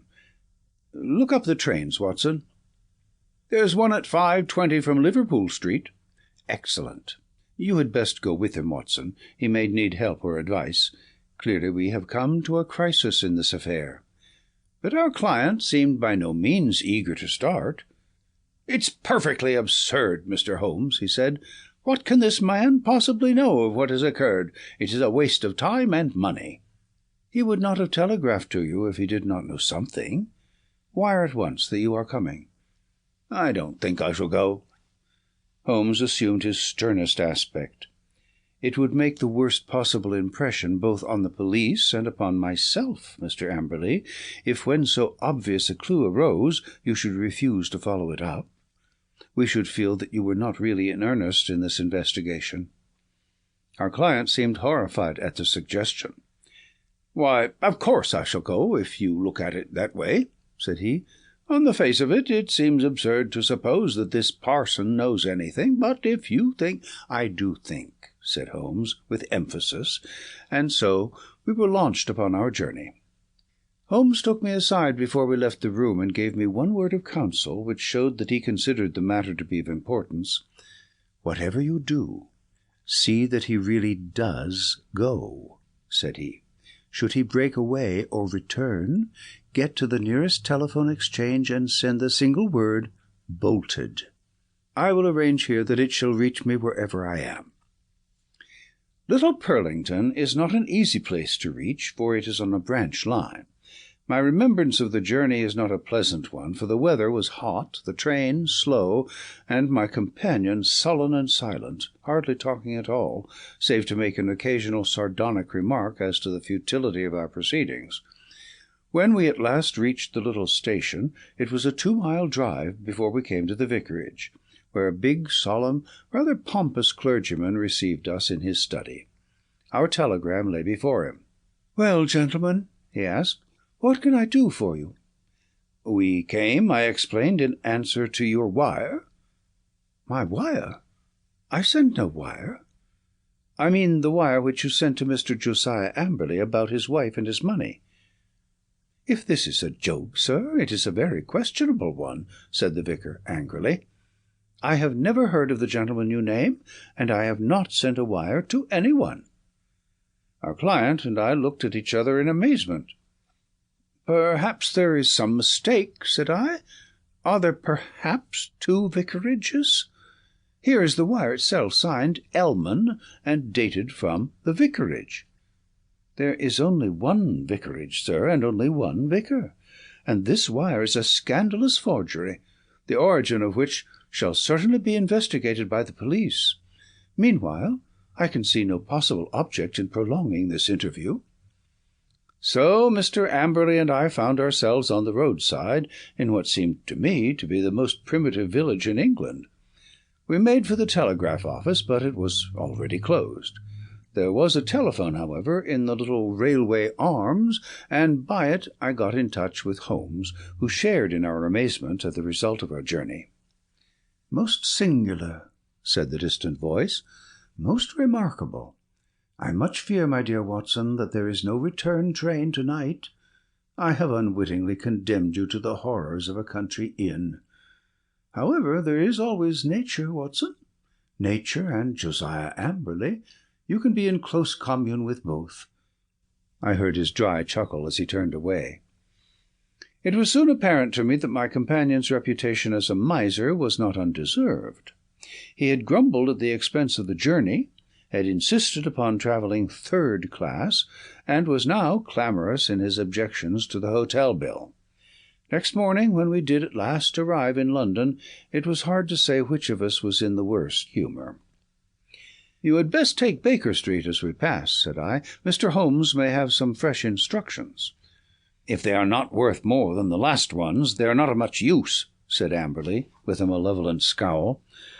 None the less he kept me company. I had already warned Holmes by telegram of the hour of our arrival, but we found a message waiting that he was in Lewisham, and would expect us there. That was a surprise, but an even greater one was to find that he was not alone in the sitting-room of our client. A stern-looking, impassive man sat beside him, a dark man with grey-tinted glasses and a large Masonic pin projecting from his tie. "This is my friend Mr. Barker," said Holmes. "He has been interesting himself also in your business, Mr. Josiah Amberley, though we have been working independently. But we both have the same question to ask you." Mr. Amberley sat down heavily. He sensed impending danger. I read it in his straining eyes and his twitching features. "What is the question, Mr. Holmes?" "Only this. What did you do with the bodies?" The man sprang to his feet with a hoarse scream. He clawed into the air with his bony hands. His mouth was open, and for the instant he looked like some horrible bird of prey. In a flash we got a glimpse of the real Josiah Amberley, a misshapen demon with a soul as distorted as his body. As he fell back into his chair, he clapped his hand to his lips as if to stifle a cough. Holmes sprang at his throat like a tiger and twisted his face towards the ground. A white pellet fell from between his gasping lips. "No short-cuts, Josiah Amberley. Things must be done decently and in order. What about it, Barker?" "I have a cab at the door," said our taciturn companion. "It is only a few 100 yards to the station. We will go together. You can stay here, Watson. I shall be back within half an hour." The old Colourman had the strength of a lion in that great trunk of his, but he was helpless in the hands of the 2 experienced manhandlers. Wriggling and twisting, he was dragged to the waiting cab, and I was left to my solitary vigil in the ill-omened house. In less time than he had named, however, Holmes was back, in company with a smart young police inspector. "I've left Barker to look after the formalities," said Holmes. "You had not met Barker, Watson. He is my hated rival upon the Surrey shore. When you said a tall, dark man, it was not difficult for me to complete the picture. He has several good cases to his credit, has he not, Inspector?" "He has certainly interfered several times," the inspector answered with reserve. "His methods are irregular, no doubt, like my own. The irregulars are useful sometimes, you know. You, for example, with your compulsory warning about whatever he said being used against him, could never have bluffed this rascal into what is virtually a confession." "Perhaps not. But we get there all the same, Mr. Holmes. Don't imagine that we had not formed our own views of this case, and that we would not have laid our hands on our man. You will excuse us for feeling sore when you jump in with methods which we cannot use, and so rob us of the credit." "There shall be no such robbery, Mackinnon. I assure you that I efface myself from now onwards. And as to Barker, he has done nothing save what I told him." The inspector seemed considerably relieved. "That is very handsome of you, Mr. Holmes. Praise or blame can matter little to you, but it is very different to us when the newspapers begin to ask questions." "Quite so. But they are pretty sure to ask questions anyhow, so it would be as well to have answers. What will you say, for example, when the intelligent and enterprising reporter asks you what the exact points were which aroused your suspicion, and finally gave you a certain conviction as to the real facts?" The inspector looked puzzled. "We don't seem to have got any real facts yet, Mr. Holmes. You say that the prisoner, in the presence of 3 witnesses, practically confessed, by trying to commit suicide, that he had murdered his wife and her lover. What other facts have you?" "Have you arranged for a search?"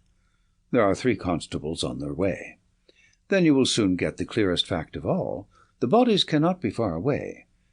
Try the cellars and the garden. It should not take long to dig up the likely places. This house is older than the water pipes. There must be a disused well somewhere. Try your luck there." "But how did you know of it, and how was it done?" "I'll show you first how it was done, and then I will give the explanation which is due to you. And even more to my long-suffering friend here, who has been invaluable throughout. But first I would give you an insight into this man's mentality. It is a very unusual one, so much so that I think his destination is more likely to be Broadmoor than the scaffold. He has, to a high degree, the sort of mind which one associates with the medieval Italian nature rather than with the modern Briton. He was a miserable miser who made his wife so wretched by his niggardly ways that she was a ready prey for any adventurer. Such a one came upon the scene in the person of this chess-playing doctor. Amberley excelled at chess, one Mark Watson of a scheming mind. Like all misers, he was a jealous man, and his jealousy became a frantic mania. Rightly or wrongly, he suspected an intrigue. He determined to have his revenge, and he planned it with diabolical cleverness. Come here." Holmes led us along the passage with as much certainty as if he had lived in the house, and halted at the open door of the strong-room. "Who? What an awful smell of paint!" cried the inspector. "That was our first clue," said Holmes. "You can thank Dr. Watson's observation for that, though he failed to draw the inference. It set my foot upon the trail. Why should this man, at such a time, be filling his house with strong odours? Obviously to cover some other smell which he wished to conceal, some guilty smell which would suggest suspicions. Then came the idea of a room such as you see here, with iron door and shutter, a hermetically sealed room. Put those 2 facts together, and whither do they lead? I could only determine that by examining the house myself.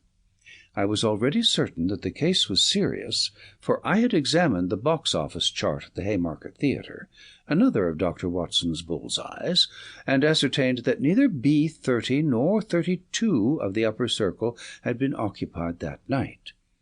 Therefore, Amberley had not been to the theatre, and his alibi fell to the ground. He made a bad slip when he allowed my astute friend to notice the number of the seat taken for his wife.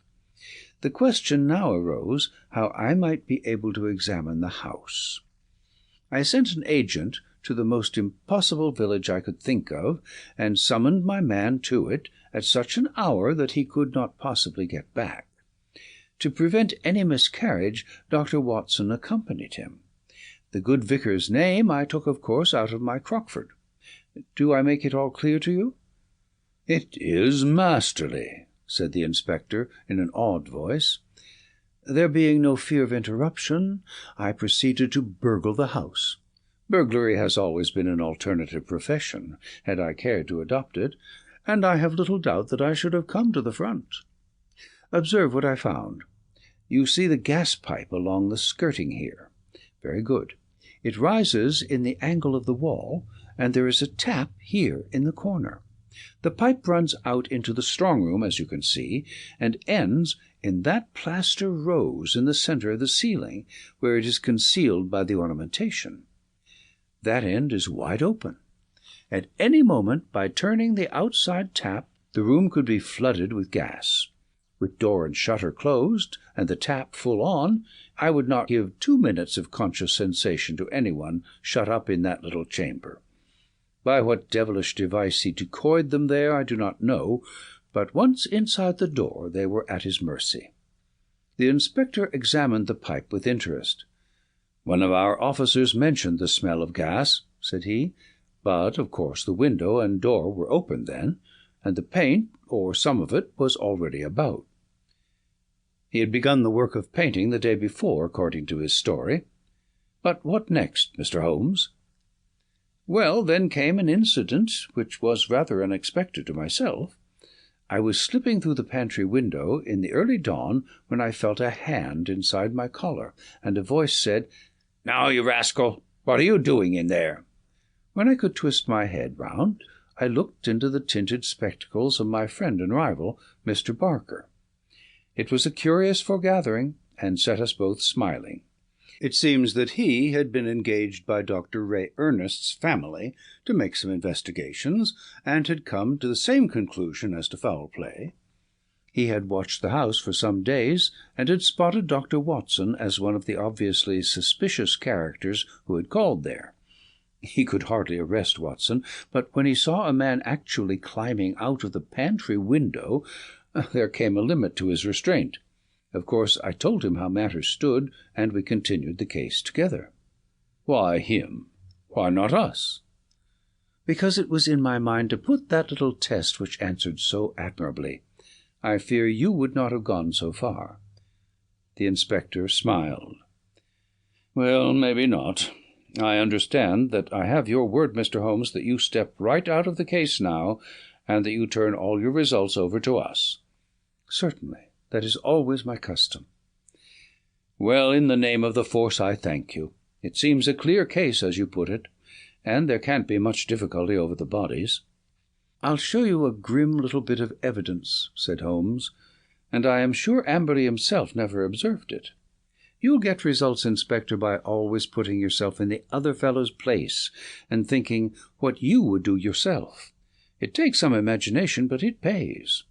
Now, we will suppose that you were shut up in this little room, had not 2 minutes to live, but wanted to get even with the fiend who was probably mocking at you from the other side of the door. What would you do?" "Write a message." "Exactly. You would like to tell people how you died. No use writing on paper. That would be seen. If you wrote on the wall, some eye might rest upon it. Now, look here. Just above the skirting is scribbled, with a purple indelible pencil, That's all." "What do you make of that?" "Well, it's only a foot above the ground. The poor devil was on the floor and dying when he wrote it. He lost his senses before he could finish." He was writing we were murdered. That's how I read it. If you find an indelible pencil on the body, we'll look out for it, you may be sure. But those securities, clearly there was no robbery at all, and yet he did possess those bonds. We verified that. You may be sure he has hidden them in a safe place. When the whole elopement had passed into history, he would suddenly discover them, and announce that the guilty couple had relented and sent back the plunder, or had dropped it on the way. "You certainly seem to have met every difficulty," said the inspector. "Of course he was bound to call us in, but why he should have gone to you I can't understand."